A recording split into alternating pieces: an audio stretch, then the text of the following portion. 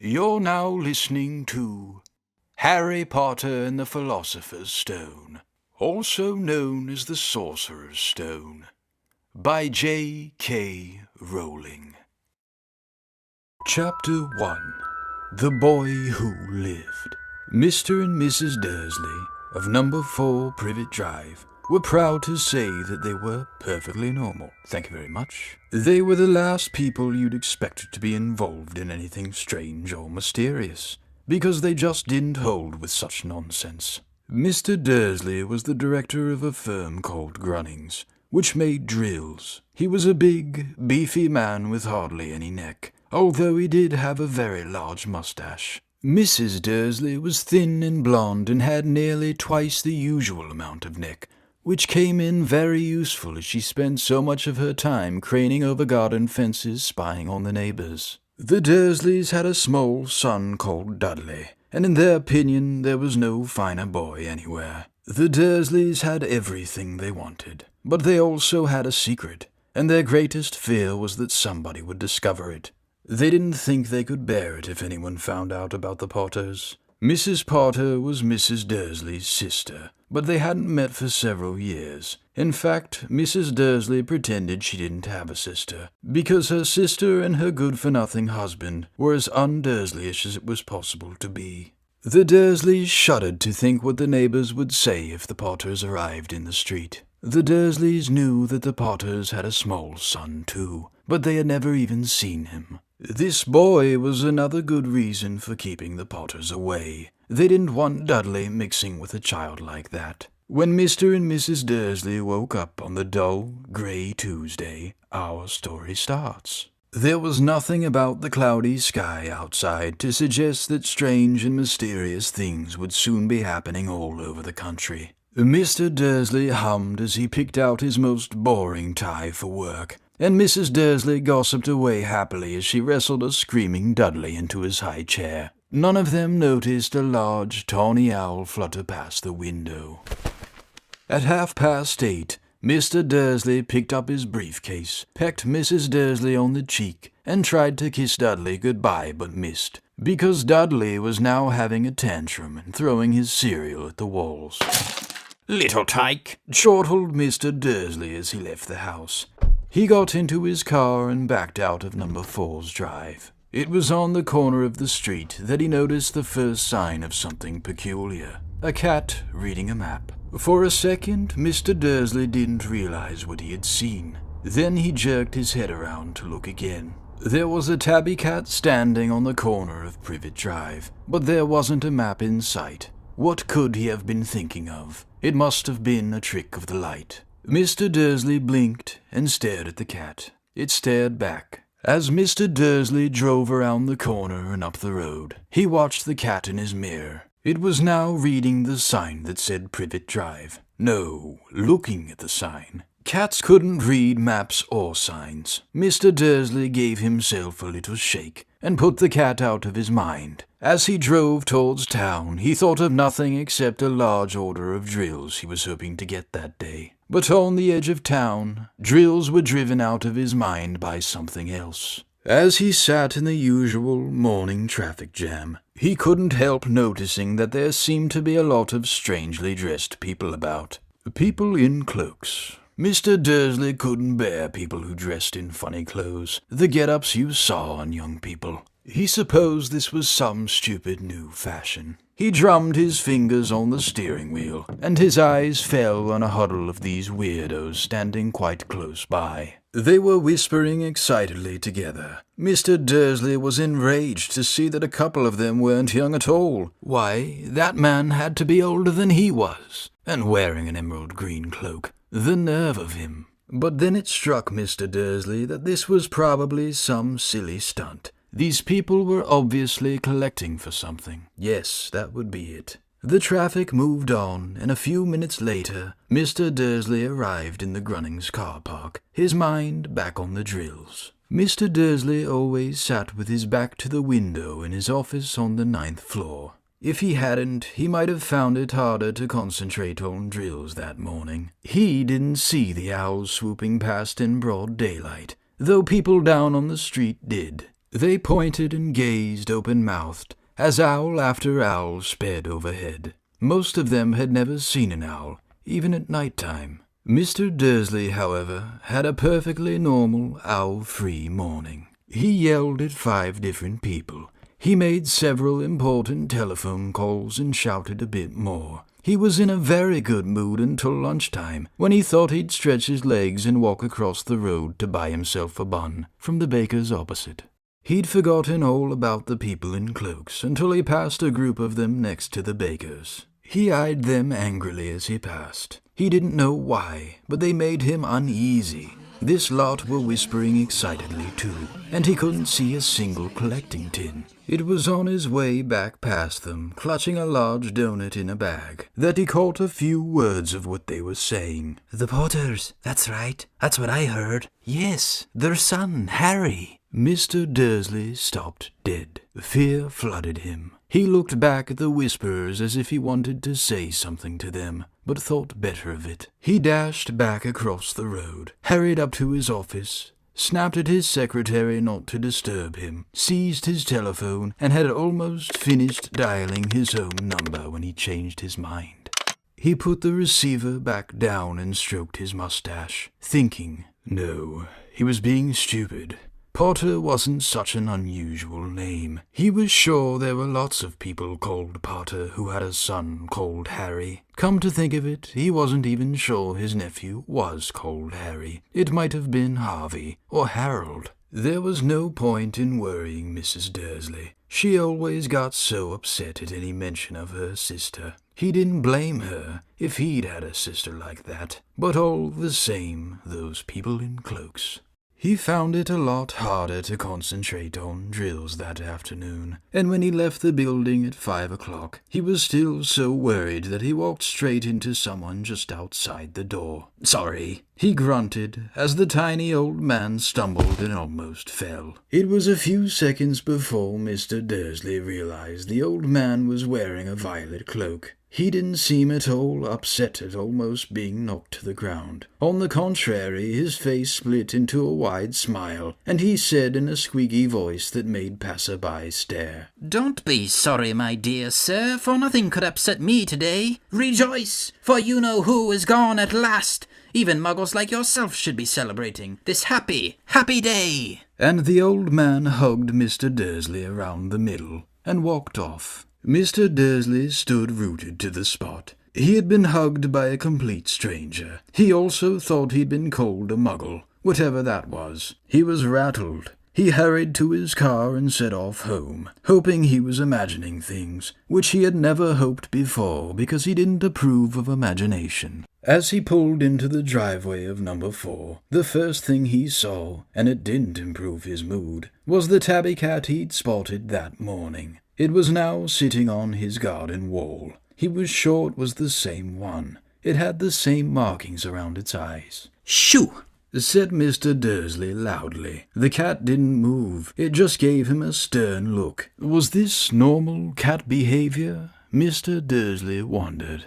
Trying to pull himself together, he let himself into the house. He was still determined not to mention anything to his wife. Mrs. Dursley had had a nice, normal day. She told him over dinner all about Mrs. Nextdoor's problems with her daughter, and how Dudley had learnt a new word, shan't. Mr. Dursley tried to act normally. When Dudley had been put to bed, he went into the living room in time to catch the last report on the evening news. "And finally, birdwatchers everywhere have reported that the nation's owls have been acting very unusually today. Although owls normally hunt at night and are hardly ever seen in daylight, there have been hundreds of sightings of these birds flying in every direction since sunrise. Experts are unable to explain why the owls have suddenly changed their sleeping pattern." The newsreader allowed himself a grin. "Most mysterious. And now over to Jim McGuffin with the weather. Going to be any more showers of owls tonight, Jim?" "Well, Ted," said the weatherman, "I don't know about that, but it's not only the owls that have been acting oddly today. Viewers as far apart as Kent, Yorkshire and Dundee have been phoning in to tell me that instead of the rain I promised yesterday, they've had a downpour of shooting stars. Perhaps people have been celebrating bonfire night early. It's not until next week, folks, but I can promise a wet night tonight." Mr. Dursley sat frozen in his armchair. Shooting stars all over Britain, owls flying by daylight, mysterious people in cloaks all over the place, and a whisper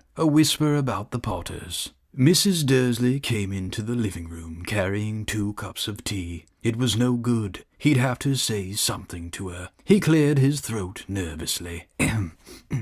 Petunia, dear, you haven't heard from your sister lately, have you? As he had expected, Mrs. Dursley looked shocked and angry. After all, they normally pretended she didn't have a sister. No, she said sharply. Why? Funny stuff on the news, Mr. Dursley mumbled. Owls, shooting stars, and there were a lot of funny-looking people in town today. So? Snapped Mrs. Dursley. Well, I just thought maybe it was something to do with, her lot. Mrs. Dursley sipped her tea through pursed lips. Mr. Dursley wondered whether he dared tell her he'd heard the name Potter. He decided he didn't dare. Instead, he said as casually as he could, Their son. He'd be about Dudley's age now, wouldn't he? I suppose so, said Mrs. Dursley stiffly. What's his name again? Howard, isn't it? Harry. A nasty common name if you ask me. Oh, yes, said Mr. Dursley, his heart sinking horribly. Yes, I quite agree. He didn't say another word on the subject as they went upstairs to bed. While Mrs. Dursley was in the bathroom, Mr. Dursley crept to the bedroom window and peered down into the front garden. The cat was still there. It was staring down Privet Drive as though it was waiting for something. Was he imagining things? Could all this have anything to do with the Potters? If it did, if it got out that they were related to a pair of, well, he didn't think he could bear it. The Dursleys got into bed. Mrs. Dursley fell asleep quickly, but Mr. Dursley lay awake, turning it all over in his mind. His last comforting thought before he fell asleep was that even if the Potters were involved, there was no reason for them to come near him and Mrs. Dursley. The Potters knew very well what he and Petunia thought about them and their kind. He couldn't see how he and Petunia could get mixed up in anything that might be going on. He yawned and turned over. It couldn't affect them. How very wrong he was. Mr. Dursley might have been drifting into an uneasy sleep, but the cat on the wall outside was showing no sign of sleepiness. It was sitting as still as a statue, its eyes fixed unblinkingly on the far corner of Privet Drive. It didn't so much as quiver when a car door slammed in the next street, nor when 2 owls swooped overhead. In fact, it was nearly midnight before the cat moved at all. A man appeared on the corner the cat had been watching. Appeared so suddenly and silently, you'd have thought he'd just popped out of the ground. The cat's tail twitched, and its eyes narrowed. Nothing like this man had ever been seen in Privet Drive. He was tall, thin, and very old, judging by the silver of his hair and beard, which were both long enough to tuck into his belt. He was wearing long robes, a purple cloak which swept the ground, and high-heeled buckled boots. His blue eyes were light, bright, and sparkling behind half-moon spectacles, and his nose was very long and crooked, as though it had been broken at least twice. This man's name was Albus Dumbledore. Albus Dumbledore didn't seem to realize that he'd just arrived in a street where everything from his name to his boots was unwelcome. He was busy rummaging in his cloak, looking for something. But he did seem to realize he was being watched, because he looked up suddenly at the cat, which was still staring at him from the other end of the street. For some reason, the sight of the cat seemed to amuse him. He chuckled and muttered, "I should have known." He had found what he was looking for in his inside pocket. It seemed to be a silver cigarette lighter. He flicked it open, held it up into the air, and clicked it. The nearest street lamp went out with a little pop. He clicked it again. The next lamp flickered into darkness. 12 times he clicked the put-outer, until the only lights left on the whole street were 2 tiny pinpricks in the distance, which were the eyes of the cat watching him. If anyone looked out their window now, even beady-eyed Mrs. Dursley, they wouldn't be able to see anything that was happening down on the pavement. Dumbledore slipped the put-outer back inside his cloak and set off down the street towards number 4, where he sat down on the wall next to the cat. He didn't look at it, but after a moment he spoke to it. Fancy seeing you here, Professor McGonagall. He turned to smile at the tabby, but it had gone. Instead, he was smiling at a rather severe-looking woman who was wearing square glasses exactly the shape of the markings the cat had around its eyes. She, too, was wearing a cloak, an emerald one. Her black hair was drawn into a tight bun. She looked distinctly ruffled. "How did you know it was me?" she asked. My dear Professor, I've never seen a cat sit so stiffly. "You'd be stiff if you'd been sitting on a brick wall all day," said Professor McGonagall. All day? When you could have been out celebrating. I must have passed a dozen feasts and parties on my way here. Professor McGonagall sniffed angrily. "Oh, yes. Everyone's celebrating all right," she said impatiently. "You'd think they'd be a bit more careful, but no. Even the Muggles have noticed something going on. It was on their news." She jerked her head back at the Dursleys' dark living room window. "I heard it. Flocks of owls, shooting stars. Well, they're not completely stupid. They were bound to notice something. Shooting stars down in Kent. I'll bet that was Daedalus Diggle. He never had much sense." You can't blame them, said Dumbledore gently. We've had precious little to celebrate for 11 years. "I know that," said Professor McGonagall irritably. "But that's no reason to lose our heads. People are being downright careless. Out on the streets in broad daylight, not even dressed in Muggle clothes, swapping rumours." She threw a sharp, sideways glance at Dumbledore here, as though hoping he was going to tell her something. But he didn't, so she went on. "A fine thing it would be if, on the very day you-know-who seems to have disappeared at last, the Muggles found out about us all. I suppose he really has gone, Dumbledore?" It certainly seems so, said Dumbledore. We have much to be thankful for. Would you care for sherbet lemon? "A what?" Sherbet lemon. They're a kind of Muggle sweet I'm rather fond of. "No, thank you," said Professor McGonagall coldly, as though she didn't think this was the moment for sherbet lemons. "As I say, even if you-know-who has gone." My dear Professor, surely a sensible person like yourself can call him by his name. All this you-know-who nonsense. For 11 years I've been trying to persuade people to call him by his proper name, Voldemort. Professor McGonagall flinched, but Dumbledore, who was unsticking 2 sherbet lemons, seemed not to notice. It all gets so confusing if we keep saying, you-know-who. I've never seen any reason to be frightened of saying Voldemort's name. "I know you haven't," said Professor McGonagall, sounding half exasperated, half admiring. "But you're different. Everyone knows you're the only one you-know-who. Oh, all right. Voldemort was frightened of." You flatter me, said Dumbledore calmly. Voldemort had powers I will never have. "Only because you're too, well, noble to use them." It's lucky it's dark. I haven't blushed so much since Madame Pomfrey told me she liked my new earmuffs.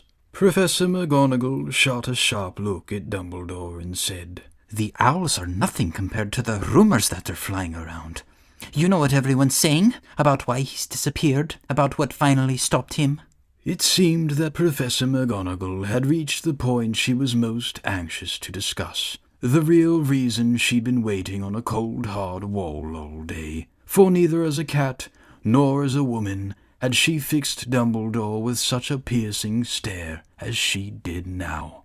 It was plain that whatever everyone was saying, she was not going to believe it until Dumbledore told her it was true. Dumbledore, however, was choosing another sherbet lemon and did not answer. "What they're saying," she pressed on, "is that last night Voldemort turned up in Godric's Hollow. He went to find the Potters. The rumour is that Lily and James Potter, that they're dead." Dumbledore bowed his head. Professor McGonagall gasped. "Lily and James.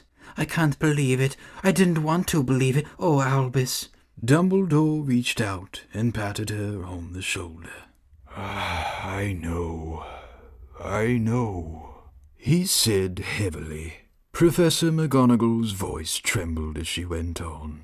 And that's not all. They're saying he tried to kill the Potter's son, Harry. But he couldn't. He couldn't kill that little boy. No one knows why or how, but they're saying that when he couldn't kill Harry Potter, Voldemort's power somehow broke, and that's why he's gone. Dumbledore nodded glumly. It's true? Faltered Professor McGonagall.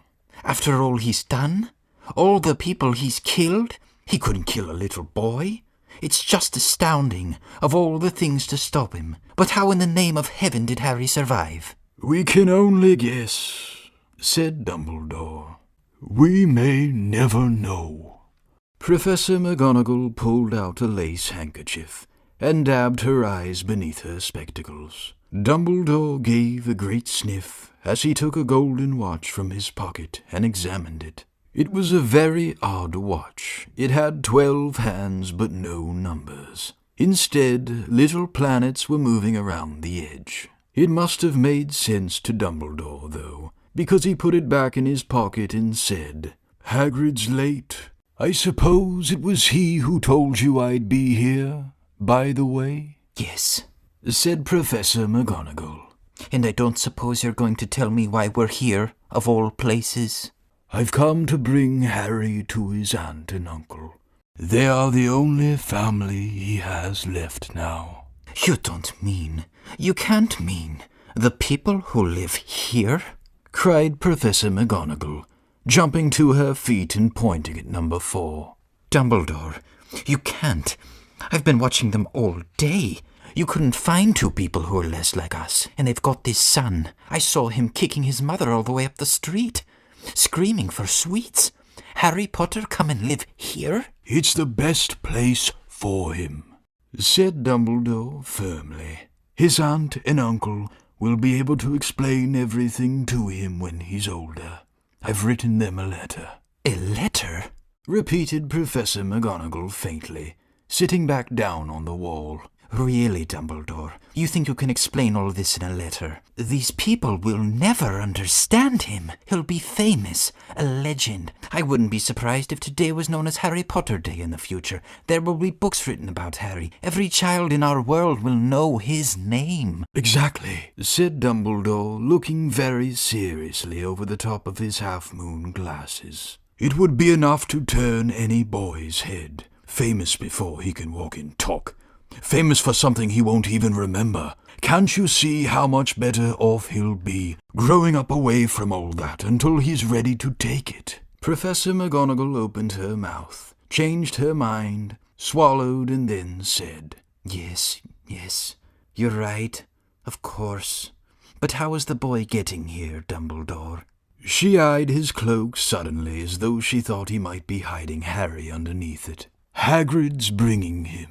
You think it wise to trust Hagrid with something as important as this? I would trust Hagrid with my life, said Dumbledore. I'm not saying his heart isn't in the right place, said Professor McGonagall grudgingly. But you can't pretend he's not careless. He does tend to... What was that? A low, rumbling sound had broken the silence around them. It grew steadily louder as they looked up and down the street for some sign of a headlight. It swelled to a roar as they both looked up at the sky, and a huge motorbike fell out of the air and landed on the road in front of them. If the motorbike was huge, it was nothing to the man sitting astride it. He was almost twice as tall as a normal man and at least 5 times as wide. He looked simply too big to be allowed, and so wild. Long tangles of bushy black hair and beard hid most of his face. He had hands the size of dustbin lids, and his feet in their leather boots were like baby dolphins. In his vast, muscular arms, he was holding a bundle of blankets. Hagrid, said Dumbledore, sounding relieved. At last. And where did you get that motorbike? Borrowed it, Professor Dumbledore, sir, said the giant, climbing carefully off the motorbike as he spoke. Young Sirius Black lent it to me. I've got him, sir. No problems, were there? No, sir. House was almost destroyed, but I got him out all right before all the muggles started swarming round. He fell asleep as we was flying over Bristol." Dumbledore and Professor McGonagall bent forward over the bundle of blankets. Inside, just visible, was a baby boy, fast asleep. Under a tuft of jet-black hair over his forehead, they could see a curiously shaped cut, like a bolt of lightning. "Is that where?" whispered Professor McGonagall. "Yes," said Dumbledore. "He'll have that scar forever." "Couldn't you do something about it, Dumbledore?" "Even if I could, I wouldn't. Scars come in useful. I have one myself above my left knee, which is the perfect map of the London Underground. Well, give him here, Hagrid. We'd better get this over with." Dumbledore took Harry in his arms and turned towards the Dursleys' house. Could I say goodbye to him, sir?" asked Hagrid. He bent his great, shaggy head over Harry and gave him what must have been a very scratchy, whiskery kiss. Then, suddenly, Hagrid let out a howl like a wounded dog. "Shh!" hissed Professor McGonagall. "You'll wake the muggles." "Sorry," sobbed Hagrid, taking out a large spotted handkerchief and burying his face in it. But I can't stand it. Lily and James dead, and poor little Harry off to live with muggles." Yes, it's all very sad, but get a grip on yourself, Hagrid, or we'll be found." Professor McGonagall whispered, patting Hagrid gingerly on the arm as Dumbledore stepped over the low garden wall and walked to the front door. He laid Harry gently on the doorstep, took a letter out of his cloak, tucked it inside Harry's blankets, and then came back to the other two. For a full minute the three of them stood and looked at the little bundle. Hagrid's shoulders shook. Professor McGonagall blinked furiously, and the twinkling light that usually shone from Dumbledore's eyes seemed to have gone out. "Well," said Dumbledore finally, "that's that. We've no business staying here. We may as well go and join the celebrations." "Yeah," said Hagrid in a very muffled voice. "I'd best get this bike away. Good night, Professor McGonagall. Professor Dumbledore, sir." Wiping his streaming eyes on his jacket sleeve, Hagrid swung himself onto the motorbike and kicked the engine into life. With a roar it rose into the air and off into the night. "I shall see you soon, I expect, Professor McGonagall," said Dumbledore, nodding to her. Professor McGonagall blew her nose in reply. Dumbledore turned and walked back down the street. On the corner he stopped and took out the silver put-outer. He clicked it once, and 12 balls of light sped back towards their street lamps, so that Privet Drive glowed suddenly orange, and he could make out a tabby cat slinking around the corner at the other end of the street. He could just see the bundle of blankets on the step of number 4. "Good luck, Harry," he muttered. He turned on his heel, and with a swish of his cloak he was gone. A breeze ruffled the neat hedges of Privet Drive, which lay silent and tidy under the inky sky, the very last place you would expect astonishing things to happen. Harry Potter rolled over inside his blankets without waking up. One small hand closed on the letter beside him, and he slept on, not knowing he was special, not knowing he was famous, not knowing he would be woken in a few hours' time by Mrs. Dursley's scream as she opened the front door to put out the milk bottles, nor that he would spend the next few weeks being prodded and pinched by his cousin Dudley. He couldn't know that at this very moment, people meeting in secret all over the country were holding up their glasses and saying in hushed voices, "To Harry Potter, the boy who lived." Chapter 2. The Vanishing Glass. Nearly 10 years had passed since the Dursleys had woken up to find their nephew on the front step. But Privet Drive had hardly changed at all. The sun rose on the same tidy front gardens, and lit up the brass number 4 on the Dursleys' front door. It crept into their living room, which was almost exactly the same as it had been on the night when Mr. Dursley had seen that fateful news report about the owls. Only the photographs on the mantelpiece really showed how much time had passed. 10 years ago, there'd been lots of pictures of what looked like a large pink beach ball wearing different coloured bonnets. But Dudley Dursley was no longer a baby, and now the photographs showed a large blonde boy riding his first bicycle, on a carousel at the fair, playing a computer game with his father, being hugged and kissed by his mother. The room held no sign at all that another boy lived in the house too. Yet Harry Potter was still there, asleep at the moment, but not for long. His Aunt Petunia was awake, and it was her shrill voice that made the first noise of the day. Up! Get up!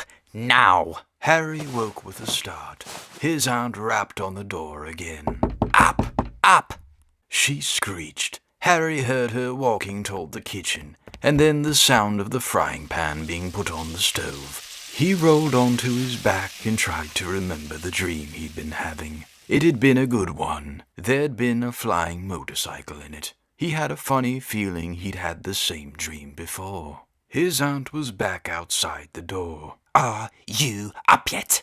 She demanded. Nearly, said Harry. Well, get a move on. I want you to look after the bacon. And don't you dare let it burn. I want everything perfect on Duddy's birthday. Harry groaned. What did you say? His aunt snapped through the door. Nothing. Dudley's birthday. How could he have forgotten? Harry got slowly out of bed and started looking for socks. He found a pair under his bed and, after pulling a spider off one of them, put them on. Harry was used to spiders, because the cupboard under the stairs was full of them, and that was where he slept. When he was dressed, he went down the hall into the kitchen. The table was almost hidden beneath old Dudley's birthday presents. It looked as though Dudley had gotten the new computer he had wanted, not to mention the second television and the racing bike. Exactly why Dudley wanted a racing bike was a mystery to Harry, as Dudley was very fat and hated exercise. Unless, of course, it involved punching somebody. Dudley's favorite punching bag was Harry, but he couldn't often catch him. Harry didn't look it, but he was very fast. Perhaps it had something to do with living in a dark cupboard, but Harry had always been small and skinny for his age. He looked even smaller and skinnier than he really was, because all he had to wear were old clothes of Dudley's, and Dudley was about 4 times bigger than he was. Harry had a thin face, knobbly knees, black hair and bright green eyes. He wore round glasses held together with a lot of Scotch tape, because of all the times Dudley had punched him on the nose. The only thing Harry liked about his own appearance was a very thin scar on his forehead that was shaped like a bolt of lightning. He had had it as long as he could remember, and the first question he could ever remember asking his Aunt Petunia was how he had gotten it. In the car crash when your parents died, she had said. And don't ask questions. Don't ask questions. That was the first rule for a quiet life with the Dursleys. Uncle Vernon entered the kitchen as Harry was turning over the bacon. Comb your hair, he barked by way of a morning greeting. About once a week, Uncle Vernon looked over the top of his newspaper and shouted that Harry needed a haircut. Harry must have had more haircuts than the rest of the boys in his class put together, but it made no difference. His hair simply grew that way, all over the place. Harry was frying eggs by the time Dudley arrived in the kitchen with his mother. Dudley looked a lot like Uncle Vernon. He had a large pink face, not much neck, small watery blue eyes, and thick blonde hair that lay smoothly on his thick, fat head. Aunt Petunia often said that Dudley looked like a baby angel. Harry often said that Dudley looked like a pig in a wig. Harry put the plates of egg and bacon on the table, which was difficult as there wasn't much room. Dudley, meanwhile, was counting his presents. His face fell. 36, he said, looking up at his mother and father. That's 2 less than last year. Darling, you haven't counted Auntie Marge's present, see? It's here under the big one from Mommy and Daddy. All right, 37 then, said Dudley, going red in the face. Harry, who could see a huge Dudley tantrum coming on, began wolfing down his bacon as fast as possible in case Dudley turned the table over. Aunt Petunia obviously scented danger too, because she said quickly, "And we'll buy you another 2 presents while we're out today. How's that, Popkin? 2 more presents. Is that all right?" Dudley thought for a moment. It looked like hard work. Finally, he said slowly, "So I'll have 39, sweetums," said Aunt Petunia. Oh. Dudley sat down heavily and grabbed the nearest parcel. All right then. Uncle Vernon chuckled. "Little Tyke wants his money's worth, just like his father. Atta boy, Dudley." He ruffled Dudley's hair. At that moment, the telephone rang, and Aunt Petunia went to answer it, while Harry and Uncle Vernon watched Dudley unwrap the racing bike, a video camera, a remote control airplane, 16 new computer games, and a VCR. He was ripping the paper off a gold wristwatch when Aunt Petunia came back from the telephone, looking both angry and worried. "Bad news, Vernon," she said. "Mrs. Fig's broken her leg. She can't take him." She jerked her head in Harry's direction.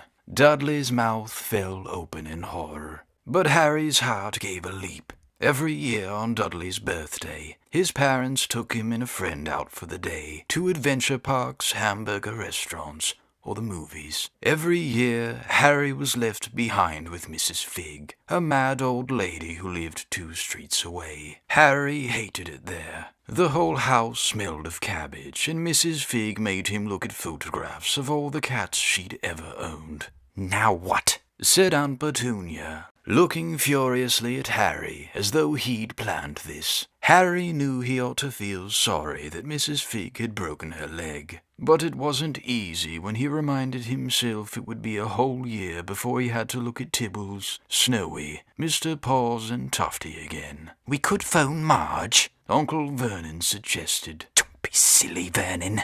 She hates the boy." The Dursleys often spoke about Harry like this, as though he wasn't there, or rather as though he was something very nasty that couldn't understand them, like a slug. "What about what's-her-name, your friend, Yvonne, on holiday in Mallorca?" snapped Aunt Petunia. "You could just leave me here." Harry put in hopefully. He'd be able to watch what he wanted on television for a change, and maybe even have a go on Dudley's computer. Aunt Petunia looked as though she'd just swallowed a lemon. "And come back to find the house in ruins," she snarled. "I won't blow up the house," said Harry, but they weren't listening. "I suppose we could take him to the zoo," said Aunt Petunia slowly. "and leave him in the car." "That car's new. He's not sitting in it alone." Dudley began to cry loudly. In fact, he wasn't really crying. It had been years since he'd really cried. But he knew that if he screwed up his face and wailed, his mother would give him anything he wanted. "Dinky Duddy-Dums, don't cry. Mummy won't let him spoil your special day," she cried, flinging her arms around him. I don't want him to come," Dudley yelled between huge pretend sobs. "He always spoils everything." He shot Harry a nasty grin through the gap in his mother's arms. Just then, the doorbell rang.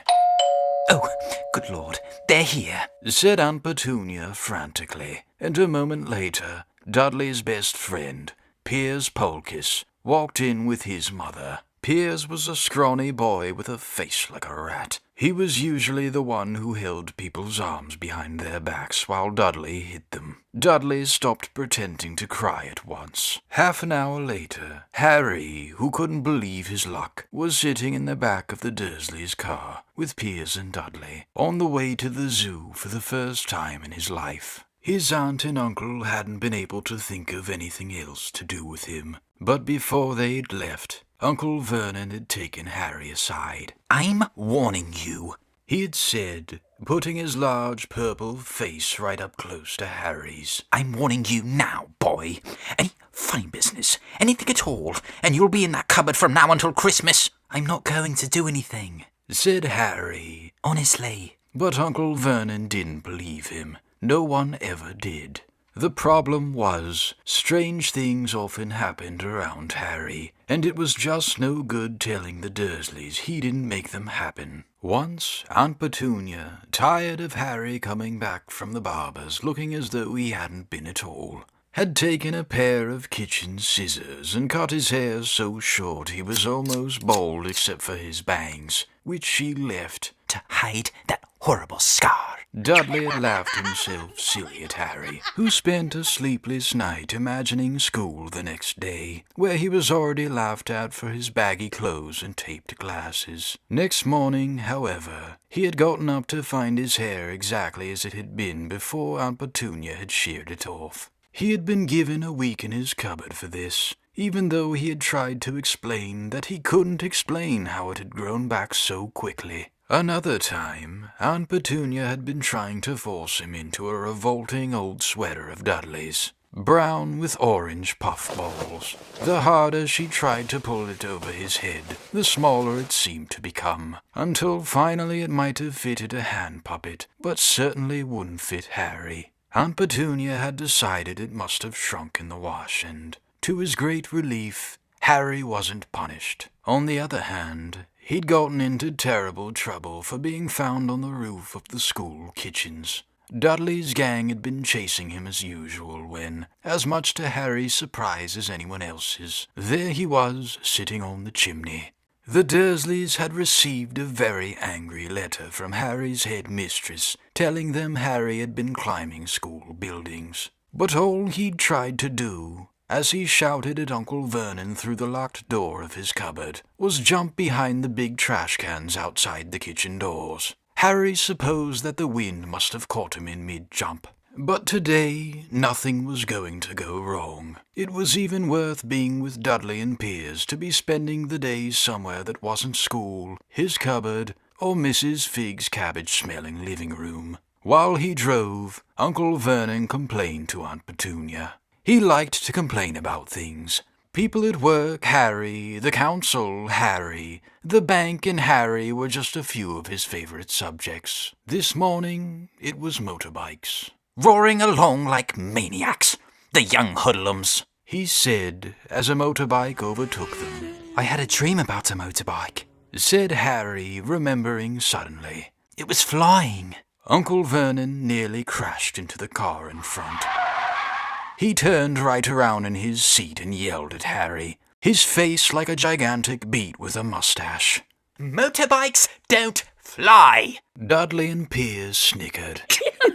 I know they don't, said Harry. It was only a dream. But he wished he hadn't said anything. If there was one thing the Dursleys hated even more than his asking questions, it was his talking about anything acting in a way it shouldn't, no matter if it was in a dream or even a cartoon. They seemed to think he might get dangerous ideas. It was a very sunny Saturday, and the zoo was crowded with families. The Dursleys bought Dudley and Piers large chocolate ice creams at the entrance, and then, because the smiling lady in the van had asked Harry what he wanted before they could hurry him away, they bought him a cheap lemon ice pop. It wasn't bad either, Harry thought, licking it as they watched a gorilla scratching its head, who looked remarkably like Dudley, except that it wasn't blonde. Harry had the best morning he'd had in a long time. He was careful to walk a little way apart from the Dursleys so that Dudley and Piers, who were starting to get bored with the animals by lunchtime, wouldn't fall back on their favorite hobby of hitting him. They ate in the zoo restaurant, and when Dudley had a tantrum because his Knickerbocker Glory didn't have enough ice cream on top, Uncle Vernon bought him another one, and Harry was allowed to finish the first. Harry felt, afterward, that he should have known it was all too good to last. After lunch they went to the reptile house. It was cool and dark in there, with lit windows all along the walls. Behind the glass, all sorts of lizards and snakes were crawling and slithering over bits of wood and stone.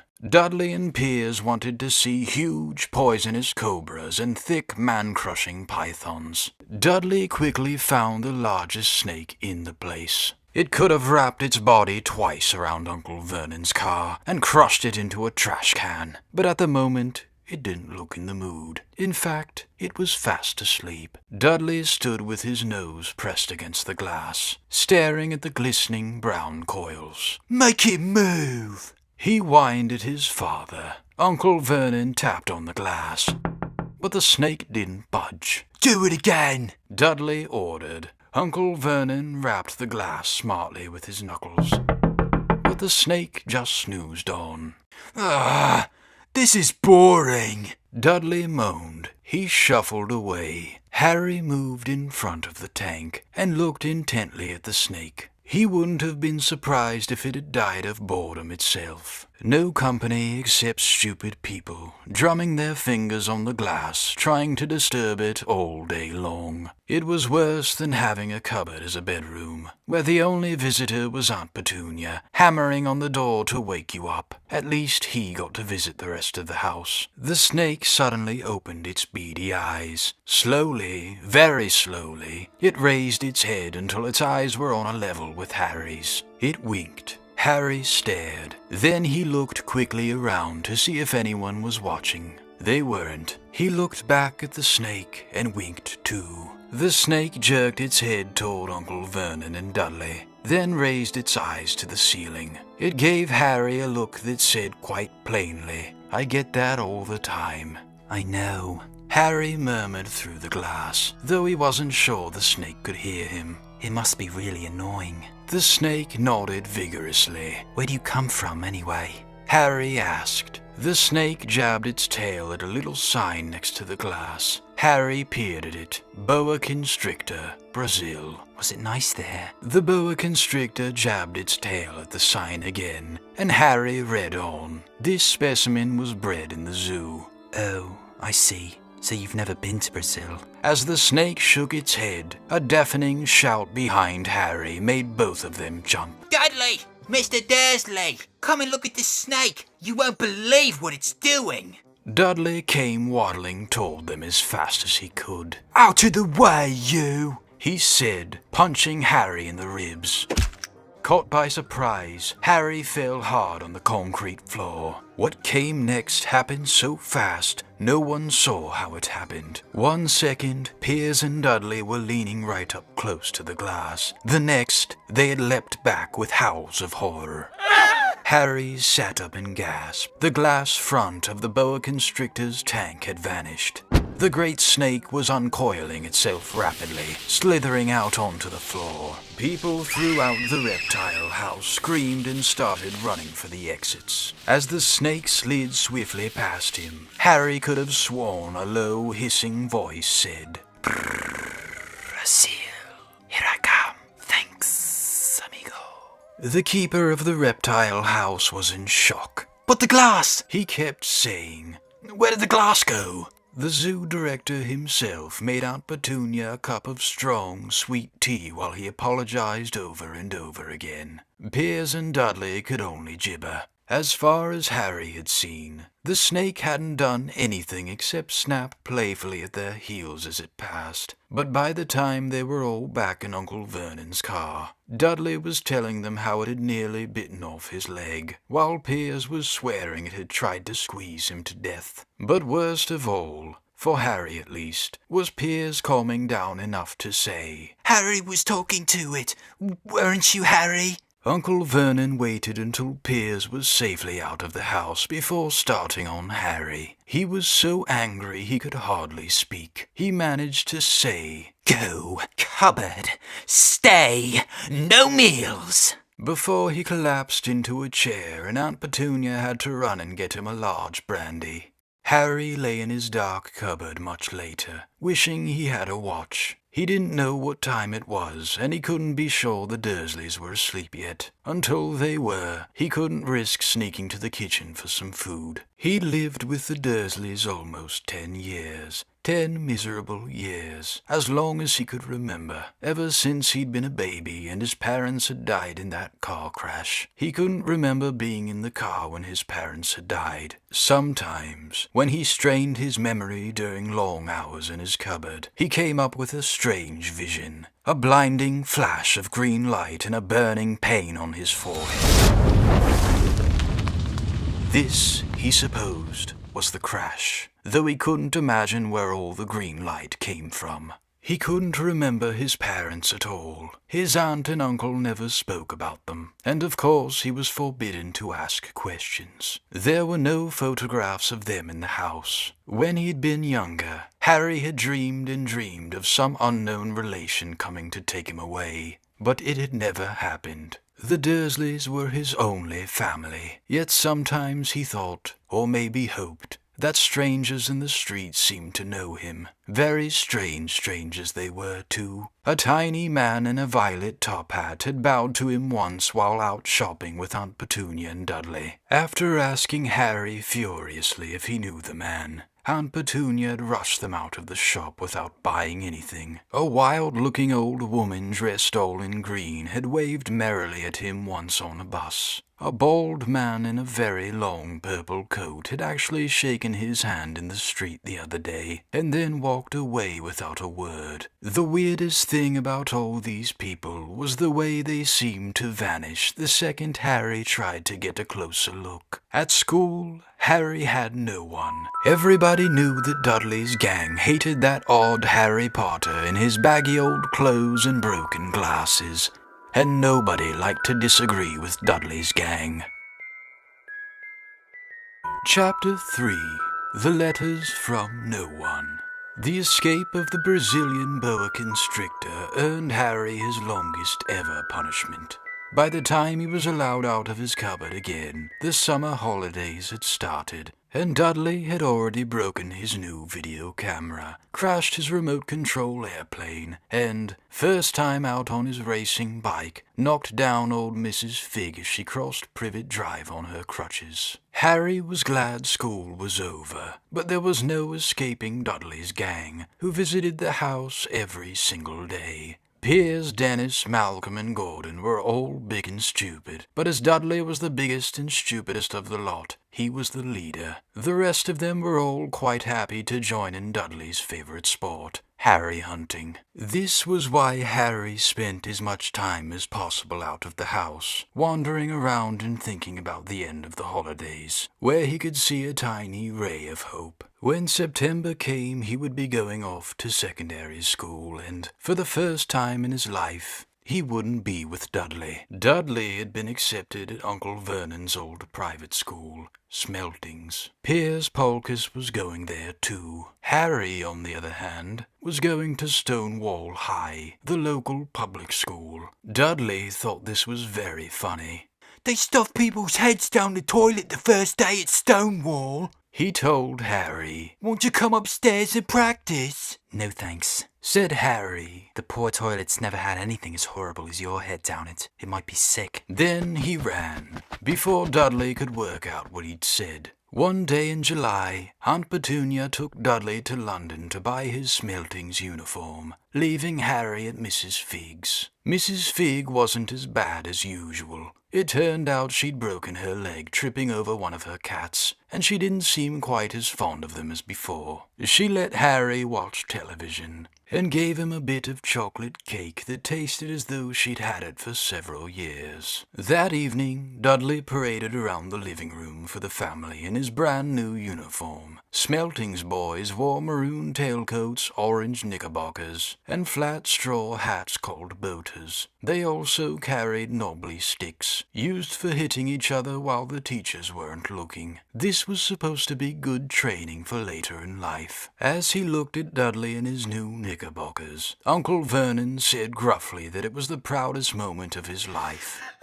Aunt Petunia burst into tears and said she couldn't believe it was her ickle Dudleykins. He looked so handsome and grown up. Harry didn't trust himself to speak. He thought 2 of his ribs might already have cracked from trying not to laugh. There was a horrible smell in the kitchen the next morning when Harry went in for breakfast. It seemed to be coming from a large metal tub in the sink. He went to have a look. The tub was full of what looked like dirty rags swimming in grey water. What's this? He asked Aunt Petunia. Her lips tightened as they always did if he dared to ask a question. Your new school uniform, she said. Harry looked in the bowl again. Oh, he said. I didn't realize it had to be so wet. Don't be stupid, snapped Aunt Petunia. I'm dyeing some of Dudley's old things grey for you. It'll look just like everyone else's when I've finished. Harry seriously doubted this, but thought it best not to argue. He sat down at the table and tried not to think about how he was going to look on his first day at Stonewall High. Like he was wearing bits of old elephant skin, probably. Dudley and Uncle Vernon came in, both with wrinkled noses because of the smell from Harry's new uniform. Uncle Vernon opened his newspaper as usual, and Dudley banged his smelting stick, which he carried everywhere, on the table. They heard the click of the letterbox and flop of letters on the doormat. Get the post, Dudley, said Uncle Vernon from behind his paper. Make Harry get it. Get the post, Harry. Make Dudley get it. Poke him with your smelting stick, Dudley.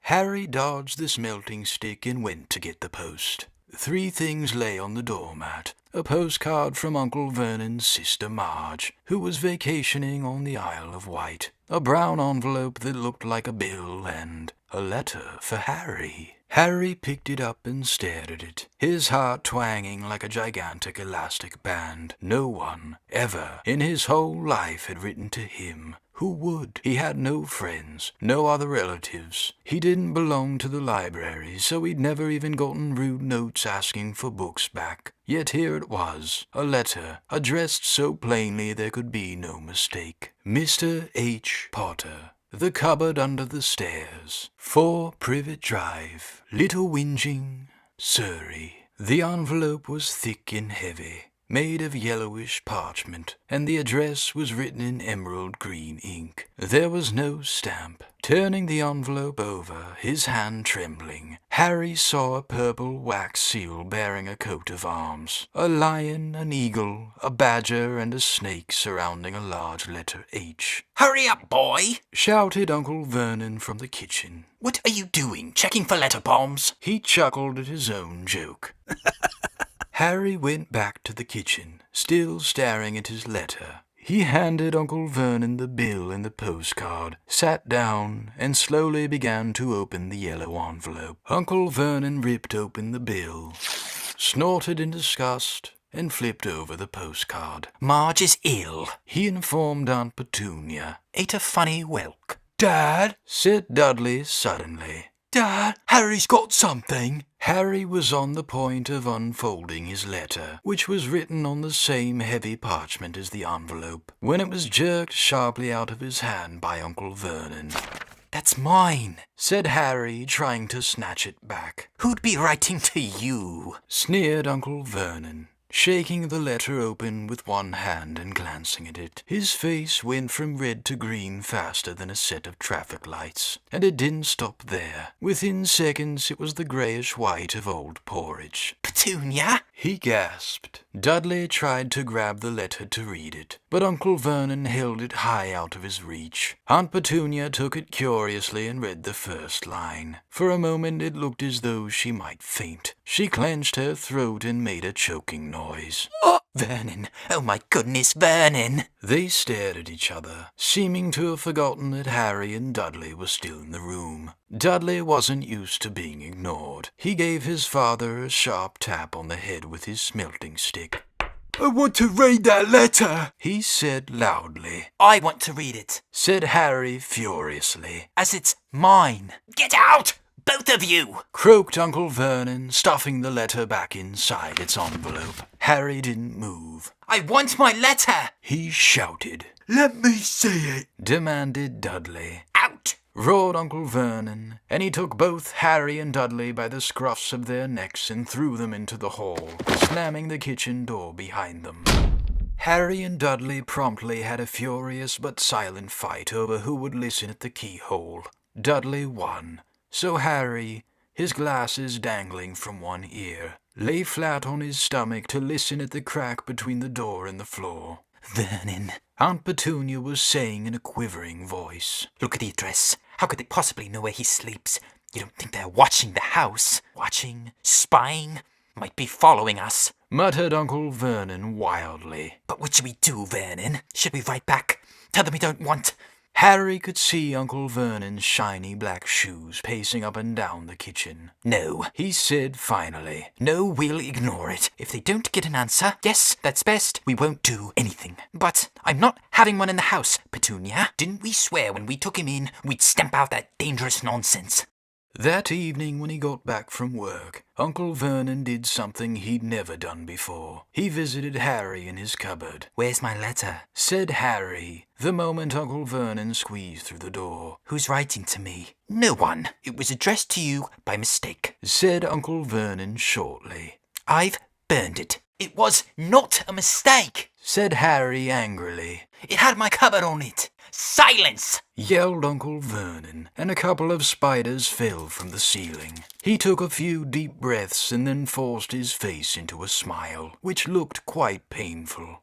Yes, Harry, about this cupboard. Your aunt and I have been thinking. You're really getting a bit big for it. We think it might be nice if you moved into Dudley's second bedroom." "Why?" said Harry. "Don't ask questions," snapped his uncle. "Take this stuff upstairs, now." The Dursleys' house had 4 bedrooms. One for Uncle Vernon and Aunt Petunia. One for visitors, usually Uncle Vernon's sister Marge. One where Dudley slept. And one where Dudley kept all the toys and things that wouldn't fit into his first bedroom. It only took Harry one trip upstairs to move everything he owned from the cupboard to this room. He sat down on the bed and stared around him. Nearly everything in here was broken. The month-old video camera was lying on top of a small, working tank Dudley had once driven over the next-door neighbor's dog. In the corner was Dudley's first-ever television set, which he'd put his foot through when his favorite program had been cancelled. There was a large birdcage, which had once held a parrot that Dudley had swapped at school for a real air rifle, which was up on a shelf with the end all bent, because Dudley had sat on it. Other shelves were full of books. They were the only things in the room that looked as though they'd never been touched. From downstairs came the sound of Dudley bawling at his mother. "I don't want him in there. I need that room. Make him get out." Harry sighed and stretched out on the bed. Yesterday he'd have given anything to be up here. Today he'd rather be back in his cupboard with that letter than up here without it. Next morning at breakfast, everyone was rather quiet. Dudley was in shock. He'd screamed, whacked his father with his smelting stick, been sick on purpose, kicked his mother and thrown his tortoise through the greenhouse roof. And he still didn't have his room back. Harry was thinking about this time yesterday, and bitterly wishing he'd opened that letter in the hall. Uncle Vernon and Aunt Petunia kept looking at each other darkly. When the mail arrived, Uncle Vernon, who seemed to be trying to be nice to Harry, made Dudley go and get it. They heard him banging things with his smelting stick all the way down the hall. Then he shouted, "There's another one, Mr. H. Potter. The smallest bedroom, 4 Privet Drive." With a strangled cry, Uncle Vernon leapt from his seat and ran down the hall, Harry right behind him. Uncle Vernon had to wrestle Dudley to the ground to get the letter from him, which was made difficult by the fact that Harry had grabbed Uncle Vernon around the neck from behind. After a minute of confused fighting, in which everyone got hit a lot by the smelting stick, Uncle Vernon straightened up, gasping for breath, with Harry's letter clutched in his hand. "Go to your cupboard. I mean, your bedroom." He wheezed at Harry. "Dudley, go. Just go." Harry walked round and round his new room. Someone knew he had moved out of his cupboard, and they seemed to know he hadn't received his first letter. Surely that meant they'd try again, and this time he'd make sure they didn't fail. He had a plan. The repaired alarm clock rang at 6 o'clock the next morning. Harry turned it off quickly and dressed silently. He mustn't wake the Dursleys. He stole downstairs without turning on any of the lights. He was going to wait for the postman on the corner of Privet Drive and get the letters for number 4 first. His heart hammered as he crept across the hall toward the front door. Harry leapt into the air. He'd trodden on something big and squashy on the doormat, something alive. Lights clicked on upstairs, and to his horror, Harry realized that the big, squashy something had been his uncle's face. Uncle Vernon had been lying at the foot of the front door in a sleeping bag, clearly making sure that Harry didn't do exactly what he'd been trying to do. He shouted at Harry for about half an hour and then told him to go make a cup of tea. Harry shuffled miserably off into the kitchen, and by the time he got back, the mail had arrived. Right into Uncle Vernon's lap. Harry could see 3 letters addressed in green ink. I want... he began, but Uncle Vernon was tearing the letters into pieces before his eyes. Uncle Vernon didn't go to work that day. He stayed at home and nailed up the mail slot. See? He explained to Aunt Petunia through a mouthful of nails. If they can't deliver them, they'll just give up. I'm not sure that will work, Vernon. Oh, these people's minds work in strange ways, Petunia. They're not like you and me, said Uncle Vernon, trying to knock in a nail with a piece of fruitcake Aunt Petunia had just brought him. On Friday, no less than 12 letters arrived for Harry. As they couldn't go through the mail slot, they'd been pushed under the door, slotted through the sides, and a few even forced through the small window in the downstairs bathroom. Uncle Vernon stayed at home again. After burning all the letters, he got out a hammer and nails and boarded up the cracks around the front and back doors, so no one could go out. He hummed Tiptoe Through the Tulips as he worked, and jumped at small noises. On Saturday, things began to get out of hand. 24 letters to Harry found their way into the house, rolled up and hidden inside each of the 24 eggs that their very confused milkman had handed Aunt Petunia through the living room window. While Uncle Vernon made furious telephone calls to the post office and the dairy trying to find someone to complain to, Aunt Petunia shredded the letters in her food processor. Who on earth wants to talk to you this badly? Dudley asked Harry in amazement. On Sunday morning, Uncle Vernon sat down at the breakfast table, looking tired and rather ill, but happy. No post on Sundays, he reminded them cheerfully as he spread marmalade on his newspapers. No damn letters today. Something came whizzing down the kitchen chimney as he spoke, and caught him sharply on the back of the head. Next moment, 30 or 40 letters came pelting out of the fireplace like bullets. The Dursleys ducked, but Harry leapt into the air trying to catch one. Out! Out! Uncle Vernon seized Harry around the waist and threw him into the hall, when Aunt Petunia and Dudley had run out with their arms over their faces. Uncle Vernon slammed the door shut. They could hear the letters still streaming into the room, bouncing off the walls and floor. That does it, said Uncle Vernon, trying to speak calmly but pulling great tufts out of his mustache at the same time. I want you all back here in 5 minutes, ready to leave. We're going away. Just pack some clothes. No arguments. He looked so dangerous with half his mustache missing that no one dared argue. 10 minutes later, they had wrenched their way through the boarded-up doors and were in the car, speeding toward the highway. Dudley was sniffling in the back seat. His father had hit him round the head for holding them up while he tried to pack his television, VCR and computer in his sports bag. They drove and they drove. Even Aunt Petunia didn't dare ask where they were going. Every now and then, Uncle Vernon would take a sharp turn and drive in the opposite direction for a while. Shake 'em off, shake 'em off, he would mutter whenever he did this. They didn't stop to eat or drink all day. By nightfall, Dudley was howling. He'd never had such a bad day in his life. He was hungry, he'd missed 5 television programs he wanted to see, and he'd never gone so long without blowing up an alien on his computer. Uncle Vernon stopped at last outside a gloomy-looking hotel on the outskirts of a big city. Dudley and Harry shared a room with twin beds and damp, musty sheets. Dudley snored, but Harry stayed awake, sitting on the windowsill, staring down at the lights of passing cars and wondering. They ate stale cornflakes and cold tinned tomatoes on toast for breakfast the next day. They had just finished when the owner of the hotel came over to their table. "Excuse me, but is one of you Mr. H. Potter?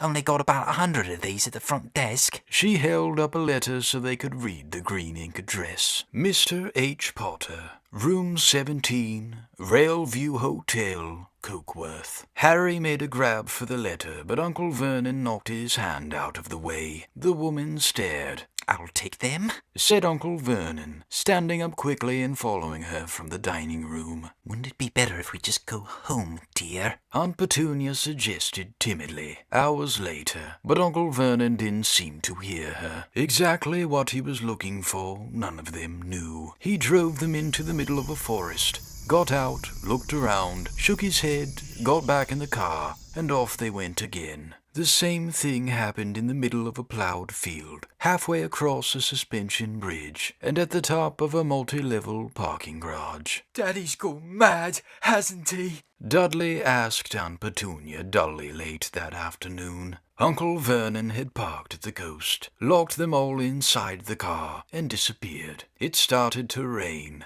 Great drops beat on the roof of the car. Dudley snivelled. "It's Monday," he told his mother. "The Great Umberto's on tonight.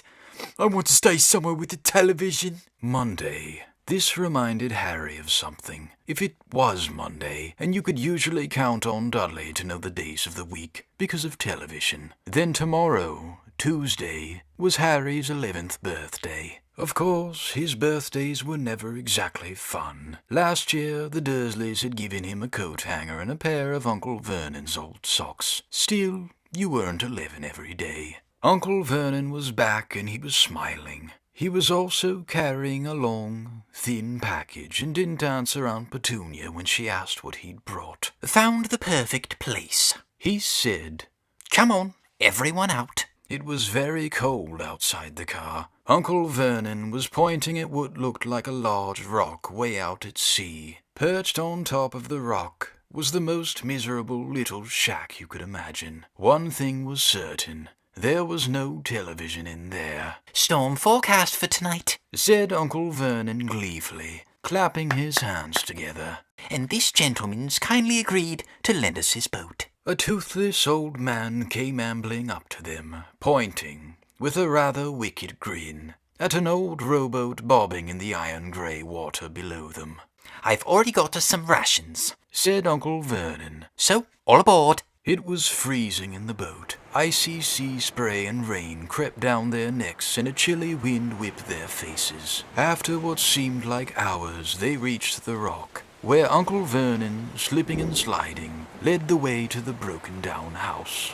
The inside was horrible. It smelled strongly of seaweed. The wind whistled through the gaps in the wooden walls, and the fireplace was damp and empty. There were only 2 rooms. Uncle Vernon's rations turned out to be a bag of chips each and 4 bananas. He tried to start a fire, but the empty bag of chips just smoked and shriveled up. "Could do with some of those letters now, eh?" he said cheerfully. He was in a very good mood. Obviously, he thought nobody stood a chance of reaching them here in a storm to deliver mail. Harry privately agreed, though the thought didn't cheer him up at all. As night fell, the promised storm blew up around them. Spray from the high waves splattered the walls of the hut, and a fierce wind rattled the filthy windows. Aunt Petunia found a few moldy blankets in the second room and made up a bed for Dudley on the moth-eaten sofa. She and Uncle Vernon went off to the lumpy bed next door, and Harry was left to find the softest bit of floor he could, and to curl up under the thinnest, most ragged blanket. The storm raged more and more ferociously as the night went on.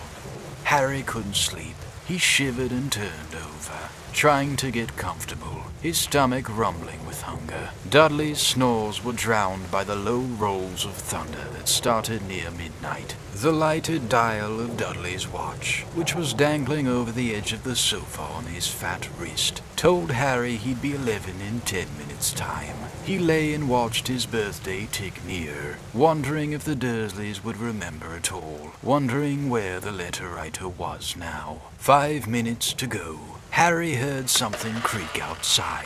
He hoped the roof wasn't going to fall in, although he might be warmer if it did. 4 minutes to go. Maybe the house in Privet Drive would be so full of letters when they got back that he'd be able to steal one somehow. 3 minutes to go. Was that the sea slapping hard on the rock like that? And 2 minutes to go. What was that funny crunching noise? Was the rock crumbling into the sea? 1 minute to go, and he'd be 11. 30 seconds. 20, 10, 9. Maybe he'd wake Dudley up just to annoy him. 3, 2, 1, boom. The whole shack shivered and Harry sat bolt upright, staring at the door. Someone was outside, knocking to come in. Chapter 4. The Keeper of the Keys. Boom. They knocked again. Dudley jerked awake. Where's the cannon? He said stupidly. There was a crash behind them, and Uncle Vernon came skidding into the room. He was holding a rifle in his hands. Now they knew what had been in the long, thin package he had brought with them. Who's there? He shouted. I warn you. Come out! There was a pause, then smash. The door was hit with such force that it swung clean off its hinges and with a deafening crash landed flat on the floor. A giant of a man was standing in the doorway. His face was almost completely hidden by a long, shaggy mane of hair and a wild, tangled beard. But you could make out his eyes, glinting like black beetles under all the hair. The giant squeezed his way into the hut, stooping so that his head just brushed the ceiling. He bent down, picked up the door, and fitted it easily back into its frame. The noise of the storm outside dropped a little. He turned to look at them all. Couldn't have made us a cup of tea, could ya? It's not been an easy journey. He strode over to the sofa where Dudley sat frozen with fear. Budge up, ya great lump, said the stranger. Dudley squeaked and ran to hide behind his mother, who was crouching, terrified, behind Uncle Vernon. And here's Harry, said the giant. Harry looked up into the fierce, wild, shadowy face and saw that the beetle eyes were crinkled in a smile.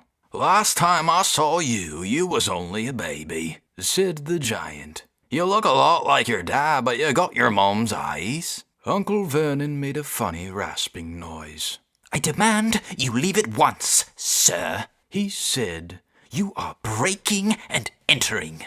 Ah, shut up, Dursley, you great prune, said the giant. He reached over the back of the sofa, jerked the gun out of Uncle Vernon's hands, bent it into a knot as easily as if it had been made of rubber, and threw it into the corner of the room. Uncle Vernon made another funny noise, like a mouse being trodden on. Anyway, Harry, said the giant, turning his back on the Dursleys, a very happy birthday to you. Got something for you here. I might have sat on it at some point, but it'll taste all right. From an inside pocket of his black overcoat, he pulled a slightly squashed box. Harry opened it with trembling fingers.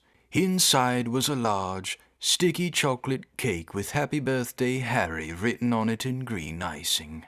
Harry looked up at the giant. He meant to say thank you, but the words got lost on the way to his mouth, and what he said instead was, "Who are you?" The giant chuckled. True, I haven't introduced myself. Rubeus Hagrid, keeper of keys and grounds at Hogwarts. He held out an enormous hand and shook Harry's whole arm. What about that cup of tea, then, eh? He said, rubbing his hands together. I'd not say no to something stronger if you got it, mind. His eyes fell on the empty grate with the shriveled chip bags in it, and he snorted. He bent down over the fireplace. They couldn't see what he was doing, but when he drew back a second later, there was a roaring fire there. It filled the whole damp hut with flickering light, and Harry felt the warmth wash over him as though he'd sunk into a hot bath. The giant sat back down on the sofa, which sagged under his weight, and began taking all sorts of things out of the pockets of his coat. A copper kettle, a squashy package of sausages, a poker, a teapot, several chipped mugs, and a bottle of some amber liquid that he took a swig from before starting to make tea. Soon the hut was full of the sound and smell of sizzling sausage. Nobody said a thing while the giant was working, but as he slid the first 6 fat, juicy, slightly burnt sausages from the poker, Dudley fidgeted a little. Uncle Vernon said sharply, "Don't touch anything he gives you, Dudley." The giant chuckled darkly. Your great pudding of a son don't need fattening any more, Dursley, don't worry. He passed the sausages to Harry, who was so hungry he'd never tasted anything so wonderful. But he still couldn't take his eyes off the giant. Finally, as nobody seemed about to explain anything, he said, "I'm sorry, but I still don't really know who you are." The giant took a gulp of tea and wiped his mouth with the back of his hand. Call me Hagrid, he said. Everyone does, and like I told you, I'm the keeper of keys at Hogwarts. You don't know all about Hogwarts, of course. No, said Harry. Hagrid looked shocked. Sorry, Harry said quickly. Sorry? Barked Hagrid, turning to stare at the Dursleys, who shrank back into the shadows. It's them I should be sorry. I knew you weren't getting your letters, but I never thought you wouldn't even know about Hogwarts. For crying out loud. Did you never wonder where your parents learned it all? All what? Asked Harry. All what? Hagrid thundered. Now wait just 1 second. He had leapt to his feet. In his anger he seemed to fill the whole hut. The Dursleys were cowering against the wall. Do you mean to tell me, he growled at the Dursleys, that this boy knows nothing about anything? Harry thought this was going a bit far. He had been to school after all, and his marks weren't bad. "I know some things," he said. "I can, do math and stuff." But Hagrid simply waved his hand and said, "About our world, I mean your world, my world, your parents' world." "What world?" Hagrid looked as if he was about to explode. "Dursley!" he boomed. Uncle Vernon, who had gone very pale, whispered something that sounded like Mimble wimble. Hagrid stared wildly at Harry. "But you must know about your mum and dad," he said. "I mean, they're famous. You're famous." "What? My mum and dad weren't famous, were they?" You don't know. You don't know. Hagrid ran his fingers through his hair, fixing Harry with a bewildered stare. You don't know what you are? he said finally. Uncle Vernon suddenly found his voice. "Stop! Stop right there, sir. I forbid you to tell the boy anything." A braver man than Vernon Dursley would have quailed under the furious look Hagrid now gave him. When Hagrid spoke, his every syllable trembled with rage. You never told him. Never told him what was in the letter Dumbledore left for him. I was there. I saw Dumbledore leave it, Dursley, and you've kept it from him all these years? "Kept what from me?" said Harry eagerly. "Stop! I forbid you!" yelled Uncle Vernon in panic. Aunt Petunia gave a gasp of horror. Go boil your eggs, both of you, said Hagrid. Harry, you're a wizard.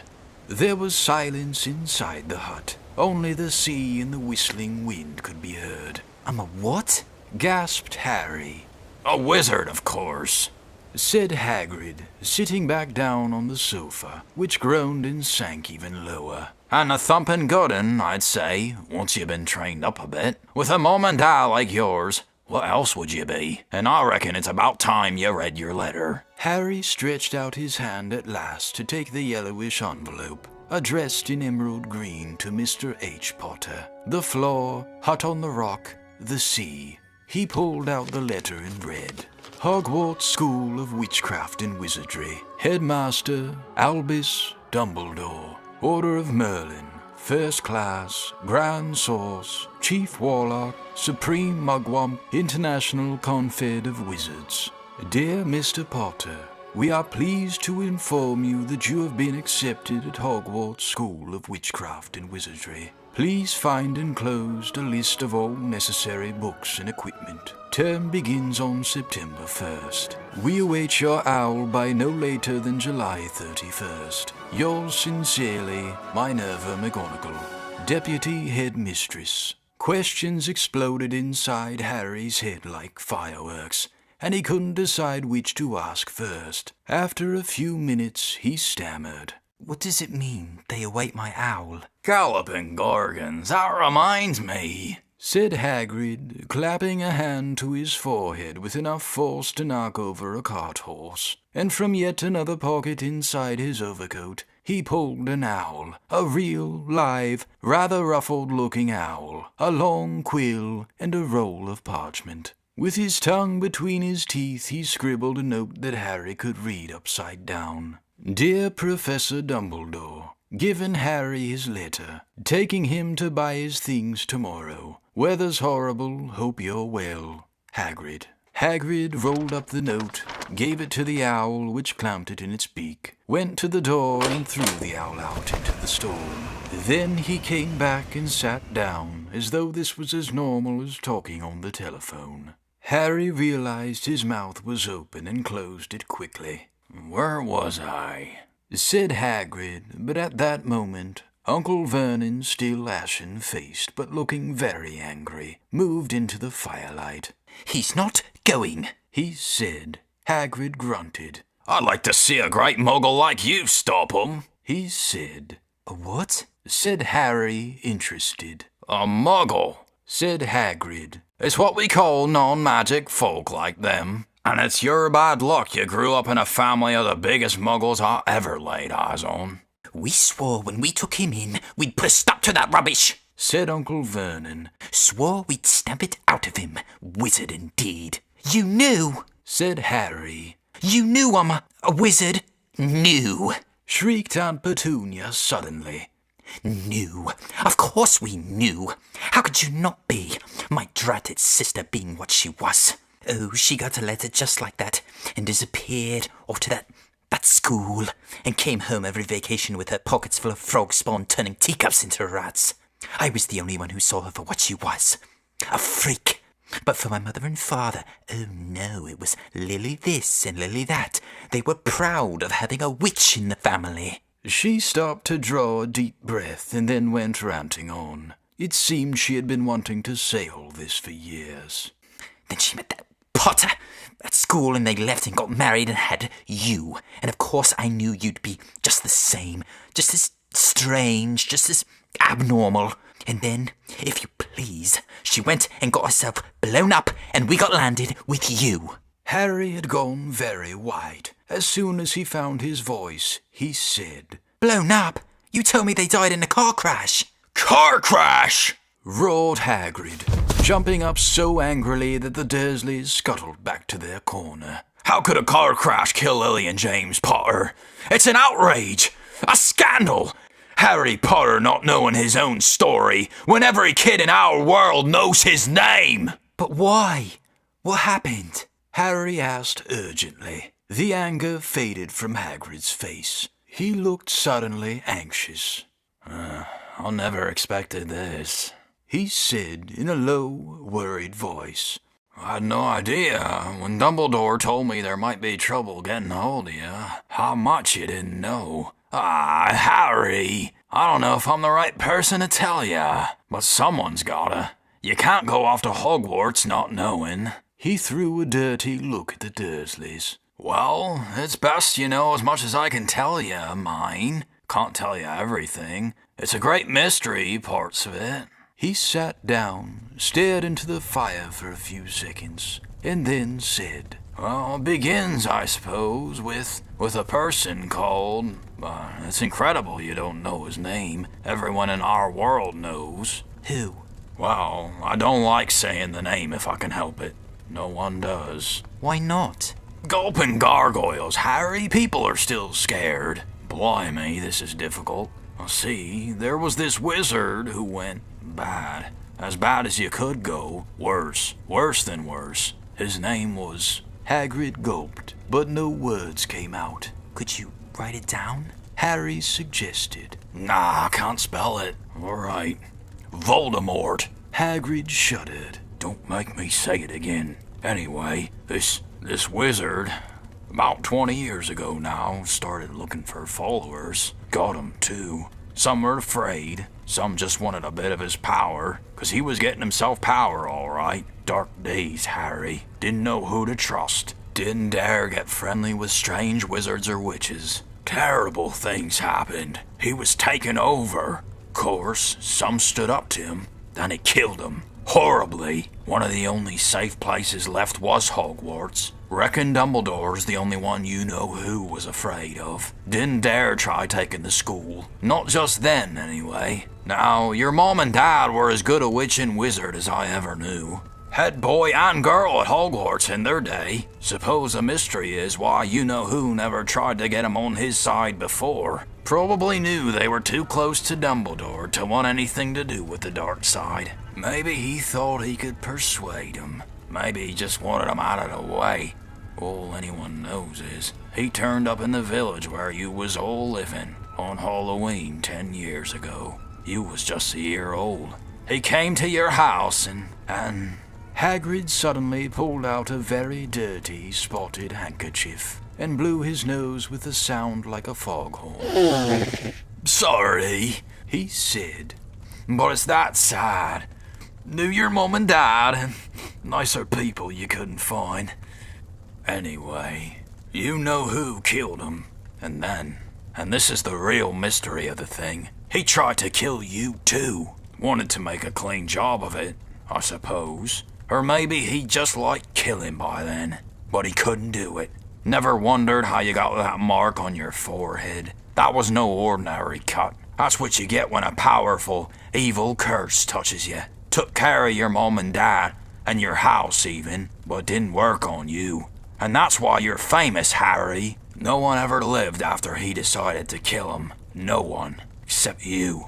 And he'd killed some of the best witches and wizards of the age. The McKinnons, the Bones, the Prewetts, and you was only a baby, and you lived. Something very painful was going on in Harry's mind. As Hagrid's story came to a close, he saw again the blinding flash of green light, more clearly than he had ever remembered it before, and he remembered something else. For the first time in his life, a high, cold, cruel laugh. Hagrid was watching him sadly. Took you out of the ruined house myself, on Dumbledore's orders. Took you to this lot.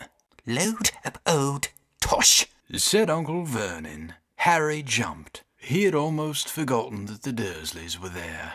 Uncle Vernon certainly seemed to have got back his courage. He was glaring at Hagrid and his fists were clenched. Now, you listen here, boy, he snarled. I accept there's something strange about you. Probably nothing a good beating wouldn't have cured. And as for all this about your parents, well, they were weirdos, no denying it, and the world's better off without them, in my opinion. Asked for all they got, getting mixed up with these wizarding types.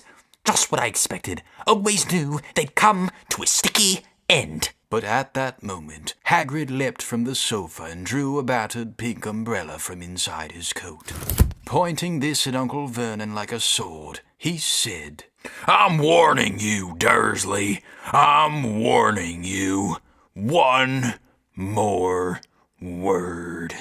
In danger of being speared on the end of an umbrella by a bearded giant, Uncle Vernon's courage failed again. He flattened himself against the wall and fell silent. That's better, said Hagrid, breathing heavily and sitting back down on the sofa, which this time sagged right down to the floor. Harry, meanwhile, still had questions to ask.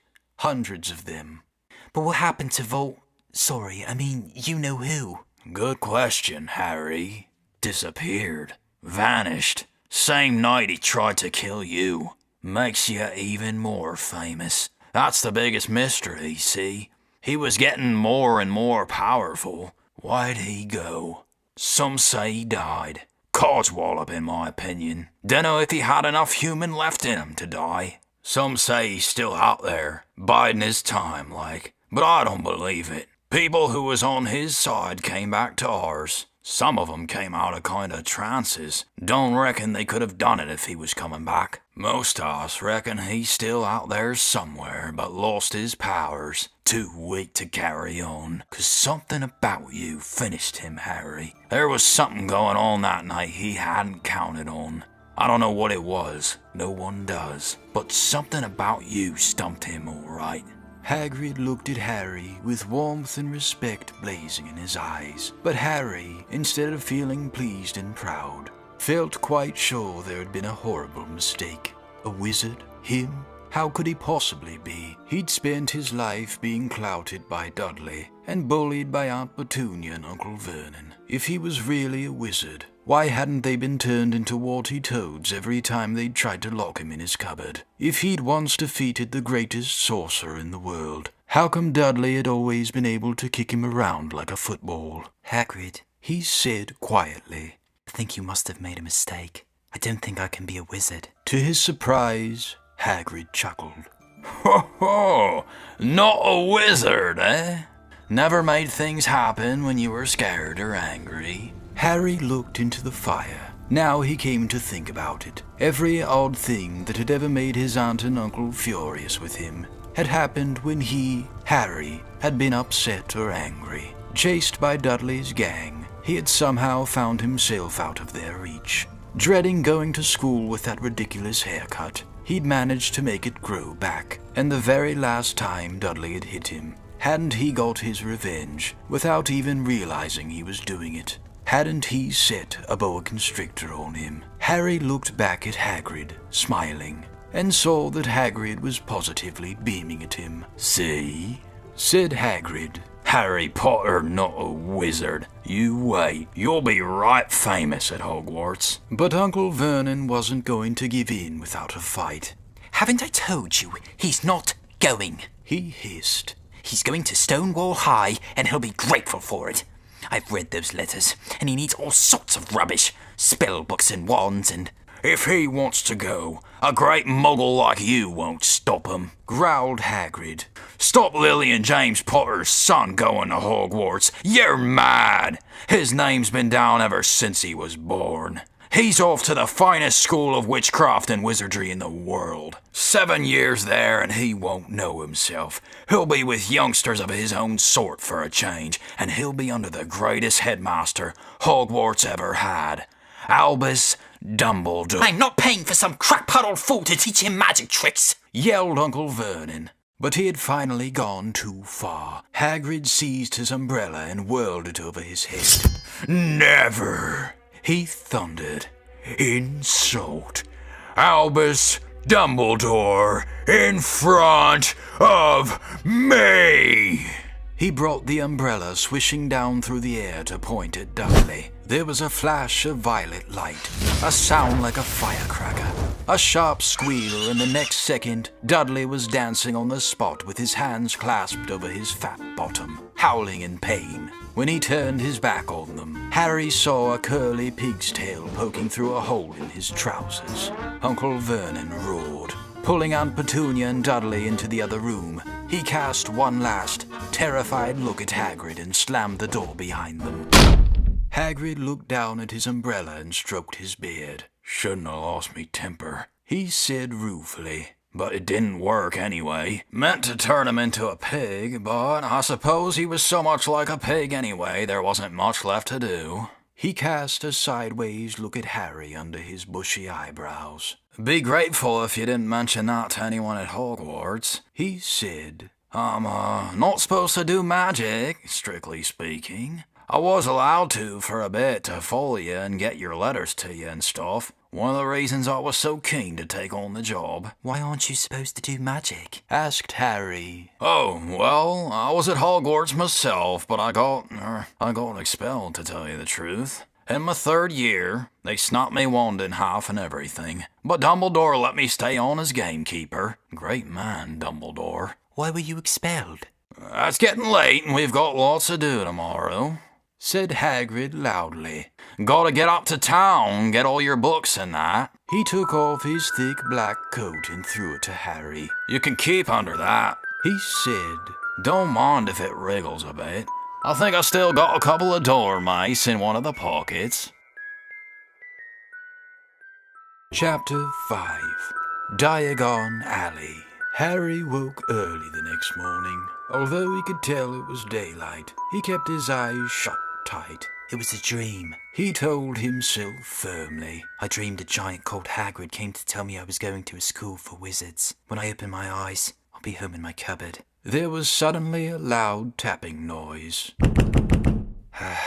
And there's Aunt Petunia knocking on the door. Harry thought, his heart sinking, but he still didn't open his eyes. It had been such a good dream. Tap, tap, tap. All right, Harry mumbled. I'm getting up. He sat up and Hagrid's heavy coat fell off him. The hut was full of sunlight. The storm was over. Hagrid himself was asleep on the collapsed sofa, and there was an owl rapping its claw on the window, a newspaper held in its beak. Harry scrambled to his feet, so happy he felt as though a large balloon was swelling inside him. He went straight to the window and jerked it open. The owl swooped in and dropped the newspaper on top of Hagrid, who didn't wake up. The owl then fluttered onto the floor and began to attack Hagrid's coat.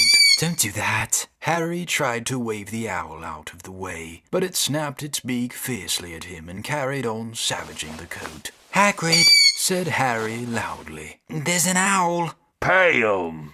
Hagrid grunted into the sofa. What? He wants paying for delivering the paper. Look in the pockets. Hagrid's coat seemed to be made of nothing but pockets. Bunches of keys, slug pellets, balls of string, peppermint humbugs, tea bags. Finally, Harry pulled out a handful of strange-looking coins. Give him 5 knots, said Hagrid sleepily. Knots? The little bronze ones. Harry counted out 5 little bronze coins, and the owl held out his legs so Harry could put the money into a small leather pouch tied to it. Then he flew off through the open window. Hagrid yawned loudly, sat up and stretched. Best be off, Harry. Lots to do today. Gotta get up to London and buy all your stuff for school. Harry was turning over the wizard coins and looking at them. He had just thought of something that made him feel as though the happy balloon inside him had got a puncture.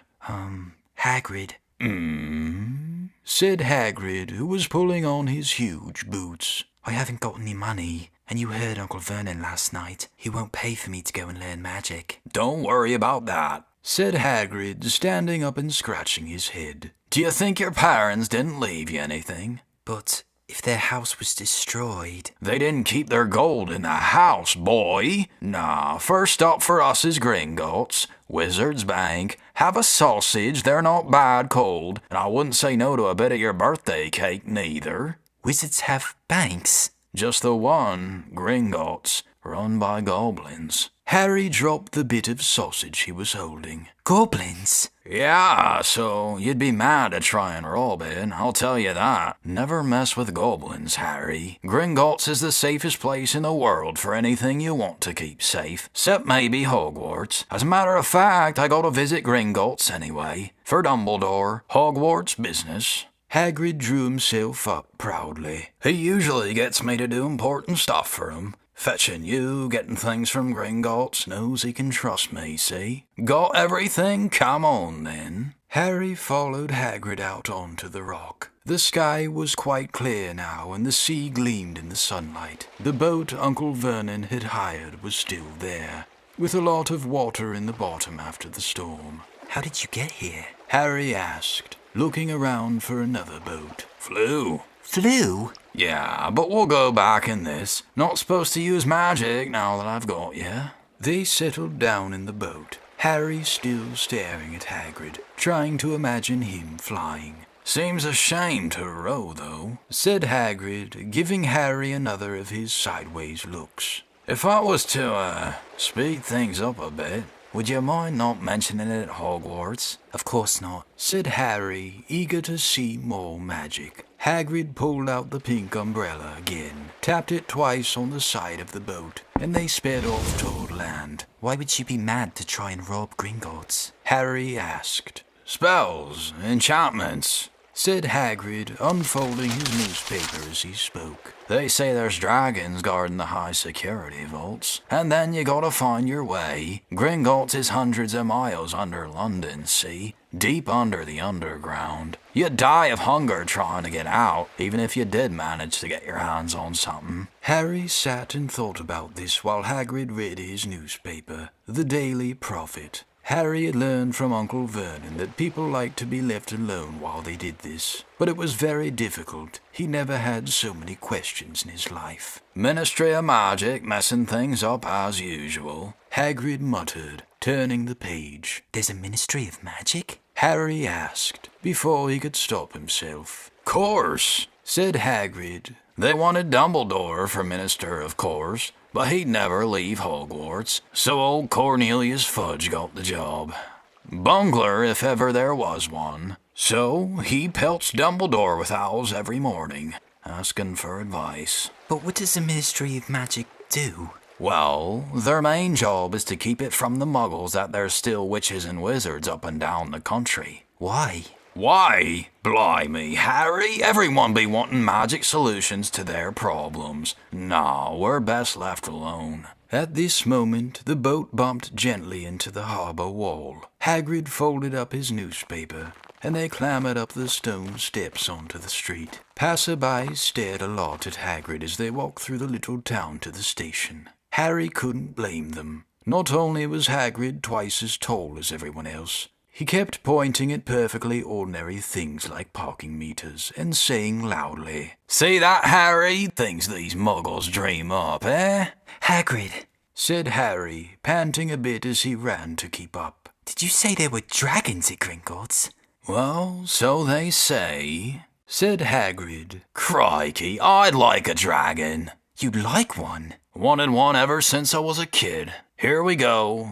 They had reached the station. There was a train to London in 5 minutes' time. Hagrid, who didn't understand muggle money, as he called it, gave the bills to Harry so he could buy their tickets. People stared more than ever on the train. Hagrid took up 2 seats and sat knitting what looked like a canary yellow circus tent. "Still got your letter, Harry?" he asked as he counted stitches. Harry took the parchment envelope out of his pocket. "Good," said Hagrid. "There's a list of everything you need." Harry unfolded a second piece of paper he hadn't noticed the night before and read, Hogwarts School of Witchcraft and Wizardry. The first-year students will require 1. 3 sets of plain work robes, black. 2. 1 plain pointed hat, black, for day wear. 3. 1 pair of protective gloves, dragon hide or similar. 4. 1 winter cloak, black, silver fastenings. Please note that all pupils' clothes should carry name tags. Course books. All students should have a copy of each of the following. The Standard Book of Spells, Grade 1, by Mirinda Goshawk. A History of Magic, by Bathilda Bagshot. Magical Theory by Adalbert Waffling.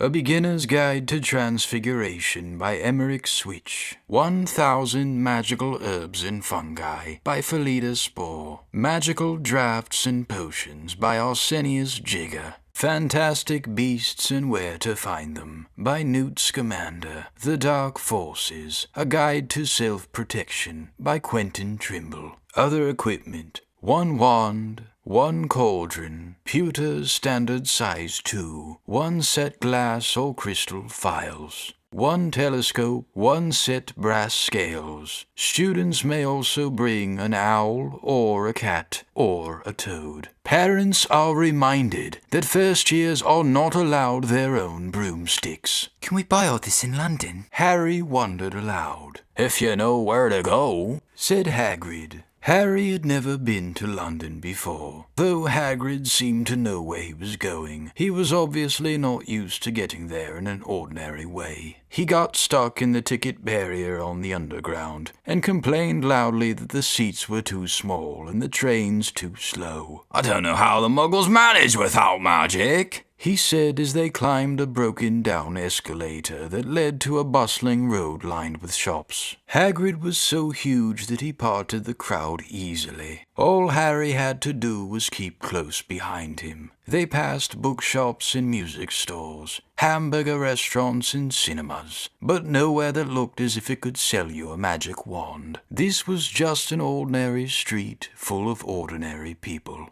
Could there really be piles of wizard gold buried miles beneath them? Were there really shops that sold spellbooks and broomsticks? Might this not all be some huge joke that the Dursleys had cooked up? If Harry hadn't known that the Dursleys had no sense of humor, he might have thought so. Yet somehow, even though everything Hagrid had told him so far was unbelievable, Harry couldn't help trusting him. "This is it," said Hagrid, coming to a halt. "The Leaky Cauldron. It's a famous place." It was a tiny, grubby-looking pub. If Hagrid hadn't pointed it out, Harry wouldn't have noticed it was there. The people hurrying by didn't glance at it. Their eyes slid from the big bookshop on the one side to the record shop on the other, as if they couldn't see the Leaky Cauldron at all. In fact, Harry had the most peculiar feeling that only he and Hagrid could see it. Before he could mention this, Hagrid had steered him inside. For a famous place, it was very dark and shabby. A few old women were sitting in a corner, drinking tiny glasses of sherry. One of them was smoking a long pipe. A little man in a top hat was talking to the old bartender, who was quite bald and looked like a toothless walnut. The low buzz of chatter stopped when they walked in. Everyone seemed to know Hagrid. They waved and smiled at him, and the bartender reached for a glass, saying, "The usual, Hagrid?" "Can't, Tom. I'm on Hogwarts business," said Hagrid, clapping his great hand on Harry's shoulder and making Harry's knees buckle. "Good Lord," said the bartender, peering at Harry.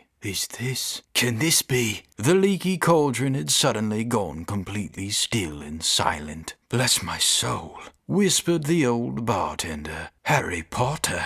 What an honor!" He hurried out from behind the bar, rushed toward Harry and seized his hand, tears in his eyes. "Welcome back, Mr. Potter. Welcome back." Harry didn't know what to say. Everyone was looking at him. The old woman with the pipe was puffing on it without realizing it had gone out. Hagrid was beaming. There was a great scraping of chairs, and the next moment, Harry found himself shaking hands with everyone in the Leaky Cauldron. "Doris Crockford, Mr. Potter. Can't believe I'm meeting you at last. So proud, Mr. Potter. I'm just so proud. Always wanted to shake your hand. I'm all of a flutter. Delighted, Mr. Potter. I just can't tell you. Diggle's the name. Daedalus Diggle. I've seen you before," said Harry as Daedalus Diggle's top hat fell off in his excitement. "You bowed to me once in a shop." "He remembers!" cried Daedalus Diggle, looking around at everyone. "Did you hear that? He remembers me." Harry shook hands again and again. Doris Crockford kept coming back for more. A pale young man made his way forward, very nervously. One of his eyes was twitching. "Professor Quirrell," said Hagrid. "Harry, Professor Quirrell will be one of your teachers at Hogwarts." "Potter?" stammered Professor Quirrell, grasping Harry's hand. "Can't tell you how pleased I am to meet you. What sort of magic do you teach, Professor Quirrell?" Defense against the dark arts," muttered Professor Quirrell, as though he'd rather not think about it. Not that you need it, Potter." He laughed nervously. "You'll be getting all your equipment, I suppose. I've got to pick up a new book on vampires myself."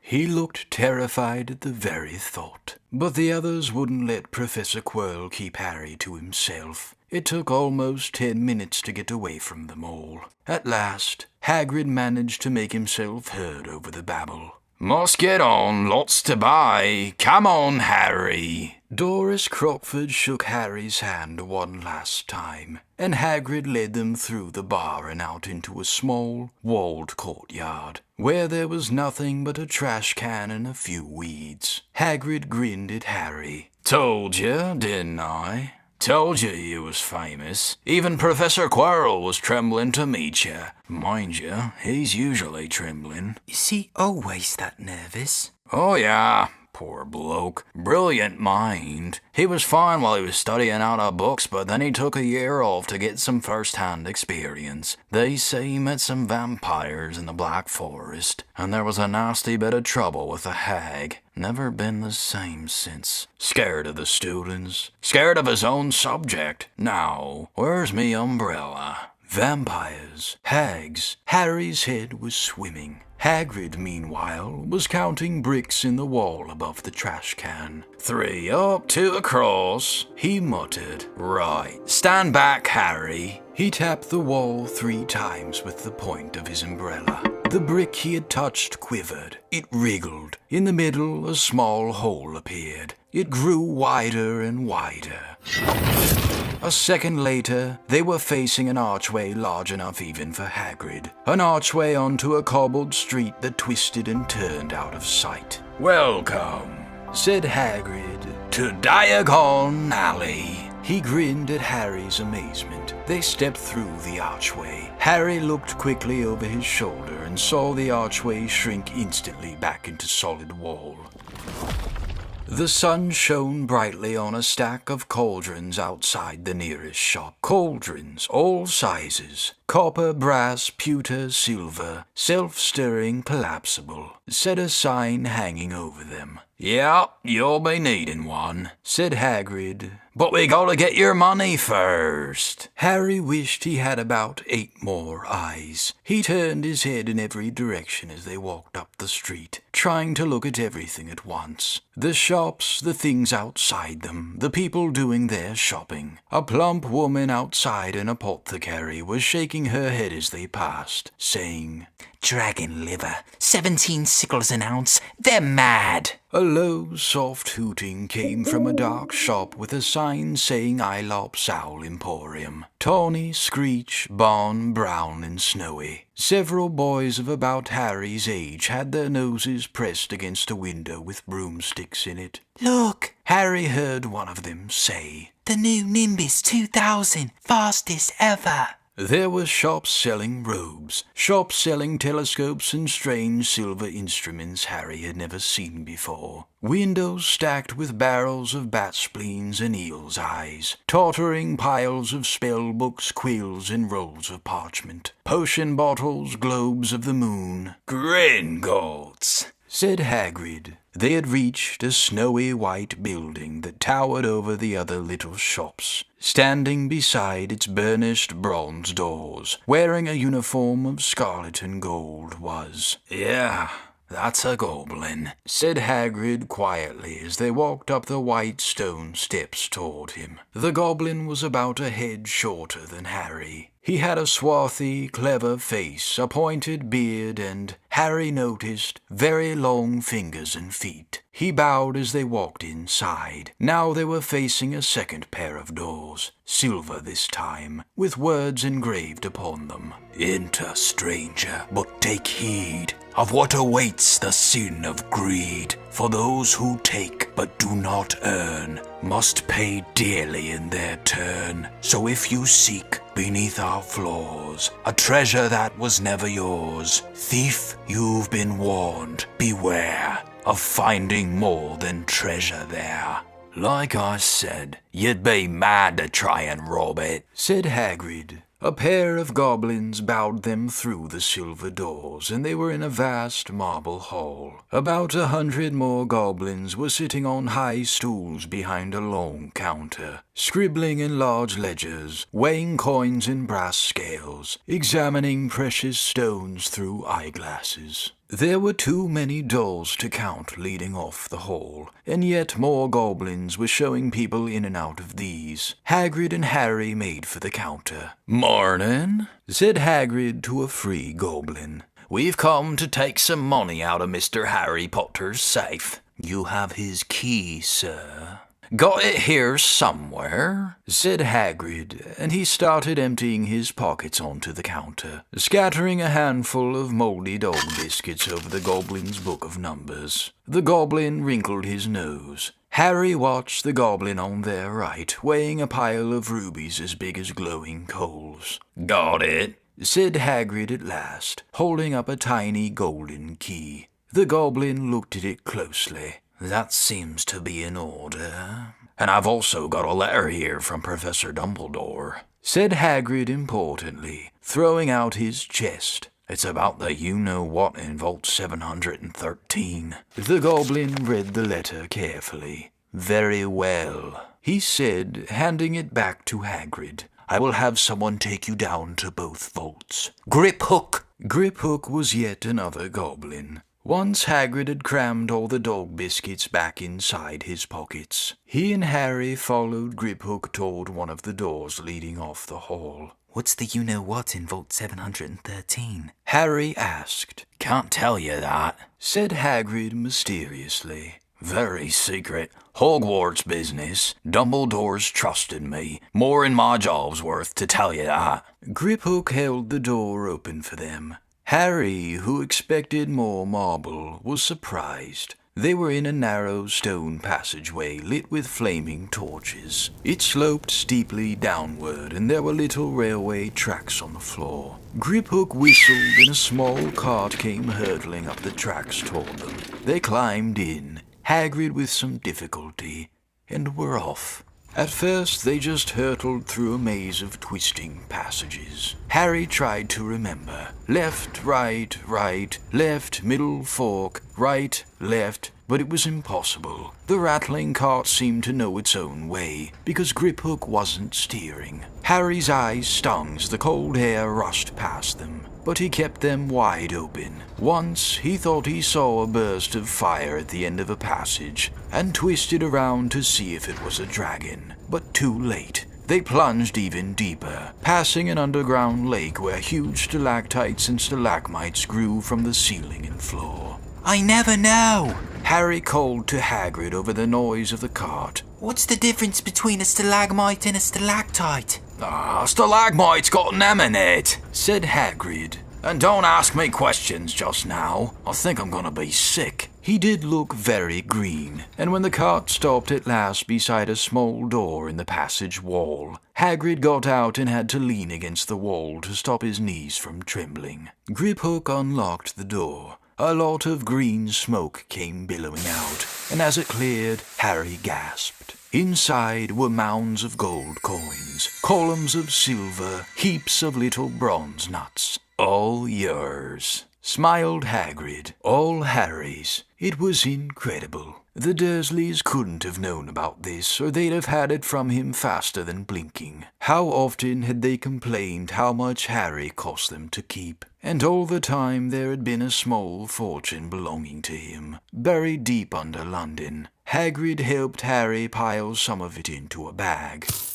The gold ones are galleons, he explained. 17 silver sickles to a galleon, and 29 nuts to a sickle. It's easy enough. Right, that should be enough for a couple of terms. We'll keep the rest safe for you. He turned to Griphook. Vault 713 now, please, and can we go more slowly? 1 speed only, said Griphook. They were going even deeper now and gathering speed. The air became colder and colder as they hurtled round tight corners. They went rattling over an underground ravine, and Harry leaned over the side to try and see what was down at the dark bottom. But Hagrid groaned and pulled him back by the scruff of his neck. Vault 713 had no keyhole. Stand back, said Griphook importantly. He stroked the door gently with one of his long fingers, and it simply melted away.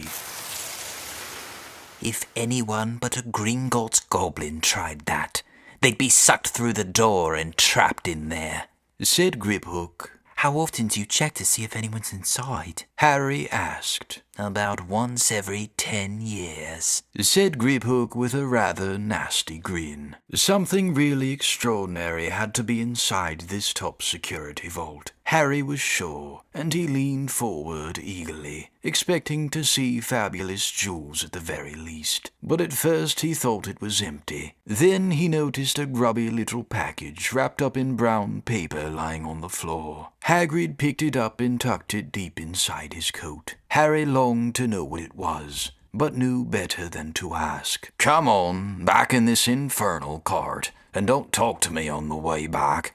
It's best if I keep my mouth shut," said Hagrid. One wild cart ride later, they stood blinking in the sunlight outside Gringotts. Harry didn't know where to run first now that he had a bag full of money. He didn't have to know how many galleons there were to a pound to know that he was holding more money than he'd had in his whole life. More money than even Dudley had ever had. "Might as well get your uniform," said Hagrid, nodding toward Madame Malkin's robes for all occasions. "Listen, Harry, will you mind if I slipped off for a pick-me-up in the leaky cauldron? I hate them Gringotts carts." He did still look a bit sick, so Harry entered Madame Malkin's shop alone, feeling nervous. Madame Malkin was a squat, smiling witch dressed in all mauve. "Hogwarts, dear," she said when Harry started to speak. "Got the lot here. Another young man being fitted up just now, in fact." In the back of the shop, a boy with a pale, pointed face was standing on a footstool while a second witch pinned up his long black robes. Madame Malkin stood Harry on a stool next to him, slipped a long robe over his head, and began to pin it to the right length.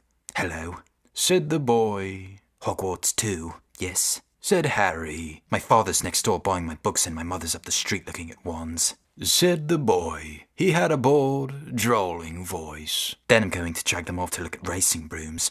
I don't see why first years can't have their own. I think I'll bully father into getting me one and I'll smuggle it in somehow." Harry was strongly reminded of Dudley. "Have you got your own broom?" the boy went on. "No," said Harry. "Play Quidditch at all?" "No," Harry said again, wondering what on earth Quidditch could be. "I do. Father says it's a crime if I'm not picked to play for my house, and I must say, I agree. Know what house you'll be in yet?" "No," said Harry, feeling more stupid by the minute. "Well, no one really knows until they get there, do they? But I know I'll be in Slytherin. All my family have been. Imagine being in Hufflepuff. I think I'd leave, wouldn't you?" Said Harry, wishing he could say something a bit more interesting. "I say, look at that man," said the boy suddenly, nodding toward the front window. Hagrid was standing there, grinning at Harry and pointing at 2 large ice creams to show he couldn't come in. "That's Hagrid," said Harry, pleased to know something the boy didn't. "He works at Hogwarts." "Oh," said the boy. "I've heard of him. He's a sort of servant, isn't he? He's the gamekeeper," said Harry. He was liking the boy less and less every second. "Yes, exactly. I heard he's a sort of savage. Lives in a hut on school grounds, and every now and then he gets drunk, tries to do magic, and ends up setting fire to his bed. I think he's brilliant," said Harry coldly. "Do you?" said the boy with a slight sneer. "Why is he with you? Where are your parents?" "They're dead," said Harry shortly. He didn't feel much like going into the matter with this boy. "Oh, sorry," said the other, not sounding sorry at all. "But they were our kind, weren't they? They were a witch and wizard, if that's what you mean. I really don't think they should let the other sort in. Do you? They're just not the same. They've never been brought up to know our ways. Some of them have never even heard of Hogwarts until they get the letter. Imagine. I think they should keep it in the old wizarding families. What's your surname, anyway?" But before Harry could answer, Madame Malkin said, "That's you done, my dear." And Harry, not sorry for an excuse to stop talking to the boy, hopped down from the footstool. "Well, I'll see you at Hogwarts, I suppose," said the drawling boy. Harry was rather quiet as he ate the ice cream Hagrid had brought him, chocolate and raspberry with chopped nuts. "What's up?" said Hagrid. "Nothing," Harry lied. They stopped to buy parchment and quills. Harry cheered up a bit when he found a bottle of ink that changed colour as you wrote. When they had left the shop, he said, "Hagrid, what's Quidditch?" "Blimey, Harry, I keep forgetting how little you know. Not knowing about Quidditch." "Don't make me feel worse," said Harry. He told Hagrid about the pale boy in Madame Malkin's. And he said people from Muggle families shouldn't even be allowed in. You're not from a Muggle family. If he'd known who you were, he's grown up knowing your name if his parents are wizarding folk. You saw what everyone in the Lakey Cauldron was like when they saw you. Anyway, what does he know about it? Some of the best I ever saw were the only ones with magic in 'em in a long line of Muggles. Look at your mum. Look what she had for a sister. So what is Quidditch? It's our sport, wizard sport. It's like football in the Muggle world. Everyone follows Quidditch, played up in the air on broomsticks, and there's 4 balls. Sorta hard to explain the rules. And what's a Slytherin and Hufflepuff? Schoolhouses, there's 4. Everyone says Hufflepuff are a lot of duffers, but I bet I'm in Hufflepuff, said Harry gloomily. Better Hufflepuff than Slytherin, said Hagrid darkly. There's not a single witch or wizard who went bad who wasn't in Slytherin. You know who was one. Sorry, you know who was at Hogwarts? Years and years ago, said Hagrid. They bought Harry's school books in a shop called Flourish and Blots, where the shelves were stacked to the ceiling with books as large as paving stones bound in leather. Books the size of postage stamps in covers of silk. Books full of peculiar symbols, and a few books with nothing in them at all. Even Dudley, who had never read anything, would have been wild to get his hands on some of these. Hagrid almost had to drag Harry away from curses and counter-curses, bewitch your friends and befuddle your enemies with the latest revenges, hair loss, jelly legs, tongue-tying, and much, much more, by Professor Vindictus Viridian. I was trying to find out how to curse Dudley. I'm not saying that's not a good idea, but you're not to use magic in the Muggle world except in very special circumstances, said Hagrid. And anyway, you couldn't work any of them curses yet. You'll need a lot more study before you get to that level. Hagrid wouldn't let Harry buy a solid gold cauldron either. It says pewter on your list. But they got a nice set of scales for weighing potion ingredients and a collapsible brass telescope. Then they visited the apothecary, which was fascinating enough to make up for its horrible smell. A mixture of bad eggs and rotted cabbages. Barrels of slimy stuff stood on the floor. Jars of herbs, dried roots, and bright powders lined the walls. Bundles of feathers, strings of fangs, and snarled claws hung from the ceiling, while Hagrid asked the man behind the counter for a supply of some basic potion ingredients for Harry. Harry himself examined silver unicorn horns at 21 galleons each and minuscule glittery black beetle eyes, 5 nuts a scoop. Outside the apothecary, Hagrid checked Harry's list again. Just your wand left. Oh yeah, and I still haven't got your birthday present. Harry felt himself go red.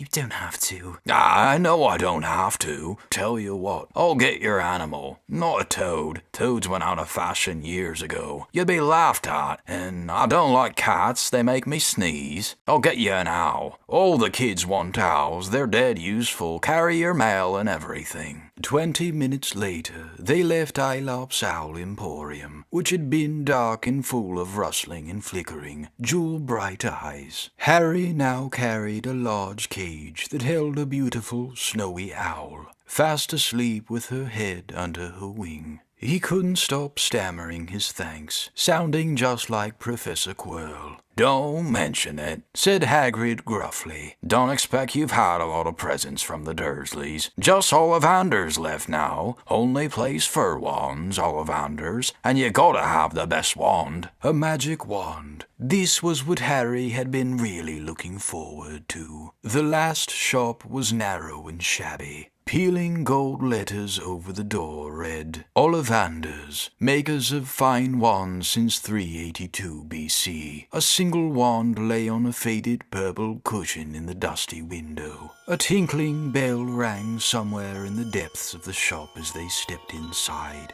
It was a tiny place, empty except for a single, spindly chair that Hagrid sat on to wait. Harry felt strangely as though he had entered a very strict library. He swallowed a lot of new questions that had just occurred to him, and looked instead at the thousands of narrow boxes piled neatly right up to the ceiling. For some reason, the back of his neck prickled. The very dust and silence in here seemed to tingle with some secret magic. "Good afternoon," said a soft voice. Harry jumped. Hagrid must have jumped too, because there was a loud crunching noise, and he got quickly off the spindly chair. An old man was standing before them, his wide, pale eyes shining like moons through the gloom of the shop. "Hello," Harry said awkwardly. "Ah, yes," said the man. Yes, I thought I'd be seeing you soon, Harry Potter. It wasn't a question. You have your mother's eyes. It seems only yesterday she was in here herself, buying her first wand. 10¼ inches long, swishy, made of willow. Nice wand for charm work." Mr. Ollivander moved closer to Harry. Harry wished he would blink. Those silvery eyes were a bit creepy. "Your father, on the other hand, favoured a mahogany wand, 11 inches, pliable, a little more power and excellent for transfiguration." "Well, I say your father favoured it. It's really the wand that chooses the wizard, of course." Mr. Ollivander had come so close that he and Harry were almost nose to nose. Harry could see himself reflected in those misty eyes. "And that's where—" Mr. Ollivander touched the lightning scar on Harry's forehead with a long white finger. "I'm sorry to say I sold the wand that did it," he said softly. 13½ inches, powerful wand, very powerful, and in the wrong hands, well, if I'd known what that wand was going out into the world to do." He shook his head and then, to Harry's relief, spotted Hagrid. Rubeus Hagrid, how nice to see you again. Oak, 16 inches, rather bendy, wasn't it?" "It was, sir, yes," said Hagrid. "Good wand, that one. But I suppose they snapped it in half when you got expelled," said Mr. Ollivander, suddenly stern. Yes, they did, yeah," said Hagrid, shuffling his feet. "I've still got the pieces, though," he added brightly. "But you don't use them," said Mr. Ollivander sharply. Oh, no, sir. "No," said Hagrid quickly. Harry noticed he gripped his pink umbrella very tightly as he spoke. Said Mr. Ollivander, giving Hagrid a piercing look. "Well, now, Mr. Potter, let me see." He pulled a long tape measure with silver markings out of his pocket. "Which is your wand arm?" Well, I'm right-handed," said Harry. "Hold out your arm, that's it." He measured Harry from shoulder to finger, then wrist to elbow, shoulder to floor, knee to armpit, and round his head. As he measured, he said, "Every Ollivander wand has a core of a powerful magical substance, Mr. Potter. We use unicorn hairs, phoenix tail feathers, and the heartstrings of dragons. No two Ollivander wands are the same, just as no two unicorns, dragons, or phoenixes are quite the same. And of course, you will never get such good results with another wizard's wand." Harry suddenly realized that the tape measure, which was measuring between his nostrils, was doing this on its own. Mr. Ollivander was flitting around the shelves, taking down boxes. "That will do," he said, and the tape measure crumpled into a heap on the floor.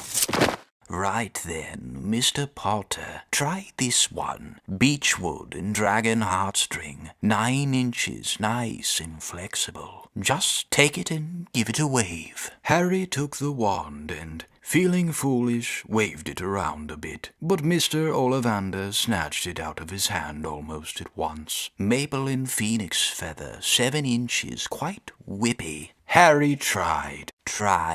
But he had hardly raised the wand when it, too, was snatched back by Mr. Ollivander. No, here. Ebony and unicorn hair, 8½ inches, springy. Go on, try it out." Harry tried and tried. He had no idea what Mr. Ollivander was waiting for. The pile of tried wands was mounting higher and higher on the spindly chair, but the more wands Mr. Ollivander pulled from the shelves, the happier he seemed to become. "Tricky customer, eh? Not to worry, we'll find the perfect match here somewhere. I wonder. Now, yes, why not? Unusual combination. Holly and phoenix feather, 11 inches. Nice and supple." Harry took the wand. He felt a sudden warmth in his fingers. He raised the wand above his head, brought it swishing down through the dusty air, and a stream of red and gold sparks shot from the end like a firework, throwing dancing spots of light onto the walls. Hagrid whooped and clapped, and Mr. Ollivander cried, "Oh, bravo! Yes, indeed, oh, very good. Well, well, well. How curious, how very curious." He put Harry's wand back into its box and wrapped it in brown paper, still muttering, "Curious, curious." "Sorry," said Harry. "but what's curious?" Mr. Ollivander fixed Harry with his pale stare. "I remember every wand I've ever sold, Mr. Potter. Every single wand. It so happens that the phoenix, whose tail feather is in your wand, gave another feather. Just one other. It is very curious indeed that you should be destined for this wand when its brother, why, its brother gave you that scar." Harry swallowed. "Yes, 13.5 inches. Curious indeed how these things happen. The wand chooses the wizard. Remember, I think we must expect great things from you, Mr. Potter. After all, he who must not be named did great things. Terrible, yes, but great." Harry shivered. He wasn't sure he liked Mr. Ollivander too much. He paid 7 gold galleons for his wand, and Mr. Ollivander bowed them from his shop.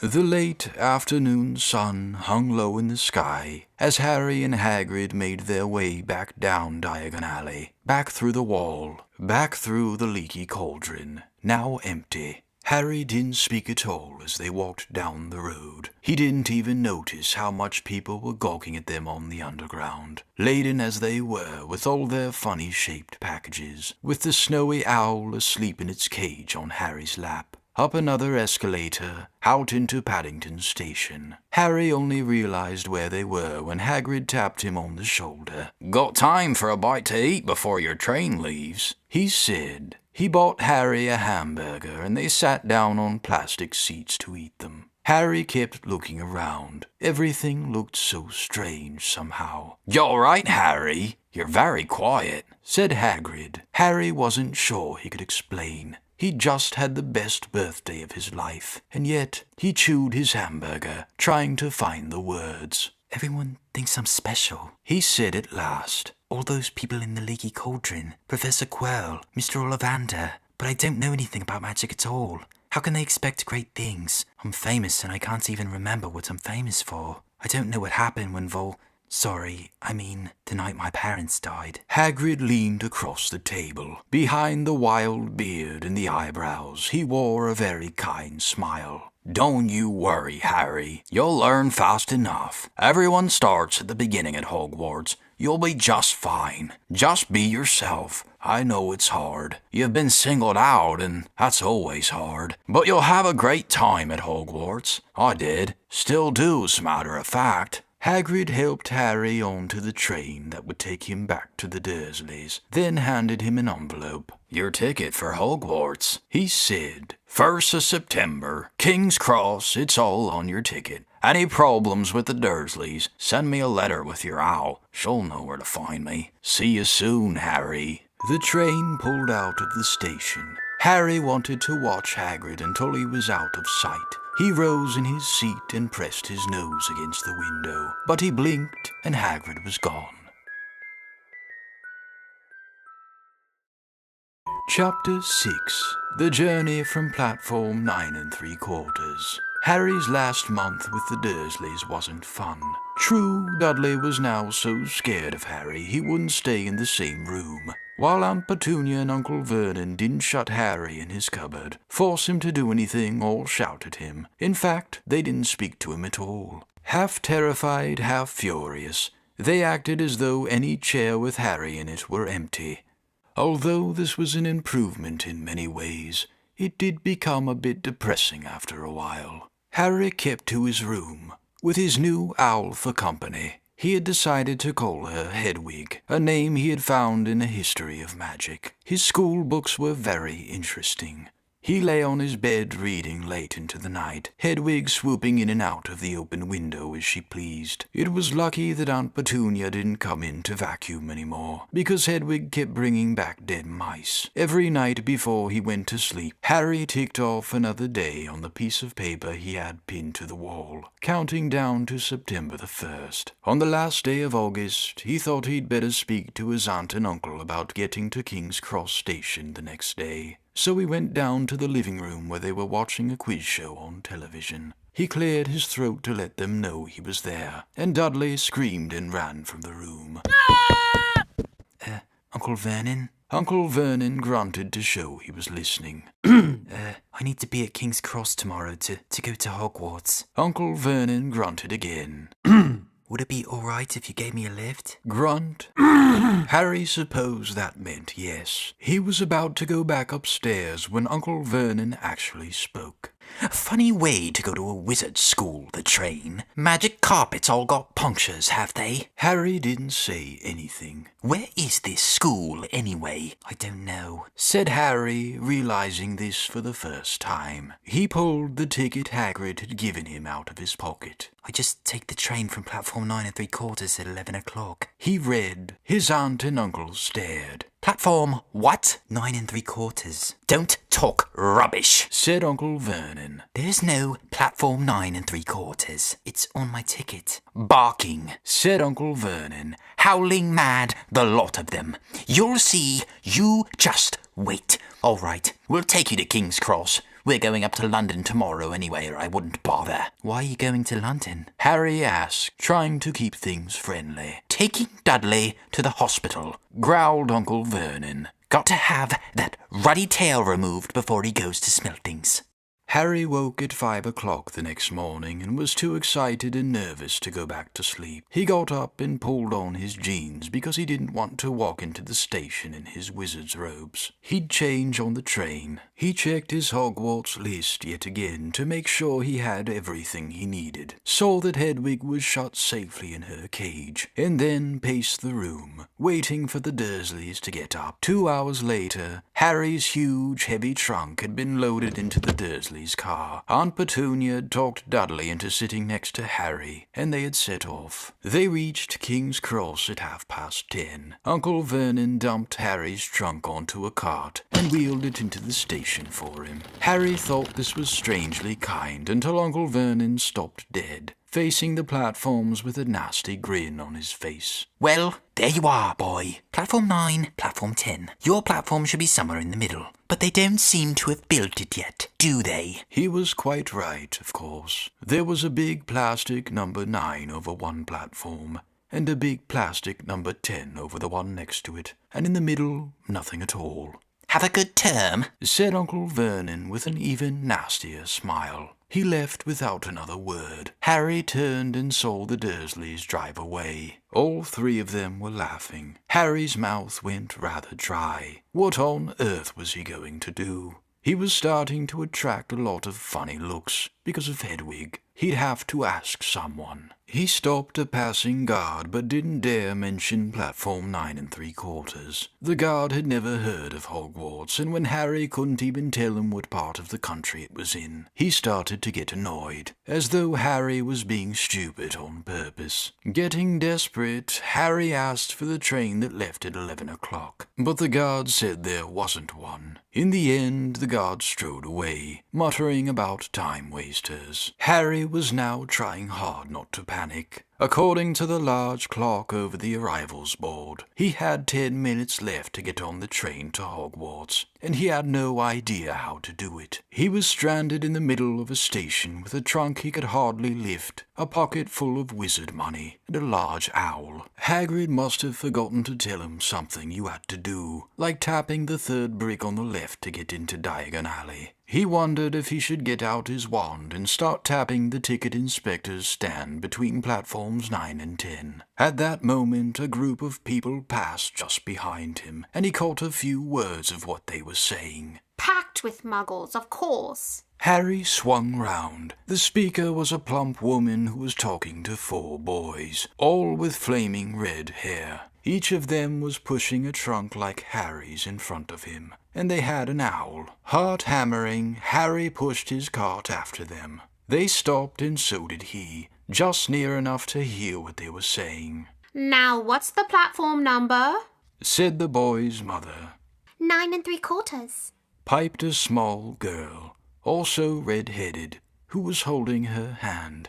Mom, can't I go? You're not old enough, Ginny. Now be quiet. All right, Percy, you go first. What looked like the oldest boy marched toward platforms 9 and 10. Harry watched, careful not to blink in case he missed it. But just as the boy reached the dividing barrier between the 2 platforms, a large crowd of tourists came swarming in front of him, and by the time the last backpack had cleared away, the boy had vanished. Fred, you next. The plump woman said. "I'm not Fred, I'm George," said the boy. "Honestly, woman, you call yourself our mother. Can't you tell I'm George?" Sorry, George, dear. "Only joking, I am Fred," said the boy, and off he went. His twin called after him to hurry up, and he must have done so, because a second later he had gone. But how had he done it? Now the 3rd brother was walking briskly toward the barrier. He was almost there, and then, quite suddenly, he wasn't anywhere. There was nothing else for it. "Excuse me," Harry said to the plump woman. Hello, dear. She said. First time at Hogwarts? Ron's new too. She pointed at the last and youngest of her sons. He was tall, thin, and gangling, with freckles, big hands and feet, and a long nose. "Yes," said Harry. The thing is, I don't know how to... How to get onto the platform? She said kindly, and Harry nodded. Not to worry. She said. All you have to do is walk straight at the barrier between platforms 9 and 10. Don't stop and don't be scared you'll crash into it. That's very important. Best to do it at a bit of a run if you're nervous. Go on, go now before Ron. Okay, said Harry. He pushed his trolley around and started at the barrier. It looked very solid. He started to walk toward it. People jostled him on their way to platforms 9 and 10. Harry walked more quickly. He was going to smash right into that barrier, and then he'd be in trouble. Leaning forward on his cart, he broke into a heavy run. The barrier was coming nearer and nearer. He wouldn't be able to stop. The cart was out of control. He was a foot away. He closed his eyes, ready for the crash. It didn't come. He kept on running. He opened his eyes. A scarlet steam engine was waiting next to a platform packed with people. A sign overhead said, Hogwarts Express, 11 o'clock. Harry looked behind him and saw a wrought iron archway where the barrier had been, with the words, Platform 9 3/4 on it. He had done it.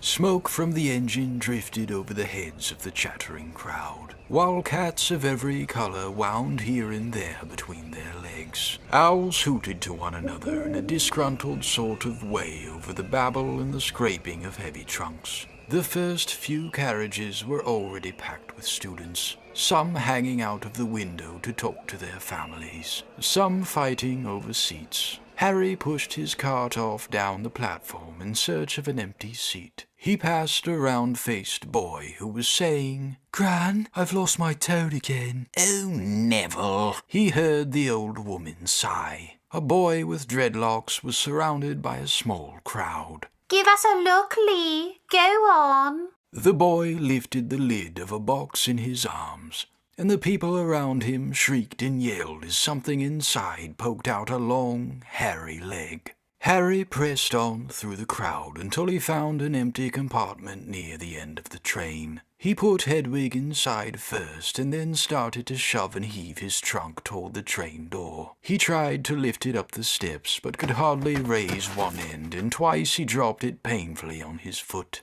Want a hand? It was one of the red-haired twins he'd followed through the barrier. Yes, please. Harry panted. Oi, Fred, come here and help. With the twins' help, Harry's trunk was at last tucked away in a corner of the compartment. Thanks, said Harry, pushing his sweaty hair out of his eyes. What's that? Said one of the twins suddenly, pointing at Harry's lightning scar. Blimey, said the other twin. Are you? He is, said the first twin. Aren't you? He added to Harry. What? Said Harry. Harry Potter, chorused the twins. Oh, him, said Harry. I mean, yes, I am. The two boys gawked at him, and Harry felt himself turning red. Then, to his relief, a voice came floating in through the train's open door. Fred, George, are you there?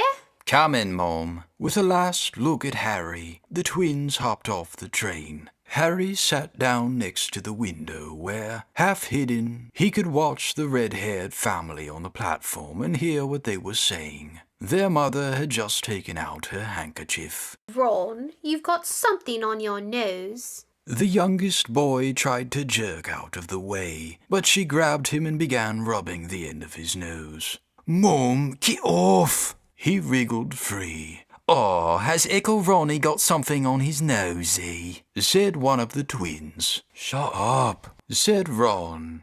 Where's Percy? Said their mother. He's coming now. The oldest boy came striding into sight. He had already changed into his billowing black Hogwarts robes, and Harry noticed a shiny silver badge on his chest with the letter P on it. Can't stay long, Mother, he said. I'm up front. The prefects have got 2 compartments to themselves. Oh, are you a prefect, Percy? Said one of the twins, with an air of great surprise. You should have said something. We had no idea. Hang on, I think I remember him saying something about it. Said the other twin. Once, or twice, a minute, all summer. Oh, shut up, said Percy the prefect. How come Percy gets new robes anyway? Said one of the twins. Because he's a prefect. Said their mother fondly. All right, dear. Well, have a good term. Send me an hour when you get there. She kissed Percy on the cheek and he left. Then she turned to the twins. Now, you two.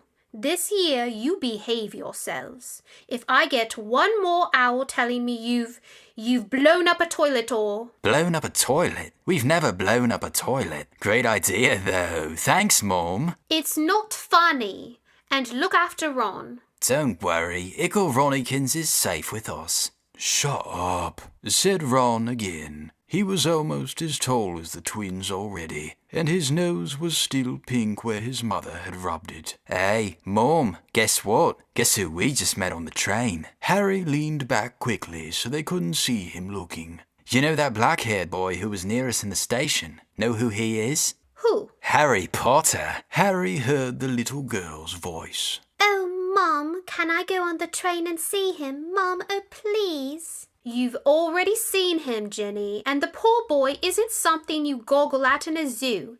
Is he really, Fred? How do you know? Asked him. Saw his scar. It's really there, like lightning. Poor dear. No wonder he was alone. I wondered. He was ever so polite when he asked how to get onto the platform. Never mind that. Do you think he remembers what you-know-who looks like? Their mother suddenly became very stern. I forbid you to ask him, Fred. No, don't you dare. As though he needs reminding of that on his first day at school. All right, keep your hair on. A whistle sounded. Hurry up, their mother said, and the 3 boys clambered onto the train. They leaned out the window for her to kiss them goodbye, and their younger sister began to cry. Don't, Ginny. We'll send you loads of owls. We'll send you a Hogwarts toilet seat. George! Only joking, Mom.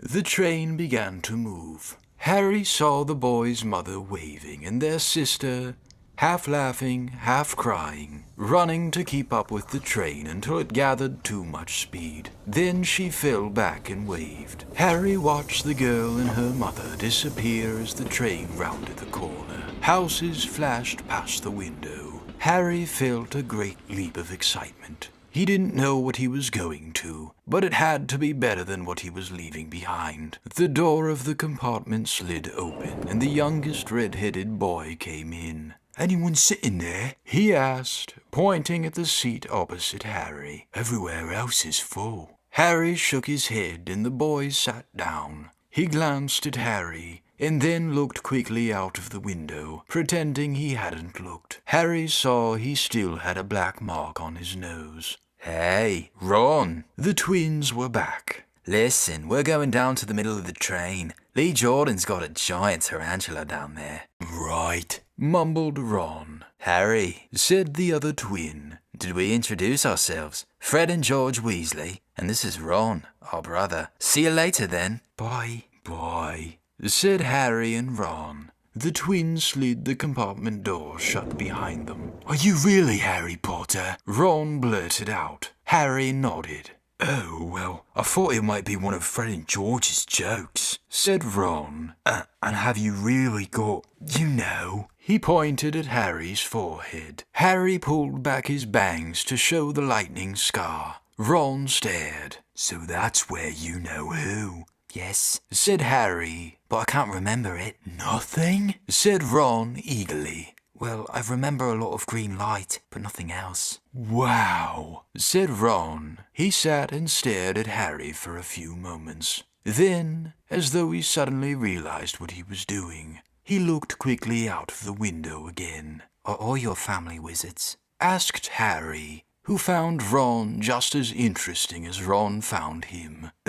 Yes, I think so," said Ron. "I think Mom's got a second cousin who's an accountant, but we never talk about him." "So you must know loads of magic already." The Weasleys were clearly one of those old wizarding families the pale boy in Diagon Alley had talked about. "I heard you went to live with Muggles," said Ron. "What are they like?" "Horrible. Well, not all of them. My aunt and uncle and cousin are, though. Wish I'd had 3 wizard brothers." 5, said Ron. For some reason, he was looking gloomy. "I'm the 6th in our family to go to Hogwarts. You could say I've got a lot to live up to. Bill and Charlie have already left. Bill was head boy, and Charlie was captain of Quidditch. Now Percy's a prefect. Fred and George mess around a lot, but they still get really good marks, and everyone thinks they're really funny. Everyone expects me to do as well as the others, but if I do, it's no big deal, because they did it first. You never get anything new, either, with 5 brothers. I've got Bill's old robes, Charlie's old wand, Percy's old rat." Ron reached inside his jacket and pulled out a fat grey rat, which was asleep. "His name's Scabbers, and he's useless. He hardly ever wakes up. Percy got an owl from my dad for being made prefect, but they couldn't afford, I got Scabbers instead." Ron's ears went pink. He seemed to think he'd said too much, because he went back to staring out of the window. Harry didn't think there was anything wrong with not being able to afford an owl. After all, he'd never had any money in his life until a month ago, and he told Ron so. All about having to wear Dudley's old clothes and never getting proper birthday presents. This seemed to cheer Ron up. "And until Hagrid told me, I didn't know anything about being a wizard or my parents or Voldemort." Ron gasped. "What?"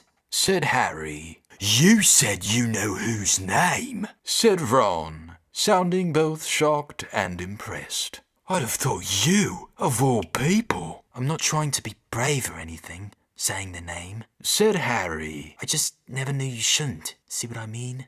I've got loads to learn, I bet." He added, voicing for the first time something that had been worrying him a lot lately. "I bet I'm the worst in the class." "You won't be. There's loads of people who come from Muggle families, and they learn quick enough." While they had been talking, the train had carried them out of London. Now they were speeding past fields filled with cows and sheep. They were quiet for a time, watching the fields and lanes flick past. Around 12:30, there was a great crate clattering outside in the corridor, and a smiling, dimpled woman slid back their door and said, "Anything off the trolley, dears?" Harry, who hadn't had any breakfast, leapt to his feet, but Ron's ears went pink again, and he muttered that he'd brought sandwiches. Harry went out into the corridor. He had never had any money for candy with the Dursleys, and now that he had pockets rattling with gold and silver, he was ready to buy as many Mars bars as he could carry. But the woman didn't have Mars bars. What she did have were Bertie Bott's every flavour beans, Drubel's best blowing gum, chocolate frogs, pumpkin pasties, cauldron cakes, licorice wands, and a number of other strange things Harry had never seen in his life. Not wanting to miss anything, he got some of everything and paid the woman 11 silver sickles and 7 bronze nuts. Ron stared as Harry brought it all back into the compartment and tipped it onto an empty seat. "Hungry, are you?" "Starving," said Harry, taking a large bite out of a pumpkin pasty. Ron had taken out a lumpy package and unwrapped it. There were 4 sandwiches inside. He pulled one of them apart and said, "She always forgets I don't like corned beef." Swap you for one of these, said Harry, holding up a pasty.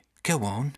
"You don't want this. It's all dry," said Ron. "She hasn't got much time," he added quickly. "You know, with 5 of us." Go on, have a pasty, said Harry, who had never had anything to share before, or, indeed, anyone to share it with. It was a nice feeling, sitting there with Ron, eating their way through all Harry's pasties, cakes, and candies. The sandwiches lay forgotten. What are these? Harry asked Ron, holding up a pack of chocolate frogs. They're not really frogs, are they? He was starting to feel that nothing would surprise him. "No," said Ron. "But see what the card is. I'm missing a gripper." What? "Oh, of course. You wouldn't know. Chocolate frogs have got cards inside them, you know, to collect. Famous witches and wizards. I've got about 500, but I haven't got a gripper at all of me." Harry unwrapped his chocolate frog and picked up the card. It showed a man's face. He wore half-moon glasses, had a long, crooked nose, and flowing silver hair, beard, and mustache. Underneath the picture was the name Albus Dumbledore. "So this is Dumbledore," said Harry. "Don't tell me you've never heard of Dumbledore," said Ron. "Can I have a frog? I might get a gripper. Thanks." Harry turned over his card and read, Albus Dumbledore. Considered by many the greatest wizard of modern times, Dumbledore's particularly famous for his defeat of the dark wizard Grindelwald in 1945, for the discovery of 12 uses of dragon's blood, and his work on alchemy with his partner, Nicholas Flamel. Professor Dumbledore enjoys chamber music and 10-pin bowling. Harry turned the card back over and saw, to his astonishment, that Dumbledore's face had disappeared. "He's gone." "Well, you can't expect him to hang around all day," said Ron. "Who'll be back?" "No, I've got Morgana again, and I've got about 6 of her. Do you want it? You can start collecting." Ron's eyes strayed to the pile of chocolate frogs waiting to be unwrapped. "Help yourself," said Harry. "But in, you know, the Muggle world, people just stay put in photos." "Do they? What? They don't move at all?" Ron sounded amazed. "Weird." Harry stared as Dumbledore sidled back into the picture on his card and gave him a small smile. Ron was more interested in eating the frogs than looking at the famous witches and wizards cards, but Harry couldn't keep his eyes off them. Soon he had not only Dumbledore and Morgana, but Hengist of Woodcroft, Alberic Grunion, Circe, Paracelsus, and Merlin. He finally tore his eyes away from the druidess Cleodna, who was scratching her nose, to open a bag of Bertie Bott's every flavour beans. "You want to be careful with those," Ron warned Harry. "When they say every flavour, they mean every flavour. You know, you get all the ordinary ones like chocolate, peppermint and marmalade, but then you can get spinach and liver, tripe. George reckons he had a bogey-flavoured one once. Ron picked up a green bean, looked at it carefully, and bit into a corner. Ugh! See? Sprouts. They had a good time eating the every flavour beans. Harry got toast, coconut, baked bean, strawberry, curry, grass, coffee, sardine, and was even brave enough to nibble the end off a funny grey one Ron wouldn't touch, which turned out to be pepper. The countryside now flying past the window was becoming wilder. The neat fields had gone. Now there were woods, twisting rivers, and dark green hills. There was a knock on the door of their compartment, and the round-faced boy Harry had passed on platform 9 3/4 came in. He looked tearful. "Sorry," he said, "but have you seen a toad at all?" When they shook their heads, he wailed, "I've lost him. He keeps getting away from me." He'll turn up, said Harry. "Yes," said the boy miserably. "well, if you see him." He left. "Don't know why he's so bothered," said Ron. "If I'd brought a toad, I'd lose it as quick as I could. Mind you, I brought Scabbers, so I can't talk." The rat was still snoozing on Ron's lap. "He might have died and you wouldn't know the difference," said Ron in disgust. "I tried to turn him yellow yesterday to make him more interesting, but the spell didn't work. I'll show you. Look." He rummaged around in his trunk and pulled out a very battered-looking wand. It was chipped in places and something white was glinting at the end. "Unicorn hair's nearly poking out. Anyway," he had just raised his wand when the compartment door slid open again. The toadless boy was back, but this time he had a girl with him. She was already wearing her new Hogwarts robes. Has anyone seen a toad? Neville's lost one, she said. She had a bossy sort of voice, lots of bushy brown hair, and rather large front teeth. "We've already told him we haven't seen it," said Ron, but the girl wasn't listening. She was looking at the wand in his hand. Oh, are you doing magic? Let's see it then. She sat down. Ron looked taken aback. All right." He cleared his throat. "Sunshine, daisies, buttermellow. Turn this stupid fat rat yellow." He waved his wand, but nothing happened. Scabbers stayed grey and fast asleep. Are you sure that's a real spell? said the girl. Well, it's not very good, is it? I've tried a few simple spells just for practice, and it's all worked for me. Nobody in my family's magic at all. It was ever such a surprise when I got my letter, but I was ever so pleased, of course. I mean, it's the very best school of witchcraft there is, I've heard. I've learnt all our set books off by heart, of course. I just hope it will be enough. I'm Hermione Granger, by the way. Who are you? She said all this very fast. Harry looked at Ron, and was relieved to see by his stunned face that he hadn't learned all the course books by heart either. "I'm Ron Weasley," Ron muttered. "Harry Potter," said Harry. Are you really? Said Hermione. I know all about you, of course. I got a few extra books for background reading, and you're in modern magical history, and the rise and fall of the dark arts, and great wizarding events of the 20th century. "Am I?" said Harry, feeling dazed. Goodness, didn't you know? I'd have found out everything I could if it was me. Said Hermione. Do either of you know what house you'll be in? I've been asking around and I hope I'm in Gryffindor. It sounds by far the best. I hear Dumbledore himself was in it, but I suppose Ravenclaw wouldn't be too bad. Anyway, we'd better go and look for Neville's toad. You two had better change, you know. I expect we'll be there soon. And she left, taking the toadless boy with her. "Whatever house I'm in, I hope she's not in it," said Ron. He threw his wand back into his trunk. "Stupid spell. George gave it to me, but he knew it was a dud." "What house are your brothers in?" asked Harry. "Gryffindor," said Ron. Gloom seemed to be settling on him again. "Mum and Dad were in it too. I don't know what they'll say if I'm not. I don't suppose Ravenclaw would be too bad, but imagine if they put me in Slytherin." "That's the house vault, you know who was in?" "Yeah," said Ron. He flopped back into his seat, looking depressed. You know, I think the ends of Scabbers' whiskers are a bit lighter, said Harry, trying to take Ron's mind off houses. So what do your oldest brothers do now that they've left anyway? Harry was wondering what a wizard did once he'd finished school. Charlie's in Romania studying dragons, and Bill's in Africa doing something for Gringotts, said Ron. Did you hear about Gringotts? It's been all over the Daily Prophet, but I don't suppose you get that with the Muggles. Someone tried to rob a high-security vault. Harry stared. Really? What happened to them? Nothing. That's why it's such big news. They haven't been caught. My dad says it must have been a powerful dark wizard to get round Gringotts. But they don't think they took anything. That's what's odd. Of course, everyone gets scared when something like this happens in case you know who's behind it. Harry turned this news over in his mind. He was starting to get a prickle of fear every time you know who was mentioned. He supposed this was all part of entering the magical world, but it had been a lot more comfortable saying Voldemort without worrying.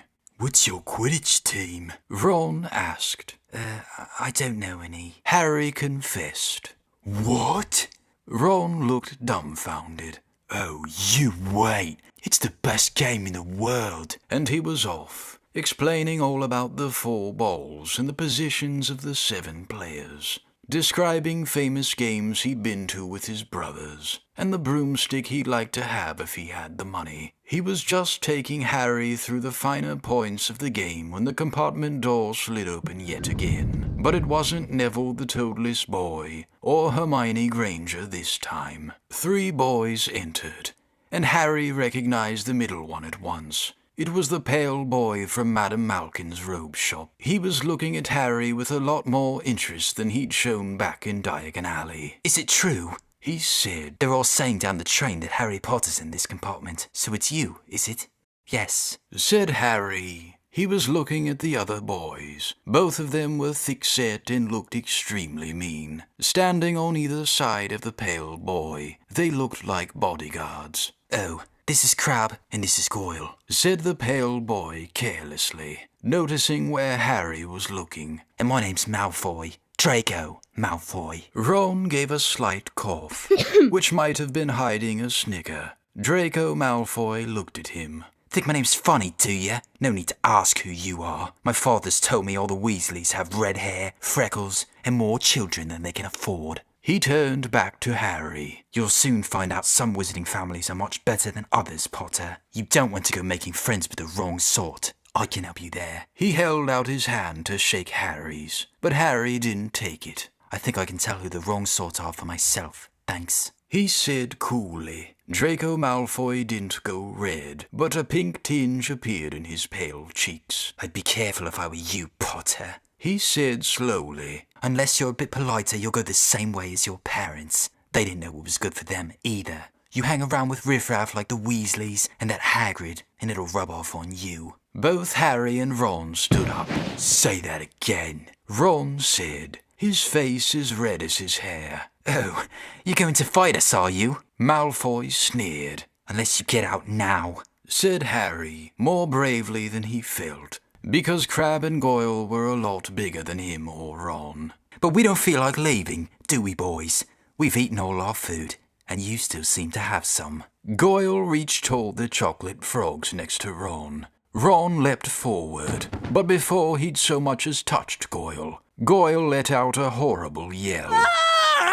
Scabbers the rat was hanging off his finger. Sharp little teeth sunk deep into Goyle's knuckle. Crabbe and Malfoy backed away as Goyle swung Scabbers round and round, howling. And when Scabbers finally flew off and hit the window, all 3 of them disappeared at once. Perhaps they thought there were more rats lurking among the sweets, or perhaps they'd heard footsteps, because a second later, Hermione Granger had come in.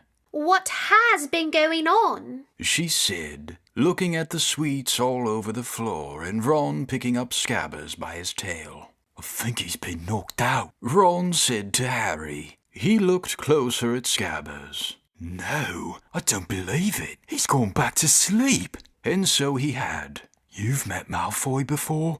Harry explained about their meeting in Diagon Alley. I've heard of his family," said Ron darkly. "They was some of the first to come back to our side after you-know-who disappeared. Said they'd been bewitched.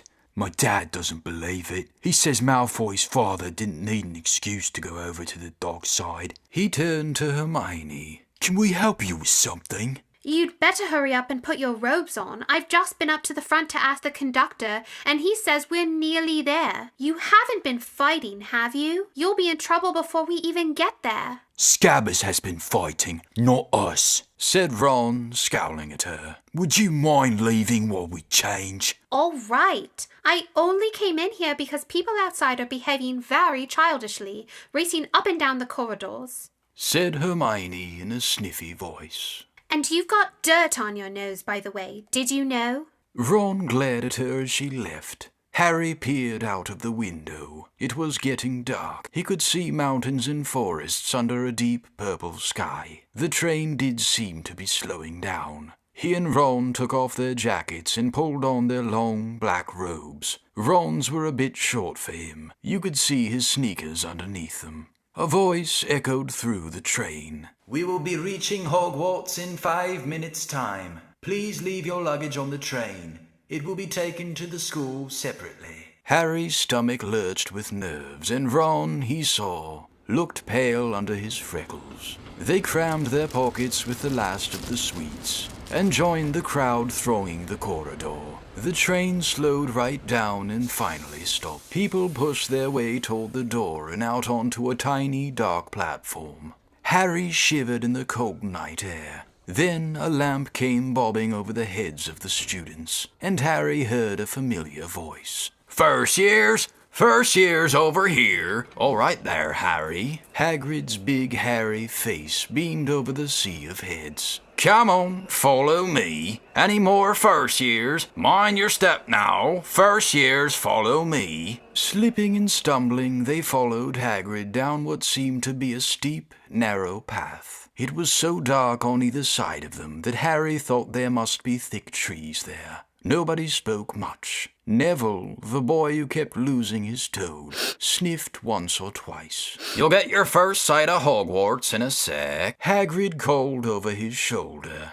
"Just round the bend here." There was a loud "Whoa." The narrow path had opened suddenly onto the edge of a great black lake, perched atop a high mountain on the other side.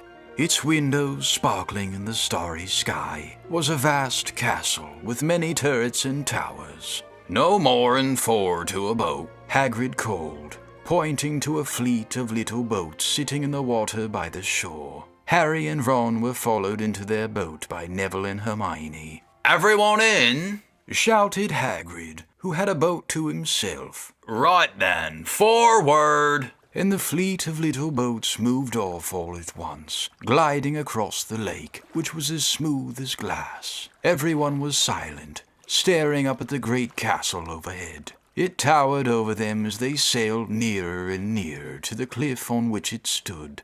"Heads down!" yelled Hagrid as the first boats reached the cliff. They all bent their heads, and the little boats carried them through a curtain of ivy that hid a wide opening in the cliff face. They were carried along a dark tunnel, which seemed to be taking them right underneath the castle, until they reached a kind of underground harbor, where they clambered out onto rocks and pebbles. "Oi, you there! Is this your toad?" said Hagrid, who was checking the boats as people climbed out of them. "Trevor!" cried Neville blissfully, holding out his hands. Then they clambered up a passageway in the rock after Hagrid's lamp, coming out at last onto a smooth, damp grass right in the shadow of the castle. They walked up a flight of stone steps and crowded around the huge oak front door. "Everyone here? You there? Still got your toad?" Hagrid raised a gigantic fist and knocked 3 times on the castle door.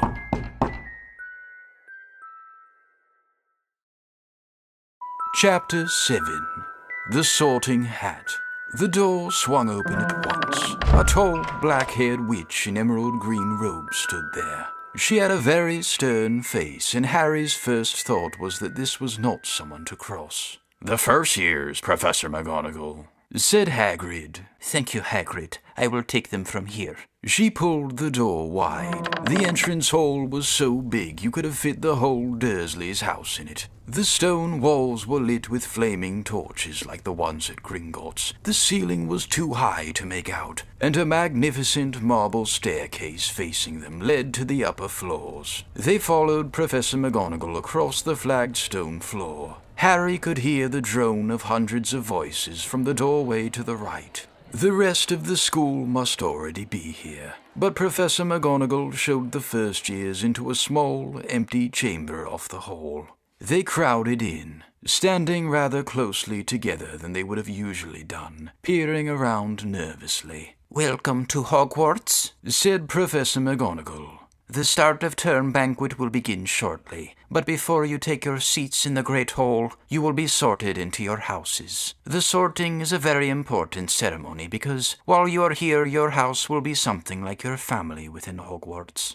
You will have classes with the rest of your house, sleep in your house dormitory, and spend free time in your house common room. The 4 houses are called Gryffindor, Hufflepuff, Ravenclaw, and Slytherin. Each house has its own noble history, and each has produced outstanding witches and wizards. While you are at Hogwarts, your triumphs will earn your house points, while any rule-breaking will lose house points. At the end of the year, the house with the most points is awarded the House Cup, a great honor. I hope each of you will be a credit to whichever house becomes yours. The sorting ceremony will take place in a few minutes in front of the rest of the school. I suggest you all smarten yourselves up as much as you can while you are waiting. Her eyes lingered for a moment on Neville's cloak, which was fastened under his left ear, and on Ron's smudged nose. Harry nervously tried to flatten his hair. I shall return when we are ready for you, said Professor McGonagall. Please wait quietly. She left the chamber.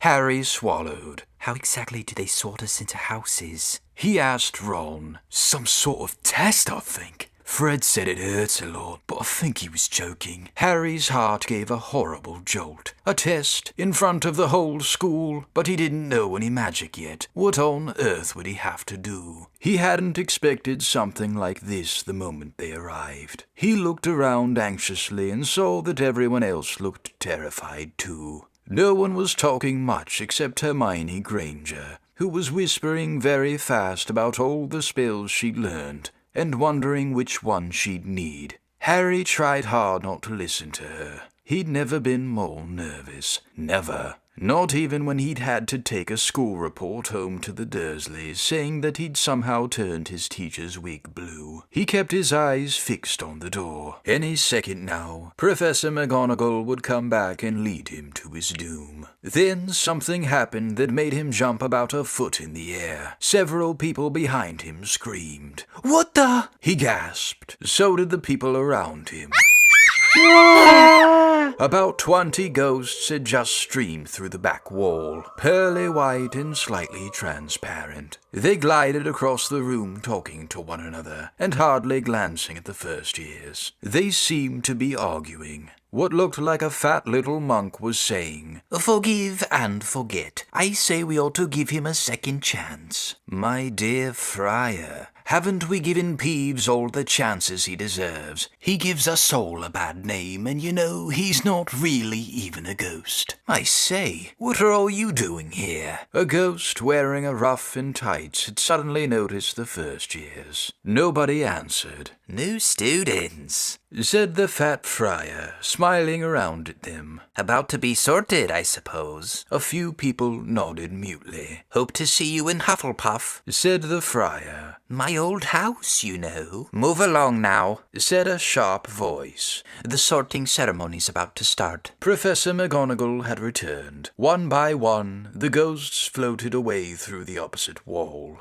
"Now, form a line," Professor McGonagall told the first years, "and follow me." Feeling oddly as though his legs had turned to lead, Harry got into line behind a boy with sandy hair, with Ron behind him, and they walked out of the chamber, back across the hall, and through a pair of double doors into the great hall. Harry had never even imagined such a strange and splendid place. It was lit by thousands and thousands of candles that were floating in midair over 4 long tables, where the rest of the students were sitting. These tables were laid with glittering golden plates and goblets. At the top of the hall was another long table where the teachers were sitting. Professor McGonagall led the first years up here, so that they came to a halt in a line facing the other students, with the teachers behind them. The hundreds of faces staring at them looked like pale lanterns in the flickering candlelight. Dotted here and there among the students, the ghosts shone misty silver, mainly to avoid all the staring eyes. Harry looked upward and saw a velvety black ceiling dotted with stars. He heard Hermione whisper, "It's bewitched to look like the sky outside. I read about it in Hogwarts history." It was hard to believe there was a ceiling there at all, and that the great hall didn't simply open onto the heavens. Harry quickly looked down again as Professor McGonagall silently placed a 4-legged stool in front of the first years. On top of the stool,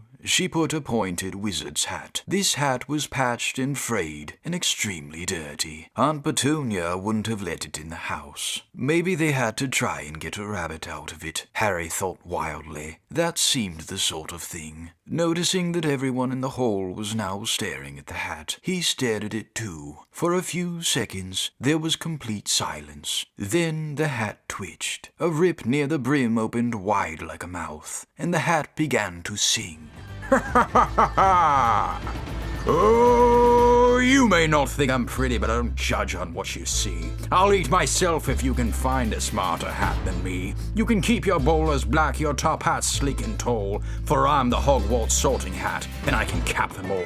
There's nothing hidden in your head the sorting hat can't see, so try me on and I will tell you where you ought to be. You might belong in Gryffindor, where dwell the brave of heart. Their daring nerve and chivalry set Gryffindors apart. You might belong in Hufflepuff, where they are just and loyal. Those patient Hufflepuffs are true and unafraid of toil. Or yet in wise old Ravenclaw, if you've a ready mind, where those of wit and learning will always find their kind. Or perhaps in Slytherin you'll make your real friends. Those cunning folks use any means to achieve their ends. So put me on, don't be afraid, and don't get in a flap. You're in safe hands, though I have none, for I'm the thinking cap. The whole hall burst into applause as the hat finished its song. It bowed to each of the 4 tables, and then became quite still again. So we've just got to try on the hat, Ron whispered to Harry. I'll kill Fred. He was going on about wrestling a troll. Harry smiled weakly. Yes, trying on the hat was a lot better than having to do a spell, but he did wish they could have tried it on without everyone watching. The hat seemed to be asking rather a lot. Harry didn't feel brave, or quick-witted, or any of it at the moment. If only the hat had mentioned a house for people who felt a bit queasy. That would have been the one for him. Professor McGonagall now stepped forward, holding a long roll of parchment. When I call your name, you will put on the hat and sit on the stool to be sorted, she said. Hannah Abbott? A pink-faced girl with blonde pigtails stumbled out of line, put on the hat, which fell right down over her eyes, and sat down. A moment's pause. Hufflepuff! Shouted the hat. The table on the right cheered and clapped as Hannah went to sit down at the Hufflepuff table. Harry saw the ghost of the fat friar waving merrily at her. Susan Bones? Hufflepuff! Shouted the hat again, and Susan scuttled off to sit next to Hannah. Terry Boot? Ravenclaw! The table second from the left clapped this time. Several Ravenclaws stood up to shake hands with Terry as he joined them. Mandy Brocklehurst went to Ravenclaw too, but Lavender Brown became the first new Gryffindor, and the table on the far left exploded with cheers. Harry could see Ron's twin brothers catcalling. Millicent Bulstrode then became a Slytherin. Perhaps it was Harry's imagination. After all he'd heard about Slytherin, but he thought they looked like an unpleasant lot. He was starting to feel definitely sick now. He remembered being picked for teams during gym at his old school. He had always been last to be chosen, not because he was no good, but because no one wanted Dudley to think they liked him. Justin Finch-Fletchley? Hufflepuff! Sometimes Harry noticed the hat shouted the house at once, but at others it took a little while to decide. Seamus Finnegan, the sandy-haired boy next to Harry in the line, sat on the stool for almost a whole minute before the hat declared him a Gryffindor. Hermione Granger? Hermione almost ran to the stool and jammed the hat eagerly on her head. Gryffindor! Shouted the hat. Ron groaned. A horrible thought struck Harry, as horrible thoughts always do when you're very nervous. What if he wasn't chosen at all? What if he just sat there with the hat over his eyes for ages, until Professor McGonagall jerked it off his head and said there had obviously been a mistake, and he'd better get back on the train. When Neville Longbottom, the boy who kept losing his toad, was called, he fell over on his way to the stool. The hat took a long time to decide with Neville. When it finally shouted, Gryffindor! Neville ran off still wearing it, and had to jog back amid gales of laughter to give it to Morag McDougal. Malfoy swaggered forward when his name was called, and got his wish at once. The hat had barely touched his head when it screamed, Slytherin! Malfoy went to join his friends Crabbe and Goyle, looking pleased with himself. There weren't many people left now. Moon, Knot, Parkinson, then a pair of twin girls, Patil and Patil, then Sally Ann Perks, and then, at last, Harry Potter? As Harry stepped forward, whispers suddenly broke out like little hissing fires all over the hall. Did she say Potter? The Harry Potter? The last thing Harry saw before the hat dropped over his eyes was the hall full of people craning to get a good look at him. Next second, he was looking at the black inside of the hat. He waited. Said a small voice in his ear. Difficult, very difficult. Plenty of courage, I see. Not a bad mind either. There's talent, oh my goodness, yes. And a nice thirst to prove yourself. Now, that's interesting. So where shall I put you? Harry gripped the edges of the stool and thought. Not Slytherin, not Slytherin. Not Slytherin, eh? Said the small voice. Are you sure? You could be great, you know. It's all here in your head. And Slytherin will help you on the way to greatness. No doubt about that, no? Well, if you're sure, better be Gryffindor! Harry heard the hat shout the last word to the whole hall. He took off the hat and walked shakily toward the Gryffindor table. He was so relieved to have been chosen and not put in Slytherin. He hardly noticed that he was getting the loudest cheer yet. Percy the prefect got up and shook his hand vigorously, while the Weasley twins yelled, Way go Potter! Way go Potter! Harry sat down opposite the ghost in the ruff he'd seen earlier. The ghost patted his arm, giving Harry the sudden, horrible feeling he'd just plunged it into a bucket of ice-cold water. He could see the high table properly now. At the end nearest him sat Hagrid, who caught his eye and gave him the thumbs up. Harry grinned back, and there, in the center of the high table, in a large gold chair, sat Albus Dumbledore. Harry recognized him at once from the card he'd gotten out of the chocolate frog on the train.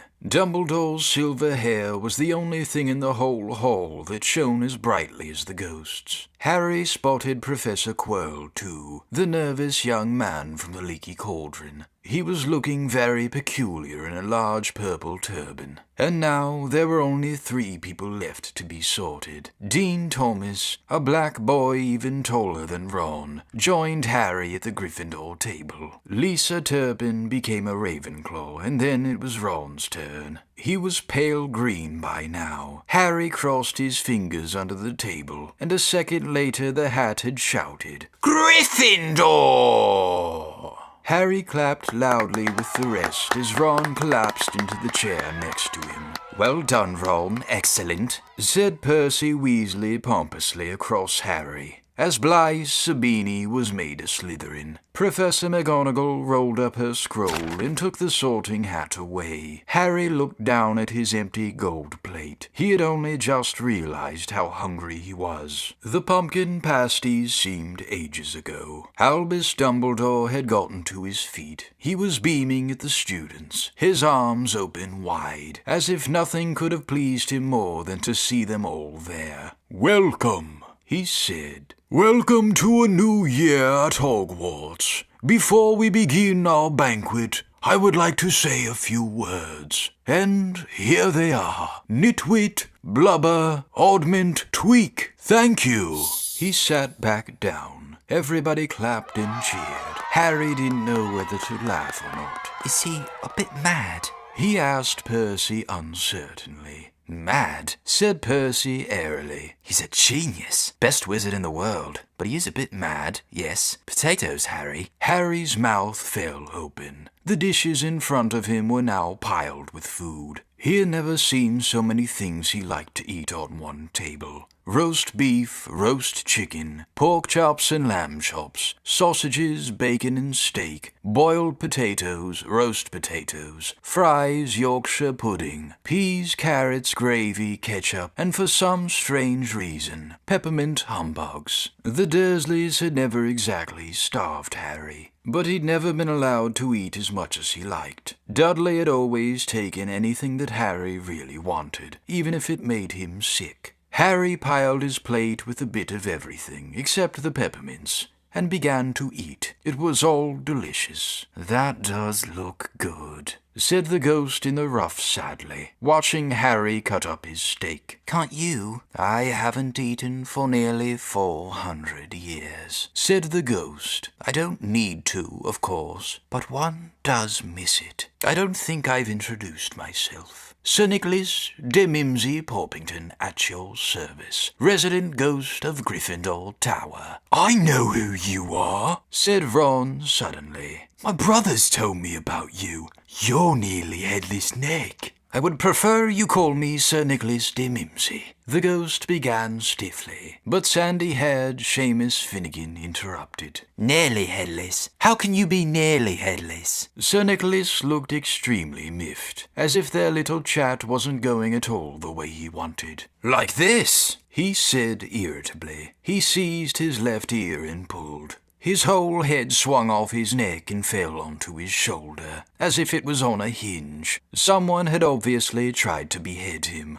but not done it properly. Looking pleased at the stunned looks on their faces, nearly headless Nick flipped his head back onto his neck, coughed, and said, "So, new Gryffindors. I hope you're going to help us win the house championship this year. Gryffindors have never gone so long without winning. Slytherins have got the cup 6 years in a row. The Bloody Baron's becoming almost unbearable." He's the Slytherin ghost. Harry looked over at the Slytherin table and saw a horrible ghost sitting there, with blank staring eyes, a gaunt face, and robes stained with silver blood. He was right next to Malfoy, who, Harry was pleased to see, didn't look too pleased with the seating arrangements. "How did he get covered in blood?" asked Seamus with great interest. "I've never asked," said nearly headless Nick delicately. When everyone had eaten as much as they could, the remains of the food faded from the plates, leaving them sparkling clean as before. A moment later, the desserts appeared. Blocks of ice cream in every flavor you could think of. apple pies, treacle tarts, chocolate eclairs and jam donuts, trifles, strawberries, jello, rice pudding. As Harry helped himself to a treacle tart, the talk turned to their families. I'm half and half, said Seamus. My dad's a muggle. Mum didn't tell him she was a witch till after they were married. Bit of a nasty shock for him. The others laughed. What about you, Neville? said Ron. Well, my gran brought me up and she's a witch, said Neville. But the family thought I was a muggle for ages. My great-uncle Algy kept trying to catch me off guard and force some magic out of me. He pushed me off the end of Blackpool Pier once. I nearly drowned. But nothing happened until I was 8. Great-uncle Algy came round for dinner, and he was hanging me out of an upstairs window by the ankles when my great-auntie Enid offered him a meringue, and he accidentally let go. But I bounced all the way down the garden and into the road. They were all really pleased. Gran was crying. She was so happy. And you should have seen their faces when I got in here. They thought I might not be magic enough to come, you see. Great-uncle Algy was so pleased he bought me my toad. On Harry's other side, Percy Weasley and Hermione were talking about lessons. I do hope they start right away. There's so much to learn. I'm particularly interested in transfiguration, you know? Turning something into something else, of course. It's supposed to be very difficult. You'll be starting small, just matches into needles and that sort of thing. Harry, who was starting to feel warm and sleepy, looked up at the high table again. Hagrid was drinking deeply from his goblet. Professor McGonagall was talking to Professor Dumbledore. Professor Quirrell, in his absurd turban, was talking to a teacher with greasy black hair, a hooked nose, and sallow skin. It happened very suddenly. The hook-nosed teacher looked past Quirrell's turban straight into Harry's eyes, and a sharp, hot pain shot across the scar on Harry's forehead. Ouch! Harry clapped a hand to his head. What is it? asked Percy. Nothing. The pain had gone as quickly as it had come. Harder to shake off was the feeling Harry had gotten from the teacher's look. A feeling that he didn't like Harry at all. Who's that teacher talking to Professor Quirrell? He asked Percy. Oh, you know Quirrell already, do you? No wonder he's looking so nervous. That's Professor Snape. He teaches potions, but he doesn't want to. Everyone knows he's after Quirrell's job. Knows an awful lot about the dark arts, Snape. Harry watched Snape for a while, but Snape didn't look at him again. At last, the desserts too disappeared, and Professor Dumbledore got to his feet again. The hall fell silent. Just a few more words now that we are all fed and watered. I have a few start-of-term notices to give you. First years should note that the forest on the grounds is forbidden to all pupils, and a few of our older students would do well to remember that as well. Dumbledore's twinkling eyes flashed in the direction of the Weasley twins. I have also been asked by Mr. Filch, the caretaker, to remind you all that no magic should be used between classes in the corridors. Quidditch trials will be held in the second week of the term. Anyone interested in playing for their house teams should contact Madam Hooch. And finally, I must tell you that this year, the third floor corridor on the right-hand side is out of bounds. To everyone who does not wish to die a very painful death. Harry laughed, but he was one of the few who did. He's not serious, he muttered to Percy. Must be, said Percy, frowning at Dumbledore. It's odd, because he usually gives us a reason why we're not allowed to go somewhere. The forest's full of dangerous beasts. Everyone knows that. I do think he might have told us prefects at least. And now, before we go to bed, let us sing the school song, cried Dumbledore. Harry noticed that the other teachers' smiles had become rather fixed. Dumbledore gave his wand a little flick, as if he was trying to get a fly off the end, and a long golden ribbon flew out of it, which rose high above the tables and twisted itself, snake-like, into words. Everyone pick their favorite tune, said Dumbledore, and off we go. And the school bellowed. Hogwarts, Hogwarts, Hogwarts, Hogwarts, teach us something, please. Whether we be old and bold or young with scabby this could do with filling of some interesting stuff. For now they're bare and full of air, dead flies and bits of fluff. So teach us things worth knowing, bring back what we forgot. Just do your best, we'll do the rest and learn until our brains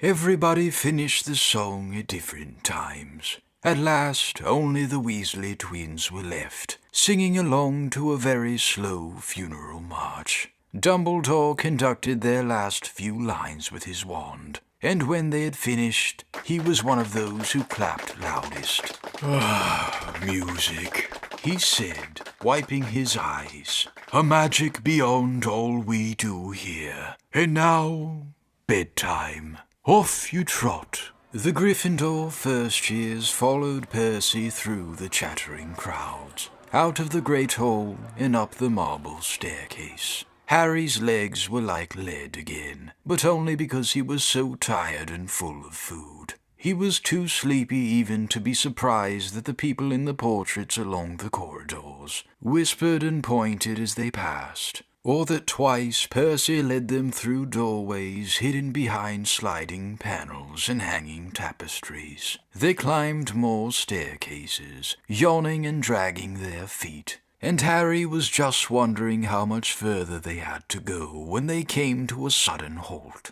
A bundle of walking sticks was floating in midair ahead of them, and as Percy took a step toward them, they started throwing themselves at him. Peeves. Percy whispered to the first years. A poltergeist. He raised his voice. Peeves, show yourself. A loud, rude sound, like the air being let out of a balloon, answered. Do you want me to go to the Bloody Baron? There was a pop, and a little man with wicked, dark eyes and a wide mouth appeared, floating cross-legged in the air, clutching the walking sticks. Oh, he said, with an evil cackle. Ickle firsties, what fun. He swooped suddenly at them.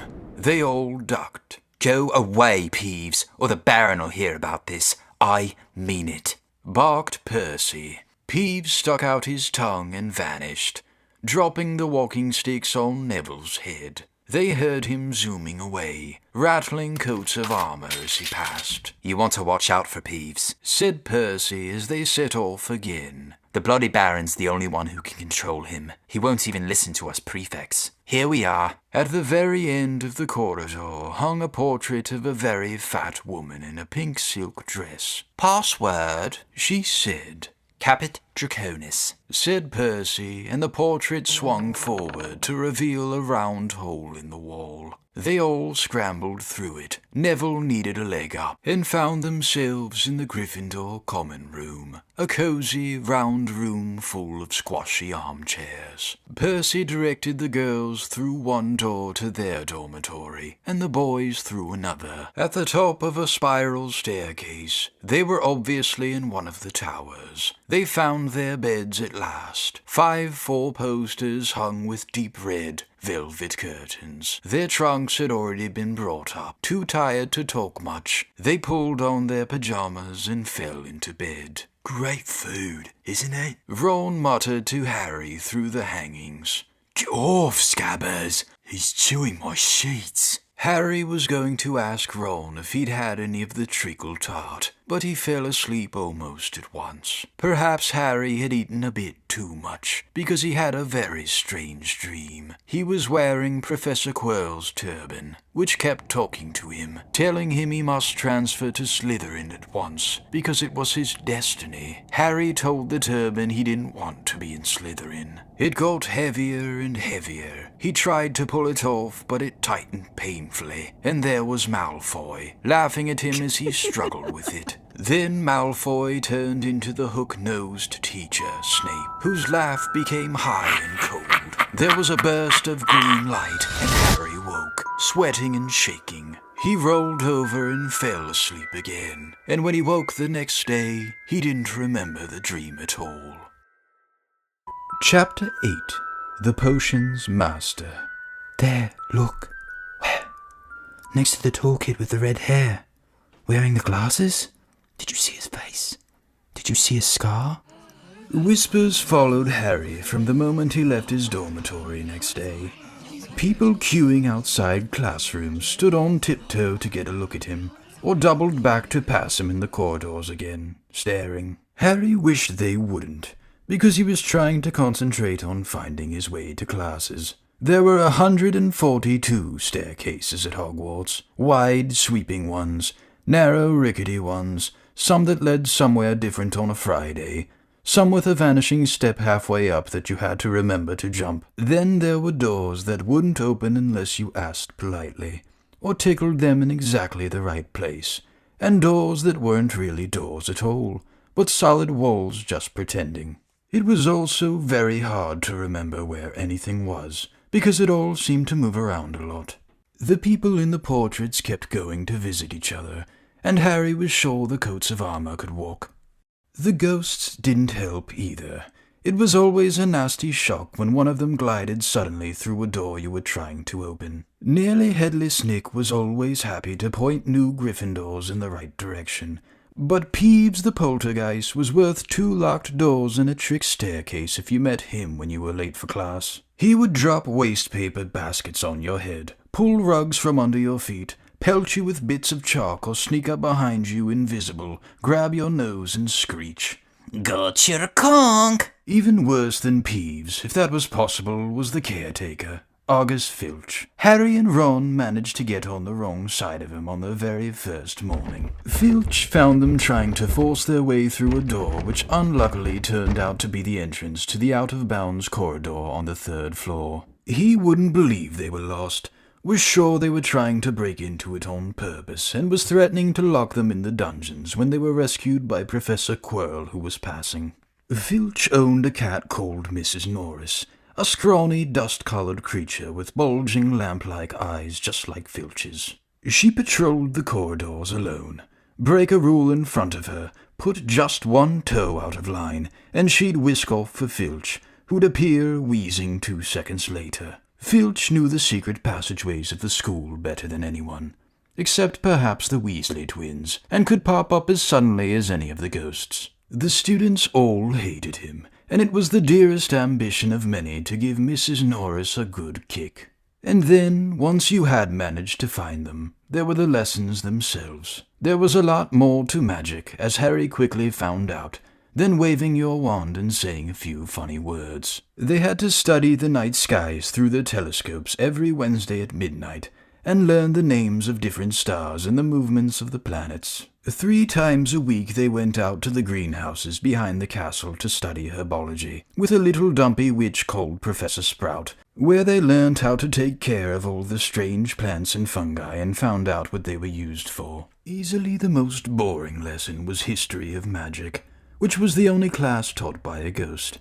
Professor Binns had been very old indeed when he'd fallen asleep in front of the staff room fire, and got up the next morning to teach, leaving his body behind him.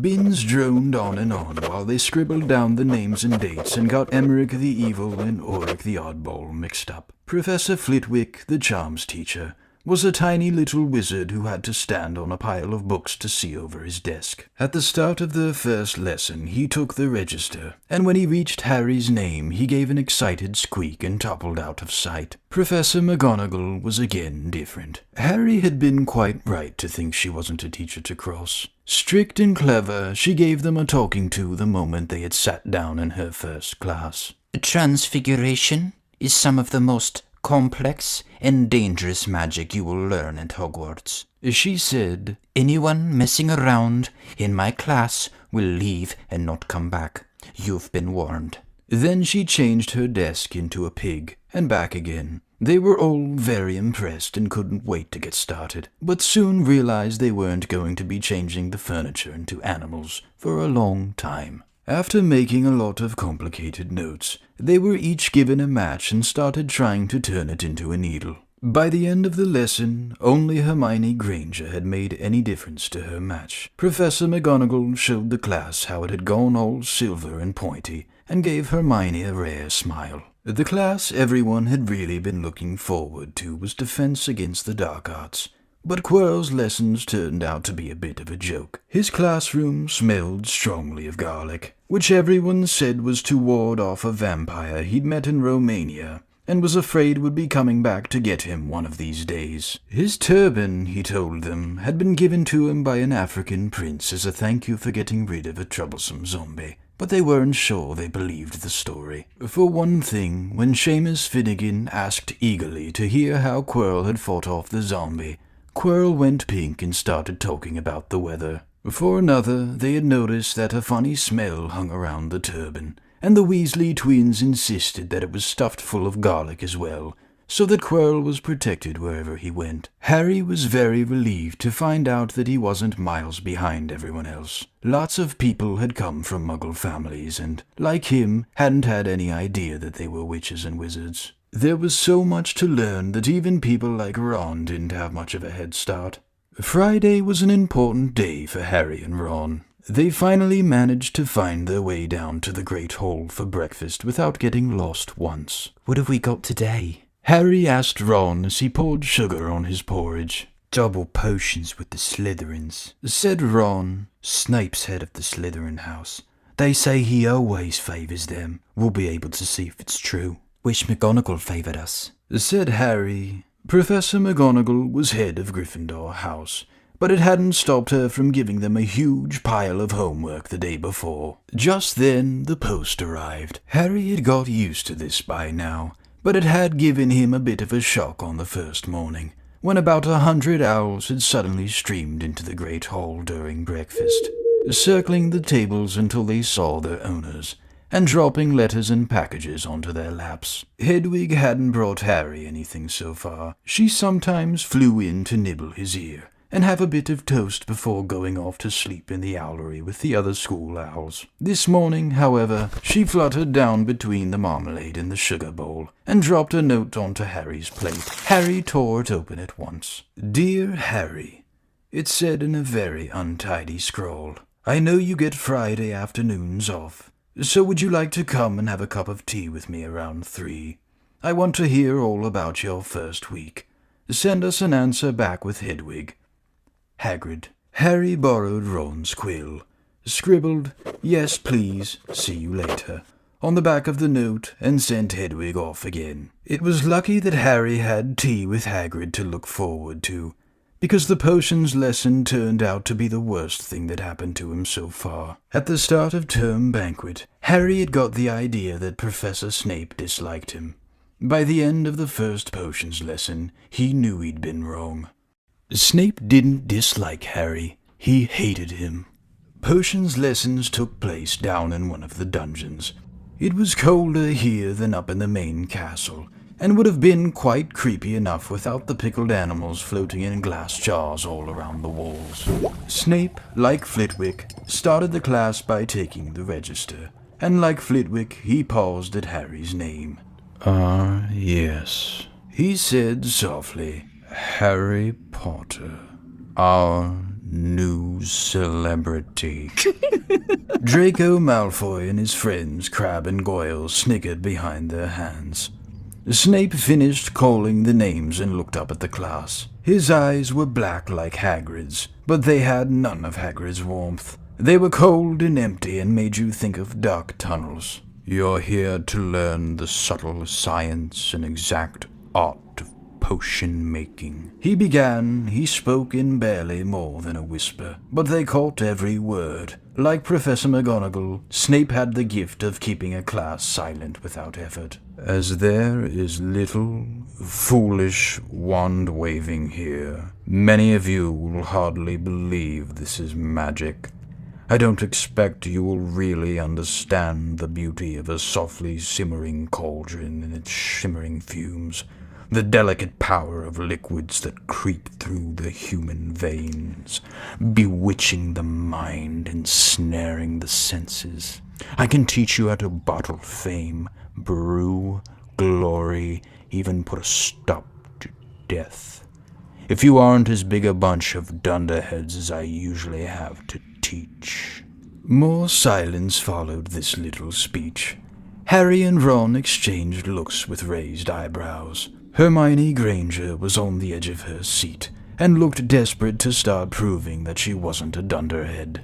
"Potter," said Snape suddenly, "what would I get if I added powdered root of asphodel to an infusion of wormwood?" Powdered root of what? To an infusion of what? Harry glanced at Ron, who looked as stumped as he was. Hermione's hand had shot into the air. I don't know, sir, said Harry. Snape's lips curled into a sneer. Tut, tut. Fame clearly isn't everything. He ignored Hermione's hand. Let's try again. Potter, where would you look if I told you to find me a beezer? Hermione stretched her hand as high into the air as it would go without her leaving her seat, but Harry didn't have the faintest idea of what a beezer was. He tried not to look at Malfoy, Crabbe, and Goyle, who was shaking with laughter. I don't know, sir. Thought you wouldn't open a book before coming, Potter? Harry forced himself to keep looking straight into those cold eyes. He had looked through his books at the Dursleys, but did Snape expect him to remember everything in 1,000 magical herbs and fungi? Snape was still ignoring Hermione's quivering hand. What is the difference, Potter, between monkshood and wolfsbane? At this, Hermione stood up, her hand stretching towards the dungeon's ceiling. I don't know, said Harry quietly. I think Hermione does, though. Why don't you try her? A few people laughed. Harry caught Seamus's eye, and Seamus winked. Snape, however, was not pleased. Sit down, he snapped at Hermione. For your information, Potter, asphodel and wormwood make a sleeping potion so powerful it's known as the Drought of the Living Death. A beezer is a stone from the stomach of a goat, and it will save you from most poisons.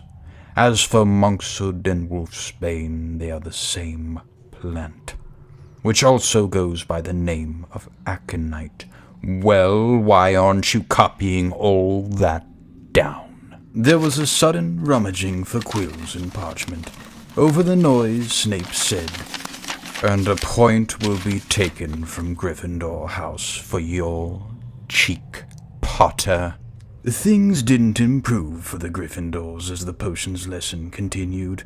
Snape put them all into pairs and set them mixing up a simple potion to cure boils. He swept around in his long black cloak, watching them weigh dried nettles and crush snake fangs, criticizing almost everyone except Malfoy, whom he seemed to like. He was just telling everyone to look at the perfect way Malfoy had stewed his horned slugs, when clouds of acid green smoke and a loud hissing filled the dungeon. Neville had somehow managed to melt Seamus's cauldron into a twisted blob, and their potion was seeping across the stone floor, burning holes in people's shoes. Within seconds, the whole class was standing on their stools, while Neville, who had been drenched in the potion when the cauldron collapsed, moaned in pain as angry red boils sprang up all over his arms and legs. "Idiot boy," snarled Snape, clearing the spilled potion away with one wave of his wand. "I suppose you added the porcupine quills before taking the cauldron off the fire." Neville whimpered as boils started to pop up all over his nose. "Take him up to the hospital wing." Snape spat at Seamus. Then he rounded on Harry and Ron, who had been working next to Neville. "You, Potter, why didn't you tell him not to add the quills? Thought he'd make you look good if he got it wrong, did you? That's another point you lost for Gryffindor."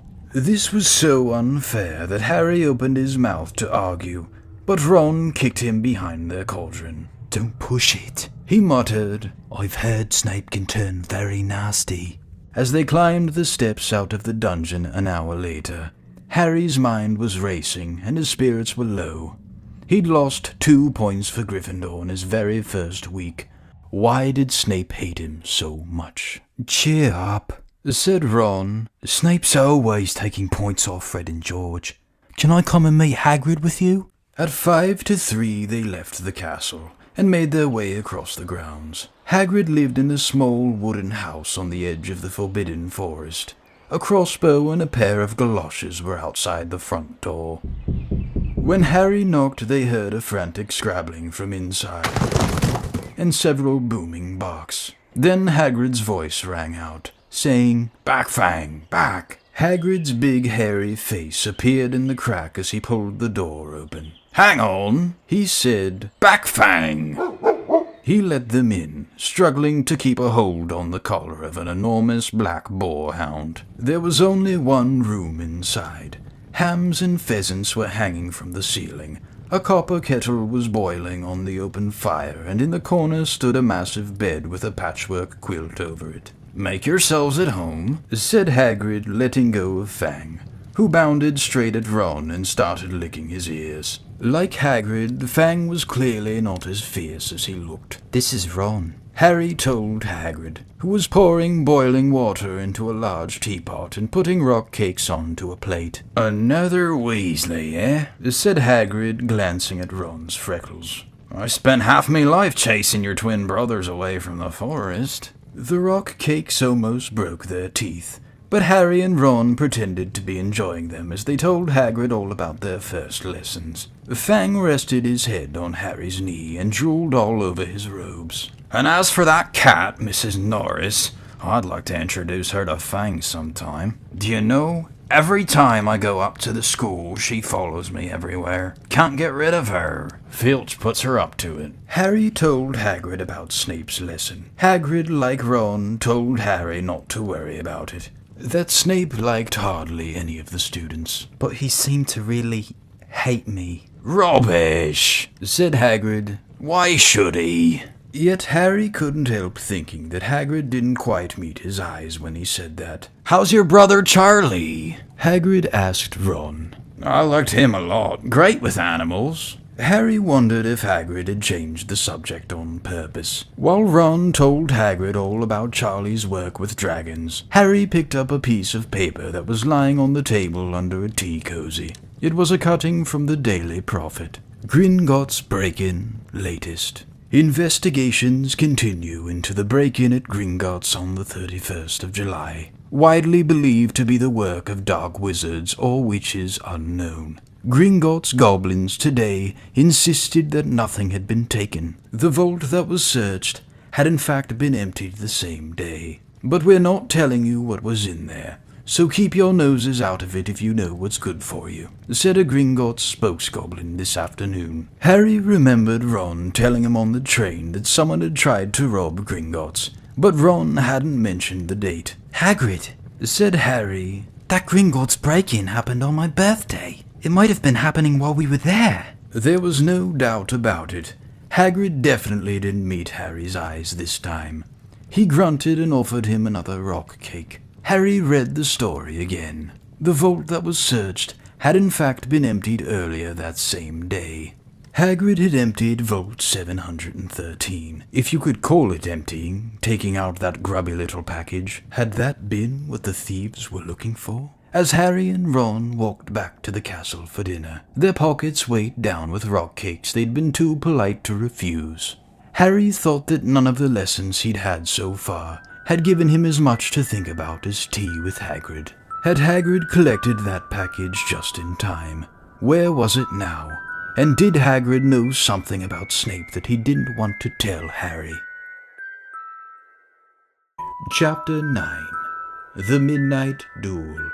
Harry had never believed he would meet a boy he hated more than Dudley, but that was before he met Draco Malfoy.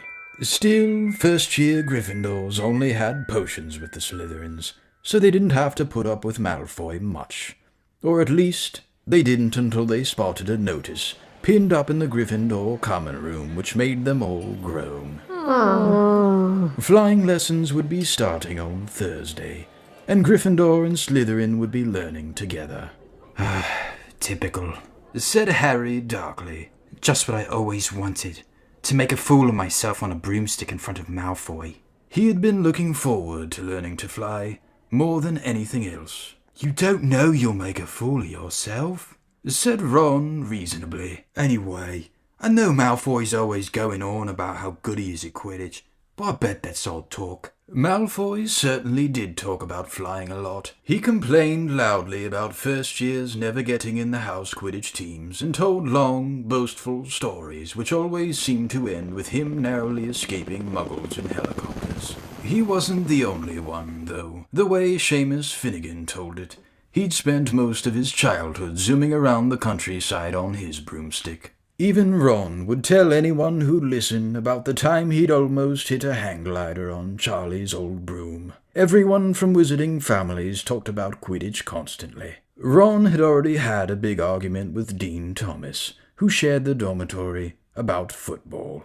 Ron couldn't see what was so exciting about a game with only one ball where no one was allowed to fly. Harry had caught Ron prodding Dean's poster of West Ham football team, trying to make the players move. Neville had never been on a broomstick in his life, because his grandmother had never let him near one. Privately, Harry felt she'd had good reason, because Neville managed to have an extraordinary number of accidents, even with both feet on the ground. Hermione Granger was almost as nervous about flying as Neville was. This was something you couldn't learn by heart out of a book. Not that she hadn't tried. At breakfast on Thursday, she bored them all stupid with flying tips she'd got out of a library book called Quidditch Through the Ages. Neville was hanging on to her every word, desperate for anything that might help him hang on to his broomstick later. But everybody else was very pleased when Hermione's lecture was interrupted by the arrival of the post. Harry hadn't had a single letter since Hagrid's note, something that Malfoy had been quick to notice, of course. Malfoy's eagle owl was always bringing him packages of sweets from home, which he opened gloatingly at the Slytherin table. A barn owl brought Neville a small package from his grandmother. He opened it excitedly and showed them a glass bowl the size of a large marble, which seemed to be full of white smoke. "It's a remembrall," he explained. "Gran knows I forget things. This tells you if there's something you've forgotten to do. Look, you hold it tight like this, and if it turns red... Oh." His face fell, because the remembrall had suddenly glowed scarlet. "You've forgotten something." Neville was trying to remember what he'd forgotten when Draco Malfoy, who was passing the Gryffindor table, snatched the remembrall out of his hand. Harry and Ron jumped to their feet. They were half hoping for a reason to fight Malfoy, but Professor McGonagall, who could spot trouble quicker than any teacher in the school, was there in a flash. "What's going on?" "Malfoy's got my remembrall, Professor." Scowling, Malfoy dropped the remembrall back on the table. "Just looking," he said, and he sloped away with Crabbe and Goyle behind him. At 3:30 that afternoon, Harry, Ron, and the other Gryffindors hurried down the front steps into the grounds for their first flying lesson. It was a clear, breezy day, and the grass rippled under their feet as they marched down the sloping lawns, towards a smooth lawn on the opposite side of the grounds to the Forbidden Forest, whose trees were swaying darkly in the distance. The Slytherins were already there, and so were 20 broomsticks lying in neat lines on the ground. Harry had heard Fred and George Weasley complain about the school brooms, saying that some of them started to vibrate if you flew too high, or always flew slightly to the left. Their teacher, Madame Hooch, arrived. She had short, grey hair and yellow eyes like a hawk. "Well, what you all waiting for?" she barked. "Everyone stand by a broomstick. Come on, hurry up." Harry glanced down at his broom. It was old, and some of the twigs stuck out at odd angles. "Stick out your right hand over your broom," called Madame Hooch at the front, "and say up." "Up, up!" everyone shouted. Harry's broom jumped into his hand at once, but it was one of the few that did. Hermione Granger's had simply rolled over on the ground, and Neville's hadn't moved at all. Perhaps brooms, like horses, could tell when you were afraid, thought Harry. There was a quaver in Neville's voice that said only too clearly that he wanted to keep his feet on the ground. Madame Hooch then showed them how to mount their brooms without sliding off the end, and walked up and down the rows correcting their grips. Harry and Ron were delighted when she told Malfoy he'd been doing it wrong for years. Now, when I blow my whistle, you kick off from the ground hard, said Madam Hooch. Keep your broom steady, rise a few feet, and then come straight back down by leaning forward slightly. On my whistle, 3. But Neville, nervous and jumpy, and frightened of being left on the ground, pushed off hard before the whistle had touched Madam Hooch's lips. Come back, boy, she shouted, but Neville was rising straight up like a cork shot out of a bottle. 12 feet, 20 feet. Harry saw his scared white face look down at the ground falling away, saw him gasp, slip sideways off the broom, and wham! A thud and a nasty crack, and Neville lay face down on the grass in a heap. His broomstick was still rising higher and higher, and started to drift lazily towards the forbidden forest and out of sight. Madam Hooch was bending over Neville, her face as white as his. Broken wrist. Harry heard her mutter. Come on, boy. It's all right. Up you get. She turned to the rest of the class. None of you is to move while I take this boy to the hospital wing. You leave those brooms where they are, or you'll be out of Hogwarts before you can say Quidditch. Come on, dear. Neville, his face tear-streaked, clutching his wrist, hobbled off with Madam Hooch, who had her arm around him. No sooner were they out of earshot than Malfoy burst into laughter. Did you see his face? The great lump. The other Slytherins joined in. Shut up, Malfoy, snapped Parvati Patil. Oh, sticking up a long bottom, said Pansy Parkinson, a hard-faced Slytherin girl. Never thought you'd like fat little crybabies, Parvati. Look, said Malfoy, darting forward and snatching something out of the grass. It's that stupid thing Longbottom's Gran sent him. The Remember-All glittered in the sun as he held it up. Give that here, Malfoy, said Harry quietly. Everyone stopped talking to watch. I think we'll leave it somewhere for Longbottom to collect. How about up a tree? Give it here, Harry yelled, but Malfoy leapt onto his broomstick and taken off. He hadn't been lying. He could fly well. Hovering level with the topmost branches of an oak, he called, "Come and get it, Potter." Harry grabbed his broom. No, shouted Hermione Granger. Madam Hooch told us not to move. You'll get us all into trouble. Harry ignored her. Blood was pounding in his ears. He mounted the broom and kicked hard against the ground, and up he soared. Air rushed through his hair and his robes whipped out behind him. And in a rush of fierce joy, he realized he'd found something he could do without being taught. This was easy. This was wonderful. He pulled his broomstick up a little to take it even higher and heard screams and gasps of girls on the ground and an admiring whoop from Ron. He turned his broomstick sharply to face Malfoy in midair. Malfoy looked stunned. Give it here, Harry called, or I'll knock you off your broom. Oh yeah, said Malfoy, trying to sneer, but looking worried. Harry knew somehow what to do. He leaned forward and grasped the broom tightly in both hands, and it shot towards Malfoy like a javelin. Malfoy only just got out of the way in time. Harry made a sharp about turn and held the broom steady. A few people below were clapping.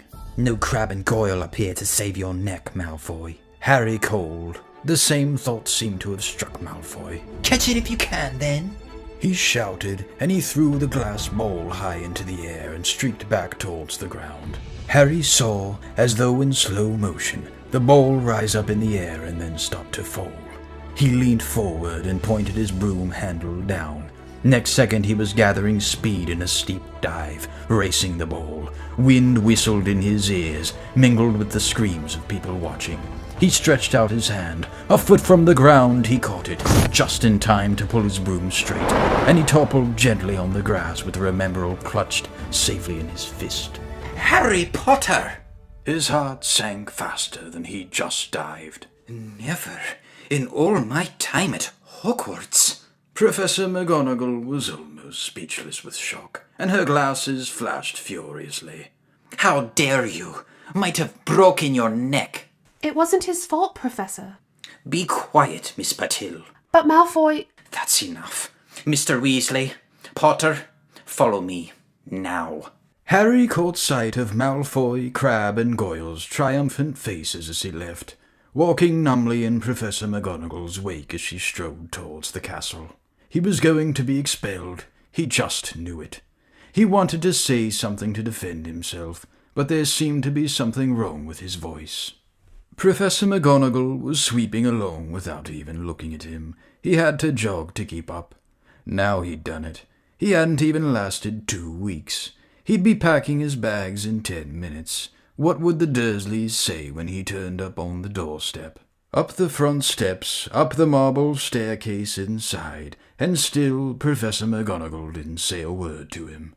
She wrenched open doors and marched along corridors with Harry trotting miserably behind her. Maybe she was taking him to Dumbledore. He thought of Hagrid, expelled but allowed to stay on as gamekeeper. Perhaps he would be Hagrid's assistant.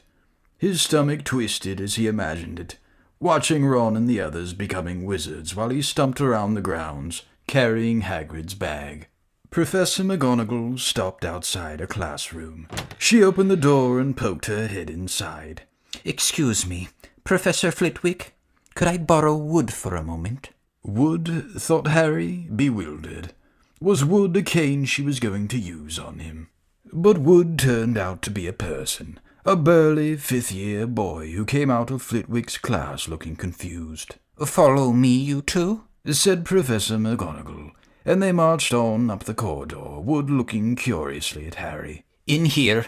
Professor McGonagall pointed them into a classroom which was empty except for Peeves, who was busy writing rude words on the blackboard. "Out, Peeves." She barked. Peeves threw the chalk into a bin, which clanged loudly, and he swooped out cursing. Professor McGonagall slammed the door behind him and turned to face the 2 boys. "Potter, this is Oliver Wood. Wood, I found you a seeker." Wood's expression changed from puzzlement to delight. "You serious, Professor?" "Absolutely," said Professor McGonagall crisply. "The boy's a natural. I've never seen anything like it. Was that your first time on a broomstick, Potter?" Harry nodded silently. He didn't have a clue what was going on, but he didn't seem to be getting expelled, and some of the feeling started coming back to his legs. "He caught that thing in his hands after a 50-foot dive," Professor McGonagall told Wood. "Didn't even scratch himself. Charlie Weasley couldn't have done it." Wood was now looking as though all his dreams had come true at once. "Ever seen a game of Quidditch, Potter?" he asked excitedly. "Wood's captain of the Gryffindor team," Professor McGonagall explained. "and he's got just the build for seeker," said Wood, now walking around Harry and staring at him. "Light? Speedy? We'll have to get him a decent broom, Professor. A Nimbus 2000? Or a Clean Sweep 7, I'd say." "I shall speak to Professor Dumbledore and see if we can't bend the first-year rule. Heaven knows we need a better team than last year. Flattened in that last match by Slytherin. I couldn't look Severus Snape in the face for weeks." Professor McGonagall peered sternly over her glasses at Harry. "I want to hear that you're training hard, Potter, or I may change my mind about punishing you." Then she suddenly smiled. "Your father would have been proud," she said. "He was an excellent Quidditch player himself." "You're joking." It was dinner time. Harry had just finished telling Ron what had happened when he'd left the grounds with Professor McGonagall. Ron had a piece of steak and kidney pie halfway to his mouth, but he'd forgotten all about it. "Seeker," he said, "but first years never.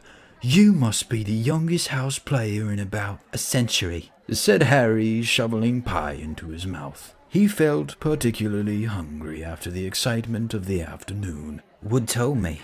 Ron was so amazed, so impressed, he just sat and gaped at Harry. "I start training next week. Only don't tell anyone. Wood wants to keep it a secret." Fred and George Weasley now came into the hall, spotted Harry and hurried over. "Well done," said George in a low voice. "Wood told us. We're on the team too. Beat us. I tell you, we're going to win that Quidditch Cup for sure this year," said Fred. "We haven't won since Charlie left, but this year's team is going to be brilliant. You must be good, Harry. Wood was almost skipping when he told us. Anyway, we've got to go. Lee Jordan reckons he found a new secret passageway out of the school. Bet it's that one behind the statue of Gregory the Smarmy that we found in our first week. See ya." Fred and George had hardly disappeared when someone far less welcome turned up. Malfoy flanked by Crabbe and Goyle. Having a last meal, Potter? When are you getting the train back to the Muggles? You're a lot braver now that you're back on the ground and you've got your little friends with you, said Harry coolly. There was of course nothing at all little about Crabbe and Goyle, but as the high table was full of teachers, neither of them could do more than crack their knuckles and scowl. I'd take you on any time on my own, said Malfoy. Tonight if you want. Wizard's duel, wands only, no contact. What's the matter? Never heard of a wizard's duel before, I suppose? Course he has, said Ron, wheeling round. I'm his second. Who's yours? Malfoy looked at Crabbe and Goyle, sizing them up. Crabbe, he said. Midnight all right? We'll meet you in the trophy room. That's always unlocked. When Malfoy had gone, Ron and Harry looked at each other. What is a wizard's duel? Said Harry. And what do you mean you're my second? Well, a second's there to take over if you die, said Ron casually. But people only die in proper duels, you know. With real wizards, the most you and Malfoy will be able to do is send sparks at each other. Neither of you knows enough magic to do any real damage. I bet he expected you to refuse anyway. And what if I wave my wand and nothing happens? Oh, just throw it away and punch him on the nose, Ron suggested. Excuse me? They both looked up. It was Hermione Granger. Can't a person eat in peace in this place? Said Ron. Hermione ignored him and spoke to Harry. I couldn't help overhearing what you and Malfoy were saying. Bet you could, Ron muttered. And you mustn't go wandering around the school at night. Think of the points you'll lose Gryffindor if you're caught. And you're bound to be. It's really very selfish of you. And it's really none of your business, said Harry. Goodbye, said Ron. All the same, it wasn't what you'd call the perfect end to the day, Harry thought, as he lay awake much later listening to Dean and Seamus falling asleep. Neville wasn't back from the hospital wing. Ron had spent all evening giving him advice such as, if he tries to curse you, you better dodge it, because I can't remember how to block them. There was a very good chance they were going to get caught by Filch or Mrs. Norris, and Harry felt he was pushing his luck, breaking another school rule today. On the other hand, Malfoy's sneering face kept looming up out of the darkness. This was his big chance to beat Malfoy, face to face. He couldn't miss it. 11:30, Ron muttered at last. We'd better go. They pulled on their dressing gowns, picked up their wands, and crept across the tower room, down the spiral staircase and into the Gryffindor common room. A few embers were still glowing in the fireplace, turning all the armchairs into hunched black shadows. They had almost reached the portrait hole when a voice spoke from the chair nearest them. I can't believe you're going to do this, Harry. A lamp flickered on. It was Hermione Granger, wearing a pink dressing gown and a frown. You, said Ron furiously. Go back to bed. I almost told your brother. Hermione snapped. Percy, he's a prefect. He'd put a stop to this. Harry couldn't believe anyone could be so interfering. Come on, he said to Ron. He pushed open the portrait of the fat lady and climbed through the hole. Hermione wasn't going to give up that easily. She followed Ron through the portrait hole, hissing at them like an angry goose.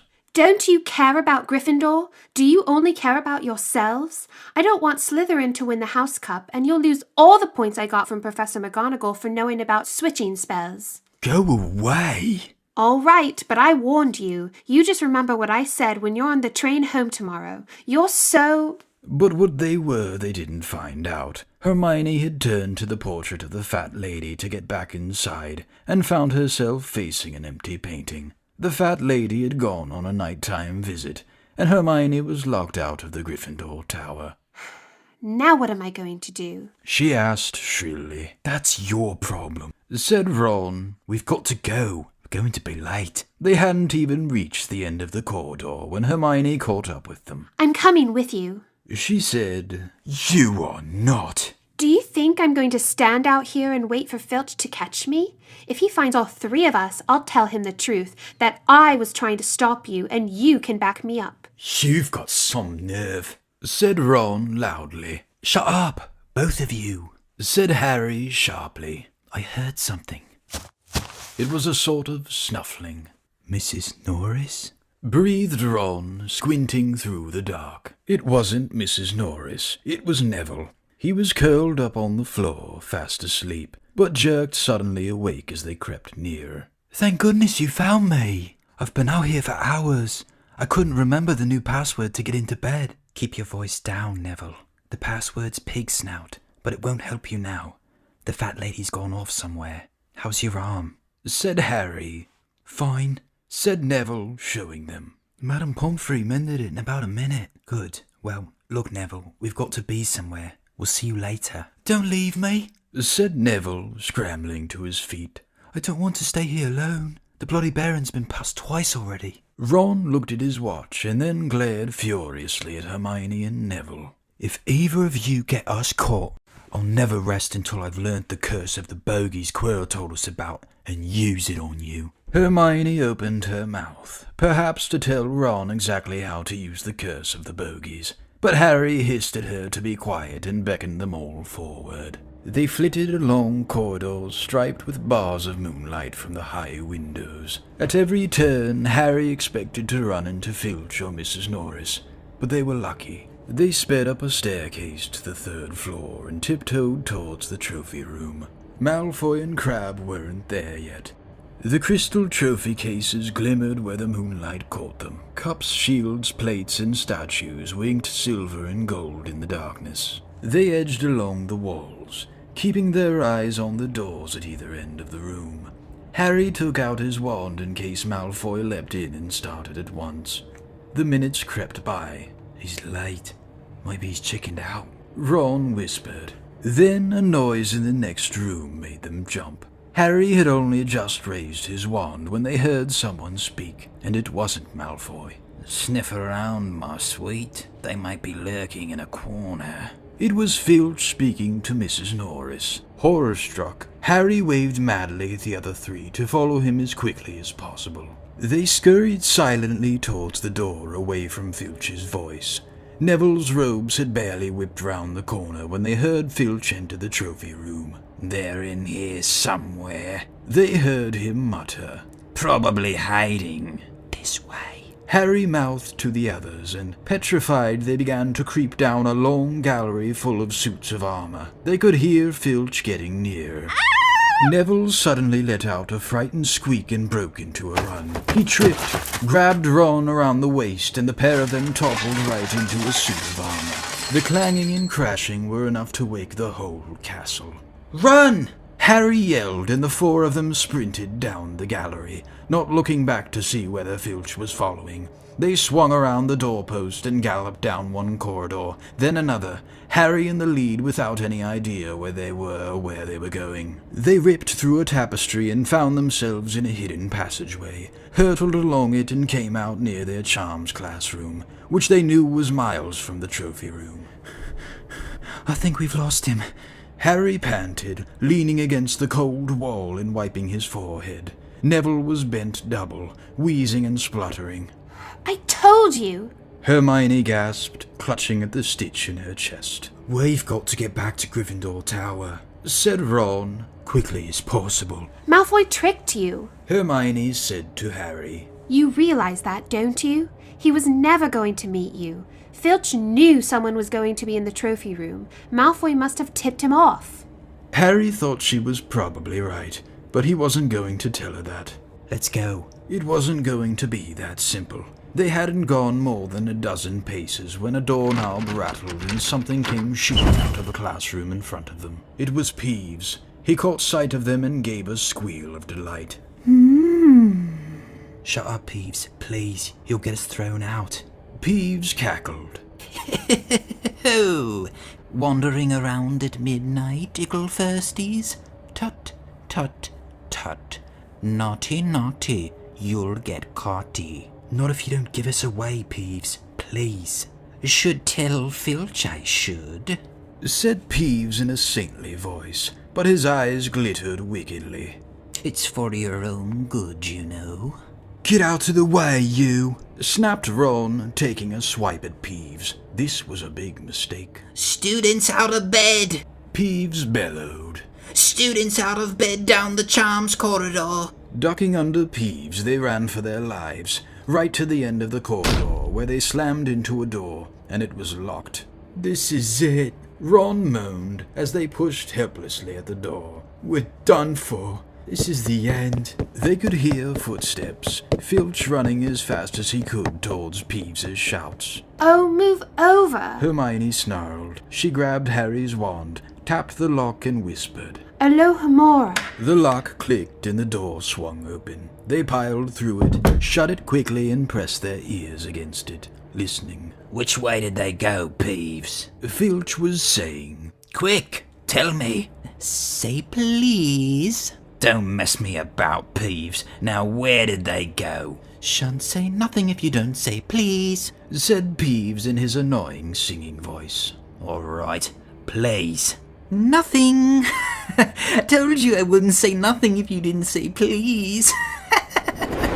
And they heard the sound of Peeves whooshing away and Filch cursing in rage. He thinks this door's locked. Harry whispered. I think we'll be okay. Get off, Neville. Neville had been tugging on the sleeve of Harry's dressing gown for the last minute. What? Harry turned around and saw quite clearly what. For a moment he was sure he walked into a nightmare. This was too much, on top of everything that had happened so far. They weren't in a room as he had supposed. They were in a corridor. The forbidden corridor on the 3rd floor. And now they knew why it was forbidden. They were looking straight into the eyes of a monstrous dog. A dog which filled the whole space between ceiling and floor. It had 3 heads, 3 pairs of rolling mad eyes, 3 noses, twitching and quivering in their direction. 3 drooling mouths, saliva hanging in slippery ropes from yellowish fangs. It was standing quite still, all 6 eyes staring at them, and Harry knew that the only reason they weren't already dead was that their sudden appearance had taken it by surprise. But it was quickly getting over that. There was no mistaking what those thunderous growls meant. Harry groped for the doorknob. Between Filch and death, he'd take Filch. They fell backwards. Harry slammed the door shut, and they ran. They almost flew back down the corridor. Filch must have hurried off to look for them somewhere else, because they didn't see him anywhere, but they hardly cared. All they wanted to do was put as much space as possible between them and that monster. They didn't stop running until they reached the portrait of the fat lady on the 7th floor. Where on earth have you all been? She asked, looking at their dressing gowns hanging off their shoulders and their flushed, sweaty faces. Never mind that. Pig snout, panted Harry, and the portrait swung forward. They scrambled into the common room and collapsed, trembling, into armchairs. It was a while before any of them said anything. Neville indeed looked as if he'd never speak again. What do they think they're doing, keeping a thing like that locked up in a school? Said Ron finally. If any dog needs exercise, that one does. Hermione got both her breath and her bad temper back again. You don't use your eyes, any of you, do you? She snapped. Didn't you see what it was standing on? The floor? Harry suggested. I wasn't looking at its feet. I was too busy with its heads. No, not the floor. It was standing on a trap door. It's obviously guarding something. She stood up, glaring at them. I hope you're pleased with yourselves. We could all have been killed, or worse, expelled. Now, if you don't mind, I'm going to bed. Ron stared after her, his mouth open. No, we don't mind, he said. You'd think we dragged her along, wouldn't you? But Hermione had given Harry something else to think about as he climbed back into bed. The dog was guarding something. What had Hagrid said? Gringotts was the safest place in the world for something you wanted to hide, except perhaps Hogwarts. It looked as though Harry had found out where the grubby little package from Vault 713 was. Chapter 10. Halloween. Malfoy couldn't believe his eyes when he saw that Harry and Ron were still at Hogwarts next day, looking tired but perfectly cheerful.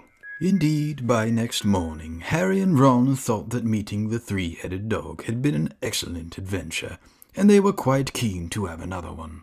In the meantime, Harry filled Ron in about the package that seemed to have been moved from Gringotts to Hogwarts. and they spent a lot of time wondering what could possibly need such heavy protection. It's either really valuable or really dangerous, said Ron. Or both, said Harry. But as all they knew for sure about the mysterious object was that it was about 2 inches long, they didn't have much chance of guessing what it was without further clues. Neither Neville or Hermione showed the slightest interest in what lay underneath the dog in the trapdoor. All Neville cared about was never going near that dog again. Hermione was now refusing to speak to Harry and Ron, but she was such a bossy know-it-all that they saw this as an added bonus. All they really wanted now was a way of getting back at Malfoy, and to their great delight, just such a thing arrived with the post about a week later. As the owls flooded into the great hall as usual, everyone's attention was caught at once by a long, thin package carried by 6 large screech owls. Harry was just as interested as everyone else to see what was in this large parcel, and was amazed when the owls soared down and dropped it right in front of him, knocking his bacon to the floor. They had hardly fluttered out of the way when another owl dropped a letter on top of the parcel. Harry ripped open the letter first, which was lucky because it said, "Do not open the parcel at the table. It contains your new Nimbus 2000, but I don't want everybody knowing you've got a broomstick or they'll all want one. Oliver Wood will meet you tonight on the Quidditch pitch at 7 o'clock for your first training session. Professor McGonagall." Harry had difficulty hiding his glee as he handed the note to Ron to read. "A Nimbus 2000? Ron moaned enviously. "I've never even touched one." They left the hall quickly, wanting to unwrap the broomstick in private before their first lesson, but halfway across the entrance hall, they found the way upstairs barred by Crabbe and Goyle. Malfoy seized the package from Harry and felt it. "That's a broomstick," he said, throwing it back to Harry with a mixture of jealousy and spite on his face. "You'll be forward this time, Potter. First years aren't allowed them." Ron couldn't resist it. "It's not just any old broomstick," he said. "It's a Nimbus 2000. "What did you say you've got at home, Malfoy? A Comet 260? Ron grinned at Harry. "Comets look flashy, but they're not in the same league as the Nimbus." "What would you know about it, Weasley? You couldn't afford half the handle." Malfoy snapped back. "I suppose you and your brothers have to save up, twig by twig." Before Ron could answer, Professor Flitwick appeared at Malfoy's elbow. "Not arguing, I hope, boys?" he squeaked. "Potter's been sent a broomstick, Professor," said Malfoy quickly. Yes, that's right," said Professor Flitwick, beaming at Harry. "Professor McGonagall told me all about the special circumstances, Potter. And what model is it?" "A Nimbus 2000, sir," said Harry, fighting not to laugh at the look of horror on Malfoy's face.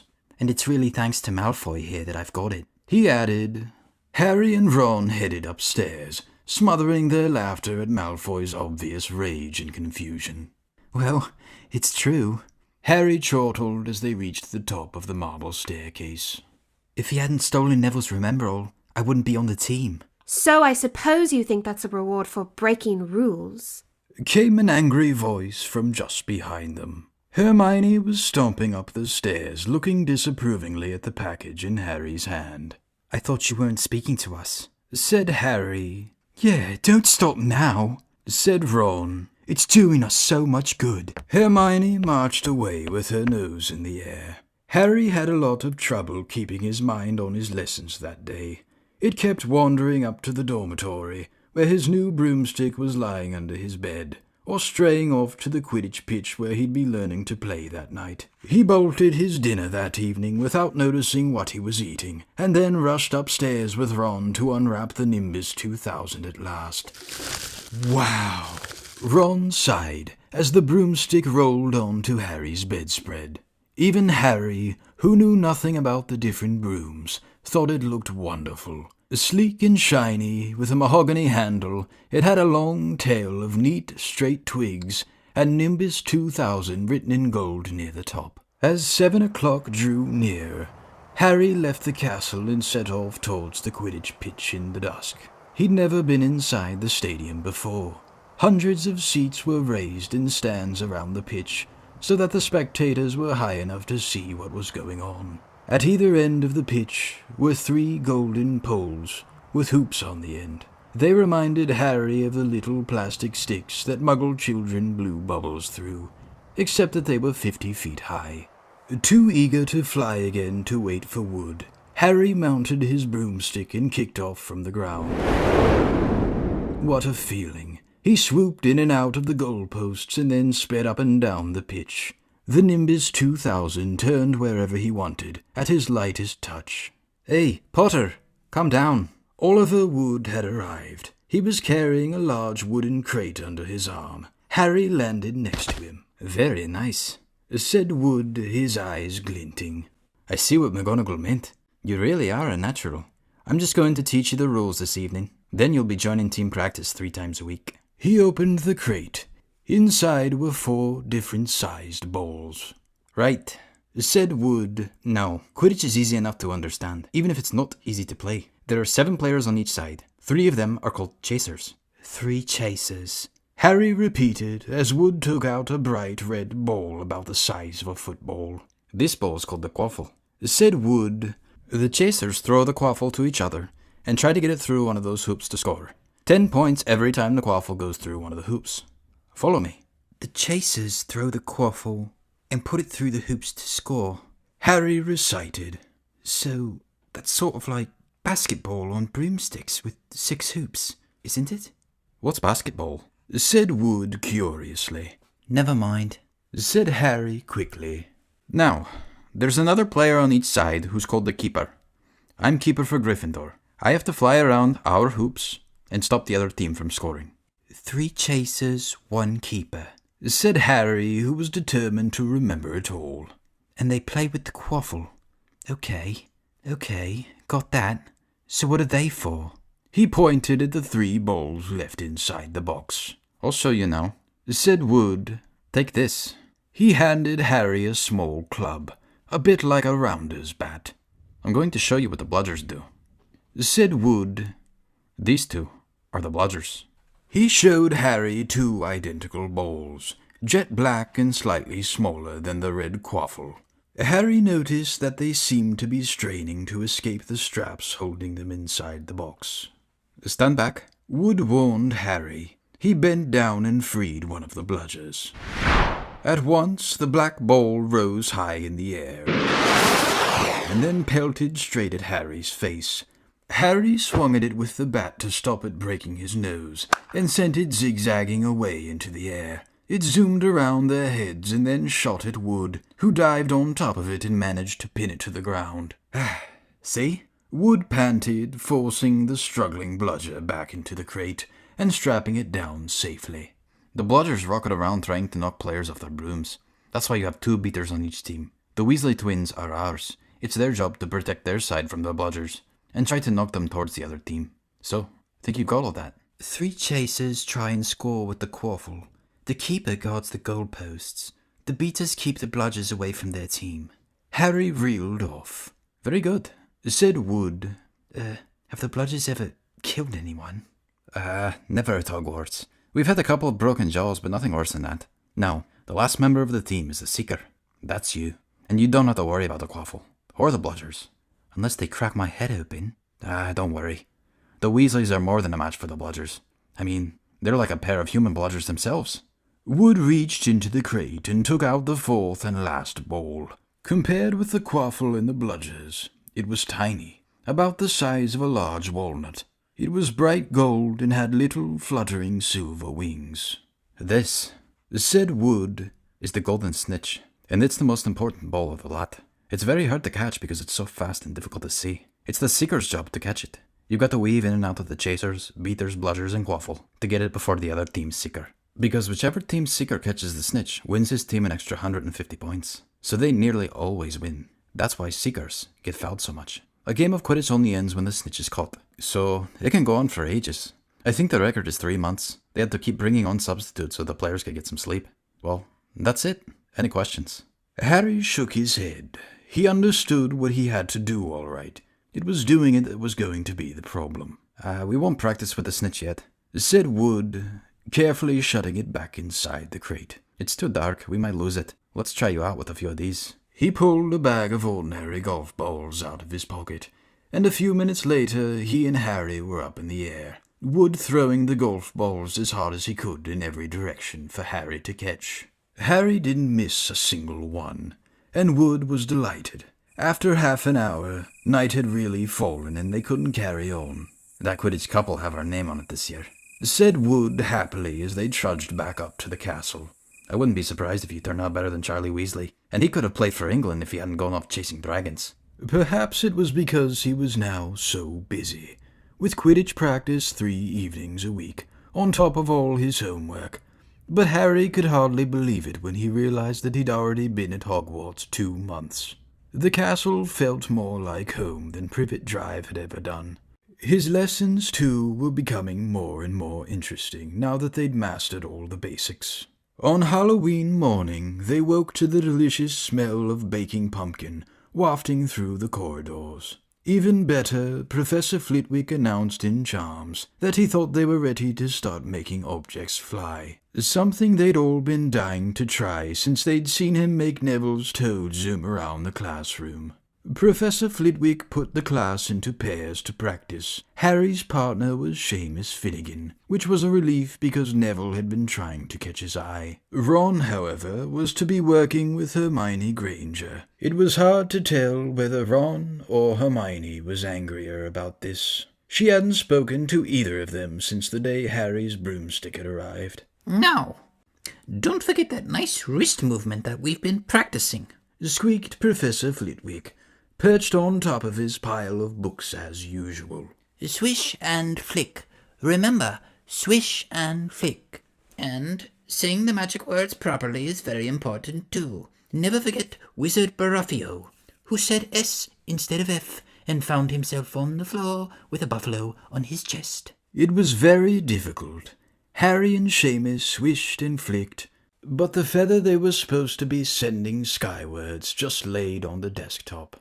Seamus got so impatient that he prodded it with his wand and set fire to it. Harry had to put it out with his hat. Ron, at the next table, wasn't having much more luck. "Wingardium Leviosa!" he shouted, waving his long arms like a windmill. You're saying it wrong. Harry heard Hermione snap. It's Wingardium Leviosa. Make the gar nice and long. "You do it then, if you're so clever," Ron snarled.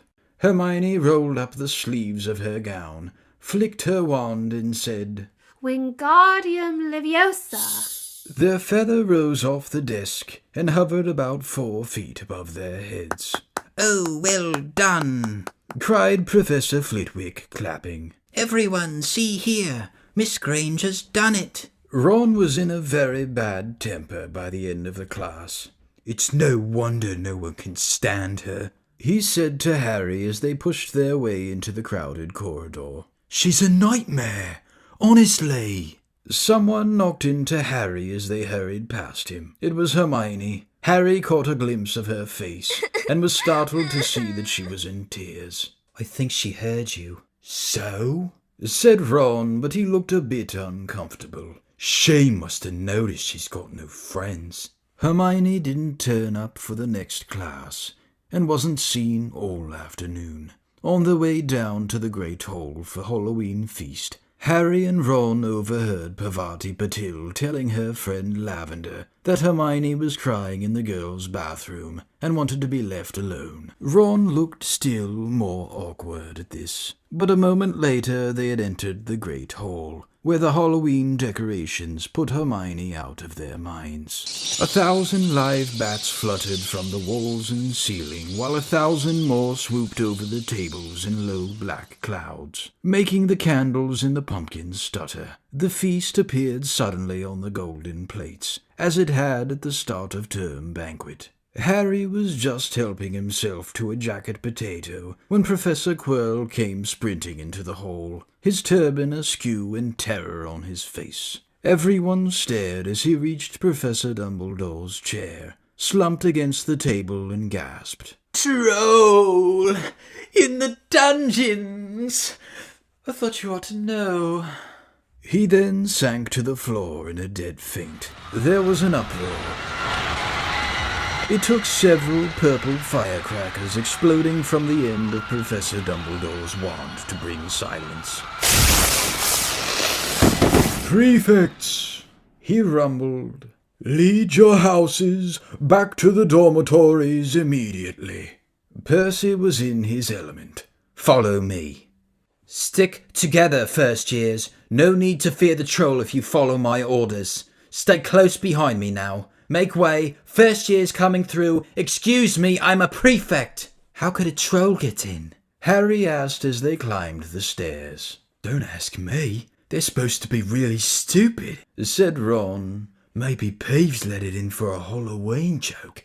They passed different groups of people hurrying in different directions. As they jostled their way through a crowd of confused Hufflepuffs, Harry suddenly grabbed Ron's arm. I've just thought. Hermione. "What about her?" She doesn't know about the troll. Ron bit his lip. "Oh, all right," he snapped, "but Percy better not see us." Ducking down, they joined the Hufflepuffs going the other way, slipped down a deserted side corridor, and hurried off towards the girls' bathroom. They had just turned the corner when they heard quick footsteps behind them. "Percy!" hissed Ron, pulling Harry behind a large stone griffin. Peering around it, however, they saw not Percy but Snape. He crossed the corridor and disappeared from view. What's he doing? Harry whispered. Why isn't he down in the dungeons with the rest of the teachers? "Search me." Quietly as possible, they crept along the next corridor after Snape's fading footsteps. He's heading for the 3rd floor, Harry said, but Ron held up his hand. "Do you smell something?" Harry sniffed, and a foul stench reached his nostrils. A mixture of old socks and the kind of public toilet no one seems to clean. And then they heard it. A low grunting and the shuffling footfalls of gigantic feet. Ron pointed. At the end of the passage to the left, something huge was moving towards them. They shrank into the shadows and watched as it emerged into a patch of moonlight. It was a horrible sight. 12 feet tall, its skin was dull, granite gray, its great lumpy body like a boulder, with its small bald head perched on top like a coconut. It had short legs thick as tree trunks with flat, horny feet. The smell coming from it was incredible. It was holding a huge wooden club, which dragged along the floor because its arms were so long. The troll stopped next to a doorway and peered inside. It waggled its long ears, making up its tiny mind, then slouched slowly into the room. The key's in the lock, Harry muttered. We could lock it in. Good idea, said Ron nervously. They edged towards the open door, mouths dry, praying the troll wasn't about to come out of it. With one great leap, Harry managed to grab the key, slam the door, and lock it. Yes! Flushed with their victory, they started to run back up the passage. But as they reached the corner, they heard something that made their hearts stop. A high, petrified scream, and it was coming from the chamber they'd just locked. Oh no, said Ron, pale as the Bloody Baron. It's the girls' bathroom, Harry gasped. Hermione, they said together. It was the last thing they wanted to do. But what choice did they have? Wheeling around, they sprinted back to the door and turned the key, fumbling in their panic. Harry pulled the door open. They ran inside. Hermione Granger was shrinking against the wall opposite, looking as if she was about to faint. The troll was advancing on her, knocking the sinks off the walls as it went. Confuse it, Harry said desperately to Ron, and seizing a tap, he threw it as hard as he could against the wall. The troll stopped a few feet from Hermione. It lumbered around, blinking stupidly, to see what had made the noise. Its mean little eyes saw Harry. It hesitated, then made for him instead, lifting its club as it went. "Oi, pea-brain!" yelled Ron from the other side of the chamber, and he threw a metal pipe at it. The troll didn't even seem to notice the pipe hitting its shoulder, but it heard the yell and paused again, turning its ugly snout towards Ron instead, giving Harry time to run around it. Come on, run! "Run!" Harry yelled at Hermione, trying to pull her towards the door, but she couldn't move. She was still flat against the wall, her mouth open with terror. The shouting and the echoes seemed to be driving the troll berserk. It roared again and started towards Ron, who was nearest and had no way to escape. Harry then did something that was both very brave and very stupid. He took a great running jump and managed to fasten his arms around the troll's neck from behind. The troll couldn't feel Harry hanging there, but even a troll will notice if you stick a long bit of wood up its nose, and Harry's wand had still been in his hand when he jumped. It had gone straight up one of the troll's nostrils. Howling with pain, the troll twisted and flailed its club, with Harry clinging on for dear life.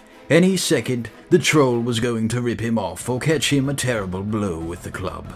Hermione had sunk to the floor in fright.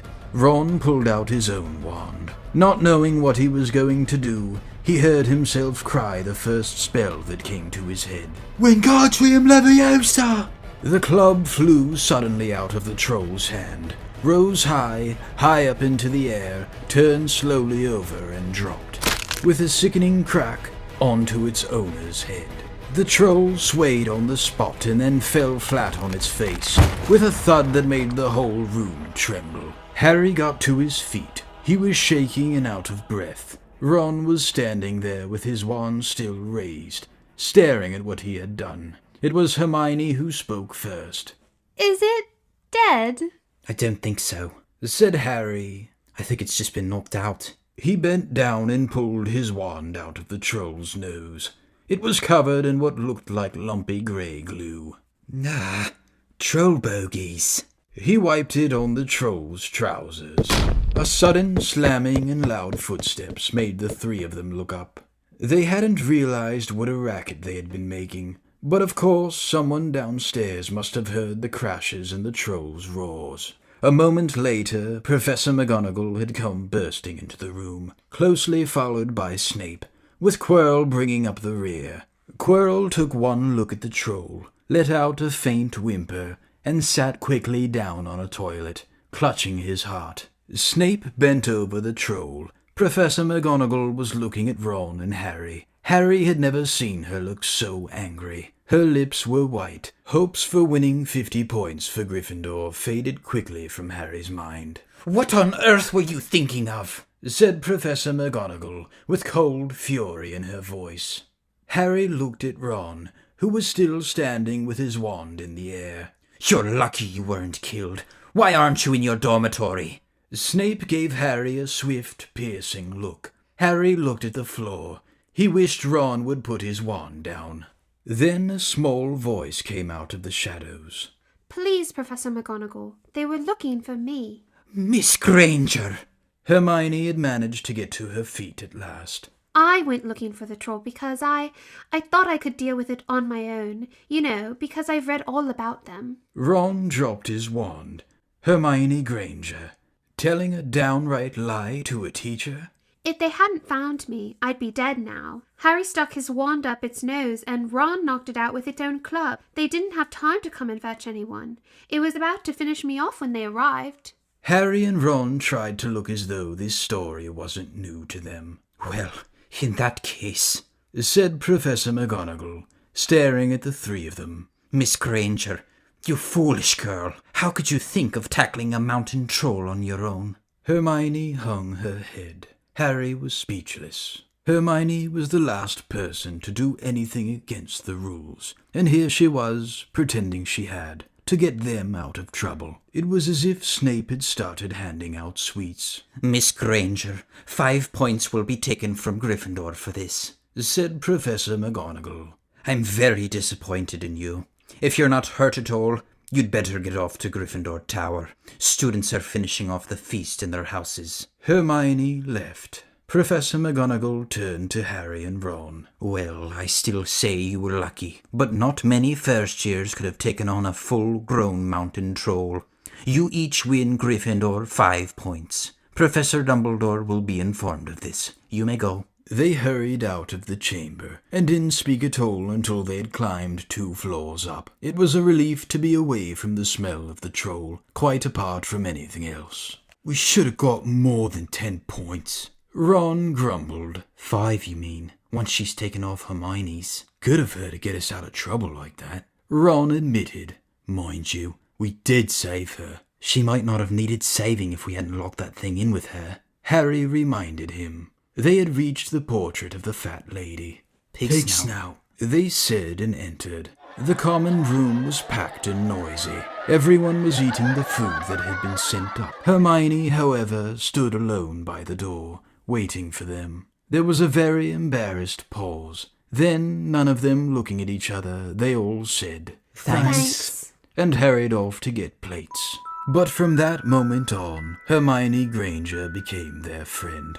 There are some things you can't share without ending up liking each other, and knocking out a 12-foot mountain troll is one of them. Chapter 11. Quidditch. As they entered November, the weather turned very cold. The mountains around the school became icy grey, and the lake like chilled steel. Every morning the ground was covered in frost. Hagrid could be seen from the upstairs window, defrosting broomsticks on the Quidditch pitch, bundled up in a long moleskin overcoat, rabbit fur gloves, and enormous beaver-skin boots. The Quidditch season had begun. On Saturday, Harry would be playing in his first match after weeks of training, Gryffindor versus Slytherin. If Gryffindor won, they would move up into second place in the house championship. Hardly anyone had seen Harry play because Wood had decided that, as their secret weapon, Harry should be kept, well, secret. But the news that he was playing Seeker had leaked out somehow, and Harry didn't know which was worse. People telling him he'd be brilliant, or people telling him they'd be running around underneath him, holding a mattress. It was really lucky that Harry now had Hermione as a friend. He didn't know how he'd have got through all his homework without her, what with all the last-minute Quidditch practice Wood was making them do. She had also lent him Quidditch Through the Ages, which turned out to be a very interesting read. Harry learnt that there were 700 ways of committing a Quidditch foul, and that all of them had happened during a World Cup match in 1473. That Seekers were usually the smallest and fastest players, and that most serious Quidditch accidents seemed to happen to them. That although people rarely died playing Quidditch, referees had been known to vanish and turn up months later in the Sahara Desert. Hermione had become a bit more relaxed about breaking rules since Harry and Ron saved her from the mountain troll, and she was much nicer for it. The day before Harry's first Quidditch match, the three of them were out in the freezing courtyard during break, and she had conjured them up a bright blue fire which could be carried around in a jam jar. They were standing with their backs to it, getting warm, when Snape crossed the yard. Harry noticed at once that Snape was limping. Harry, Ron, and Hermione moved closer to block the fire from view. They were sure it wouldn't be allowed. Unfortunately, something about their guilty faces caught Snape's eye. He limped over. He hadn't seen the fire, but he seemed to be looking for a reason to tell them off anyway. What's that you've got there, Potter? It was Quidditch Through the Ages. Harry showed him. Library books are not to be taken outside the school, said Snape. Give it to me. 5 points from Gryffindor. He's just made that rule up. Harry muttered angrily as Snape limped away. Wonder what's wrong with his leg. Dunno, but I hope it's really hurting him, said Ron bitterly. The Gryffindor common room was very noisy that evening. Harry, Ron, and Hermione sat together next to a window. Hermione was checking Harry and Ron's charms homework for them. She would never let them copy. How will you learn? But by asking her to read it through, they got the right answers anyway. Harry felt restless. He wanted Quidditch Through the Ages back, to take his mind off his nerves about tomorrow. Why should he be afraid of Snape? Getting up, he told Ron and Hermione he was going to ask Snape if he could have it. Rather you than me. But Harry had an idea that Snape wouldn't refuse if there were other teachers listening. He made his way down to the staff room and knocked. There was no answer. He knocked again. Nothing. Perhaps Snape had left the book in there. It was worth a try. He pushed the door ajar and peered inside, and a horrible scene met his eyes. Snape and Filch were inside, alone. Snape was holding his robes above his knees. One of his legs was bloody and mangled. Filch was handing Snape bandages. "Blasted thing," Snape was saying. "How are you supposed to keep your eyes on all 3 heads at once?" Harry tried to shut the door quietly, but... "Potter!" Snape's face twisted with fury as he dropped his robes quickly to hide his leg. Harry gulped. "I just wondered if I could have my book back." "Get out! Out!" Harry left before Snape could take any more points from Gryffindor. He sprinted back upstairs. "Did you get it?" Ron asked as Harry joined them. "What's the matter?" In a low whisper, Harry told them what he'd seen. "Do you know what this means?" He finished breathlessly. "He tried to get past that 3-headed dog at Halloween. That's where he was going when we saw him. He's after whatever it's guarding.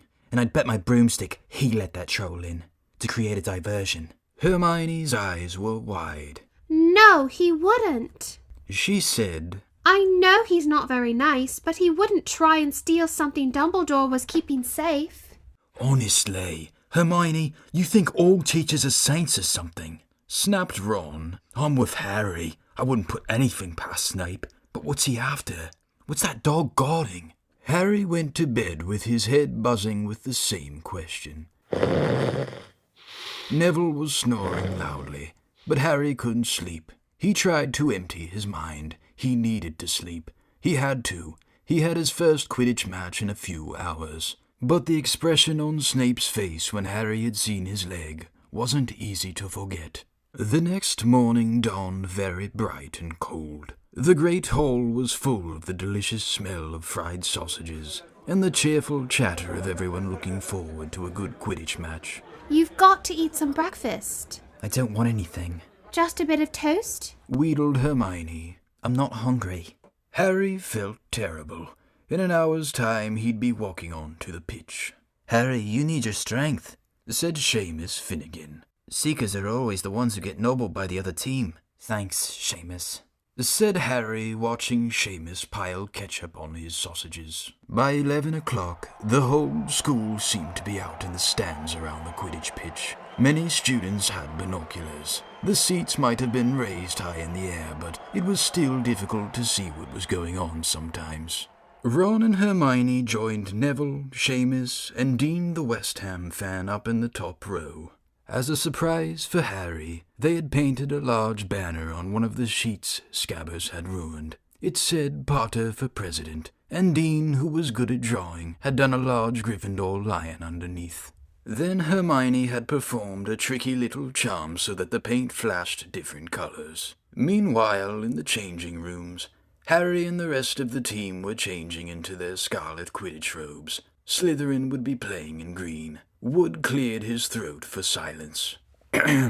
"Okay, men," he said. "And women," said Chaser Angelina Johnson. "And women," Wood agreed. "This is it. "The big one," said Fred Weasley. "The one we've all been waiting for," said George. "We know Oliver's speech by heart," Fred told Harry. "We were in the team last year." "Shut up, you two," said Wood. "This is the best team Gryffindor's had in years. We're going to win. I know it." He glared at them all as if to say, "Or else. Right, it's time. Good luck, all of you." Harry followed Fred and George out of the changing room and, hoping his knees weren't going to give way, walked on to the pitch to loud cheers.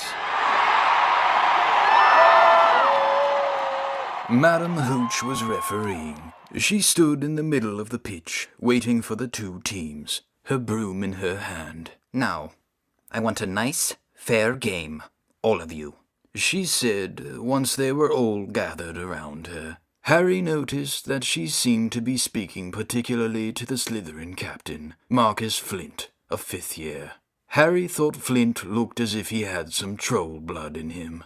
Out of the corner of his eye, he saw the fluttering banner high above, flashing Potter for president over the crowd. His heart skipped. He felt braver. Mount your brooms, please. Harry clambered onto his Nimbus 2000. Madame Hooch gave a loud blast on her silver whistle. 15 brooms rose up. High into the air, they were off. And the quaffle is taken immediately by Angelina Johnson of Gryffindor. What an excellent chaser that girl is, and rather attractive too. Jordan.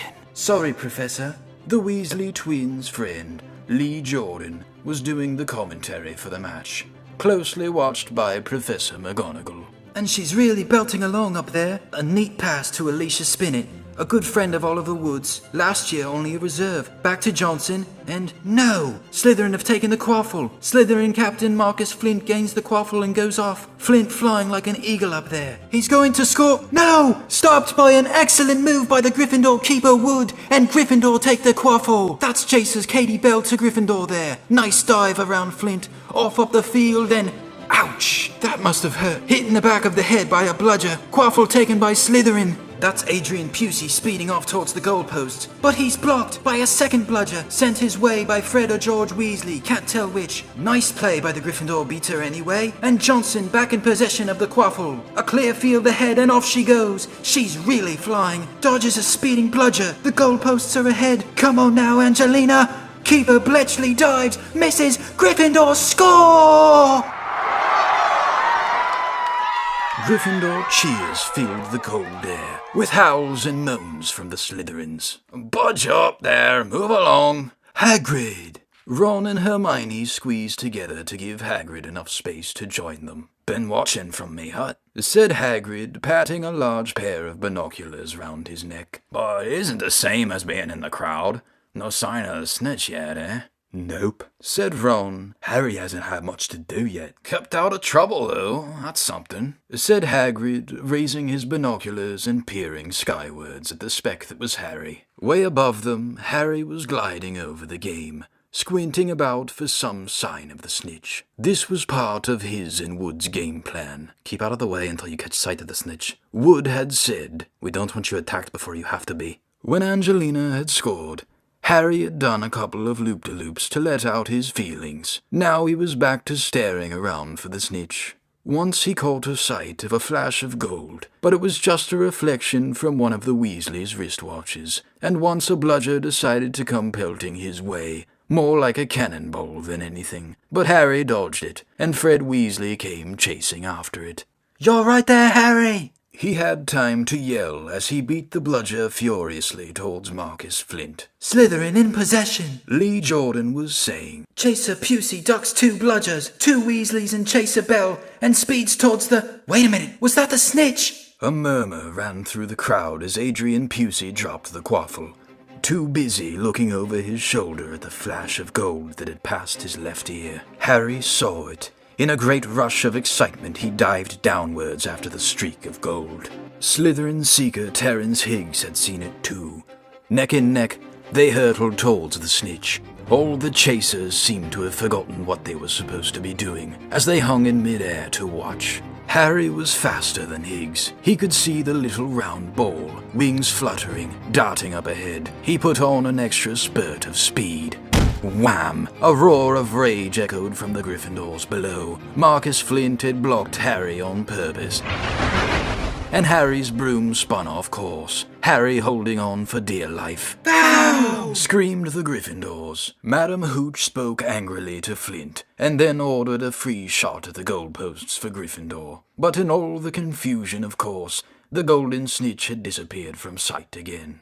Down in the stands, Dean Thomas was yelling. "Send him off, ref! Red card!" "This isn't football, Dean," Ron reminded him. "You can't send people off in Quidditch, and what's a red card?" But Hagrid was on Dean's side. They ought to change the rules. Flint could have knocked Harry out of the air. Lee Jordan was finding it difficult not to take sides. "So, after that obvious and disgusting bit of cheating..." "Jordan," growled Professor McGonagall. "I mean, after that open and revolting foul..." Jordan, I'm warning you. All right. Flint nearly kills the Gryffindor Seeker, which could happen to anyone, I'm sure. So a penalty to Gryffindor, taken by Spinette, who puts it away. No trouble, and we continue to play. Gryffindor still in possession. It was as Harry dodged another bludger, which went spinning dangerously past his head, that it happened. His broom gave a sudden, frightening lurch. For a split second, he thought he was going to fall. He gripped the broom tightly with both his hands and knees. He never felt anything like that.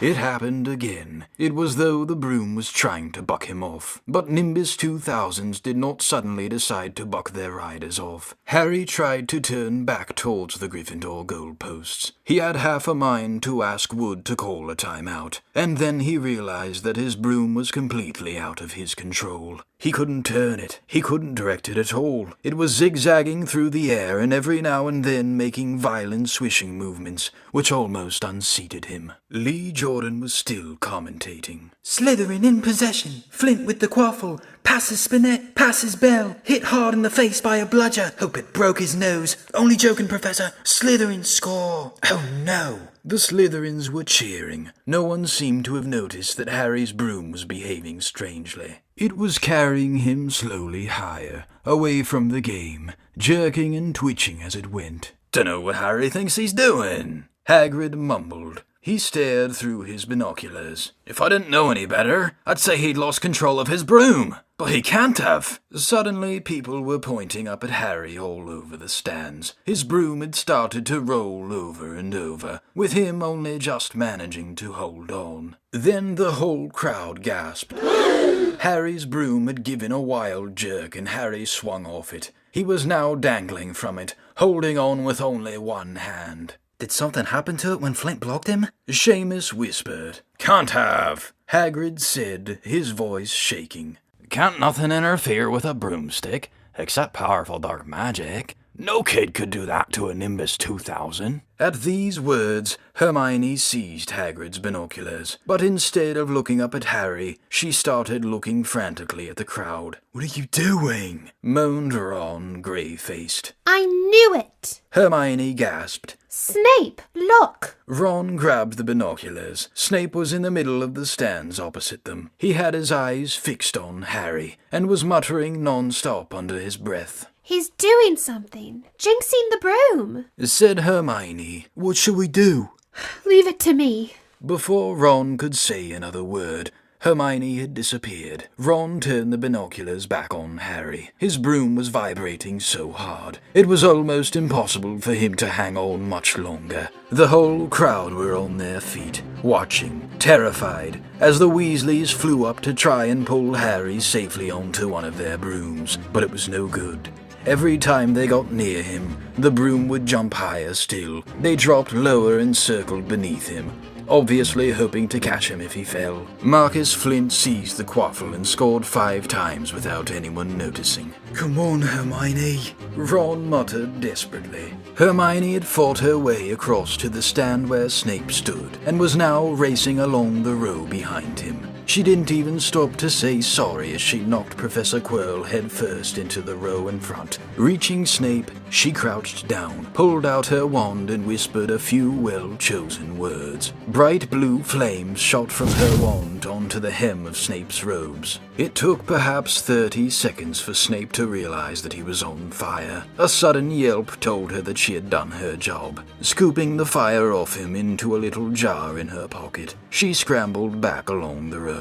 Snape would never know what had happened. It was enough. Up in the air, Harry was suddenly able to clamber back onto his broom. "Neville, you can look," Ron said. Neville had been sobbing into Hagrid's jacket for the last 5 minutes. Harry was speeding towards the ground when the crowd saw him clap his hand to his mouth as though he was about to be sick. He hit the pitch on all fours, coughed, and something gold fell into his hand. "I've got the snitch!" he shouted, waving it above his head, and the game ended in complete confusion. "He didn't catch it. He nearly swallowed it." Flint was still howling 20 minutes later, but it made no difference. Harry hadn't broken any rules, and Lee Jordan was still happily shouting the result. Gryffindor had won by 170 points to 60. Harry heard none of this, though. He was being made a cup of strong tea back in Hagrid's hut, with Ron and Hermione. It was Snape.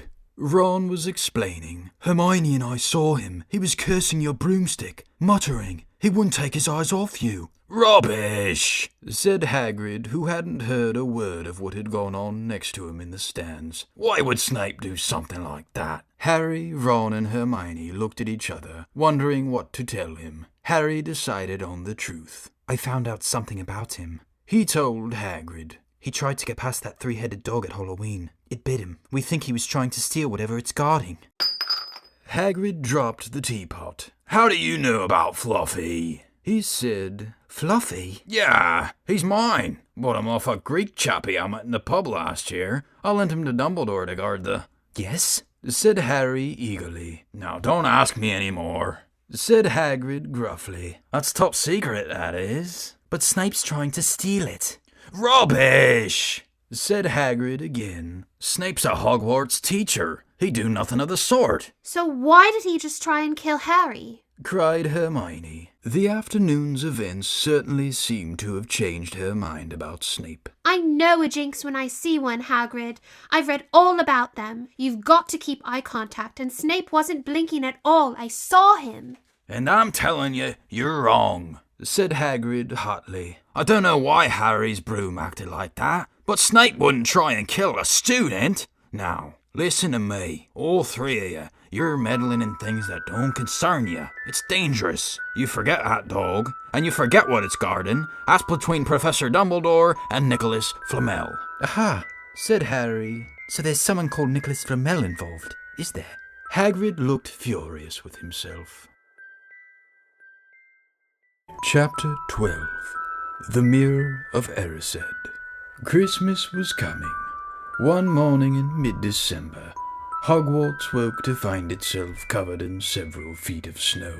The lake froze solid, and the Weasley twins were punished for bewitching several snowballs, so that they followed Quirrell around, bouncing off the back of his turban. The few owls that managed to battle their way through the stormy sky to deliver post had to be nursed back to health by Hagrid before they could fly off again. No one could wait for the holidays to start. While the Gryffindor common room and the Great Hall had roaring fires, the drafty corridors had become icy, and a bitter wind rattled the windows in the classrooms. Worst of all were Professor Snape's classes down in the dungeons, where the breath rose in a mist before them, and they kept as close as possible to the hot cauldrons. "I do feel so sorry," said Draco Malfoy, one potions class, "for all those people who have to stay at Hogwarts for Christmas because they're not wanted at home." He was looking over at Harry as he spoke. Crabbe and Goyle chuckled. Harry, who was measuring out powdered spine of lionfish, ignored them. Malfoy had been even more unpleasant than usual since the Quidditch match. Disgusted that Slytherin had lost, he had tried to get everyone laughing at how a wide-mouthed tree frog would be replacing Harry as Seeker next. Then he'd realized that nobody found this funny, because they were all so impressed at the way Harry had managed to stay on his bucking broomstick. So Malfoy, jealous and angry, had gone back to taunting Harry about having no proper family. It was true that Harry wasn't going back to Privet Drive for Christmas. Professor McGonagall had come round the week before, making a list of students who would be staying for the holidays, and Harry had signed up at once. He didn't feel sorry for himself at all. This would probably be the best Christmas he'd ever had. Ron and his brothers were staying too, because Mr. and Mrs. Weasley were going to Romania to visit Charlie. When they left the dungeons at the end of potions, they found a large fir tree blocking the corridor ahead. Two enormous feet sticking out the bottom, and a loud puffing sound told them that Hagrid was behind it. "Hi, Hagrid. Want any help?" Ron asked, sticking his head through the branches. "Nah, I'm all right. Thanks, Ron." "Would you mind moving out of the way?" came Malfoy's cold drawl from behind them. You trying to earn some extra money, Weasley? Hoping to be gamekeeper yourself when you leave Hogwarts, I suppose. That hut of Hagrid's must seem like a palace compared to what your family's used to. Ron dived at Malfoy just as Snape came up the stairs. Weasley! Ron let go of the front of Malfoy's robes. He was provoked, Professor, said Hagrid, sticking his huge hairy face out from behind the tree. Malfoy was insulting his family. Be that as it may, fighting is against Hogwarts rules, Hagrid, said Snape silkily. 5 points from Gryffindor, Weasley, and be grateful it isn't more. Move along, all of you. Malfoy, Crabbe, and Goyle pushed roughly past the tree, scattering needles everywhere and smirking. Oh, get him, said Ron, grinding his teeth at Malfoy's back. One of these days, I'll get him. I hate them both, said Harry, Malfoy and Snape. Come on, cheer up. It's nearly Christmas, said Hagrid. Tell you what, come with me and see the Great Hall. Looks a treat. So Harry, Ron, and Hermione followed Hagrid and his tree off to the Great Hall, where Professor McGonagall and Professor Flitwick were busy with the Christmas decorations. Hagrid, the last tree. Put it in the far corner, would you? The hall looked spectacular.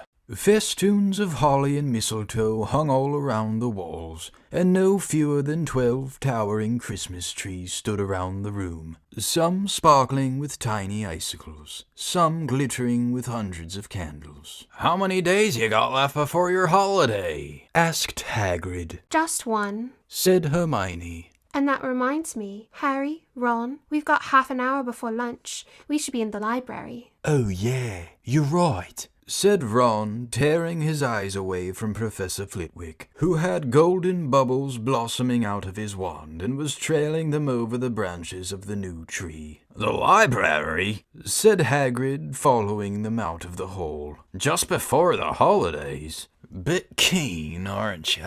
Oh, we're not working, Harry told him brightly. Ever since you mentioned Nicholas Flamel, we've been trying to find out who he is. You what? Hagrid looked shocked. Listen here, I've told you, drop it. It's nothing to you with that dog's garden. We just want to know who Nicholas Flamel is. That's all, said Hermione. Unless you'd like to tell us and save us the trouble, Harry added. We must have been through hundreds of books already, and we can't find him anywhere. Just give us a hint. I know I've read his name somewhere. I'm saying nothing, said Hagrid flatly. We just have to find out for ourselves then, said Ron. And they left Hagrid looking disgruntled, and hurried off to the library. They had indeed been searching books for Flamel's name ever since Hagrid let it slip, because how else were they going to find out what Snape was trying to steal? The trouble was, it was very hard to know where to begin, not knowing what Flamel might have done to get himself into a book. He wasn't in great wizards of the 20th century, or notable magical names of our time. He was missing, too, from important modern magical discoveries, and a study of recent developments in wizardry. And then, of course, there was the sheer size of the library. Tens of thousands of books, thousands of shelves, hundreds of narrow rows. Hermione took out a list of subjects and titles she had decided to search, while Ron strode off down a row of books and started pulling them off the shelves at random. Harry wandered over to the restricted section. He had been wondering for a while if Flamel wasn't somewhere in there. Unfortunately, you needed a specially signed note from one of the teachers to look in any of the restricted books, and he knew he'd never get one. These were the books containing powerful dark magic, never taught at Hogwarts, and only read by older students studying advanced defense against the dark arts. What are you looking for, boy? Nothing, said Harry. Madam Pince, the librarian, brandished a feather duster towards him. You'd better get out then. Go on, out. Wishing he'd been quicker at thinking up some story, Harry left the library. He, Ron, and Hermione had already agreed they'd better not ask Madam Pince where they could find Flamel. They were sure she'd be able to tell them, but they couldn't risk Snape hearing what they were up to. Harry waited outside in the corridor to see if the other two had found anything, but he wasn't very hopeful. They had been looking for a fortnight after all, but as they only had odd moments between lessons, it wasn't surprising they'd found nothing. What they really needed was a nice long search without Madam Pince breathing down their necks. 5 minutes later, Ron and Hermione joined him, shaking their heads. They went off to lunch. You will keep looking while I'm away, won't you? Said Hermione. And send me an owl if you find anything. And you could ask your parents if they know who Flamel is. Said Ron. It'd be safe to ask them. Very safe, as they're both dentists. Said Hermione. Once the holidays had started, Ron and Harry were having too good a time to think much about Flamel. They had the dormitory to themselves, and the common room was far emptier than usual, so they were able to get the good armchairs by the fire. They sat by the hour, eating anything they could spear on a toasting fork. Bread, crumpets, marshmallows, and plotting ways of getting Malfoy expelled, which were fun to talk about even if they wouldn't work. Ron also started teaching Harry wizard chess. This was exactly like Muggle chess, except that the figures were alive, which made it a lot like directing troops in battle. Ron's set was very old and battered. Like everything else he owned, it had once belonged to someone else in his family. In this case, his grandfather. However, old chessmen weren't a drawback at all. Ron knew them so well he never had trouble getting them to do what he wanted. Harry played with chessmen Seamus Finnegan had lent him, and they didn't trust him at all. He wasn't a very good player yet, and they kept shouting different bits of advice at him, which was confusing. Don't send me there. Can't you see his knight? Send him. We can afford to lose him. On Christmas Eve, Harry went to bed looking forward to the next day, for the food and the fun, but not expecting any presents at all. When he woke early next morning, however, the first thing he saw was a small pile of packages at the foot of his bed. Happy Christmas, said Ron sleepily, as Harry scrambled out of bed and pulled on his dressing gown. You too, said Harry. Will you look at this? I've got some presents. What did you expect, turnips? Said Ron, turning to his own pile, which was a lot bigger than Harry's. Harry picked up the top parcel. It was wrapped in thick brown paper, and scrawled across it was, "To Harry from Hagrid." Inside was a roughly cut wooden flute. Hagrid obviously whittled it himself. Harry blew it. It sounded a bit like an owl. A second, very small parcel contained a note. "We received your message and enclose your Christmas present from Uncle Vernon and Aunt Petunia." Taped to the note was a 50-pence piece. That's friendly, said Harry. Ron was fascinated by the 50 pence. Weird, he said. What a shape. This is money?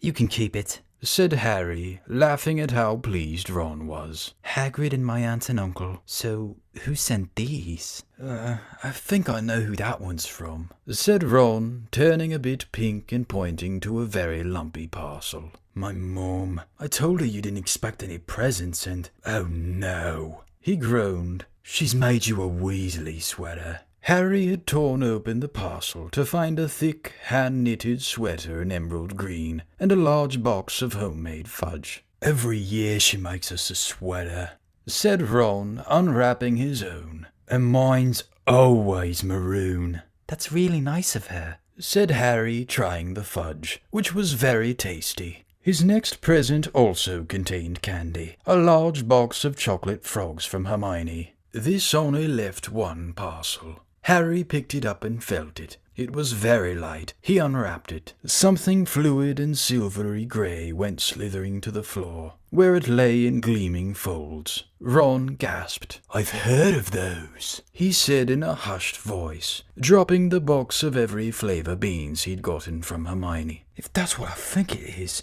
they're really rare and really valuable." What is it? Harry picked the shining, silvery cloth off the floor. It was strange to the touch, like water woven into material. "It's an invisibility cloak," said Ron, a look of awe on his face. "I'm sure it is. Try it on." Harry threw the cloak around his shoulders, and Ron gave a yell. "It is! Look down!" Harry looked down at his feet. but they were gone. He dashed to the mirror. Sure enough, his reflection looked back at him, just his head suspended in midair, his body completely invisible. He pulled the cloak over his head, and his reflection vanished completely. "There's a note," said Ron suddenly. "A note fell out of it." Harry pulled off the cloak and seized the letter. Written in narrow, loopy writing he had never seen before were the following words. "Your father left this in my possession before he died. It is time it was returned to you. Use it well. A very Merry Christmas to you." There was no signature. Harry stared at the note. Ron was admiring the cloak. "I'd give anything for one of these," he said. "Anything. What's the matter?" "Nothing," said Harry. He felt very strange. Who had sent the cloak? Had it really once belonged to his father? Before he could say or think anything else, the dormitory door was flung open, and Fred and George Weasley bounded in. Harry stuffed the cloak quickly out of sight. He didn't feel like sharing it with anyone else yet. "Merry Christmas! Hey, look, Harry's got a Weasley sweater too." Fred and George were wearing blue sweaters, one with a large yellow F on it, the other with a G. "Harry's is better than ours, though," said Fred, holding up Harry's sweater. "She obviously makes more of an effort if you're not family." "Why aren't you wearing yours, Ron?" George demanded. "Come on, get it on. They're lovely and warm." I hate maroon," Ron moaned half-heartedly as he pulled it over his head. "You haven't got a letter on yours," George observed. "I suppose she thinks you don't forget your name, but we're not stupid. We know we're called Gred and Forge. What's all this noise?" Percy Weasley stuck his head through the door, looking disapproving. He had clearly gotten halfway through unwrapping his presents as he, too, carried a lumpy sweater over his arm, which Fred seized. "P for prefect. Get it on, Percy, come on. We're all wearing ours. Even Harry got one." "I don't want," said Percy thickly, as the twins forced the sweater over his head, knocking his glasses askew. "And you're not sitting with the prefects today either," said George. "Christmas is a time for family." They frog-marched Percy from the room, his arms pinned to his side by his sweater. Harry had never in all his life had such a Christmas dinner. 100 fat roast turkeys, mountains of roast and boiled potatoes, platters of chipolatas, tureens of buttered peas, silver boats of thick, rich gravy and cranberry sauce, and stacks of wizard crackers every few feet along the table. These fantastic party favors were nothing like the feeble muggle ones that the Dursleys usually bought, with their little plastic toys and their flimsy paper hats inside. Harry pulled a wizard cracker with Fred, and it didn't just bang. It went off with a blast like a cannon, and engulfed them all in a cloud of blue smoke, while from the inside exploded a rear admiral's hat, and several live white mice. Up at the high table, Dumbledore had swapped his pointed wizard's hat for a flowered bonnet, and was chuckling merrily at a joke Professor Flitwick had just read him. Flaming Christmas puddings followed the turkey. Percy nearly broke his teeth on a silver sickle embedded in his slice. Harry watched Hagrid getting redder and redder in the face as he called for more wine, finally kissing Professor McGonagall on the cheek, who, to Harry's amazement, giggled and blushed, her top hat lopsided. When Harry finally left the table, he was laden down with a stack of things out of the crackers, including a pack of non-explodable luminous balloons, a grow-your-own warts kit, and his own new wizard chess set. The white mice had disappeared, and Harry had a nasty feeling they were going to end up as Mrs. Norris's Christmas dinner. Harry and the Weasleys spent a happy afternoon having a furious snowball fight on the grounds. Then, cold, wet, and gasping for breath, they returned to the fire in the Gryffindor common room, where Harry broke in his new chess set by losing spectacularly to Ron. He suspected he wouldn't have lost so badly if Percy hadn't tried to help him so much. After a meal of turkey sandwiches, crumpets, trifle, and Christmas cake, everyone felt too full and sleepy to do much before bed, except sit and watch Percy chase Fred and George all over Gryffindor Tower because they'd stolen his prefect badge. It had been Harry's best Christmas day ever, yet something had been nagging at the back of his mind all day. Not until he climbed into bed was he free to think about it. The invisibility cloak and whoever had sent it. Ron, full of turkey and cake and with nothing mysterious to bother him, fell asleep almost as soon as he'd drawn the curtains of his four-poster. Harry leaned over the side of his own bed and pulled the cloak out from under it. His father's. This had been his father's. He let the material flow over his hands, smoother than silk, light as air. Use it well, the note had said. He had to try it now. He slipped out of bed and wrapped the cloak around himself. Looking down at his legs, he saw only moonlight and shadows. It was a very funny feeling. Use it well. Suddenly, Harry felt wide awake. The whole of Hogwarts was open to him in this cloak. Excitement flooded through him as he stood there in the dark and silence. He could go anywhere in this, anywhere, and Filch would never know. Ron grunted in his sleep. Should Harry wake him? Something held him back. His father's cloak. He felt that this time, the first time, he wanted to use it alone. He crept out of the dormitory, down the stairs, across the common room, and climbed through the portrait hole. "Who's there?" Squawked the fat lady. Harry said nothing. He walked quickly down the corridor. Where should he go? He stopped, his heart racing, and thought. And then it came to him. The restricted section in the library. He'd be able to read as long as he liked, as long as it took to find out who Flamel was. He set off, drawing the invisibility cloak tight around him as he walked. The library was pitch black and very eerie. Harry lit a lamp to see his way along the rows of books. The lamp looked as if it was floating along in mid-air, and even though Harry could feel his arms supporting it, the sight gave him the creeps. The restricted section was right at the back of the library. Stepping carefully over the rope that separated these books from the rest of the library, he held up his lamp to read the titles. They didn't tell him much. Their peeling, faded gold letters spelled words in languages Harry couldn't understand. Some had no title at all. One book had a dark stain on it that looked horribly like blood. The hairs on the back of Harry's neck prickled. Maybe he was imagining it, maybe not, but he thought a faint whispering was coming from the books, as though they knew someone was there who shouldn't be. He had to start somewhere. Setting the lamp down carefully on the floor, he looked along the bottom shelf for an interesting-looking book. A large black and silver volume caught his eye. He pulled it out with difficulty because it was very heavy, and balancing it on his knee, let it fall open. A piercing, blood-curdling shriek split the silence.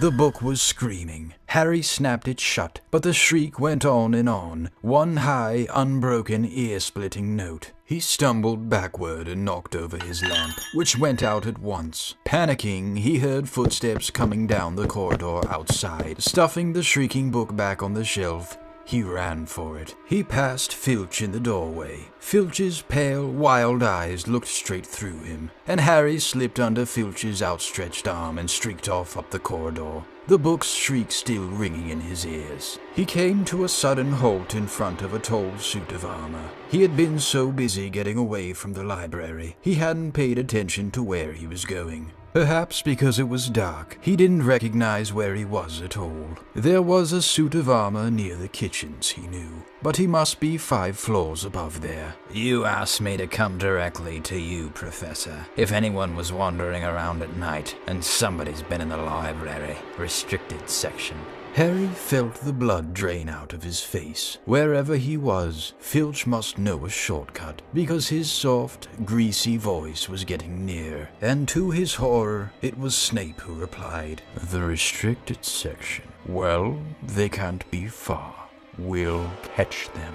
Harry stood rooted to the spot as Filch and Snape came around the corner ahead. They couldn't see him, of course, but it was a narrow corridor, and if they came much nearer, they'd knock right into him. The cloak didn't stop him from being solid. He backed away as quietly as he could. A door stood ajar to his left. It was his only hope. He squeezed through it, holding his breath, trying not to move it, and to his relief, he managed to get inside the room without their noticing anything. They walked straight past, and Harry leaned against the wall, breathing deeply, listening to their footsteps dying away. That had been close, very close. It was a few seconds before he had noticed anything about the room he had hidden in. It looked like an unused classroom. The dark shapes of desks and chairs were piled against the walls, and there was an upturned wastepaper basket. But propped against the wall facing him was something that didn't look as if it belonged there. Something that looked as if someone had just put it there to keep it out of the way. It was a magnificent mirror, as high as the ceiling, with an ornate gold frame standing on two clawed feet. There was an inscription carved around the top.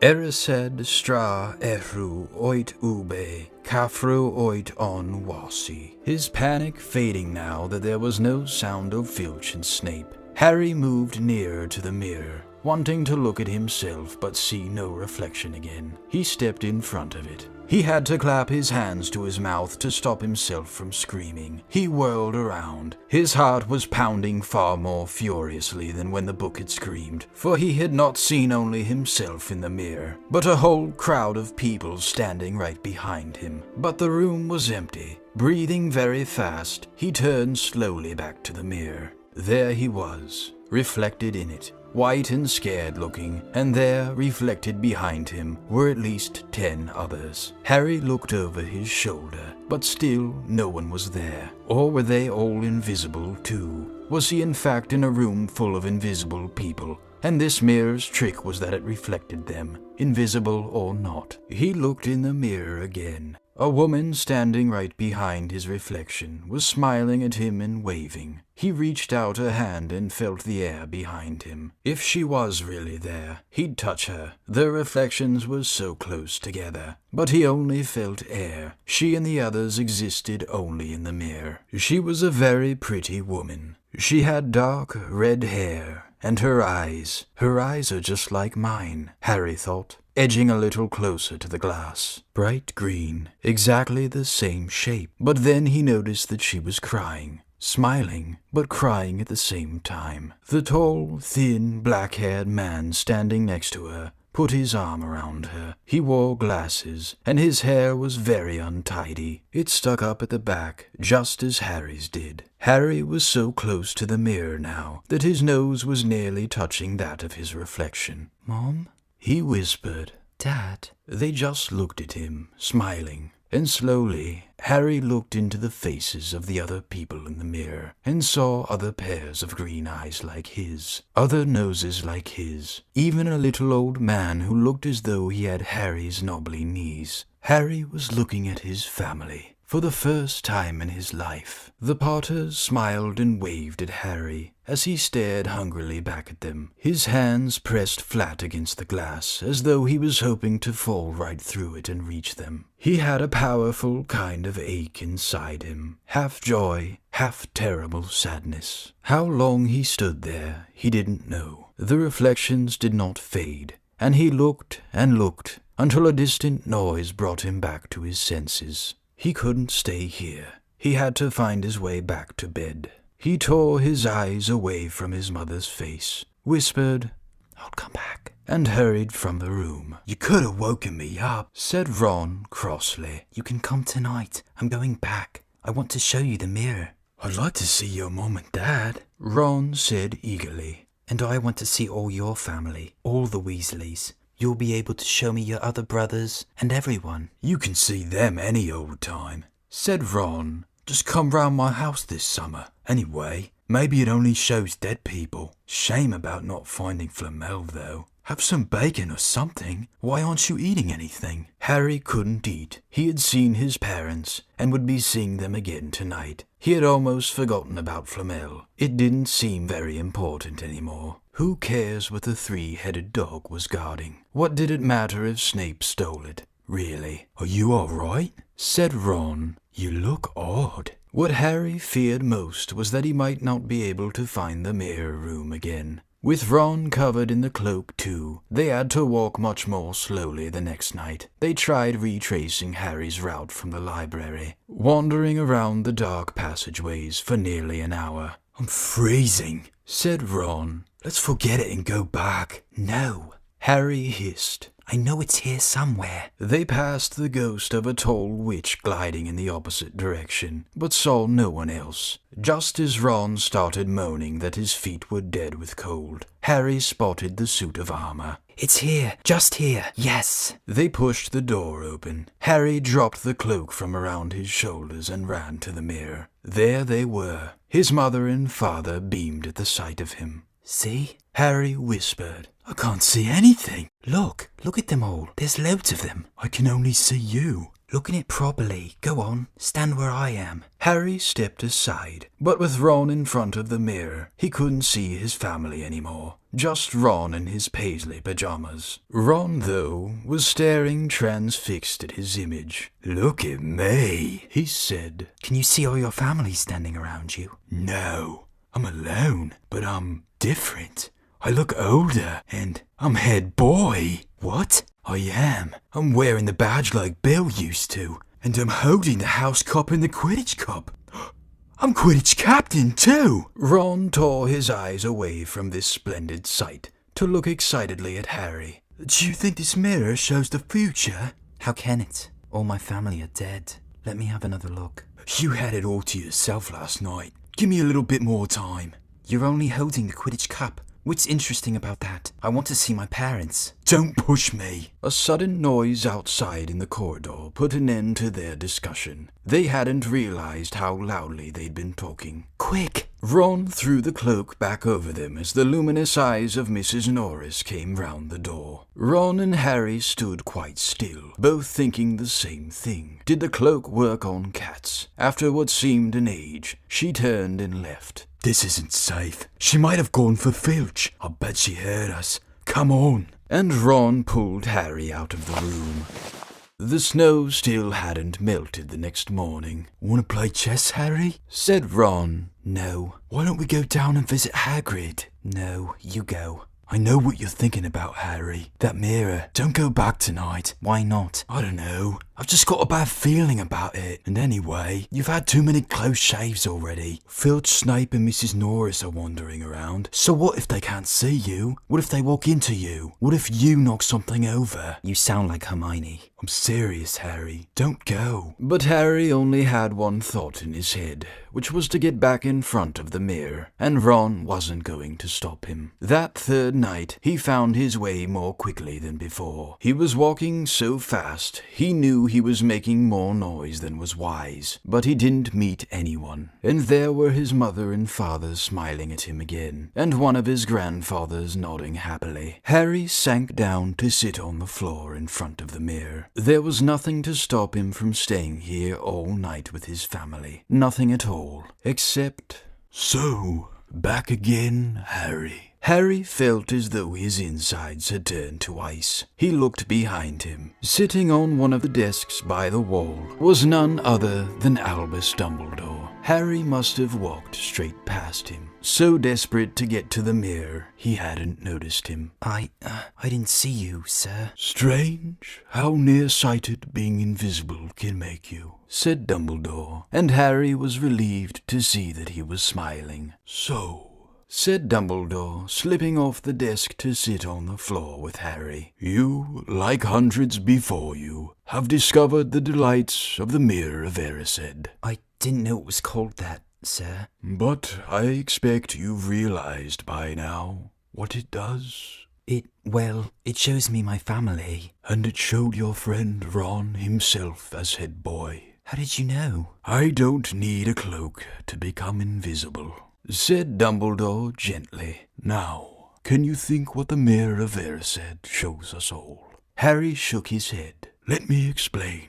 The happiest man on earth would be able to use the Mirror of Erised like a normal mirror. That is, he would look into it and see himself exactly as he is. Does that help? Harry thought. Then he said slowly, It shows us what we want, whatever we want. Yes and no, said Dumbledore quietly. It shows us nothing more or less than the deepest, most desperate desire of our hearts. You, who have never known your family, see them standing around you. Ronald Weasley, who has always been overshadowed by his brothers, sees himself standing alone, the best of all of them. However, this mirror will give us neither knowledge or truth. Men have wasted away before it, entranced by what they have seen, or been driven mad, not knowing if what it shows is real or even possible. The mirror will be moved to a new home tomorrow, Harry, and I ask you not to go looking for it again. If you ever do run across it, you will now be prepared. It does not do to dwell on dreams and forget to live. Remember that. Now, why don't you put that admirable cloak back on and get off to bed? Harry stood up. Sir, Professor Dumbledore, can I ask you something? Obviously, you've just done so. Dumbledore smiled. You may ask me one more thing, however. What do you see when you look in the mirror? I see myself holding a pair of thick woolen socks. Harry stared. One can never have enough socks, said Dumbledore. Another Christmas has come and gone, and I didn't get a single pair. People will insist on giving me books. It was only when he was back in bed that it struck Harry that Dumbledore might not have been quite truthful. But then, he thought, as he shoved Scabbers off his pillow, it had been quite a personal question. Chapter 13. Nicholas Flamel. Dumbledore had convinced Harry not to go looking for the Mirror of Erised again, and for the rest of the Christmas holidays, the invisibility cloak stayed folded at the bottom of his trunk. Harry wished he could forget what he'd seen in the mirror as easily, but he couldn't. He started having nightmares. Over and over again he dreamed about his parents disappearing in a flash of green light, while a high voice cackled with laughter. You see? Dumbledore was right. That mirror could drive you mad, said Ron when Harry told him about these dreams. Hermione, who came back the day before term started, took a different view of things. She was torn between horror at the idea of Harry being out of bed, roaming the school 3 nights in a row, If Filch had caught you, and disappointment that he hadn't at least found out who Nicholas Flamel was. They had almost given up hope of ever finding Flamel in a library book, even though Harry was still sure he'd read the name somewhere. Once term had started, they were back to skimming through books for 10 minutes during their breaks. Harry had even less time than the other two, because Quidditch practice had started again. Wood was working the team harder than ever. Even the endless rain that had replaced the snow couldn't dampen his spirits. The Weasleys complained that Wood was becoming a fanatic, but Harry was on Wood's side. If they won their next match against Hufflepuff, they would overtake Slytherin in the House Championship for the first time in 7 years. Quite apart from wanting to win, Harry found that he had fewer nightmares when he was tired out after training. Then, during one particularly wet and muddy practice session, Wood gave the team a bit of bad news. He'd just gotten very angry with the Weasleys, who kept dive-bombing each other and pretending to fall off their brooms. Will you stop messing around? He yelled. That's exactly the sort of thing that'll lose us the match. Snape's refereeing this time, and he'll be looking for any excuse to knock points off Gryffindor. George Weasley really did fall off his broom at these words. Snape's refereeing? He spluttered through a mouthful of mud. When's he ever refereed a Quidditch match? He's not going to be fair if we might overtake Slytherin. The rest of the team landed next to George to complain too. It's not my fault, said Wood. We've just got to make sure we play a clean game, so Snape hasn't got an excuse to pick on us. Which was all very well, thought Harry, but he had another reason for not wanting Snape near him while he was playing Quidditch. The rest of the team hung back to talk to one another as usual at the end of practice, but Harry headed straight back to the Gryffindor common room, where he found Ron and Hermione playing chess. Chess was the only thing Hermione ever lost at, something Harry and Ron thought was very good for her. "Don't talk to me for a moment," said Ron when Harry sat down next to him. "I need to concentrate." He caught sight of Harry's face. "What's the matter with you? You look terrible." Speaking quietly so that no one else would hear, Harry told the other two about Snape's sudden, sinister desire to be a Quidditch referee. Don't play, said Hermione at once. "Say you're ill," said Ron. Pretend to break your leg, Hermione suggested. "Really break your leg," said Ron. "I can't," said Harry. "There isn't a reserve seeker. If I back out, Gryffindor can't play at all." At that moment, Neville toppled into the common room. How he had managed to climb through the portrait hole was anyone's guess, because his legs had been stuck together with what they recognized at once as the leg locker curse. He must have had to bunny hop all the way up to Gryffindor Tower. Everyone fell over laughing except Hermione, who leapt up and performed the counter curse. Neville's legs sprang apart, and he got to his feet, trembling.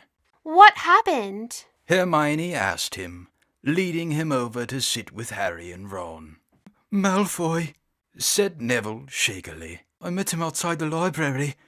He said he'd been looking for someone to practice that on." Go to Professor McGonagall. Hermione urged Neville. Report him. Neville shook his head. "I don't want more trouble." He mumbled. "You've got to stand up to him, Neville," said Ron. "He's used to walking all over people, but that's no reason to lie down in front of him and make it easier." "There's no reason to tell me I'm not brave enough to be in Gryffindor.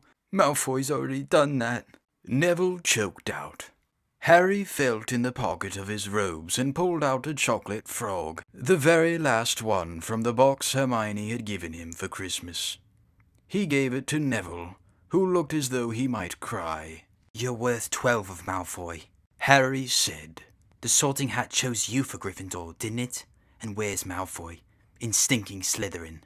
Neville's lips twitched in a weak smile as he unwrapped the frog. "Thanks, Harry. I think I'll go to bed. Do you want the card? You collect them, don't you?" As Neville walked away, Harry looked at the famous wizard card. "Dumbledore again," he said.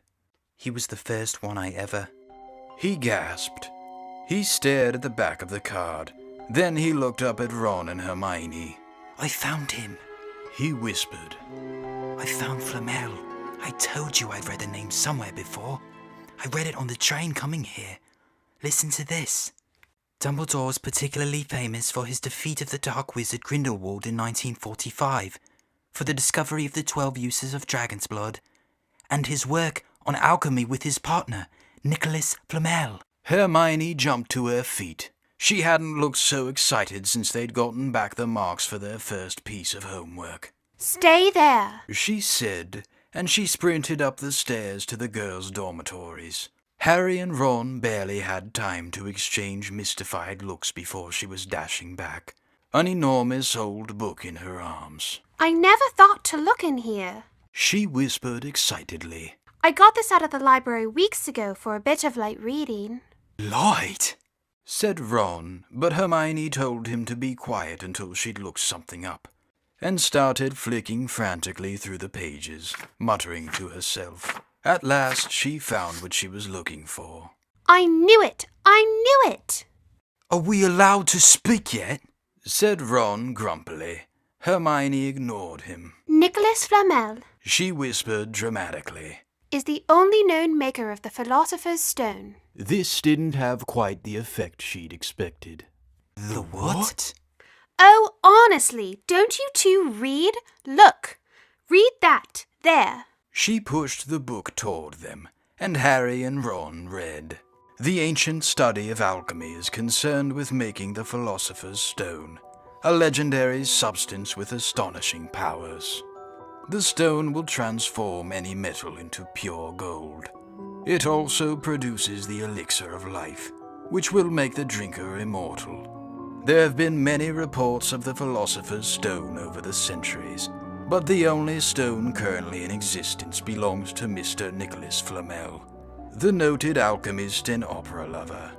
Mr. Flamel, who celebrated his 665th birthday last year, enjoys a quiet life in Devon with his wife, Perenelle, 658. See? Said Hermione when Harry and Ron had finished. The dog must be guarding Flamel's Philosopher's Stone. I bet he asked Dumbledore to keep it safe for him. Because they're friends, and he knew someone was after it. That's why he wanted the stone moved out of Gringotts. A stone that makes gold and stops you ever dying, said Harry. No wonder Snape's after it. Anyone would want it. And no wonder we couldn't find Flamel in the study of recent developments in wizardry, said Ron. He's not exactly recent if he's 665, is he? The next morning in defense against the dark arts, while copying down different ways of treating werewolf bites, Harry and Ron were still discussing what they'd do with a Philosopher's Stone if they had one. It wasn't until Ron said he'd buy his own Quidditch team that Harry remembered about Snape in the coming match. I'm going to play, he told Ron and Hermione. If I don't, all the Slytherins will think I'm just too scared to face Snape. I'll show them. It'll really wipe the smiles off their faces if we win. Just as long as we're not wiping you off the field, said Hermione. As the match drew near, however, Harry became more and more nervous, whatever he told Ron and Hermione. The rest of the team wasn't too calm either. The idea of overtaking Slytherin in the house championship was wonderful. No one had done it for 7 years, but would they be allowed to, with such a biased referee? Harry didn't know whether he was imagining it or not, but he seemed to keep running into Snape wherever he went. At times he even wondered whether Snape was following him, trying to catch him on his own. Potions lessons were turning into a sort of weekly torture. Snape was so horrible to Harry. Could Snape possibly know they'd found out about the Philosopher's Stone? Harry didn't see how he could. Yet he sometimes had the horrible feeling that Snape could read minds. Harry knew, when they wished him good luck outside the locker rooms the next afternoon, that Ron and Hermione were wondering whether they'd ever see him alive again. This wasn't what you'd call comforting. Harry hardly heard a word of Wood's pep talk as he pulled on his Quidditch robes and picked up his Nimbus 2000. Ron and Hermione, meanwhile, had found a place in the stands next to Neville, who couldn't understand why they looked so grim and worried, or why they had both brought their wands to the match. Little did Harry know that Ron and Hermione had been secretly practicing the leg locker curse. They'd gotten the idea from Malfoy using it on Neville, and were ready to use it on Snape if he showed any sign of wanting to hurt Harry. Now don't forget it's locomotor mortis, Hermione muttered as Ron slipped his wand up his sleeve. I know, Ron snapped. Don't nag. Back in the locker room, Wood had taken Harry aside. Don't want to pressure you, Potter, but if we ever need an early capture of the snitch, it's now. Finish the game before Snape can favor Hufflepuff too much. The whole school's out there, said Fred Weasley, peering out of the door. Even blimey, Dumbledore's come to watch. Harry's heart did a somersault. Dumbledore, he said, dashing to the door to make sure. Fred was right. There was no mistaking that silver beard. Harry could have laughed out loud with relief. He was safe. There was simply no way that Snape would dare to try to hurt him if Dumbledore was watching. Perhaps that was why Snape was looking so angry as the teams marched on to the pitch, something that Ron noticed too. I've never seen Snape look so mean, he told Hermione. Look, they're off. Ouch! Someone had poked Ron in the back of the head. It was Malfoy. Oh, sorry, Weasley. Didn't see you there. Malfoy grinned broadly at Crabbe and Goyle. Wonder how long Potter's going to stay on his broom this time. Anyone want to bet? What about you, Weasley? Ron didn't answer. Snape had just awarded Hufflepuff a penalty because George Weasley had hit a bludger at him. Hermione, who had all her fingers crossed in her lap, was squinting fixedly at Harry, who was circling the game like a hawk, looking for the snitch. You know how I think they choose people for the Gryffindor team, said Malfoy loudly a few minutes later, as Snape awarded Hufflepuff another penalty, for no reason at all. It's people they feel sorry for. See, there's Potter, who's got no parents. Then there's the Weasleys, who've got no money. You should be on the team, Longbottom. You've got no brains. Neville went bright red, but turned in his seat to face Malfoy. I'm worth 12 of you, Malfoy, he stammered. Malfoy, Crabbe, and Goyle howled with laughter, but Ron, still not daring to take his eyes from the game, said, "You tell them, Neville." Longbottom, if brains were gold, you'd be poorer than Weasley, and that's saying something. Ron's nerves were already stretched to the breaking point with anxiety about Harry. "I'm warning you, Malfoy, one more word," Ron! said Hermione suddenly. Harry! What? Where? Harry had suddenly gone into a spectacular dive, which drew gasps and cheers from the crowd. Hermione stood up, her crossed fingers in her mouth, as Harry streaked towards the ground like a bullet. You're in luck, Weasley. Potter's obviously spotted some money on the ground, said Malfoy. Ron snapped. Before Malfoy knew what was happening, Ron was on top of him, wrestling him to the ground. Neville hesitated, then clambered over the back of his seat to help. Come on, Harry! Hermione screamed, leaping onto her seat to watch, as Harry sped straight at Snape. She didn't even notice Malfoy and Ron rolling around under her seat, or the scuffles and yelps coming from the whirl of fists that was Neville, Crabbe, and Goyle. Up in the air, Snape turned on his broomstick just in time to see something scarlet shoot past him, missing him by inches. The next second, Harry had pulled out of the dive, his arm raised in triumph, the snitch clasped in his hand. The stands erupted. It had to be a record. No one could ever remember the snitch being caught so quickly. Ron! Where are you? The game's over! Harry's won, we've won, Gryffindor's in the lead! Shrieked Hermione, dancing up and down on her seat and hugging Parvati Patil in the row in front. Harry jumped off his broom, a foot from the ground. He couldn't believe it. He'd done it. The game was over. It had barely lasted 5 minutes. As Gryffindors came spilling onto the pitch, he saw Snape land nearby, white-faced and tight-lipped. Then Harry felt a hand on his shoulder and looked up into Dumbledore's smiling face. "Well done," said Dumbledore quietly, so that only Harry could hear. "Nice to see you haven't been brooding about that mirror. Been keeping busy. Excellent." Snape spat bitterly on the ground. Harry left the locker room alone some time later, to take his Nimbus 2000 back to the broom shed. He couldn't ever remember feeling happier. He'd really done something to be proud of now. No one could say he was just a famous name anymore. The evening air had never smelled so sweet. He walked over the damp grass, reliving the last hour in his head, which was a happy blur. Gryffindors running to lift him onto their shoulders. Ron and Hermione in the distance, jumping up and down, Ron cheering through a heavy nosebleed. Harry had reached the shed. He leaned against the wooden door and looked up at Hogwarts, with its windows glowing red in the setting sun. Gryffindor in the lead. He'd done it. He'd shown Snape. And speaking of Snape, a hooded figure came swiftly down the front steps of the castle. Clearly not wanting to be seen, it walked as fast as possible toward the Forbidden Forest. Harry's victory faded from his mind as he watched. He recognized the figure's prowling walk. Snape, sneaking into the forest while everyone else was at dinner. What was going on? Harry jumped back on his Nimbus 2000 and took off.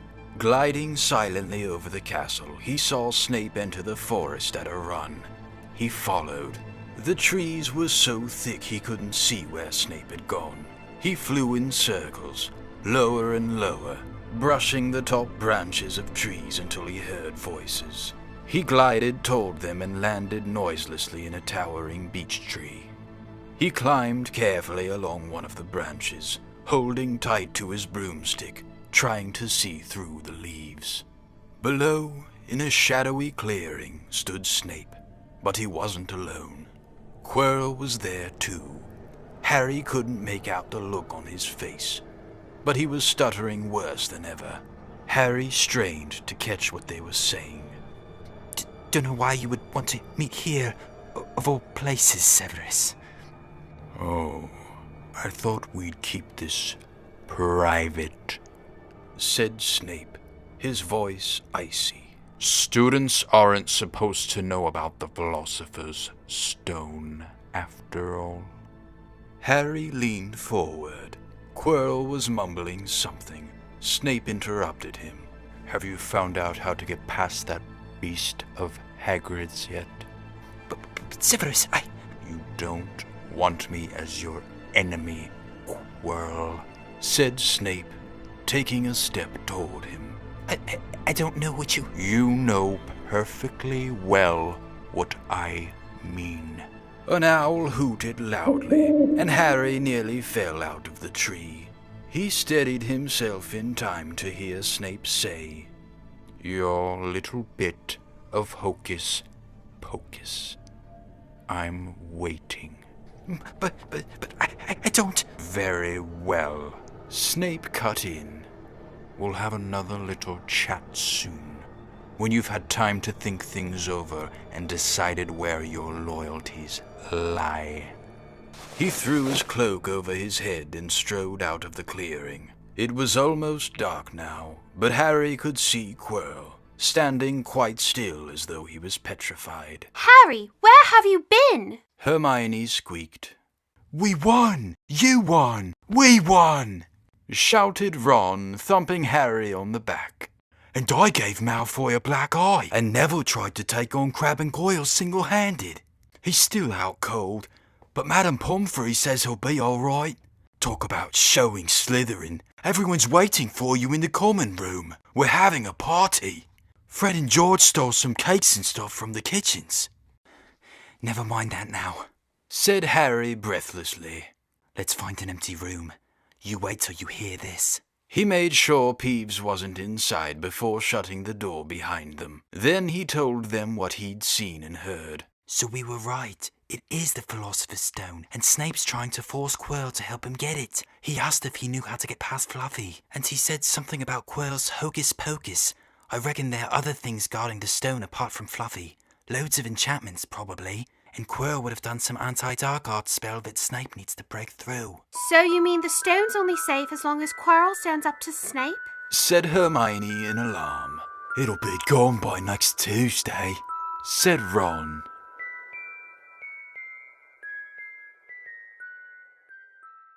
Chapter 14. Norbert, the Norwegian Ridgeback. Quirrell, however, must have been braver than they'd thought. In the weeks that followed, he did seem to be getting paler and thinner, but it didn't look as though he'd cracked yet. Every time they passed the third-floor corridor, Harry, Ron, and Hermione would press their ears to the door to check that Fluffy was still growling inside. Snape was sweeping about in his usual bad temper, which surely meant that the stone was still safe. Whenever Harry passed Quirrell these days, he gave him an encouraging sort of smile, and Ron started telling people off for laughing at Quirrell's stutter. Hermione, however, had more on her mind than the Philosopher's Stone. She had started drawing up study schedules and color-coding all her notes. Harry and Ron wouldn't have minded, but she kept nagging them to do the same. Hermione, the exams are ages away. 10 weeks. Hermione snapped. That's not ages. That's like a second to Nicholas Flamel. But we're not 600 years old, Ron reminded her. Anyway, what are you studying for? You already know it all. What am I studying for? Are you crazy? You realize we need to pass these exams to get into the second year. They're very important. I should have started studying a month ago. I don't know what's gotten into me. Unfortunately, the teachers seemed to be thinking along the same lines as Hermione. They piled so much homework on them that the Easter holidays weren't nearly as fun as the Christmas ones. It was hard to relax with Hermione next to you reciting the 12 uses of dragon's blood or practicing wand movements. Moaning and yawning, Harry and Ron spent most of their free time in the library with her, trying to get through all their extra work. I'll never remember this. Ron burst out one afternoon, throwing down his quill and looking longingly out the library window. It was the first really fine day they'd had in months. The sky was a clear, forget-me-not blue, and there was a feeling in the air of summer coming. Harry, who was looking up, didn't he, in 1000 magical herbs and fungi, didn't look up until he heard Ron say, Hagrid, what are you doing in the library? Hagrid shuffled into view, hiding something behind his back. He looked very out of place in his moleskin overcoat.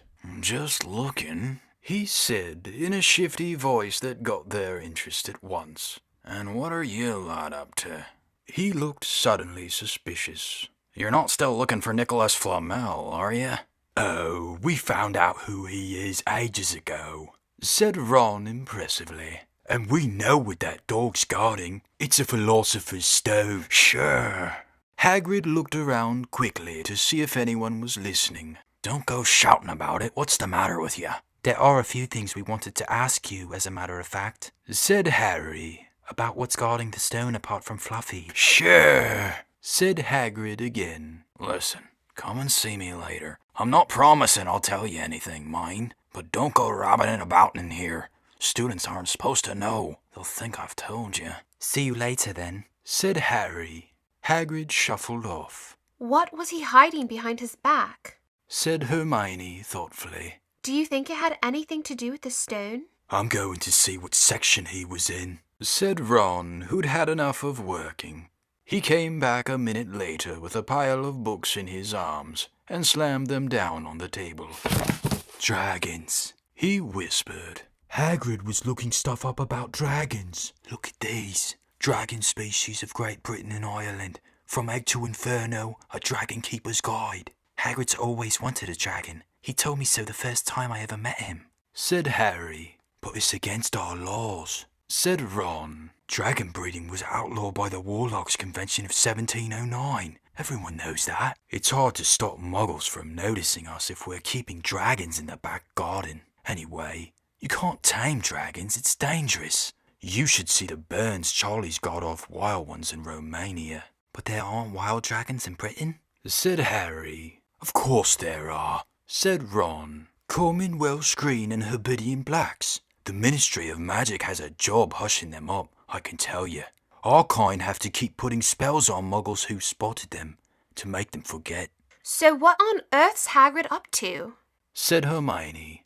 When they knocked on the door of the gamekeeper's hut an hour later, they were surprised to see that all the curtains were closed. Hagrid called, "Who is it?" before he let them in, and then shut the door quickly behind them. It was stifling hot inside. Even though it was such a warm day, there was a blazing fire in the grate. Hagrid made them tea and offered them stoat sandwiches, which they refused. "So, you wanted to ask me something?" "Yes," said Harry. There was no point in beating around the bush. "We were wondering if you could tell us what's guarding the Philosopher's Stone apart from Fluffy." Hagrid frowned at him. "Well, of course I can't," he said. "Number 1, I don't know myself. Number 2, you know too much already, so I wouldn't tell you if I could. That stone's here for a good reason. It was almost stolen out of Gringotts. I suppose you've worked that out and all. Beats me how you even know about Fluffy." Oh, come on, Hagrid. You might not want to tell us, but you do know. You know everything that goes on round here, said Hermione in a warm, flattering voice. Hagrid's beard twitched, and they could tell he was smiling. We only wondered who had done the guarding, really. Hermione went on. We wondered who Dumbledore had trusted enough to help him, apart from you. Hagrid's chest swelled at these last words. Harry and Ron beamed at Hermione. Well, I don't suppose it could hurt to tell you that. Let's see. He borrowed Fluffy from me. Then some of the teachers did enchantments. Professor Sprout, Professor Flitwick, Professor McGonagall. He ticked them off on his fingers. Professor Quirrell, and Dumbledore himself did something, of course. Hang on, I've forgotten someone. Oh yeah, Professor Snape. Snape? Yeah, you're not still on about that, are ya? Look, Snape helped protect the stone. He's not about to steal it. Harry knew Ron and Hermione were thinking the same thing as he was. If Snape had been in on protecting the stone, it must have been easy to find out how the other teachers had guarded it. He probably knew everything, except, it seemed, Quirrell's spell and how to get past Fluffy. You're the only one who knows how to get past Fluffy, aren't you, Hagrid? Said Harry anxiously. And you wouldn't tell anyone, would you? Not even one of the teachers? Not a soul knows except for me and Dumbledore, said Hagrid proudly. Well, that's something. Harry muttered to the others. Hagrid, can we have a window open? I'm boiling. I can't, Harry. Sorry, said Hagrid. Harry noticed him glance at the fire. Harry looked at it too. Hagrid, what's that? But he already knew what it was.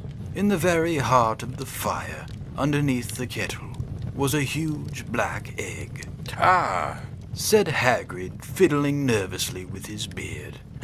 That's her. Where did you get it, Hagrid? Said Ron, crouching over the fire to get a closer look at the egg. It must have cost you a fortune. Won it? Said Hagrid.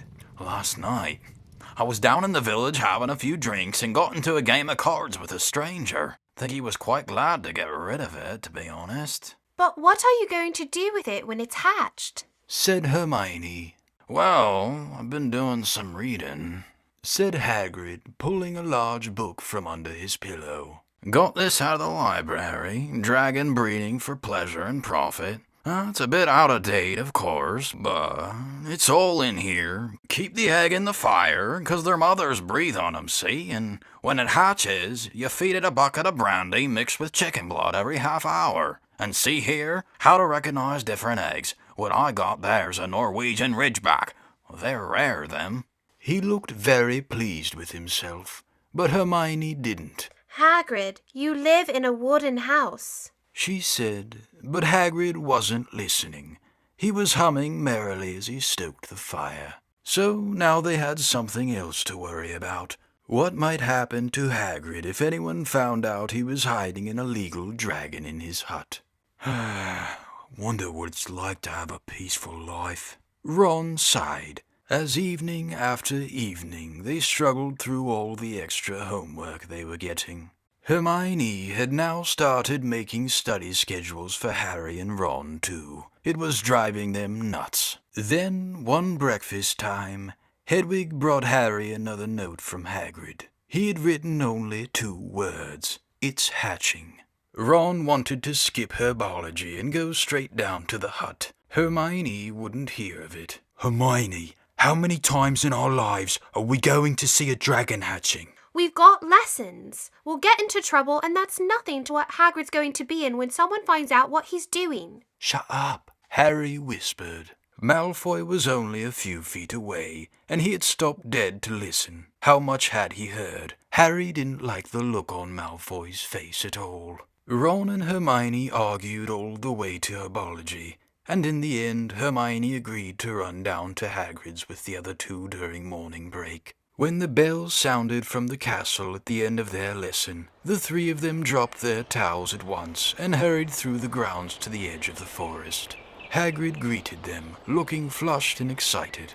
It's nearly out. He ushered them inside. The egg was lying on the table. There were deep cracks in it. Something was moving inside. A funny clinking noise was coming from it. They all drew their chairs up to the table and watched with bated breath. All at once there was a scraping noise, and the egg split open. The baby dragon flopped onto the table. It wasn't exactly pretty. Harry thought it looked like a crumpled black umbrella. Its spiny wings were huge compared to its skinny jet body. It had a long snout with wide nostrils, the stubs of horns and bulging orange eyes. It sneezed. A couple of sparks flew out of its snout. "Isn't he beautiful?" Hagrid murmured. He reached out a hand to stroke the dragon's head. It snapped at his fingers, showing pointed fangs. "Bless him. Look, he knows his mummy," said Hagrid. Hagrid, Said Hermione. how fast do Norwegian Ridgebacks grow exactly? Hagrid was about to answer when the colour suddenly drained from his face. He leapt to his feet and ran to the window. What's the matter? Someone was looking through the gap in the curtains. It's a kid. He's running back up to the school. Harry bolted to the door and looked out. Even at a distance, there was no mistaking him. Malfoy had seen the dragon. Something about the smile lurking on Malfoy's face during the next week made Harry, Ron, and Hermione very nervous. They spent most of their free time in Hagrid's darkened hut, trying to reason with him. Just let him go, Harry urged. set him free. I can't, Said Hagrid. He's too little. He'd die. They looked at the dragon. It had grown 3 times in length in just a week. Smoke kept furling out of its nostrils. Hagrid hadn't been doing his gamekeeping duties because the dragon was keeping him so busy. There were empty brandy bottles and chicken feathers all over the floor. I've decided to call him Norbert, said Hagrid, looking at the dragon with misty eyes. He really knows me now. Watch. Norbert, Norbert, where's Mommy? He's lost his marbles, Ron muttered in Harry's ear. Hagrid, Said Harry loudly. give it 2 weeks and Norbert's going to be as long as your house. Malfoy could go to Dumbledore at any moment. Hagrid bit his lip. I know I can't keep him forever, but I can't just dump him. I can't. Harry suddenly turned to Ron. Charlie, He said. You're losing it too. Said Ron. I'm Ron, remember? no, Charlie, your brother Charlie. In Romania, studying dragons, we can send Norbert to him. Charlie can take care of him and then put him back in the wild. Brilliant. Said Ron. How about it, Hagrid? And in the end, Hagrid agreed that they could send an owl to Charlie to ask him. The following week dragged by. Wednesday night found Hermione and Harry sitting alone in the common room, long after everyone else had gone to bed. The clock on the wall had just chimed midnight when the portrait hole burst open. Ron appeared out of nowhere as he pulled off Harry's invisibility cloak. He had been down at Hagrid's hut, helping him feed Norbert, who was now eating dead rats by the crate. It bit me, he said, showing them his hand, which was wrapped in a bloody handkerchief. I'm not going to be able to hold a quill for a week. I tell you, that dragon's the most horrible animal I've ever met. But the way Hagrid goes on about it, you'd think it was a fluffy little bunny rabbit. When it bit me, he told me off for frightening it. And when I left, he was singing it a lullaby. There was a tap on the dark window. It's Hedwig, Said Harry, hurrying to let her in. she'll have Charlie's answer. The 3 of them put their heads together to read the note. Dear Ron, how are you? Thanks for the letter.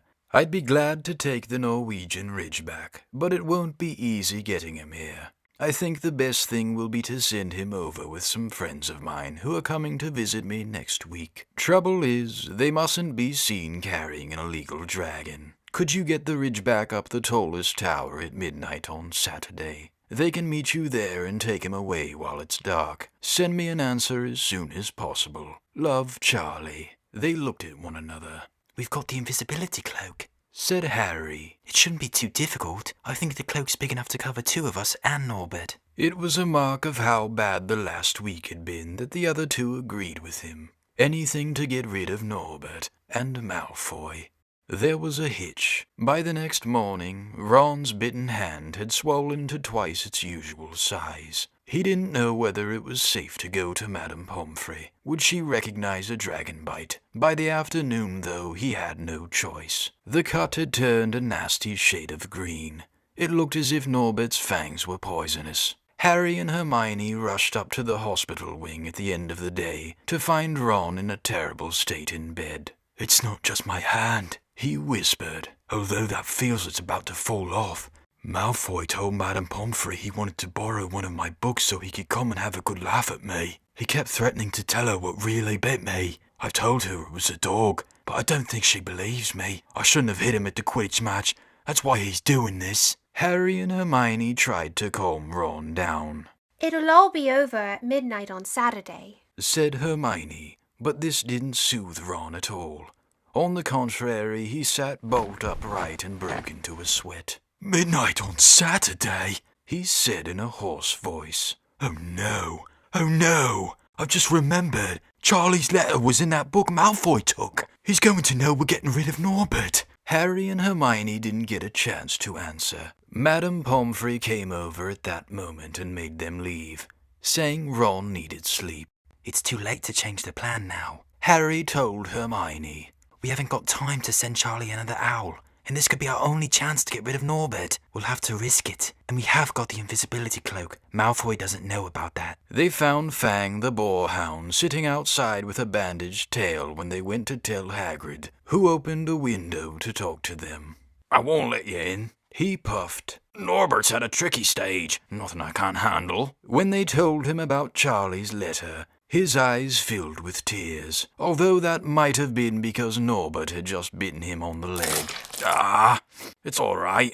He's only got my boot, just playing. He's only a baby after all. The baby banged its tail on the wall, making the windows rattle. Harry and Hermione walked back to the castle, feeling Saturday couldn't come quickly enough. They would have felt sorry for Hagrid when the time came for him to say goodbye to Norbert, if they hadn't been so worried about what they had to do. It was a very dark, cloudy night, and they were a bit late arriving at Hagrid's hut because they'd had to wait for Peeves to get out of their way in the entrance hall, where he'd been playing tennis against the wall. Hagrid had Norbert packed and ready in a large crate. He's got lots of rats and some brandy for the journey, said Hagrid in a muffled voice. And I've packed his teddy bear in case he gets lonely. From inside the crate came ripping noises. It sounded to Harry as though the teddy was having his head torn off. Bye-bye, Norbert, Hagrid sobbed as Harry and Hermione covered the crate with the invisibility cloak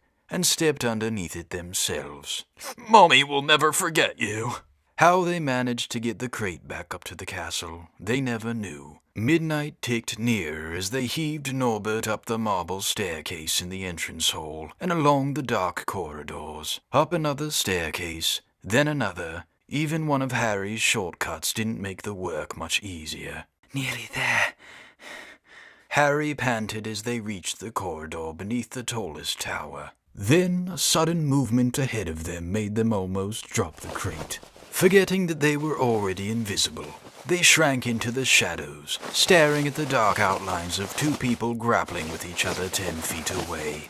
A lamp flared. Professor McGonagall, in a tartan bathrobe and a hairnet, had Malfoy by the ear. Detention, she shouted. And 20 points from Slytherin, wandering around in the middle of the night. How dare you?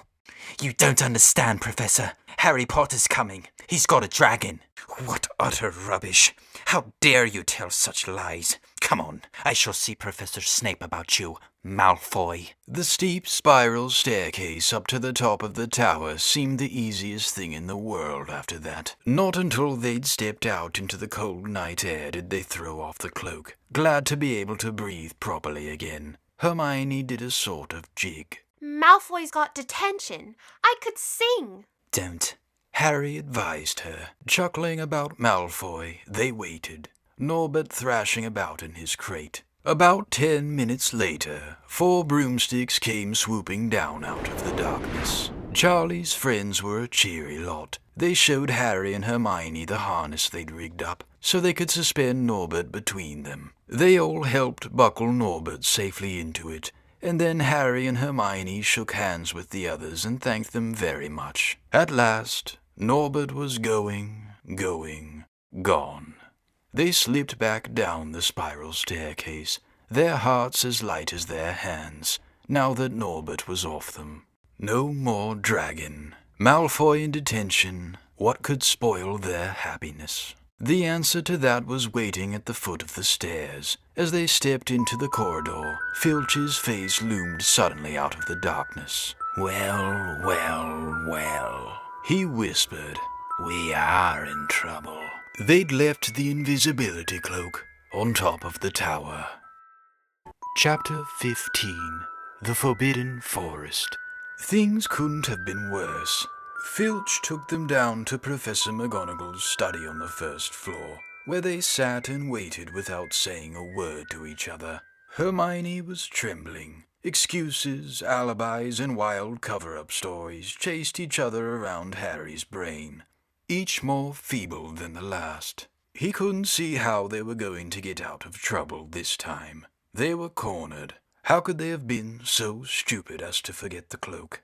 There was no reason on earth that Professor McGonagall would accept for their being out of bed and creeping around the school in the dead of night, let alone being up the tallest astronomy tower, which was out of bounds except for classes.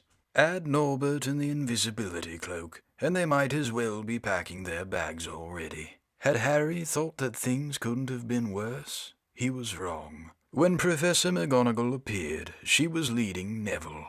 "Harry!" Neville burst out the moment he saw the other two.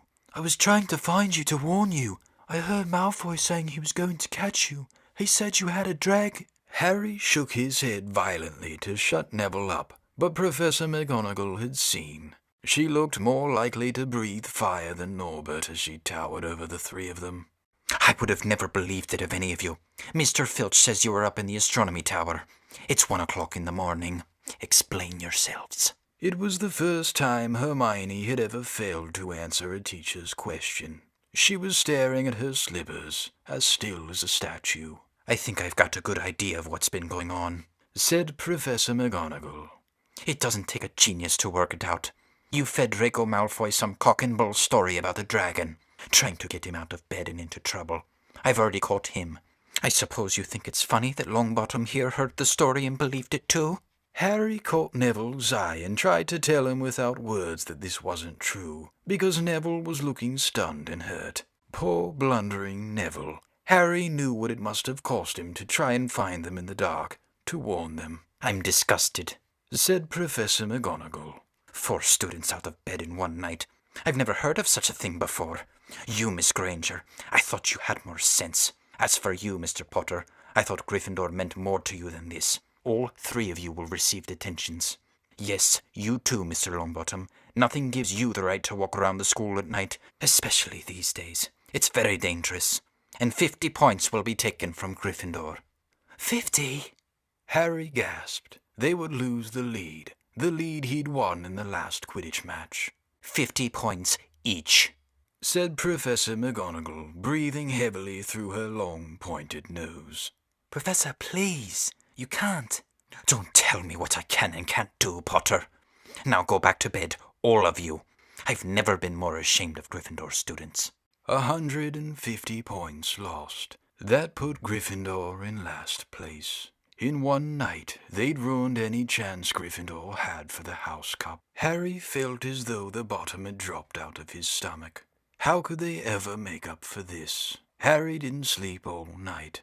He could hear Neville sobbing into his pillow for what seemed like hours. Harry couldn't think of anything to say to comfort him. He knew Neville, like himself, was dreading the dawn. What would happen when the rest of Gryffindor found out what they'd done? At first, Gryffindors passing the giant hourglasses that recorded the house points the next day thought there had been a mistake. How could they suddenly have 150 points fewer than yesterday? And then the story started to spread. Harry Potter, the famous Harry Potter, their hero of 2 Quidditch matches, had lost them all those points. Him and a couple of other stupid first years. From being one of the most popular and admired people at the school, Harry was suddenly the most hated.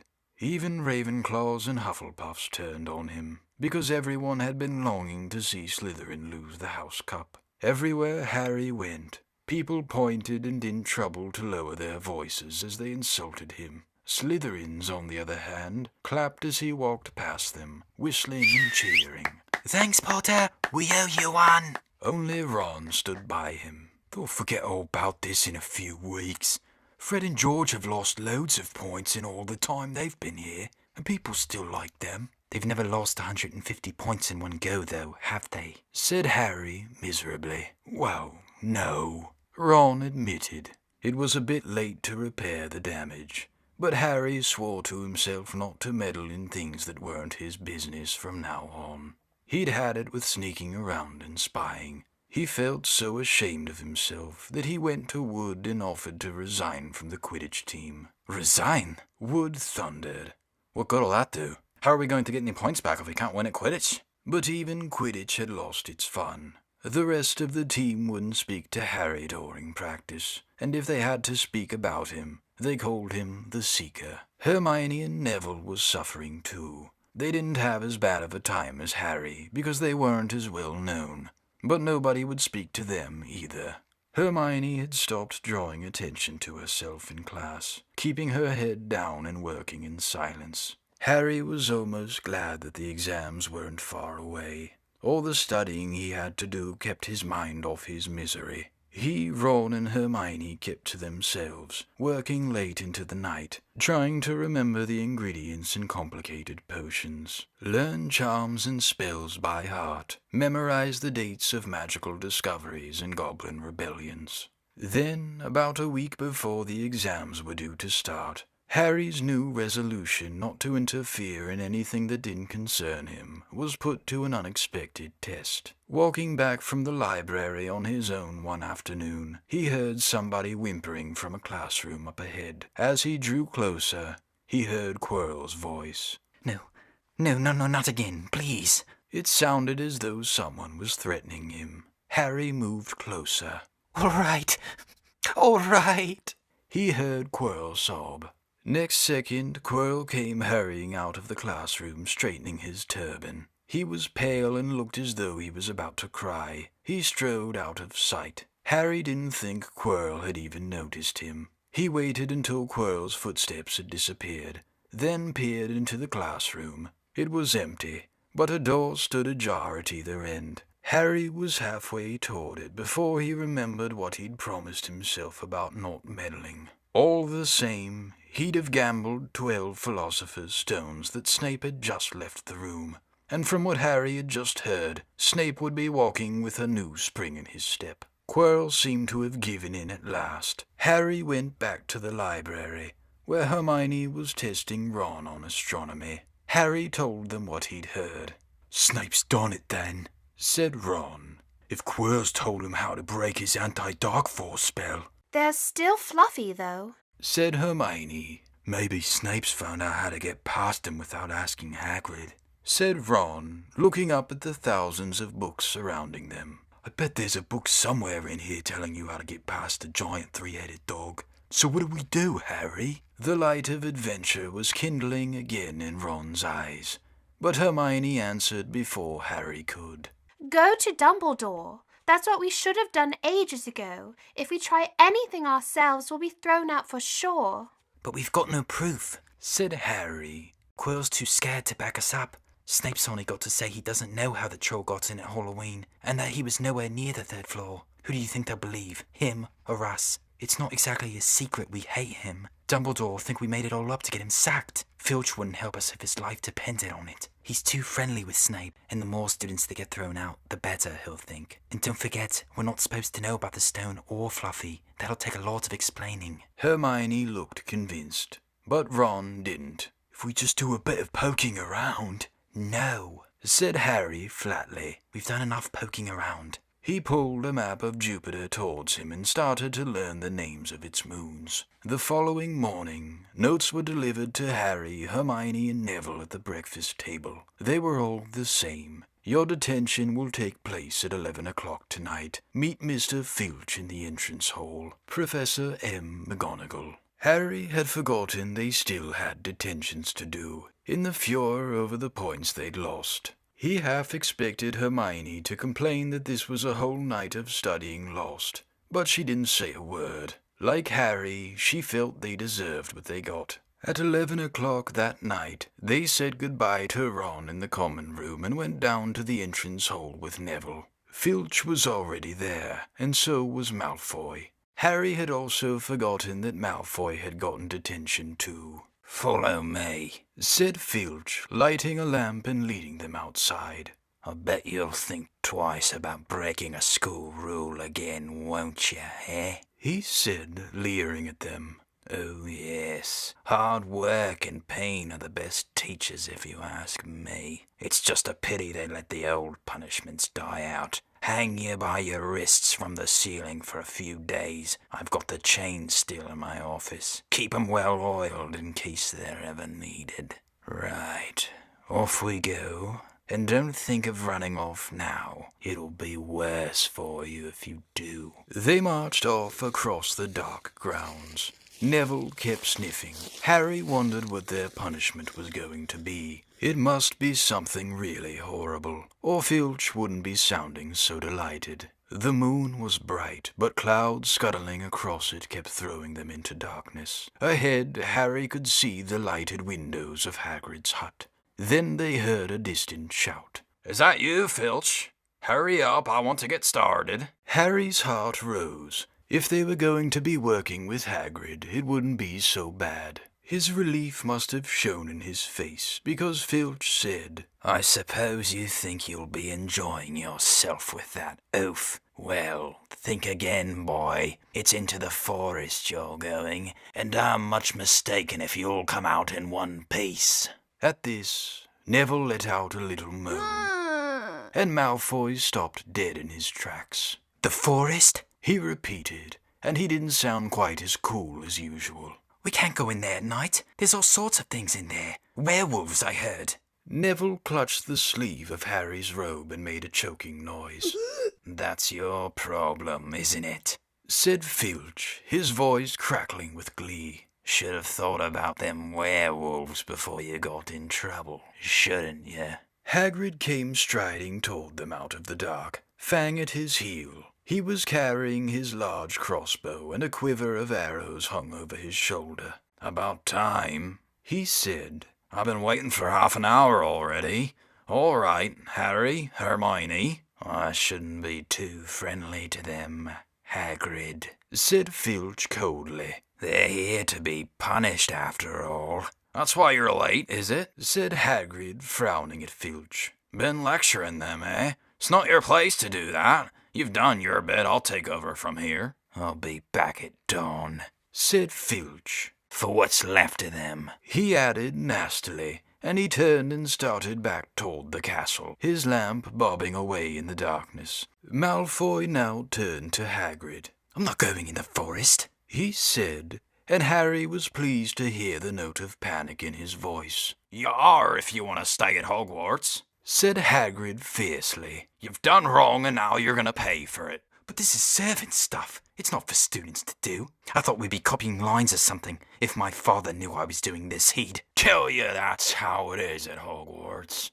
Hagrid growled. Copying lines. What good's that to anyone? You'll do something useful or you'll get out. If you think your father rather you were expelled, then get back off to the castle and pack. Go on. Malfoy didn't move. He looked at Hagrid furiously, but then dropped his gaze. Right then, said Hagrid.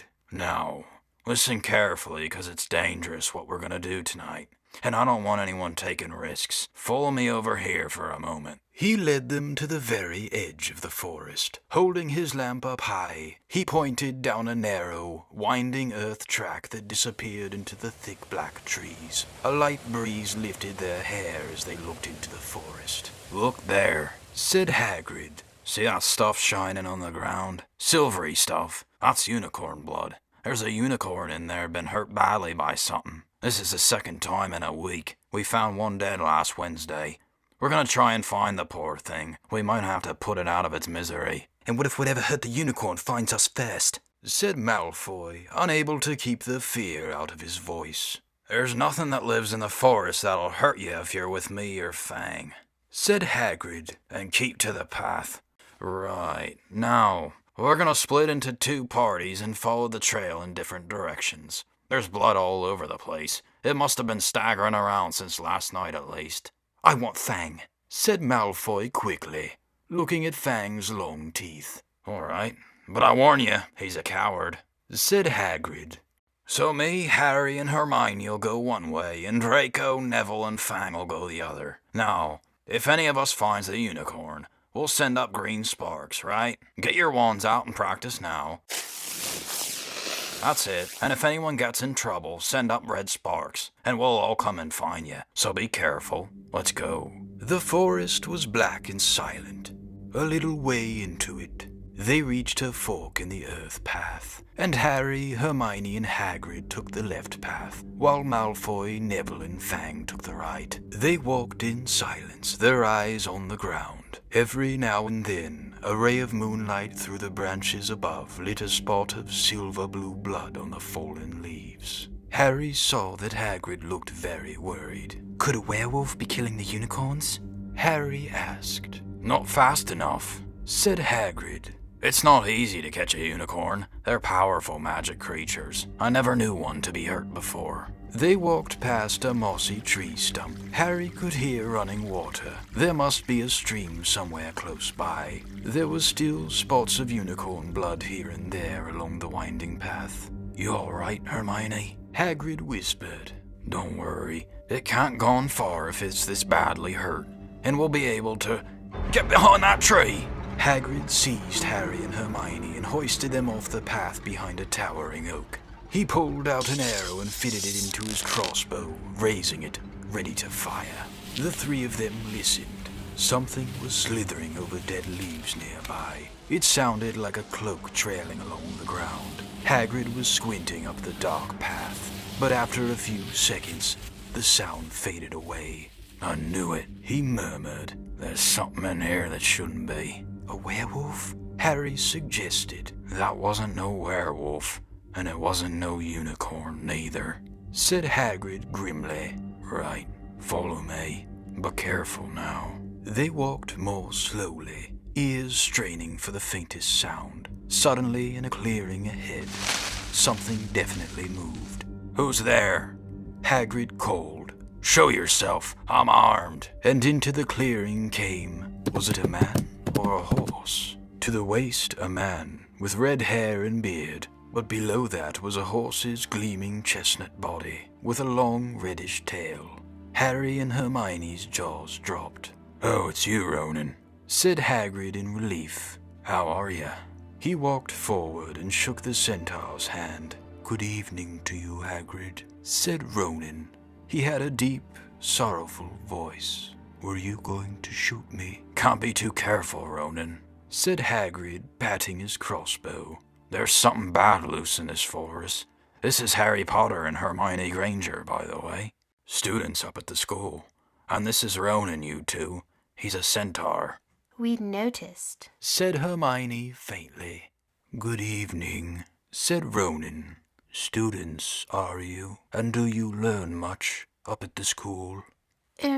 A bit, said Hermione timidly. A bit? Well, that's something. Ronan sighed. He flung back his head and stared at the sky. Mars is bright tonight. Yeah, said Hagrid, glancing up too. Listen, I'm glad we've run into you, Ronan, 'cause there's a unicorn been hurt. You seen anything? Ronan didn't answer immediately. He stared unblinkingly upward, then sighed again. Always the innocent are the first victims, he said. So it has been for ages past. So it is now. Yeah, said Hagrid. But have you seen anything, Ronan? Anything unusual? Mars is bright tonight, Ronan repeated, while Hagrid watched him impatiently. Unusually bright. Yeah, but I was meaning anything unusual a bit nearer home, said Hagrid. So you haven't noticed anything strange? Yet again, Ronan took a while to answer. At last he said, The forest hides many secrets. A movement in the trees behind Ronan made Hagrid raise his bow again. But it was only a second centaur, black-haired and bodied, and wilder looking than Ronan. Hello, Bane, said Hagrid. All right? Good evening, Hagrid. I hope you are well. Well enough. Look, I've just been asking Ronan, you seen anything odd in here lately? There's a unicorn been injured. Would you know anything about it? Bane walked over to stand next to Ronan. He looked skyward. Mars is bright tonight, he said simply. We've heard, said Hagrid grumpily. Well, if either of you do see anything, let me know, won't you? We'll be off then. Harry and Hermione followed him out of the clearing, staring over their shoulders at Ronan and Bane until the trees blocked their view. Never, said Hagrid irritably. Try and get a straight answer out of a centaur. Ruddy stargazers, not interested in anything closer in the moon. Are there many of them in here? asked Hermione. Oh, a fair few. Keep themselves to themselves, mostly. But they're good enough about turning up if ever I want a word. They're deep, mind, centaurs. They know things. Just don't let on much. Do you think that was a centaur we heard earlier? said Harry. Did that sound like hooves to you? Nah, if you ask me, that's what's been killing the unicorns. Never heard anything like it before. They walked on through the dense, dark trees. Harry kept looking nervously over his shoulder. He had the nasty feeling they were being watched. He was very glad they had Hagrid and his crossbow with them. They had just passed a bend in the path when Hermione grabbed Hagrid's arm. Hagrid, look! Red sparks! The others are in trouble. You two wait here, Hagrid shouted. Stay on the path. I'll come back for you. They heard him crashing away through the undergrowth and stood looking at each other, very scared, until they couldn't hear anything but the rustling of leaves around them. You don't think they've been hurt, do you? Whispered Hermione. I don't care if Malfoy has, but if something's got Neville, it's our fault he's here in the first place. The minutes dragged by. Their ears seemed sharper than usual. Harry's seemed to be picking up every sigh of the wind, every cracking twig. What was going on? Where were the others? At last, a great crunching noise announced Hagrid's return. Malfoy, Neville, and Fang were with him. Hagrid was fuming. Malfoy, it seemed, had sneaked up behind Neville and grabbed him as a joke. Neville had panicked and sent up the sparks. We'll be lucky to catch anything now, with the racket you two were making. Right, we're changing groups. Neville, you stay with me and Hermione. Harry, you go with Fang and this idiot. I'm sorry, Hagrid added in a whisper to Harry. But he'll have a harder time frightening you, and we've got to get this done. So Harry set off into the heart of the forest with Malfoy and Fang. They walked for nearly half an hour, deeper and deeper into the forest, until the path became almost impossible to follow, because the trees were so thick. Harry thought that the blood seemed to be getting thicker. There were splashes on the roots of a tree, as though the poor creature had been thrashing around in pain close by. Harry could see a clearing ahead, through the tangled branches of an ancient oak. Look, he murmured, holding out his arm to stop Malfoy. Something bright white was gleaming on the ground. They inched closer. It was the unicorn, all right, and it was dead. Harry had never seen anything so beautiful and sad. Its long, slender legs were stuck out at odd angles where it had fallen, and its mane was spread pearly white on the dark leaves. Harry had taken one step toward it when a slithering sound made him freeze where he stood. A bush on the edge of the clearing quivered. Then, out of the shadows, a hooded figure came crawling across the ground, like some stalking beast. Harry, Malfoy, and Fang stood transfixed. The cloaked figure reached the unicorn, lowered its head over the wound in the animal's side, and began to drink its blood. Malfoy let out a terrible scream and bolted. So did Fang. The hooded figure raised its head and looked right at Harry. Unicorn blood was dribbling down its front. It got to its feet and came swiftly toward Harry. He couldn't move for fear. Then a pain like he'd never felt before pierced his head. It was as though his scar were on fire. Half blinded, he staggered backward. He heard hooves behind him, galloping, and something jumped clean over Harry, charging at the figure. The pain in Harry's head was so bad he fell to his knees. It took a minute or two to pass. When he looked up, the figure had gone. A centaur was standing over him, not Ronan or Bane. This one looked younger. He had white blonde hair and a palomino body. "Are you all right?" said the centaur, pulling Harry to his feet. Yes, thank you, What was that? The centaur didn't answer. He had astonishingly blue eyes, like pale sapphires. He looked carefully at Harry, his eyes lingering on the scar that stood out, livid on Harry's forehead. "You are the Potter boy," he said. "You had better get back to Hagrid. The forest is not safe at this time, especially for you. Can you ride? It will be quicker this way. My name is Firenze," he added, as he lowered himself onto his front legs so that Harry could clamber onto his back. There was suddenly a sound of more galloping from the other side of the clearing. Ronan and Bane came bursting through the trees, their flanks heavy and sweaty. "Firenze!" Bane thundered. "What are you doing? You have a human on your back. Have you no shame? Are you a common mule?" "Do you realize who this is?" said Firenze. "This is the Potter boy. The quicker he leaves the forest, the better." "What have you been telling him?" growled Bane. "Remember, friends, we are sworn not to set ourselves against the heavens. Have we not read what is to come in the movements of the planets?" Ronan pawed the ground nervously. "I'm sure Firenze thought he was acting for the best," he said in his gloomy voice. Bane kicked his back legs in anger. "For the best? What is that to do with us? Centaurs are concerned with what has been foretold. It is not our business to run around like donkeys after stray humans in our forest." Firenze suddenly reared onto his hind legs in anger, so that Harry had to grab his shoulders to stay on. "Do you not see that unicorn?" Firenze bellowed at Bane. "Do you not understand why it was killed? Or have the planets not let you in on that secret? I set myself against what is lurking in this forest, Bane. Yes, with humans alongside me if I must." And Firenze whisked around, with Harry clutching on as best as he could. They plunged off into the trees, leaving Ronan and Bane behind them. Harry didn't have a clue what was going on. "Why's Bane so angry?" he asked. "What was that thing you saved me from, anyway?" Firenze slowed to a walk, warned Harry to keep his head bowed in case of low-hanging branches, but did not answer Harry's question. They made their way through the trees in silence for so long that Harry thought Firenze didn't want to talk to him anymore. They were passing through a particularly dense patch of trees, however, when Firenze suddenly stopped. "Harry Potter, do you know what unicorn blood is used for?"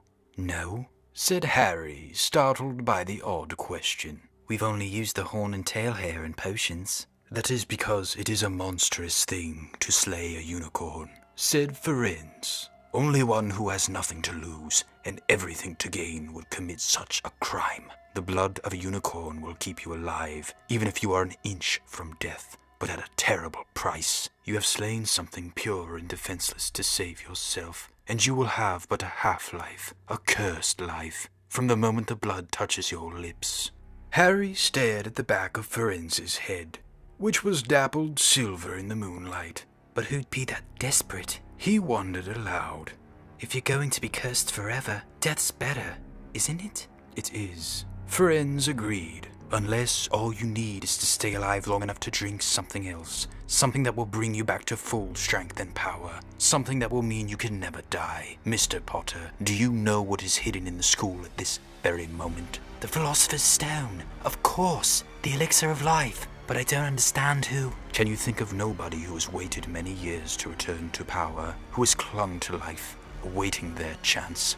It was as though an iron fist had clenched suddenly around Harry's heart. Over the rustling of the trees, he seemed to hear once more what Hagrid had told him on the night they had met. "Some say he died. Codswallop, in my opinion. Dunno if he had enough human left in him to die." "Do you mean—" Harry croaked. "That was Vol—" Harry, are you all right?" Hermione was running toward them down the path, Hagrid puffing along behind her. "I'm fine," said Harry, hardly knowing what he was saying. "The unicorn's dead, Hagrid. It's in the clearing back there." "This is where I leave you," Firenze murmured as Hagrid hurried off to examine the unicorn. "You are safe now." Harry slid off his back. "Good luck, Harry Potter," said Firenze. "The planets have been read wrongly before now, even by centaurs. I hope this is one of those times." He turned and cantered back into the depths of the forest, leaving Harry shivering behind him. Ron had fallen asleep in the dark common room, waiting for them to return. He shouted something about Quidditch fouls when Harry roughly shook him awake. In a matter of seconds, though, he was wide-eyed as Harry began to tell him and Hermione what had happened in the forest. Harry couldn't sit down. He paced up and down in front of the fire. He was still shaking. Snape wants the stone for Voldemort, and Voldemort's waiting in the forest. And all this time we thought Snape just wanted to get rich. "Stop saying the name," said Ron in a terrified whisper, as if he thought Voldemort could hear them. Harry wasn't listening. Firenze saved me, but he shouldn't have done so. Bane was furious. He was talking about interfering with what the planets say is going to happen. They must show that Voldemort's coming back. Bane thinks Firenze should have let Voldemort kill me. I suppose that's written in the stars as well. "Will you stop saying the name?" Ron hissed. So all I've got to wait for now is Snape to steal the stone. Harry went on feverishly. Then Voldemort will be able to come and finish me off. Well, I suppose Bane will be happy. Hermione looked very frightened, but she had a word of comfort. Harry, everyone says Dumbledore's the only one you know who was ever afraid of. With Dumbledore around, you know who won't touch you. Anyway, who says the centaurs are right? It sounds like fortune-telling to me, and Professor McGonagall says it's a very imprecise branch of magic. The sky had turned light before they stopped talking. They went to bed exhausted, their throats sore. But the night's surprises weren't over. When Harry pulled back his sheets, he found his invisibility cloak folded neatly underneath them. There was a note pinned to it, just in case. Chapter 16. Through the Trapdoor. In years to come, Harry would never quite remember how he had managed to get through his exams when he half expected Voldemort to come bursting through the door at any moment. Yet the days crept by, and there could be no doubt that Fluffy was still alive and well behind the locked door. It was sweltering hot, especially in the large classroom where they did their written papers. They had been given special new quills for exams, which had been bewitched by an anti-cheating spell. They had practical exams as well. Professor Flitwick called them one by one into his class to see if they could make a pineapple tap dance across a desk. Professor McGonagall watched them turn a mouse into a snuff box. Points were given for how pretty the snuff box was, but taken away if it had whiskers. Snape made them all nervous, breathing down their necks while they tried to remember how to make a forgetfulness potion. Harry did the best he could, trying to ignore the stabbing pains in his forehead, which had been bothering him ever since his trip into the forest. Neville thought Harry had a bad case of exam nerves because Harry couldn't sleep, but the truth was that Harry kept being woken by his old nightmare, except that it was now worse than ever, because there was a hooded figure dripping blood in it. Maybe it was because they hadn't seen what Harry had seen in the forest, or because they didn't have scars burning on their foreheads. But Ron and Hermione didn't seem as worried about the stone as Harry. The idea of Voldemort certainly scared them, but he didn't keep visiting them in dreams, and they were so busy with their studying they didn't have much time to fret about what Snape or anyone else might be up to. Their very last exam was History of Magic. 1 hour of answering questions about batty old wizards who'd invented self-stirring cauldrons and they'd be free. Free for a whole wonderful week until their exam results came out, when the ghost of Professor Binns told them to put their quills down and roll up their parchment. Harry couldn't help cheering with the rest. That was far easier than I thought it would be,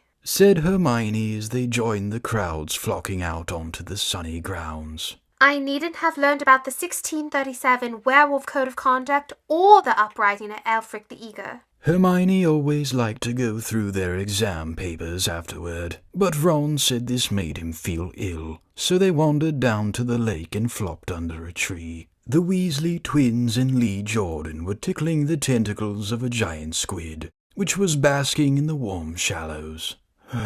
No more studying, Ron sighed happily. Stretching out on the grass. You could look more cheerful, Harry. We've got a week before we find out how badly we've done. There's no need to worry yet. Harry was rubbing his forehead. I wish I knew what this means. He burst out angrily. My scar keeps hurting. It's happened before, but never as often as this. Go to Madame Pomfrey, Hermione suggested. I'm not ill, said Harry. I think it's a warning. It means danger's coming. Ron couldn't get worked up. It was too hot. Harry, relax. Hermione's right. The stone's safe as long as Dumbledore's around. Anyway, we've never had any proof Snape found out how to get past Fluffy. He nearly had his leg ripped off once. He's not going to try it again in a hurry. And Neville will play Quidditch for England before Hagrid lets Dumbledore down. Harry nodded. But he couldn't shake off a lurking feeling that there was something he'd forgotten to do, something important. When he tried to explain this, Hermione said, That's just the exams. I woke up last night and was halfway through my Transfiguration notes before I remembered we'd done that one. Harry was quite sure the unsettled feeling didn't have anything to do with work, though. He watched an owl flutter toward the school across the bright blue sky, a note clamped in its mouth. Hagrid was the only one who ever sent him letters. Hagrid would never betray Dumbledore. Hagrid would never tell anyone how to get past Fluffy. Never. But Harry suddenly jumped to his feet. Where you going? Said Ron sleepily. I've just thought of something, said Harry. He had turned white. We've got to go and see Hagrid. Now.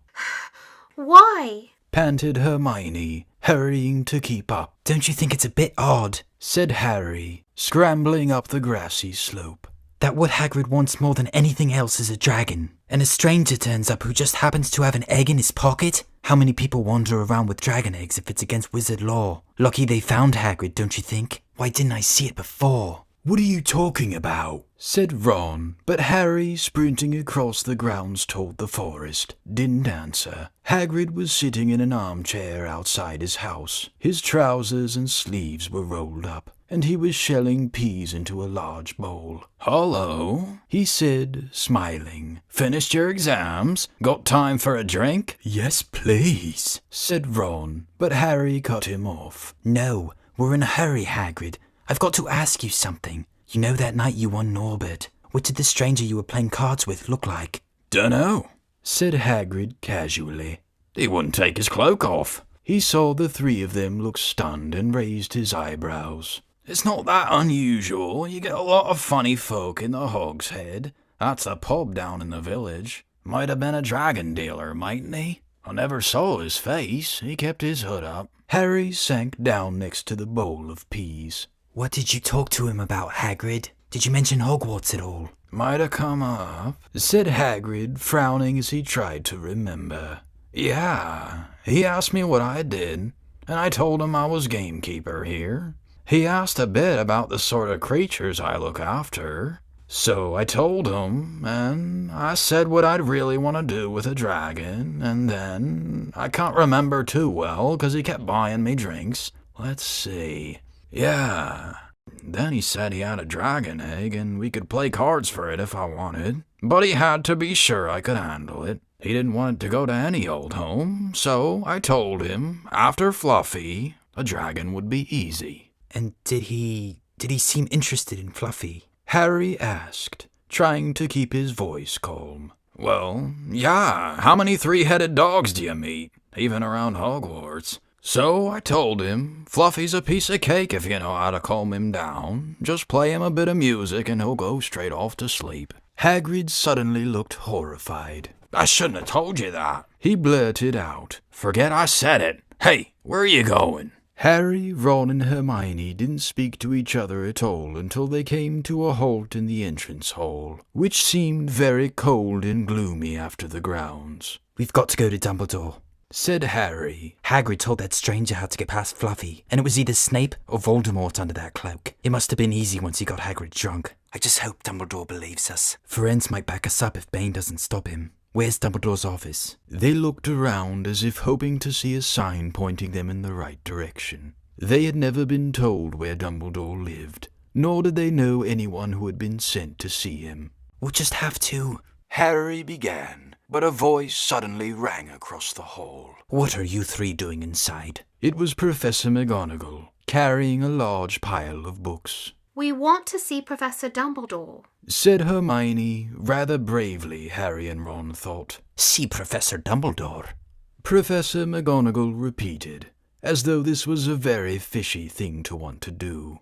Why? Harry swallowed. Now what? It's sort of a secret, he said, but he wished at once he hadn't, because Professor McGonagall's nostrils flared. Professor Dumbledore left 10 minutes ago, she said coldly. He received an urgent owl from the Ministry of Magic and flew off for London at once. He's gone, said Harry frantically. Now? Professor Dumbledore is a very great wizard, Potter. He has many demands on his time. But this is important. Something you have to say is more important than the Ministry of Magic, Potter. Look, said Harry, throwing caution to the winds. Professor, it's about the Philosopher's Stone. Whatever Professor McGonagall had expected, it wasn't that. The books she was carrying tumbled out of her arms, but she didn't pick them up. How do you know? She spluttered. Professor, I know that someone's going to try and steal the stone. I've got to talk to Professor Dumbledore. She eyed him with a mixture of shock and suspicion. Professor Dumbledore will be back tomorrow,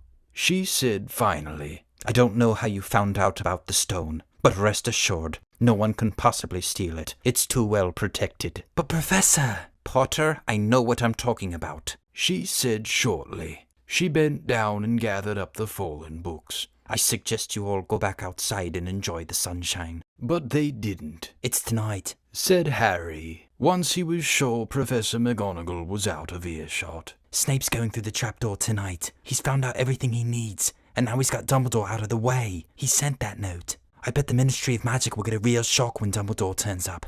But what can we... Hermione gasped. Harry and Ron wheeled round. Snape was standing there. Good afternoon, he said smoothly. They stared at him. You shouldn't be inside on a day like this, he said with an odd, twisted smile. Harry began, without any idea what he was going to say. You want to be more careful, said Snape. Hanging around like this, people will think you're up to something, and Gryffindor really can't afford to lose any more points, can it? Harry flushed. They turned to go outside, but Snape called them back. Be warned, Potter. Any more nighttime wanderings, and I will personally make sure you're expelled. Good day to you. He strode off in the direction of the staff room.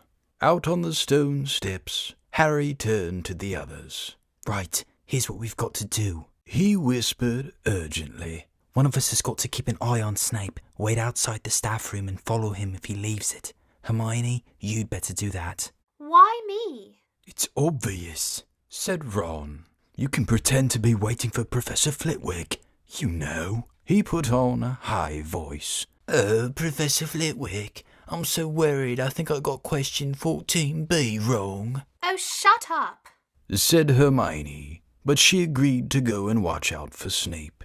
And we'd better stay outside the third-floor corridor, Harry told Ron. Come on. But that part of the plan didn't work. No sooner had they reached the door separating Fluffy from the rest of the school than Professor McGonagall turned up, and this time she lost her temper. I suppose you think you're harder to get past than a pack of enchantments, she stormed. Enough of this nonsense. If I hear you've come anywhere near here again, I'll take another 50 points from Gryffindor. Yes, Weasley, from my own house. Harry and Ron went back to the common room. Harry had just said, At least Hermione's on Snape's tail, when the portrait of the fat lady swung open, and Hermione came in. I'm sorry, Harry, she wailed. Snape came out and asked me what I was doing, so I said I was waiting for Flitwick, and Snape went to get him, and I've only just got away. I don't know where Snape went. Well, that's it then, isn't it? Harry said. The other two stared at him. He was pale and his eyes were glittering. I'm going out of here tonight, and I'm going to try and get the stone first. You're mad, said Ron. You can't, said Hermione. After what McGonagall and Snape have said, you'll be expelled. So what? Harry shouted. Don't you understand? If Snape gets a hold of the stone, Voldemort's coming back. Haven't you heard what it was like when he was trying to take over? There won't be any Hogwarts to be expelled from. He'll flatten it, or turn it into a school for the dark arts. Losing points doesn't matter anymore, can't you see? Do you think he'll leave you and your families alone if Gryffindor wins the House Cup? If I get caught before I can get to the stone, well, I'll have to go back to the Dursleys and wait for Voldemort to find me there. It's only dying a bit later than I would have, because I'm never going over to the dark side. I'm going through that trapdoor tonight, and nothing you two say is going to stop me. Voldemort killed my parents, remember? He glared at them. You're right, Harry, said Hermione in a small voice. I'll use the invisibility cloak, said Harry. It's just lucky I got it back. But will it cover all three of us?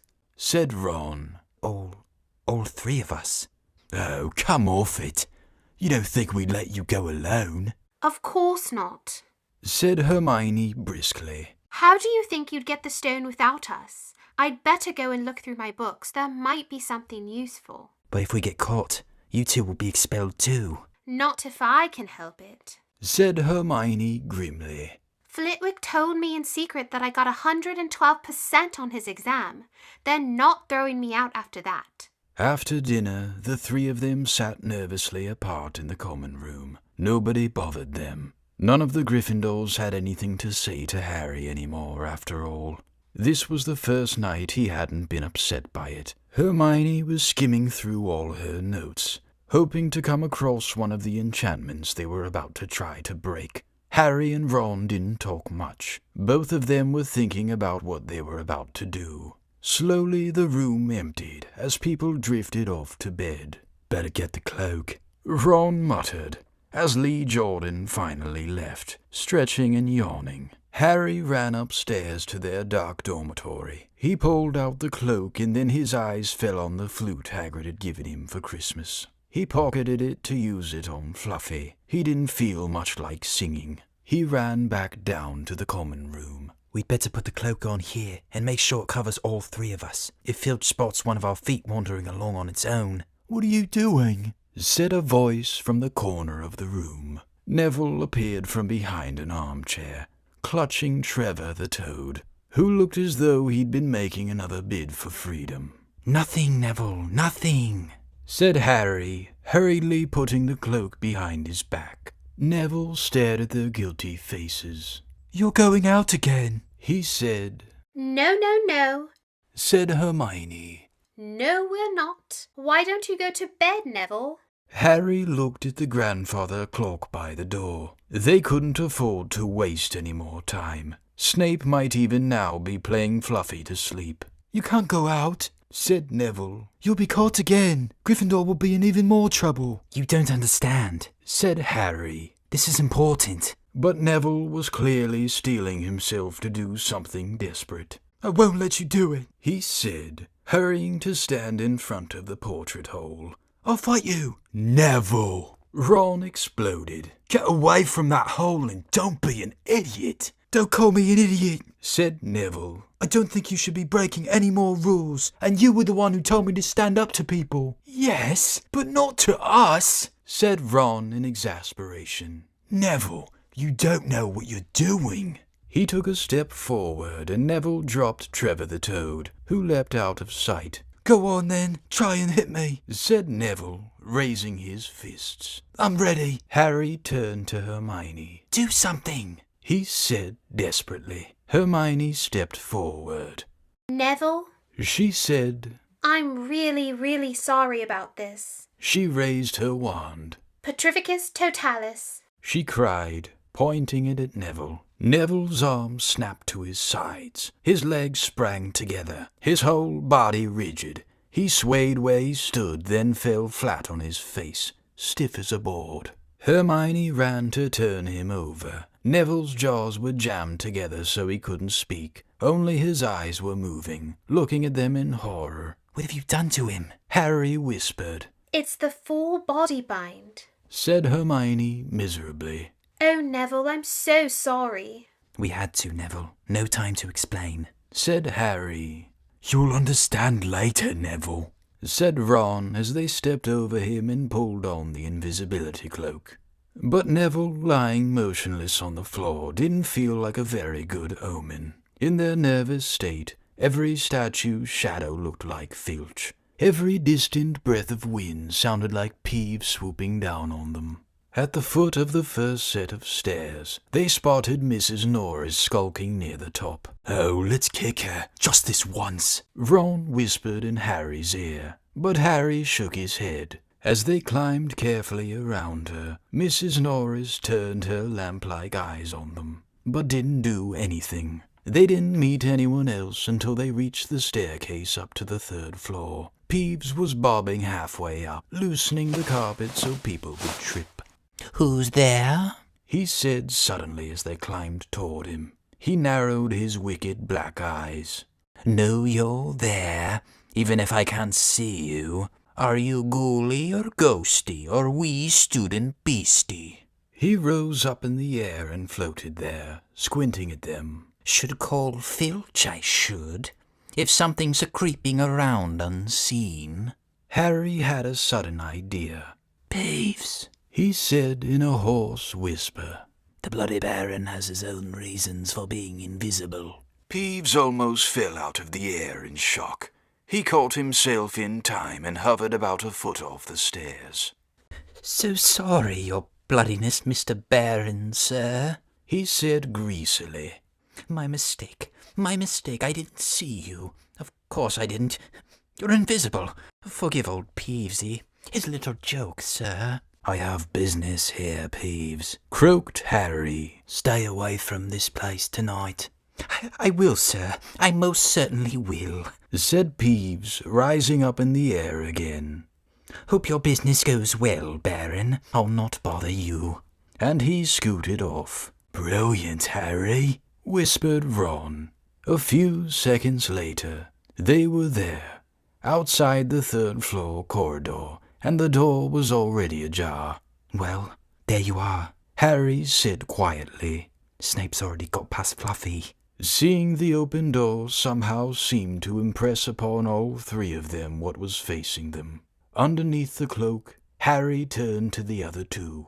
"If you want to go back, I won't blame you," he said. "You can take the cloak. I won't need it now." "Don't be stupid," said Ron. "We're coming," said Hermione. Harry pushed the door open. As the door creaked, low, rumbling growls met their ears. All 3 of the dogs' noses sniffed madly in their direction, even though it couldn't see them. "What's that at its feet?"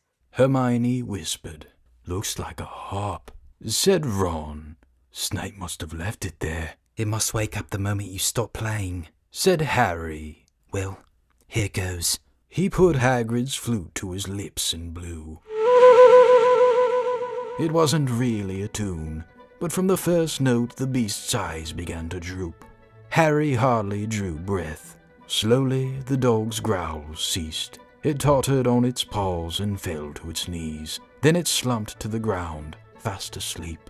"Keep playing," Ron warned Harry as they slipped out of the cloak and crept toward the trapdoor. They could feel the dog's hot, smelly breath as they approached the giant heads. "I think we'll be able to pull the door open," said Ron, peering over the dog's back. "Want to go first, Hermione?" "No, I don't." "All right." Ron gritted his teeth and stepped carefully over the dog's legs. He bent and pulled the ring of the trapdoor, which swung up and open. "What can you see?" Hermione said anxiously. "Nothing. Just black. There's no way of climbing down. We'll just have to drop." Harry, who was still playing the flute, waved at Ron to get his attention and pointed at himself. "You want to go first? Are you sure?" said Ron. "I don't know how deep this thing goes. Give the flute to Hermione so she can keep him asleep." Harry handed the flute over. In the few seconds' silence, the dog growled and twitched. But the moment Hermione began to play, it fell back into its deep sleep. Harry climbed over it and looked down through the trapdoor. There was no sign of the bottom.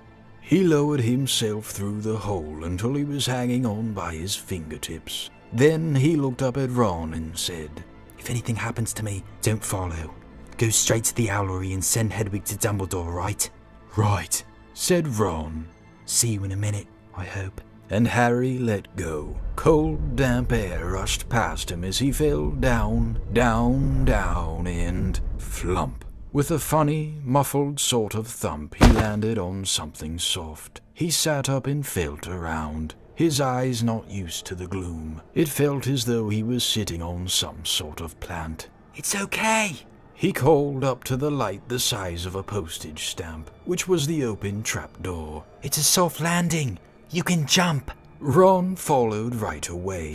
He landed, sprawled next to Harry. What's this stuff? Were his first words. Dunno, some sort of plant thing. I suppose it's here to break the fall. Come on, Hermione. The distant music stopped. There was a loud bark from the dog, but Hermione had already jumped. She landed on Harry's other side. We must be miles under the school, she said. Lucky this plant thing's here, really, said Ron. Lucky? Shrieked Hermione. Look at you both. She leapt up and struggled toward a damp wall. She had to struggle because the moment she had landed, the plant had started to twist snake-like tendrils around her ankles. As for Harry and Ron, their legs had already been bound tightly in long creepers without their noticing.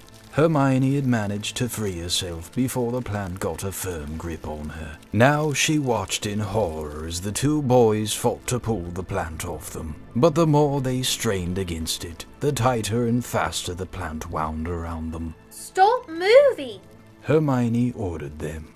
I know what this is. It's Devil's Snare. Oh, I'm so glad we know what it's called. That's a great help, snarled Ron, leaning back, trying to stop the plant from curling around his neck. Shut up! I'm trying to remember how to kill it, said Hermione. Well, hurry up! I can't breathe! Harry gasped, wrestling with it as it curled around his chest. Devil's Snare, Devil's Snare. What did Professor Sprout say? It likes the dark and the damp. So, light a fire! Harry choked. Yes, of course, but there's no wood. Hermione cried, wringing her hands. Have you gone mad? Ron bellowed. Are you a witch or not? Oh, right, said Hermione, and she whipped out her wand, waved it, muttered something, and sent a jet of the same bluebell flame she had used on Snape at the plant. In a matter of seconds, the two boys felt it loosening its grip as it cringed away from the light and warmth. Wriggling and flailing, it unraveled itself from their bodies, and they were able to pull free. Lucky you pay attention in herbology, Hermione, said Harry as he joined her by the wall, wiping sweat off his face. Yeah, said Ron. And lucky Harry doesn't lose his head in a crisis. There's no wood, honestly. This way, said Harry, pointing down a stone passageway, which was the only way forward. All they could hear, apart from their footsteps, was the gentle drip of water trickling down the walls. The passageway sloped downward, and Harry was reminded of Gringotts. With an unpleasant jolt of the heart, he remembered the dragons said to be guarding vaults in the Wizard's Bank. If they met a dragon, a fully grown dragon, Norbert had been bad enough. Can you hear something? Ron whispered. Harry listened. A soft rustling and clinking seemed to be coming from up ahead. Do you think it's a ghost? I don't know. Sounds like wings to me. There's light ahead. I can see something moving. They reached the end of the passageway and saw before them a brilliantly lit chamber, its ceiling arching high above them. It was full of small, jewel-bright birds, fluttering and tumbling all around the room. On the opposite side of the chamber was a heavy wooden door. Do you think they'll attack us if we cross the room? Said Ron. Probably, said Harry. They don't look very vicious, but I suppose if they all swoop down at once, well, there's no other choice.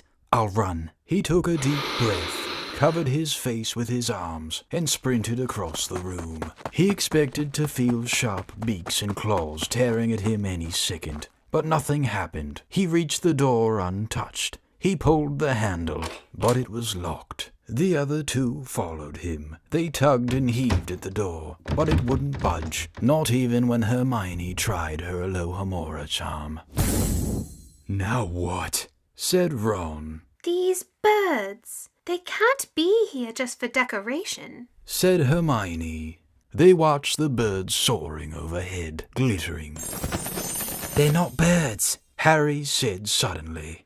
they're keys, winged keys. Look carefully. So that must mean... He looked around the chamber while the other two squinted up at the flock of keys. Yes, look, broomsticks. We've got to catch the key to the door. "But there are hundreds of them." Ron examined the lock on the door. We're looking for a big, old-fashioned one, probably silver like the handle. They each seized a broomstick and kicked off into the air, soaring into the midst of the cloud of keys. They grabbed and snatched, but the bewitched keys darted and dived so quickly it was almost impossible to catch one. Not for nothing, though, was Harry the youngest seeker in a century. He had a knack for spotting things other people didn't. After a minute's weaving about through the whirl of rainbow feathers, he noticed a large silver key that had a bent wing, as if it had already been caught and stuffed roughly into the keyhole. That one! He called to the others. That big one! There! No, there! With bright blue wings! The feathers are all crumpled on one side. Ron went speeding in the direction that Harry was pointing, crashed into the ceiling, and nearly fell off his broom. We've got to close in on it! Harry called, not taking his eyes off the key with the damaged wing. Ron, you come at it from above. Hermione, stay below and stop it from going down. And I'll try to catch it. Right, now! Ron dived. Hermione rocketed upward. The key dodged them both, and Harry streaked after it. It sped toward the wall. Harry leaned forward and with a nasty, crunching noise, pinned it against the stone with one hand. Ron and Hermione's cheers echoed around the high chamber. They landed quickly, and Harry ran to the door, the key struggling in his hand. He rammed it into the lock and turned. It worked. The moment the lock had clicked open, the key took flight again, looking very battered now that it had been caught twice. Ready? Harry asked the other two, his hand on the door handle. They nodded. He pulled the door open. The next chamber was so dark they couldn't see anything at all. But as they stepped into it, light suddenly flooded the room to reveal an astonishing sight. They were standing on the edge of a huge chessboard, behind the black chessmen, which were all taller than they were and carved from what looked like black stone. Facing them, way across the chamber, were the white pieces. Harry, Ron, and Hermione shivered slightly. The towering white chessmen had no faces. Now what do we do? Harry whispered. "It's obvious, isn't it?" said Ron. "We've got to play our way across the room." Behind the white pieces they could see another door. How? said Hermione nervously. "I think," said Ron, "we're going to have to be chessmen." He walked up to a black knight and put his hand out to touch the knight's horse. At once the stone sprang to life. The horse pawed on the ground, and the knight turned his helmeted head to look down at Ron. "Do we, have to join you to get across?" The Black Knight nodded. Ron turned to the other two. "This needs thinking about," he said. "I suppose we've got to take the place of 3 of the black pieces." Harry and Hermione stayed quiet, watching Ron think. Finally he said, "Now, don't be offended or anything, but neither of you are that good at chess." "We're not offended," said Harry quickly. "Just tell us what to do." "Well, Harry, you take the place of that bishop, and Hermione, you go next to him instead of that castle." "What about you?" "I'm going to be a knight," said Ron. The chessmen seemed to have been listening, because at these words a knight, a bishop, and a castle turned their backs on the white pieces and walked off the board, leaving 3 empty squares that Harry, Ron, and Hermione took. "White always plays first in chess," said Ron, peering across the board. "Yes, look." A white pawn had moved forward 2 squares. Ron started to direct the black pieces. They moved silently wherever he sent them. Harry's knees were trembling. What if they lost? Harry, move diagonally 4 squares to the right.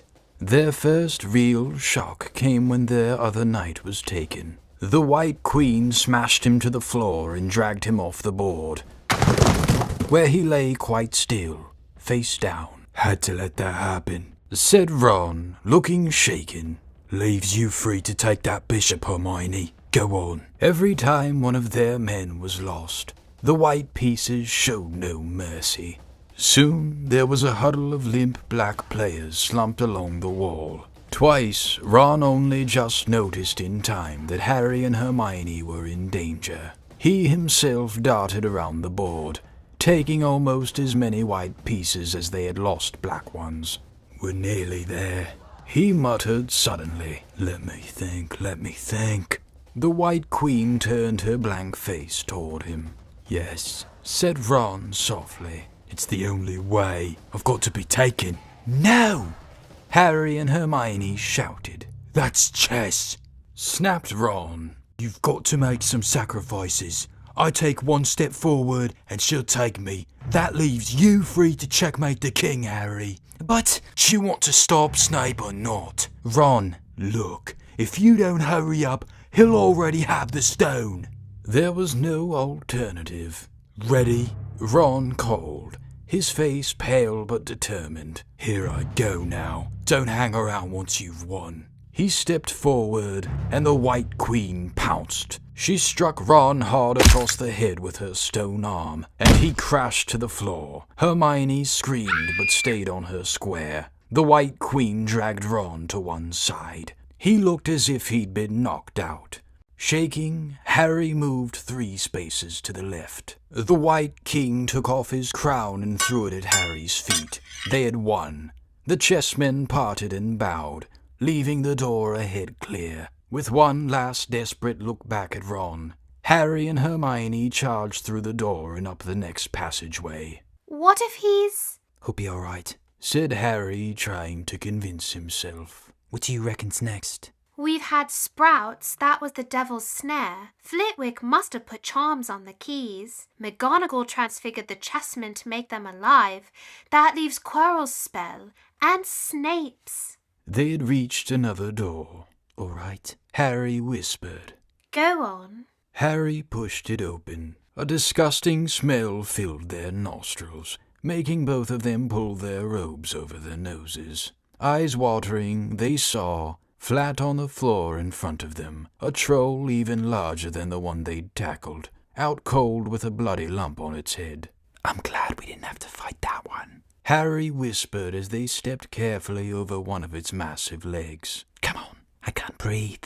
He pulled open the next door, both of them hardly daring to look at what came next. But there was nothing very frightening in here. Just a table with 7 differently shaped bottles standing on it in a line. Snape's, said Harry. What do we have to do? They stepped over the threshold, and immediately a fire sprang up behind them in the doorway. It wasn't an ordinary fire either. It was purple. At the same instant, black flames shot up in the doorway leading onward.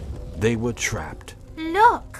Hermione seized a roll of paper lying next to the bottles. Harry looked over her shoulder to read it. Danger lies before you, while safety lies behind. 2 of us will help you, whichever you would find. 1 among us 7 will let you move ahead. Another will transport the drinker back instead. 2 among our number hold only nettle wine. 3 of us are killers, waiting hidden in line. Choose, unless you wish to stay here forevermore. To help you in your choice, we give you these clues for: first, however slyly the poison tries to hide, you will always find some on nettle wine's left side.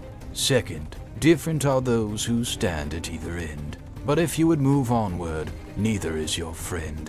Third, as you see clearly, all are different size. Neither dwarf nor giant holds death in their insides. Fourth, the second left and the second on the right are twins once you taste them, though different at first sight. Hermione let out a great sigh, and Harry, amazed, saw that she was smiling. The very last thing he felt like doing. Brilliant! Said Hermione. This isn't magic, it's logic. A puzzle. A lot of the greatest wizards haven't got an ounce of logic. They'd be stuck in here forever. But so will we, won't we? Of course not. Said Hermione. Everything we need is here on this paper. 7 bottles. 3 are poison, 2 are wine. 1 will get us safely through the black fire, and 1 will get us back through the purple. But how do we know which to drink? Give me a minute. Hermione read the papers several times. Then she walked up and down the line of bottles, muttering to herself and pointing at them. At last, she clapped her hands. Got it. She said, The smallest bottle will get us through the black fire, toward the stone. Harry looked at the tiny bottle. There's only enough there for one of us. He said, That's hardly 1 swallow. They looked at each other. Which one will get you back through the purple flames? Hermione pointed at a rounded bottle at the right end of the line. You drink that, said Harry. No, listen. Get back and get Ron. Grab brooms from the flying key room. They'll get you out of the trapdoor and past Fluffy. Go straight to the Owlry and send Hedwig to Dumbledore. We need him. I might be able to hold Snape off for a while, but I'm no match for him, really. But Harry, what if you know who's with him? Well, I was lucky once, wasn't I? Said Harry, pointing at his scar. I might get lucky again. Hermione's lip trembled, and she suddenly dashed at Harry and threw her arms around him. Hermione! Harry, you're a great wizard, you know. I'm not as good as you, said Harry, very embarrassed, as she let go of him. Me? Said Hermione. Books and cleverness. There are more important things. Friendship and bravery and...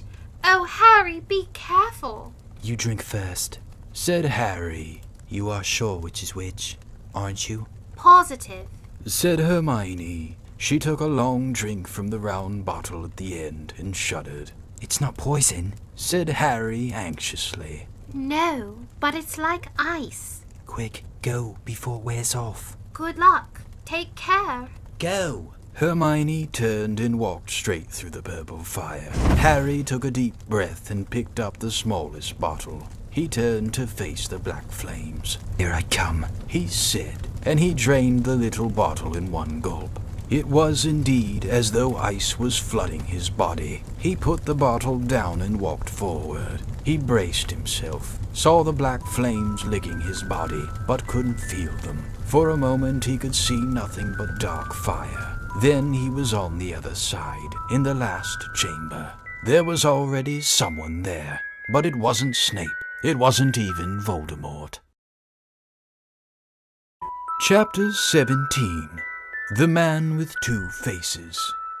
It was Quirrell. You! Gasped Harry. Quirrell smiled. His face wasn't twitching at all. Me, he said calmly. I wondered whether I'd be meeting you here, Potter.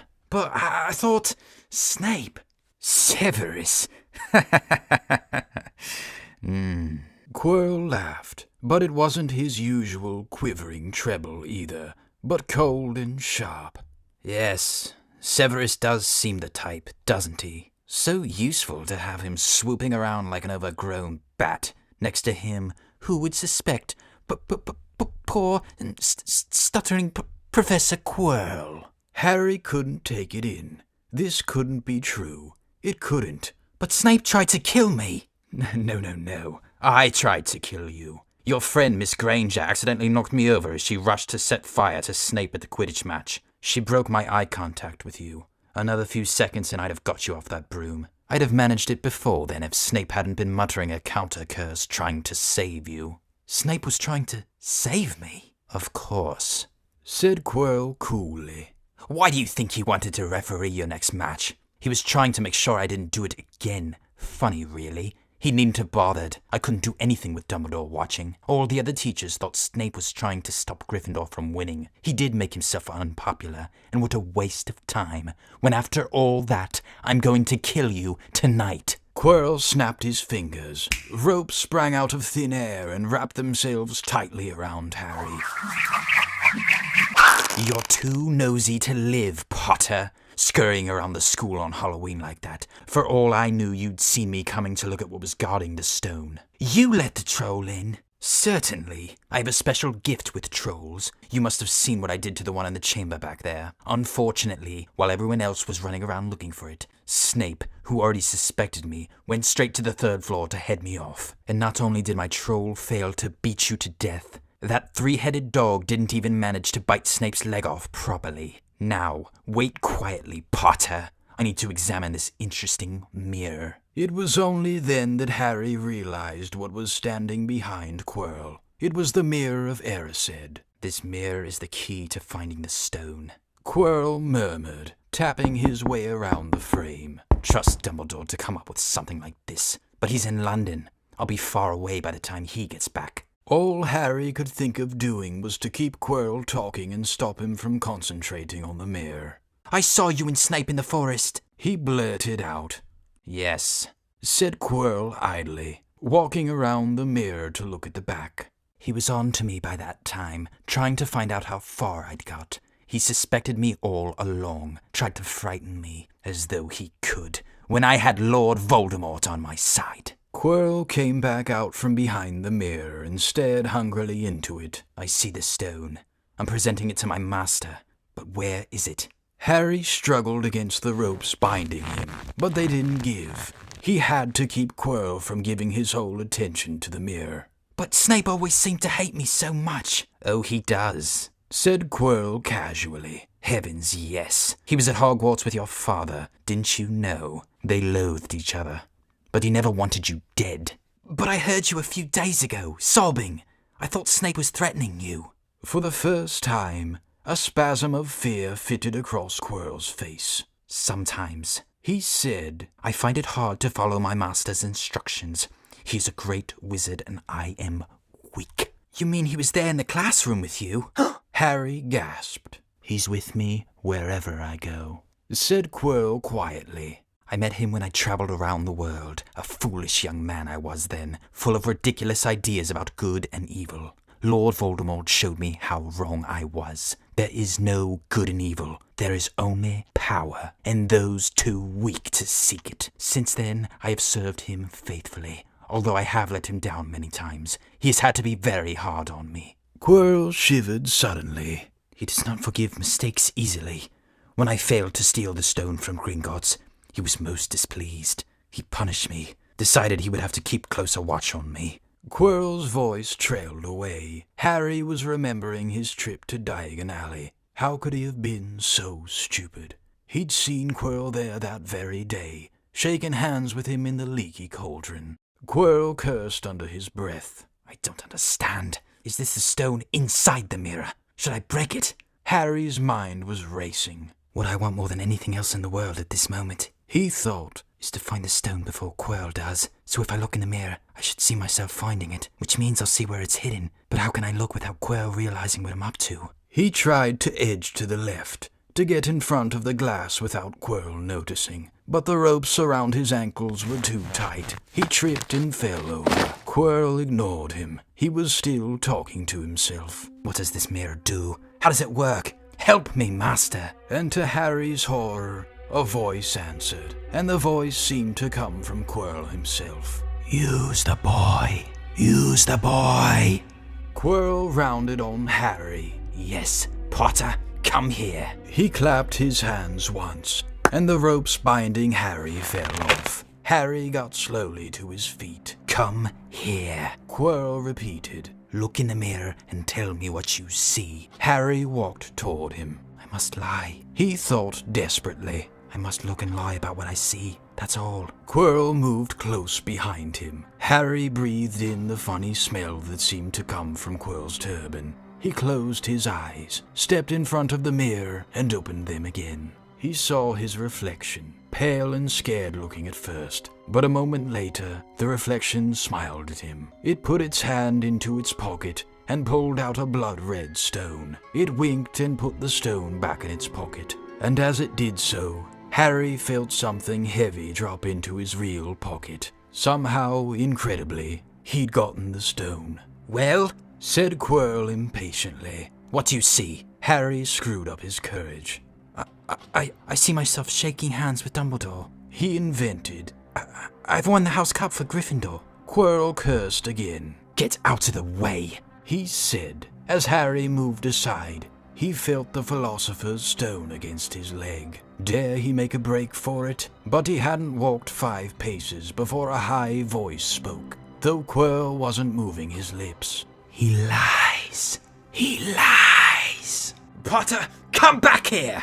Quirrell shouted. Tell me the truth. What did you just see? The high voice spoke again.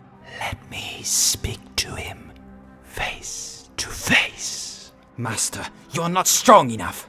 I have strength enough for this. Harry felt as if Devil's Snare was rooting him to the spot.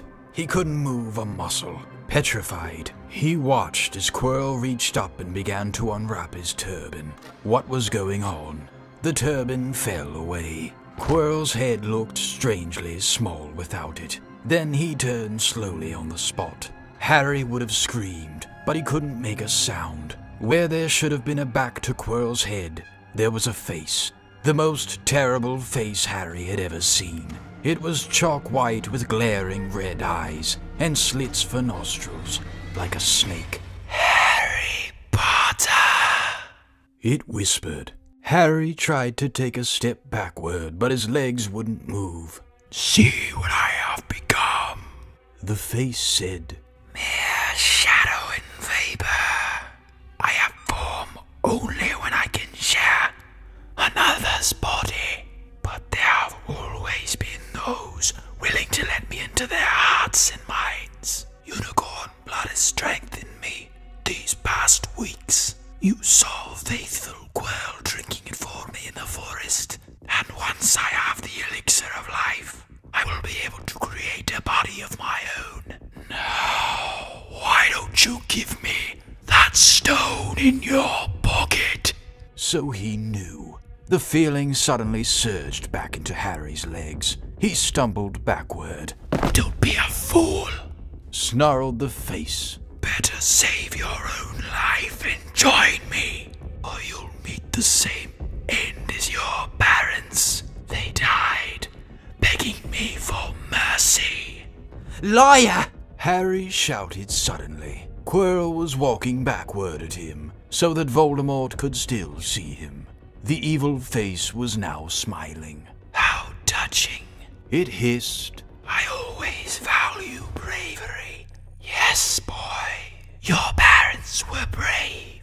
I killed your father first, and he put up a courageous fight.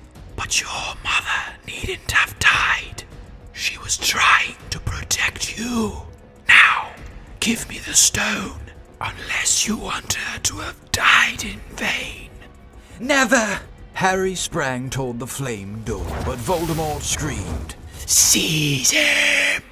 In the next second, Harry felt Quirrell's hand close on his wrist. At once, a needle-sharp pain seared across Harry's scar. His head felt as though it was about to split in two. He yelled, struggling with all his might, and to his surprise, Quirrell let go of him. The pain in his head lessened. He looked around wildly to see where Quirrell had gone, and saw him hunched in pain, looking at his fingers. They were blistering before his eyes. Seize him! Seize him! Shrieked Voldemort again, and Quirrell lunged, knocking Harry clean off his feet, landing on top of him, both hands around Harry's neck. Harry's scar was almost blinding him with pain, yet he could see Quirrell howling in agony. Master, I cannot hold him! My hands! My hands! And Quirrell, though pinning Harry to the ground with his knees, let go of his neck instead, bewildered. At his own palms, Harry could see they looked burned, raw, red and shiny. Then kill him, fool, and be done! Screeched Voldemort. Quirrell raised his hand to perform a deadly curse, but Harry, by instinct, reached up and grabbed Quirrell's face. Ah! Quirrell rolled off him, his face blistering too, and then Harry knew Quirrell couldn't touch his bare skin. not without suffering terrible pain. His only chance was to keep hold of Quirrell, keep him in enough pain to stop him from doing a curse. Harry jumped to his feet, caught Quirrell by the arm, and hung on as tight as he could. Quirrell screamed and tried to throw Harry off. The pain in Harry's head was building. He couldn't see. He could only hear Quirrell's terrible shrieks and Voldemort's yells of, "Kill him! Kill him!" and other voices, maybe in Harry's own head, crying, "Harry! Harry!" He felt Quirrell's arm wrenched from his grasp, knew all was lost, and fell into blackness, down, down, down. Something gold was glinting just above him. The snitch. He tried to catch it, but his arms were too heavy. He blinked.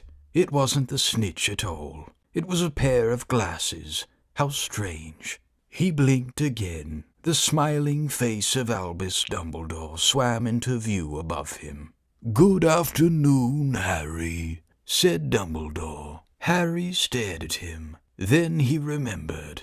"Sir, the stone! It was Quirrell! He's got the stone! Sir, quick!" "Calm yourself, dear boy. You are a little behind the times," said Dumbledore. "Quirrell does not have the stone." "Then who does?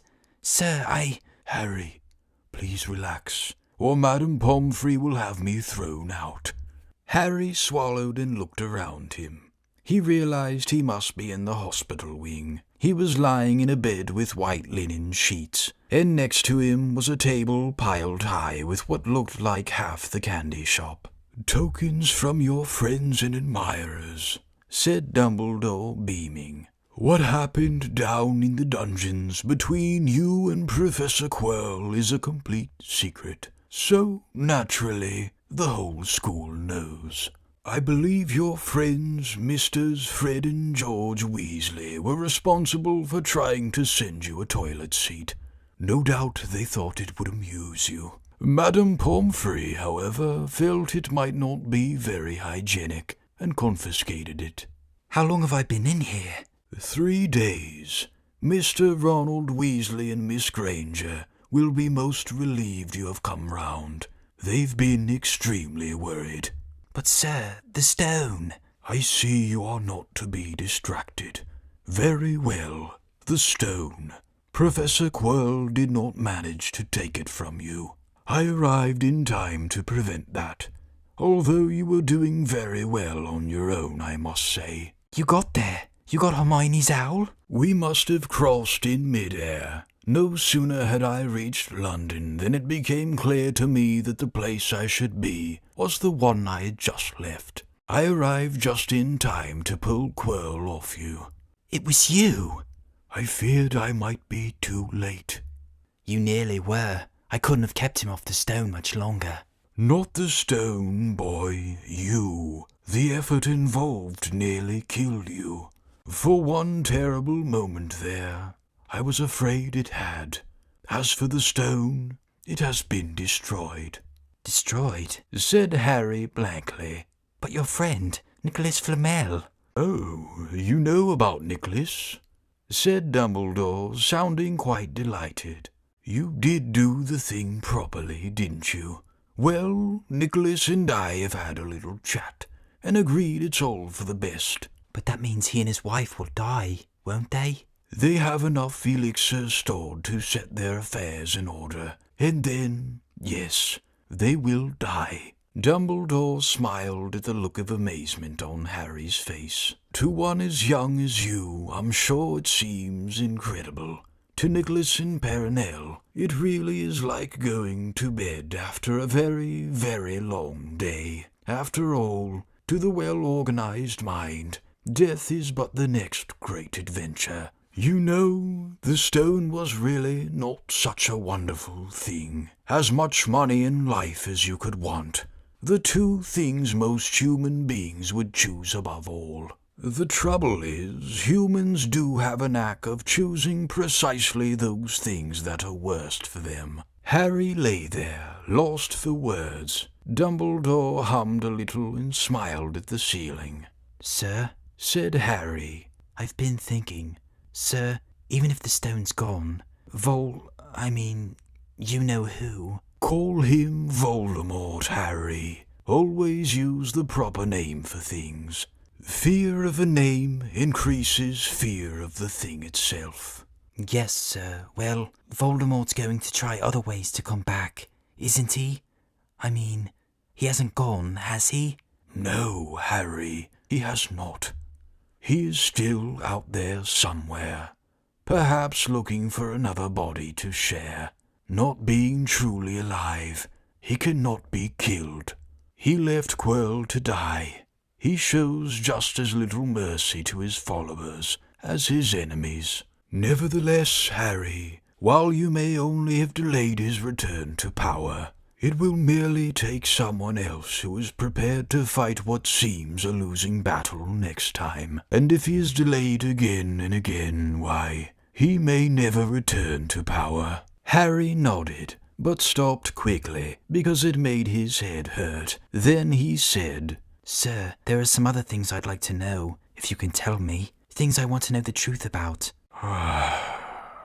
The truth. Dumbledore sighed. It is a beautiful and terrible thing, and should therefore be treated with great caution. However, I shall answer your questions, unless I have a very good reason not to, in which case I beg you'll forgive me. I shall not, of course, lie. Well, Voldemort said that he only killed my mother because she tried to stop him from killing me. But why would he want to kill me in the first place? Dumbledore sighed very deeply this time. Alas, the first thing you ask me, I cannot tell you. Not today, not now. You will know one day. Put it from your mind for now, Harry. When you are older, I know you hate to hear this. When you are ready, you will know. And Harry knew it would be no good to argue. But why couldn't Quirrell touch me? Your mother died to save you.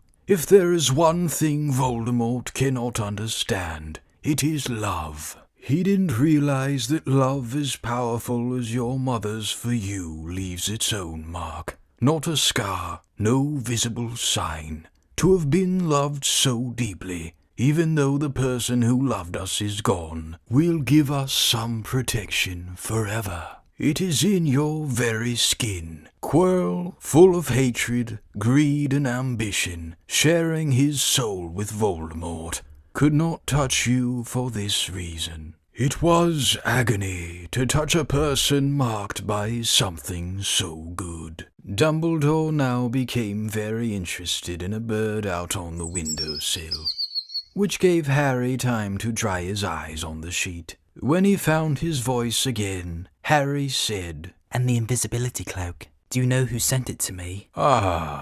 Your father happened to leave it in my possession, and I thought you might like it. Dumbledore's eyes twinkled. Useful things. Your father used it mainly for sneaking off to the kitchens to steal food when he was here. And there's something else. Fire away. Quirrell said Snape. Professor Snape, Harry. Yes, him. Quirrell said he hates me because he hated my father. Is that true? Well, they did rather detest each other, not unlike yourself and Mr. Malfoy. And then your father did something Snape could never forgive. What? He saved his life. What? Yes, said Dumbledore dreamily. Funny, the way people's minds work, isn't it? Professor Snape couldn't bear being in your father's debt. I do believe he worked so hard to protect you this year because he felt that would make him and your father even. Then he could go back to hating your father's memory in peace. Harry tried to understand this, but it made his head pound, so he stopped. And sir, there's one more thing. Just the one? How did I get the stone out of the mirror? Now, I'm glad you asked me that. It was one of my more brilliant ideas, and between you and me, that's saying something. You see, only one who wanted to find the stone, find it but not use it, would be able to get it. Otherwise, they'd just see themselves making gold or drinking elixir of life. My brain surprises even me sometimes. Now, enough questions. I suggest you make a start on these sweets. Bertie bought every flavor beans. I was unfortunate enough in my youth to come across a vomit-flavored one, and since then, I'm afraid I've rather lost my liking for them. But I think I'll be safe with a nice toffee, don't you? He smiled and popped the golden brown bean into his mouth. Then he choked and said, Alas, earwax. Madame Pomfrey, the nurse, was a nice woman, but very strict. Just 5 minutes, Harry pleaded. Absolutely not. You let Professor Dumbledore in? Well, of course. That was the headmaster. Quite different. You need rest. I am resting. Look, lying down and everything. Oh, go on, Madame Pomfrey. Oh, very well, she said. But 5 minutes only. And she let Ron and Hermione in. Harry! Hermione looked ready to fling her arms around him again, but Harry was glad she held herself in, as his head was still very sore. Oh, Harry, we were sure you were going to. Dumbledore was so worried. The whole school's talking about it, said Ron. What really happened? It was one of those rare occasions when the true story is even more strange and exciting than the wild rumors. Harry told them everything. Quirrell, the mirror, the stone, and Voldemort. Ron and Hermione were a very good audience. They gasped in all the right places, and when Harry told them what was under Quirrell's turban, Hermione screamed out loud. So the stone's gone, said Ron finally. Flamel's just going to die. That's what I said. But Dumbledore thinks that, what was it? To the well-organized mind, death is but the next great adventure. I always said he was off his rocker, said Ron, looking quite impressed at how crazy his hero was. So what happened to you two? Said Harry. Well, I got back all right, said Hermione. I brought Ron round. That took a while. And we were dashing up to the Owlery to contact Dumbledore when we met him in the entrance hall. He already knew. He just said, Harry's gone after him, hasn't he?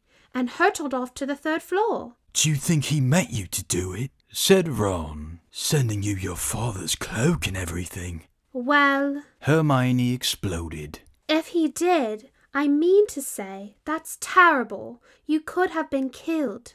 No, it isn't, said Harry thoughtfully. He's a funny man, Dumbledore. I think he sort of wanted to give me a chance. I think he knows more or less everything that goes on here, you know? I reckon he had a pretty good idea we were going to try, and instead of stopping us, he just taught us enough to help. I don't think it was an accident he let me find out how the mirror worked. It's almost like he thought I had the right to face Voldemort if I could.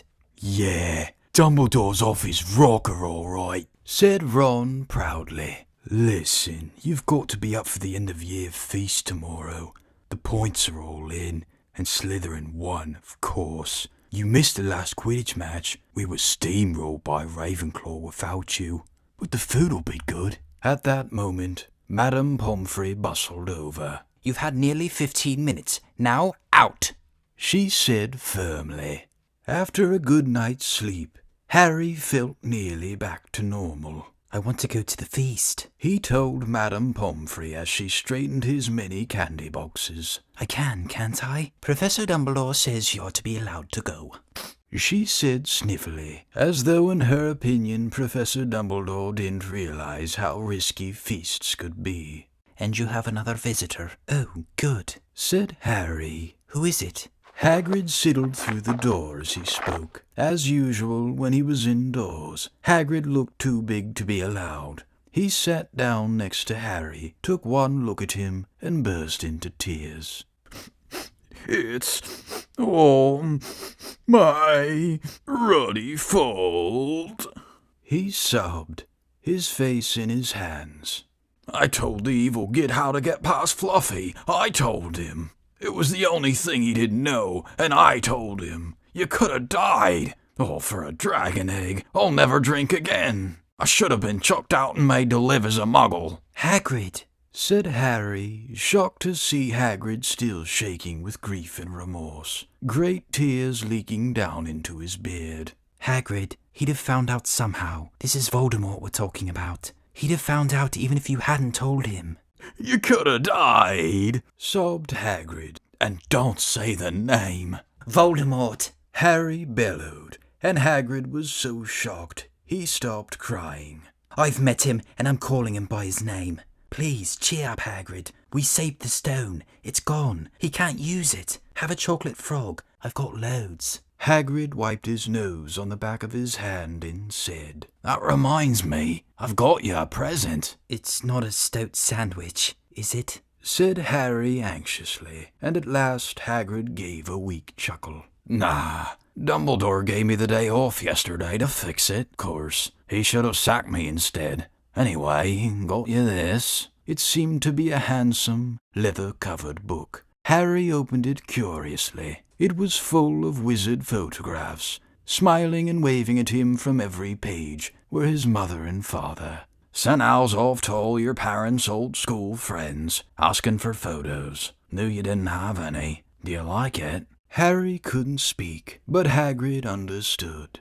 Harry made his way down to the end-of-year feast alone that night. He had been held up by Madame Pomfrey fussing about, insisting on giving him one last check-up, so the great hall was already full. It was decked out in the Slytherin colours of green and silver, to celebrate Slytherin's winning of the House Cup for the 7th year in a row. A huge banner showing the Slytherin serpent covered the wall behind the high table. When Harry walked in, there was a sudden hush, and then everybody started talking loudly at once. He slipped into a seat between Ron and Hermione at the Gryffindor table, and tried to ignore the fact that people were standing up to look at him. Fortunately, Dumbledore arrived moments later. The babble died away. Another year gone, Dumbledore said cheerfully, and I must trouble you with an old man's wheezing waffle before we sink our teeth into our delicious feast. What a year 'tis been.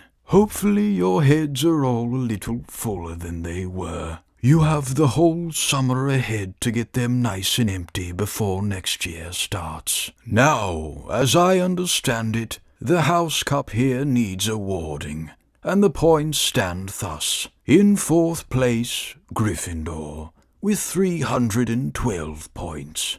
In 3rd, Hufflepuff, with 352. Ravenclaw has 426, and Slytherin 472. A storm of cheering and stamping broke out from the Slytherin table. Harry could see Draco Malfoy banging his goblet on the table. It was a sickening sight. Yes, yes, well done, Slytherin, said Dumbledore. However, recent events must be taken into account. The room went very still. The Slytherin smiles faded a little. Ahem, said Dumbledore. I have a few last-minute points to dish out. Let me see. Yes. First, to Mr. Ronald Weasley. Ron went purple in the face. He looked like a radish with a bad sunburn. For the best played game of chess Hogwarts has seen in many years, I award Gryffindor House 50 points. Gryffindor cheers nearly raised the bewitched ceiling. The stars overhead seemed to quiver. Percy could be heard telling the other prefects, My brother, you know, my youngest brother, got past McGonagall's giant chess set. At last there was silence again. Second, to Miss Hermione Granger, for the use of cool logic in the face of fire, I award Gryffindor House 50 points. Hermione buried her face in her arms. Harry strongly suspected she had burst into tears. Gryffindors up and down the table were beside themselves. They were 100 points up. Third, to Mr. Harry Potter, said Dumbledore. The room went deadly quiet. For pure nerve and outstanding courage, I award Gryffindor House 60 points. The din was deafening. Those who could add up while yelling themselves hoarse knew that Gryffindor now had 472 points, exactly the same as Slytherin. They had tied for the house cup. If only Dumbledore had given Harry just one more point. Dumbledore raised his hand. The room gradually fell silent. "There are all kinds of courage," said Dumbledore, smiling. "It takes a great deal of bravery to stand up to our enemies, but just as much to stand up to our friends. I therefore award 10 points to Mr. Neville Longbottom." Someone standing outside the Great Hall might well have thought some sort of explosion had taken place. So loud was the noise that erupted from the Gryffindor table. Harry, Ron, and Hermione stood up to yell and cheer as Neville, white with shock, disappeared under a pile of people hugging him. He had never won so much as a point for Gryffindor before. Harry, still cheering, nudged Ron in the ribs and pointed at Malfoy, who couldn't have looked more stunned and horrified if he'd just had the body-bind curse put on him. "Which means," Dumbledore called over the storm of applause, for even Ravenclaw and Hufflepuff were celebrating the downfall of Slytherin, "we need a little change of decoration." He clapped his hands. In an instant, the green hangings became scarlet and the silver became gold. The huge Slytherin serpent vanished and a towering Gryffindor lion took its place. Snape was shaking Professor McGonagall's hand with a horrible, forced smile. He caught Harry's eye, and Harry knew at once that Snape's feelings toward him hadn't changed one jot. This didn't worry Harry. It seemed as though life would be back to normal next year, or as normal as it ever was at Hogwarts. It was the best evening of Harry's life, better than winning at Quidditch, or Christmas, or knocking out mountain trolls. He would never, ever forget tonight. Harry had almost forgotten that the exam results were still to come, but come they did. To their great surprise, both he and Ron passed with good marks. Hermione, of course, had the best grades of the first years. Even Neville scraped through, his good herbology mark making up for his abysmal potions one. They had hoped that Goyle, who was almost as stupid as he was mean, might be thrown out, but he had passed too. It was a shame, but as Ron said, you couldn't have everything in life. And suddenly their wardrobes were empty. Their trunks were packed. Neville's toad was found lurking in a corner of the toilets. Notes were handed out to all students, warning them not to use magic over the holidays.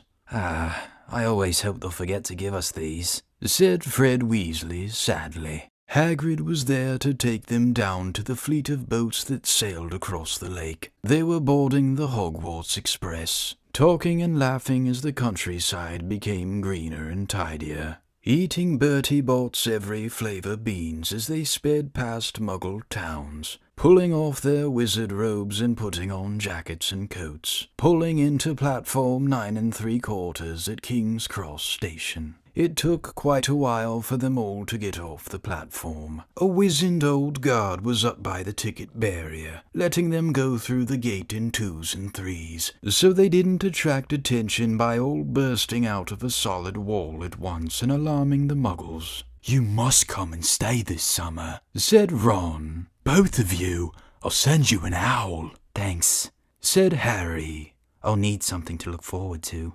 People jostled them as they moved forward toward the gateway back to the Muggle world. Some of them called, "Bye, Harry." "See ya, Potter." "Still famous," said Ron, grinning at him. "Not where I'm going, I promise you," said Harry. He, Ron, and Hermione passed through the gateway together. "There he is, Mom. There he is, look." It was Ginny Weasley, Ron's younger sister, but she wasn't pointing at Ron. "Harry Potter." She squealed.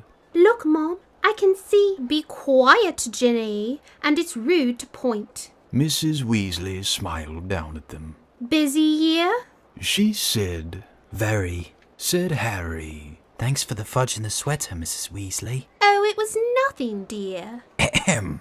"Ready, are you?" It was Uncle Vernon, purple-faced, still mustached, still looking furious at the nerve of Harry, carrying an owl in a cage in a station full of ordinary people. Behind him stood Aunt Petunia and Dudley, looking terrified at the very sight of Harry. You must be Harry's family, said Mrs. Weasley.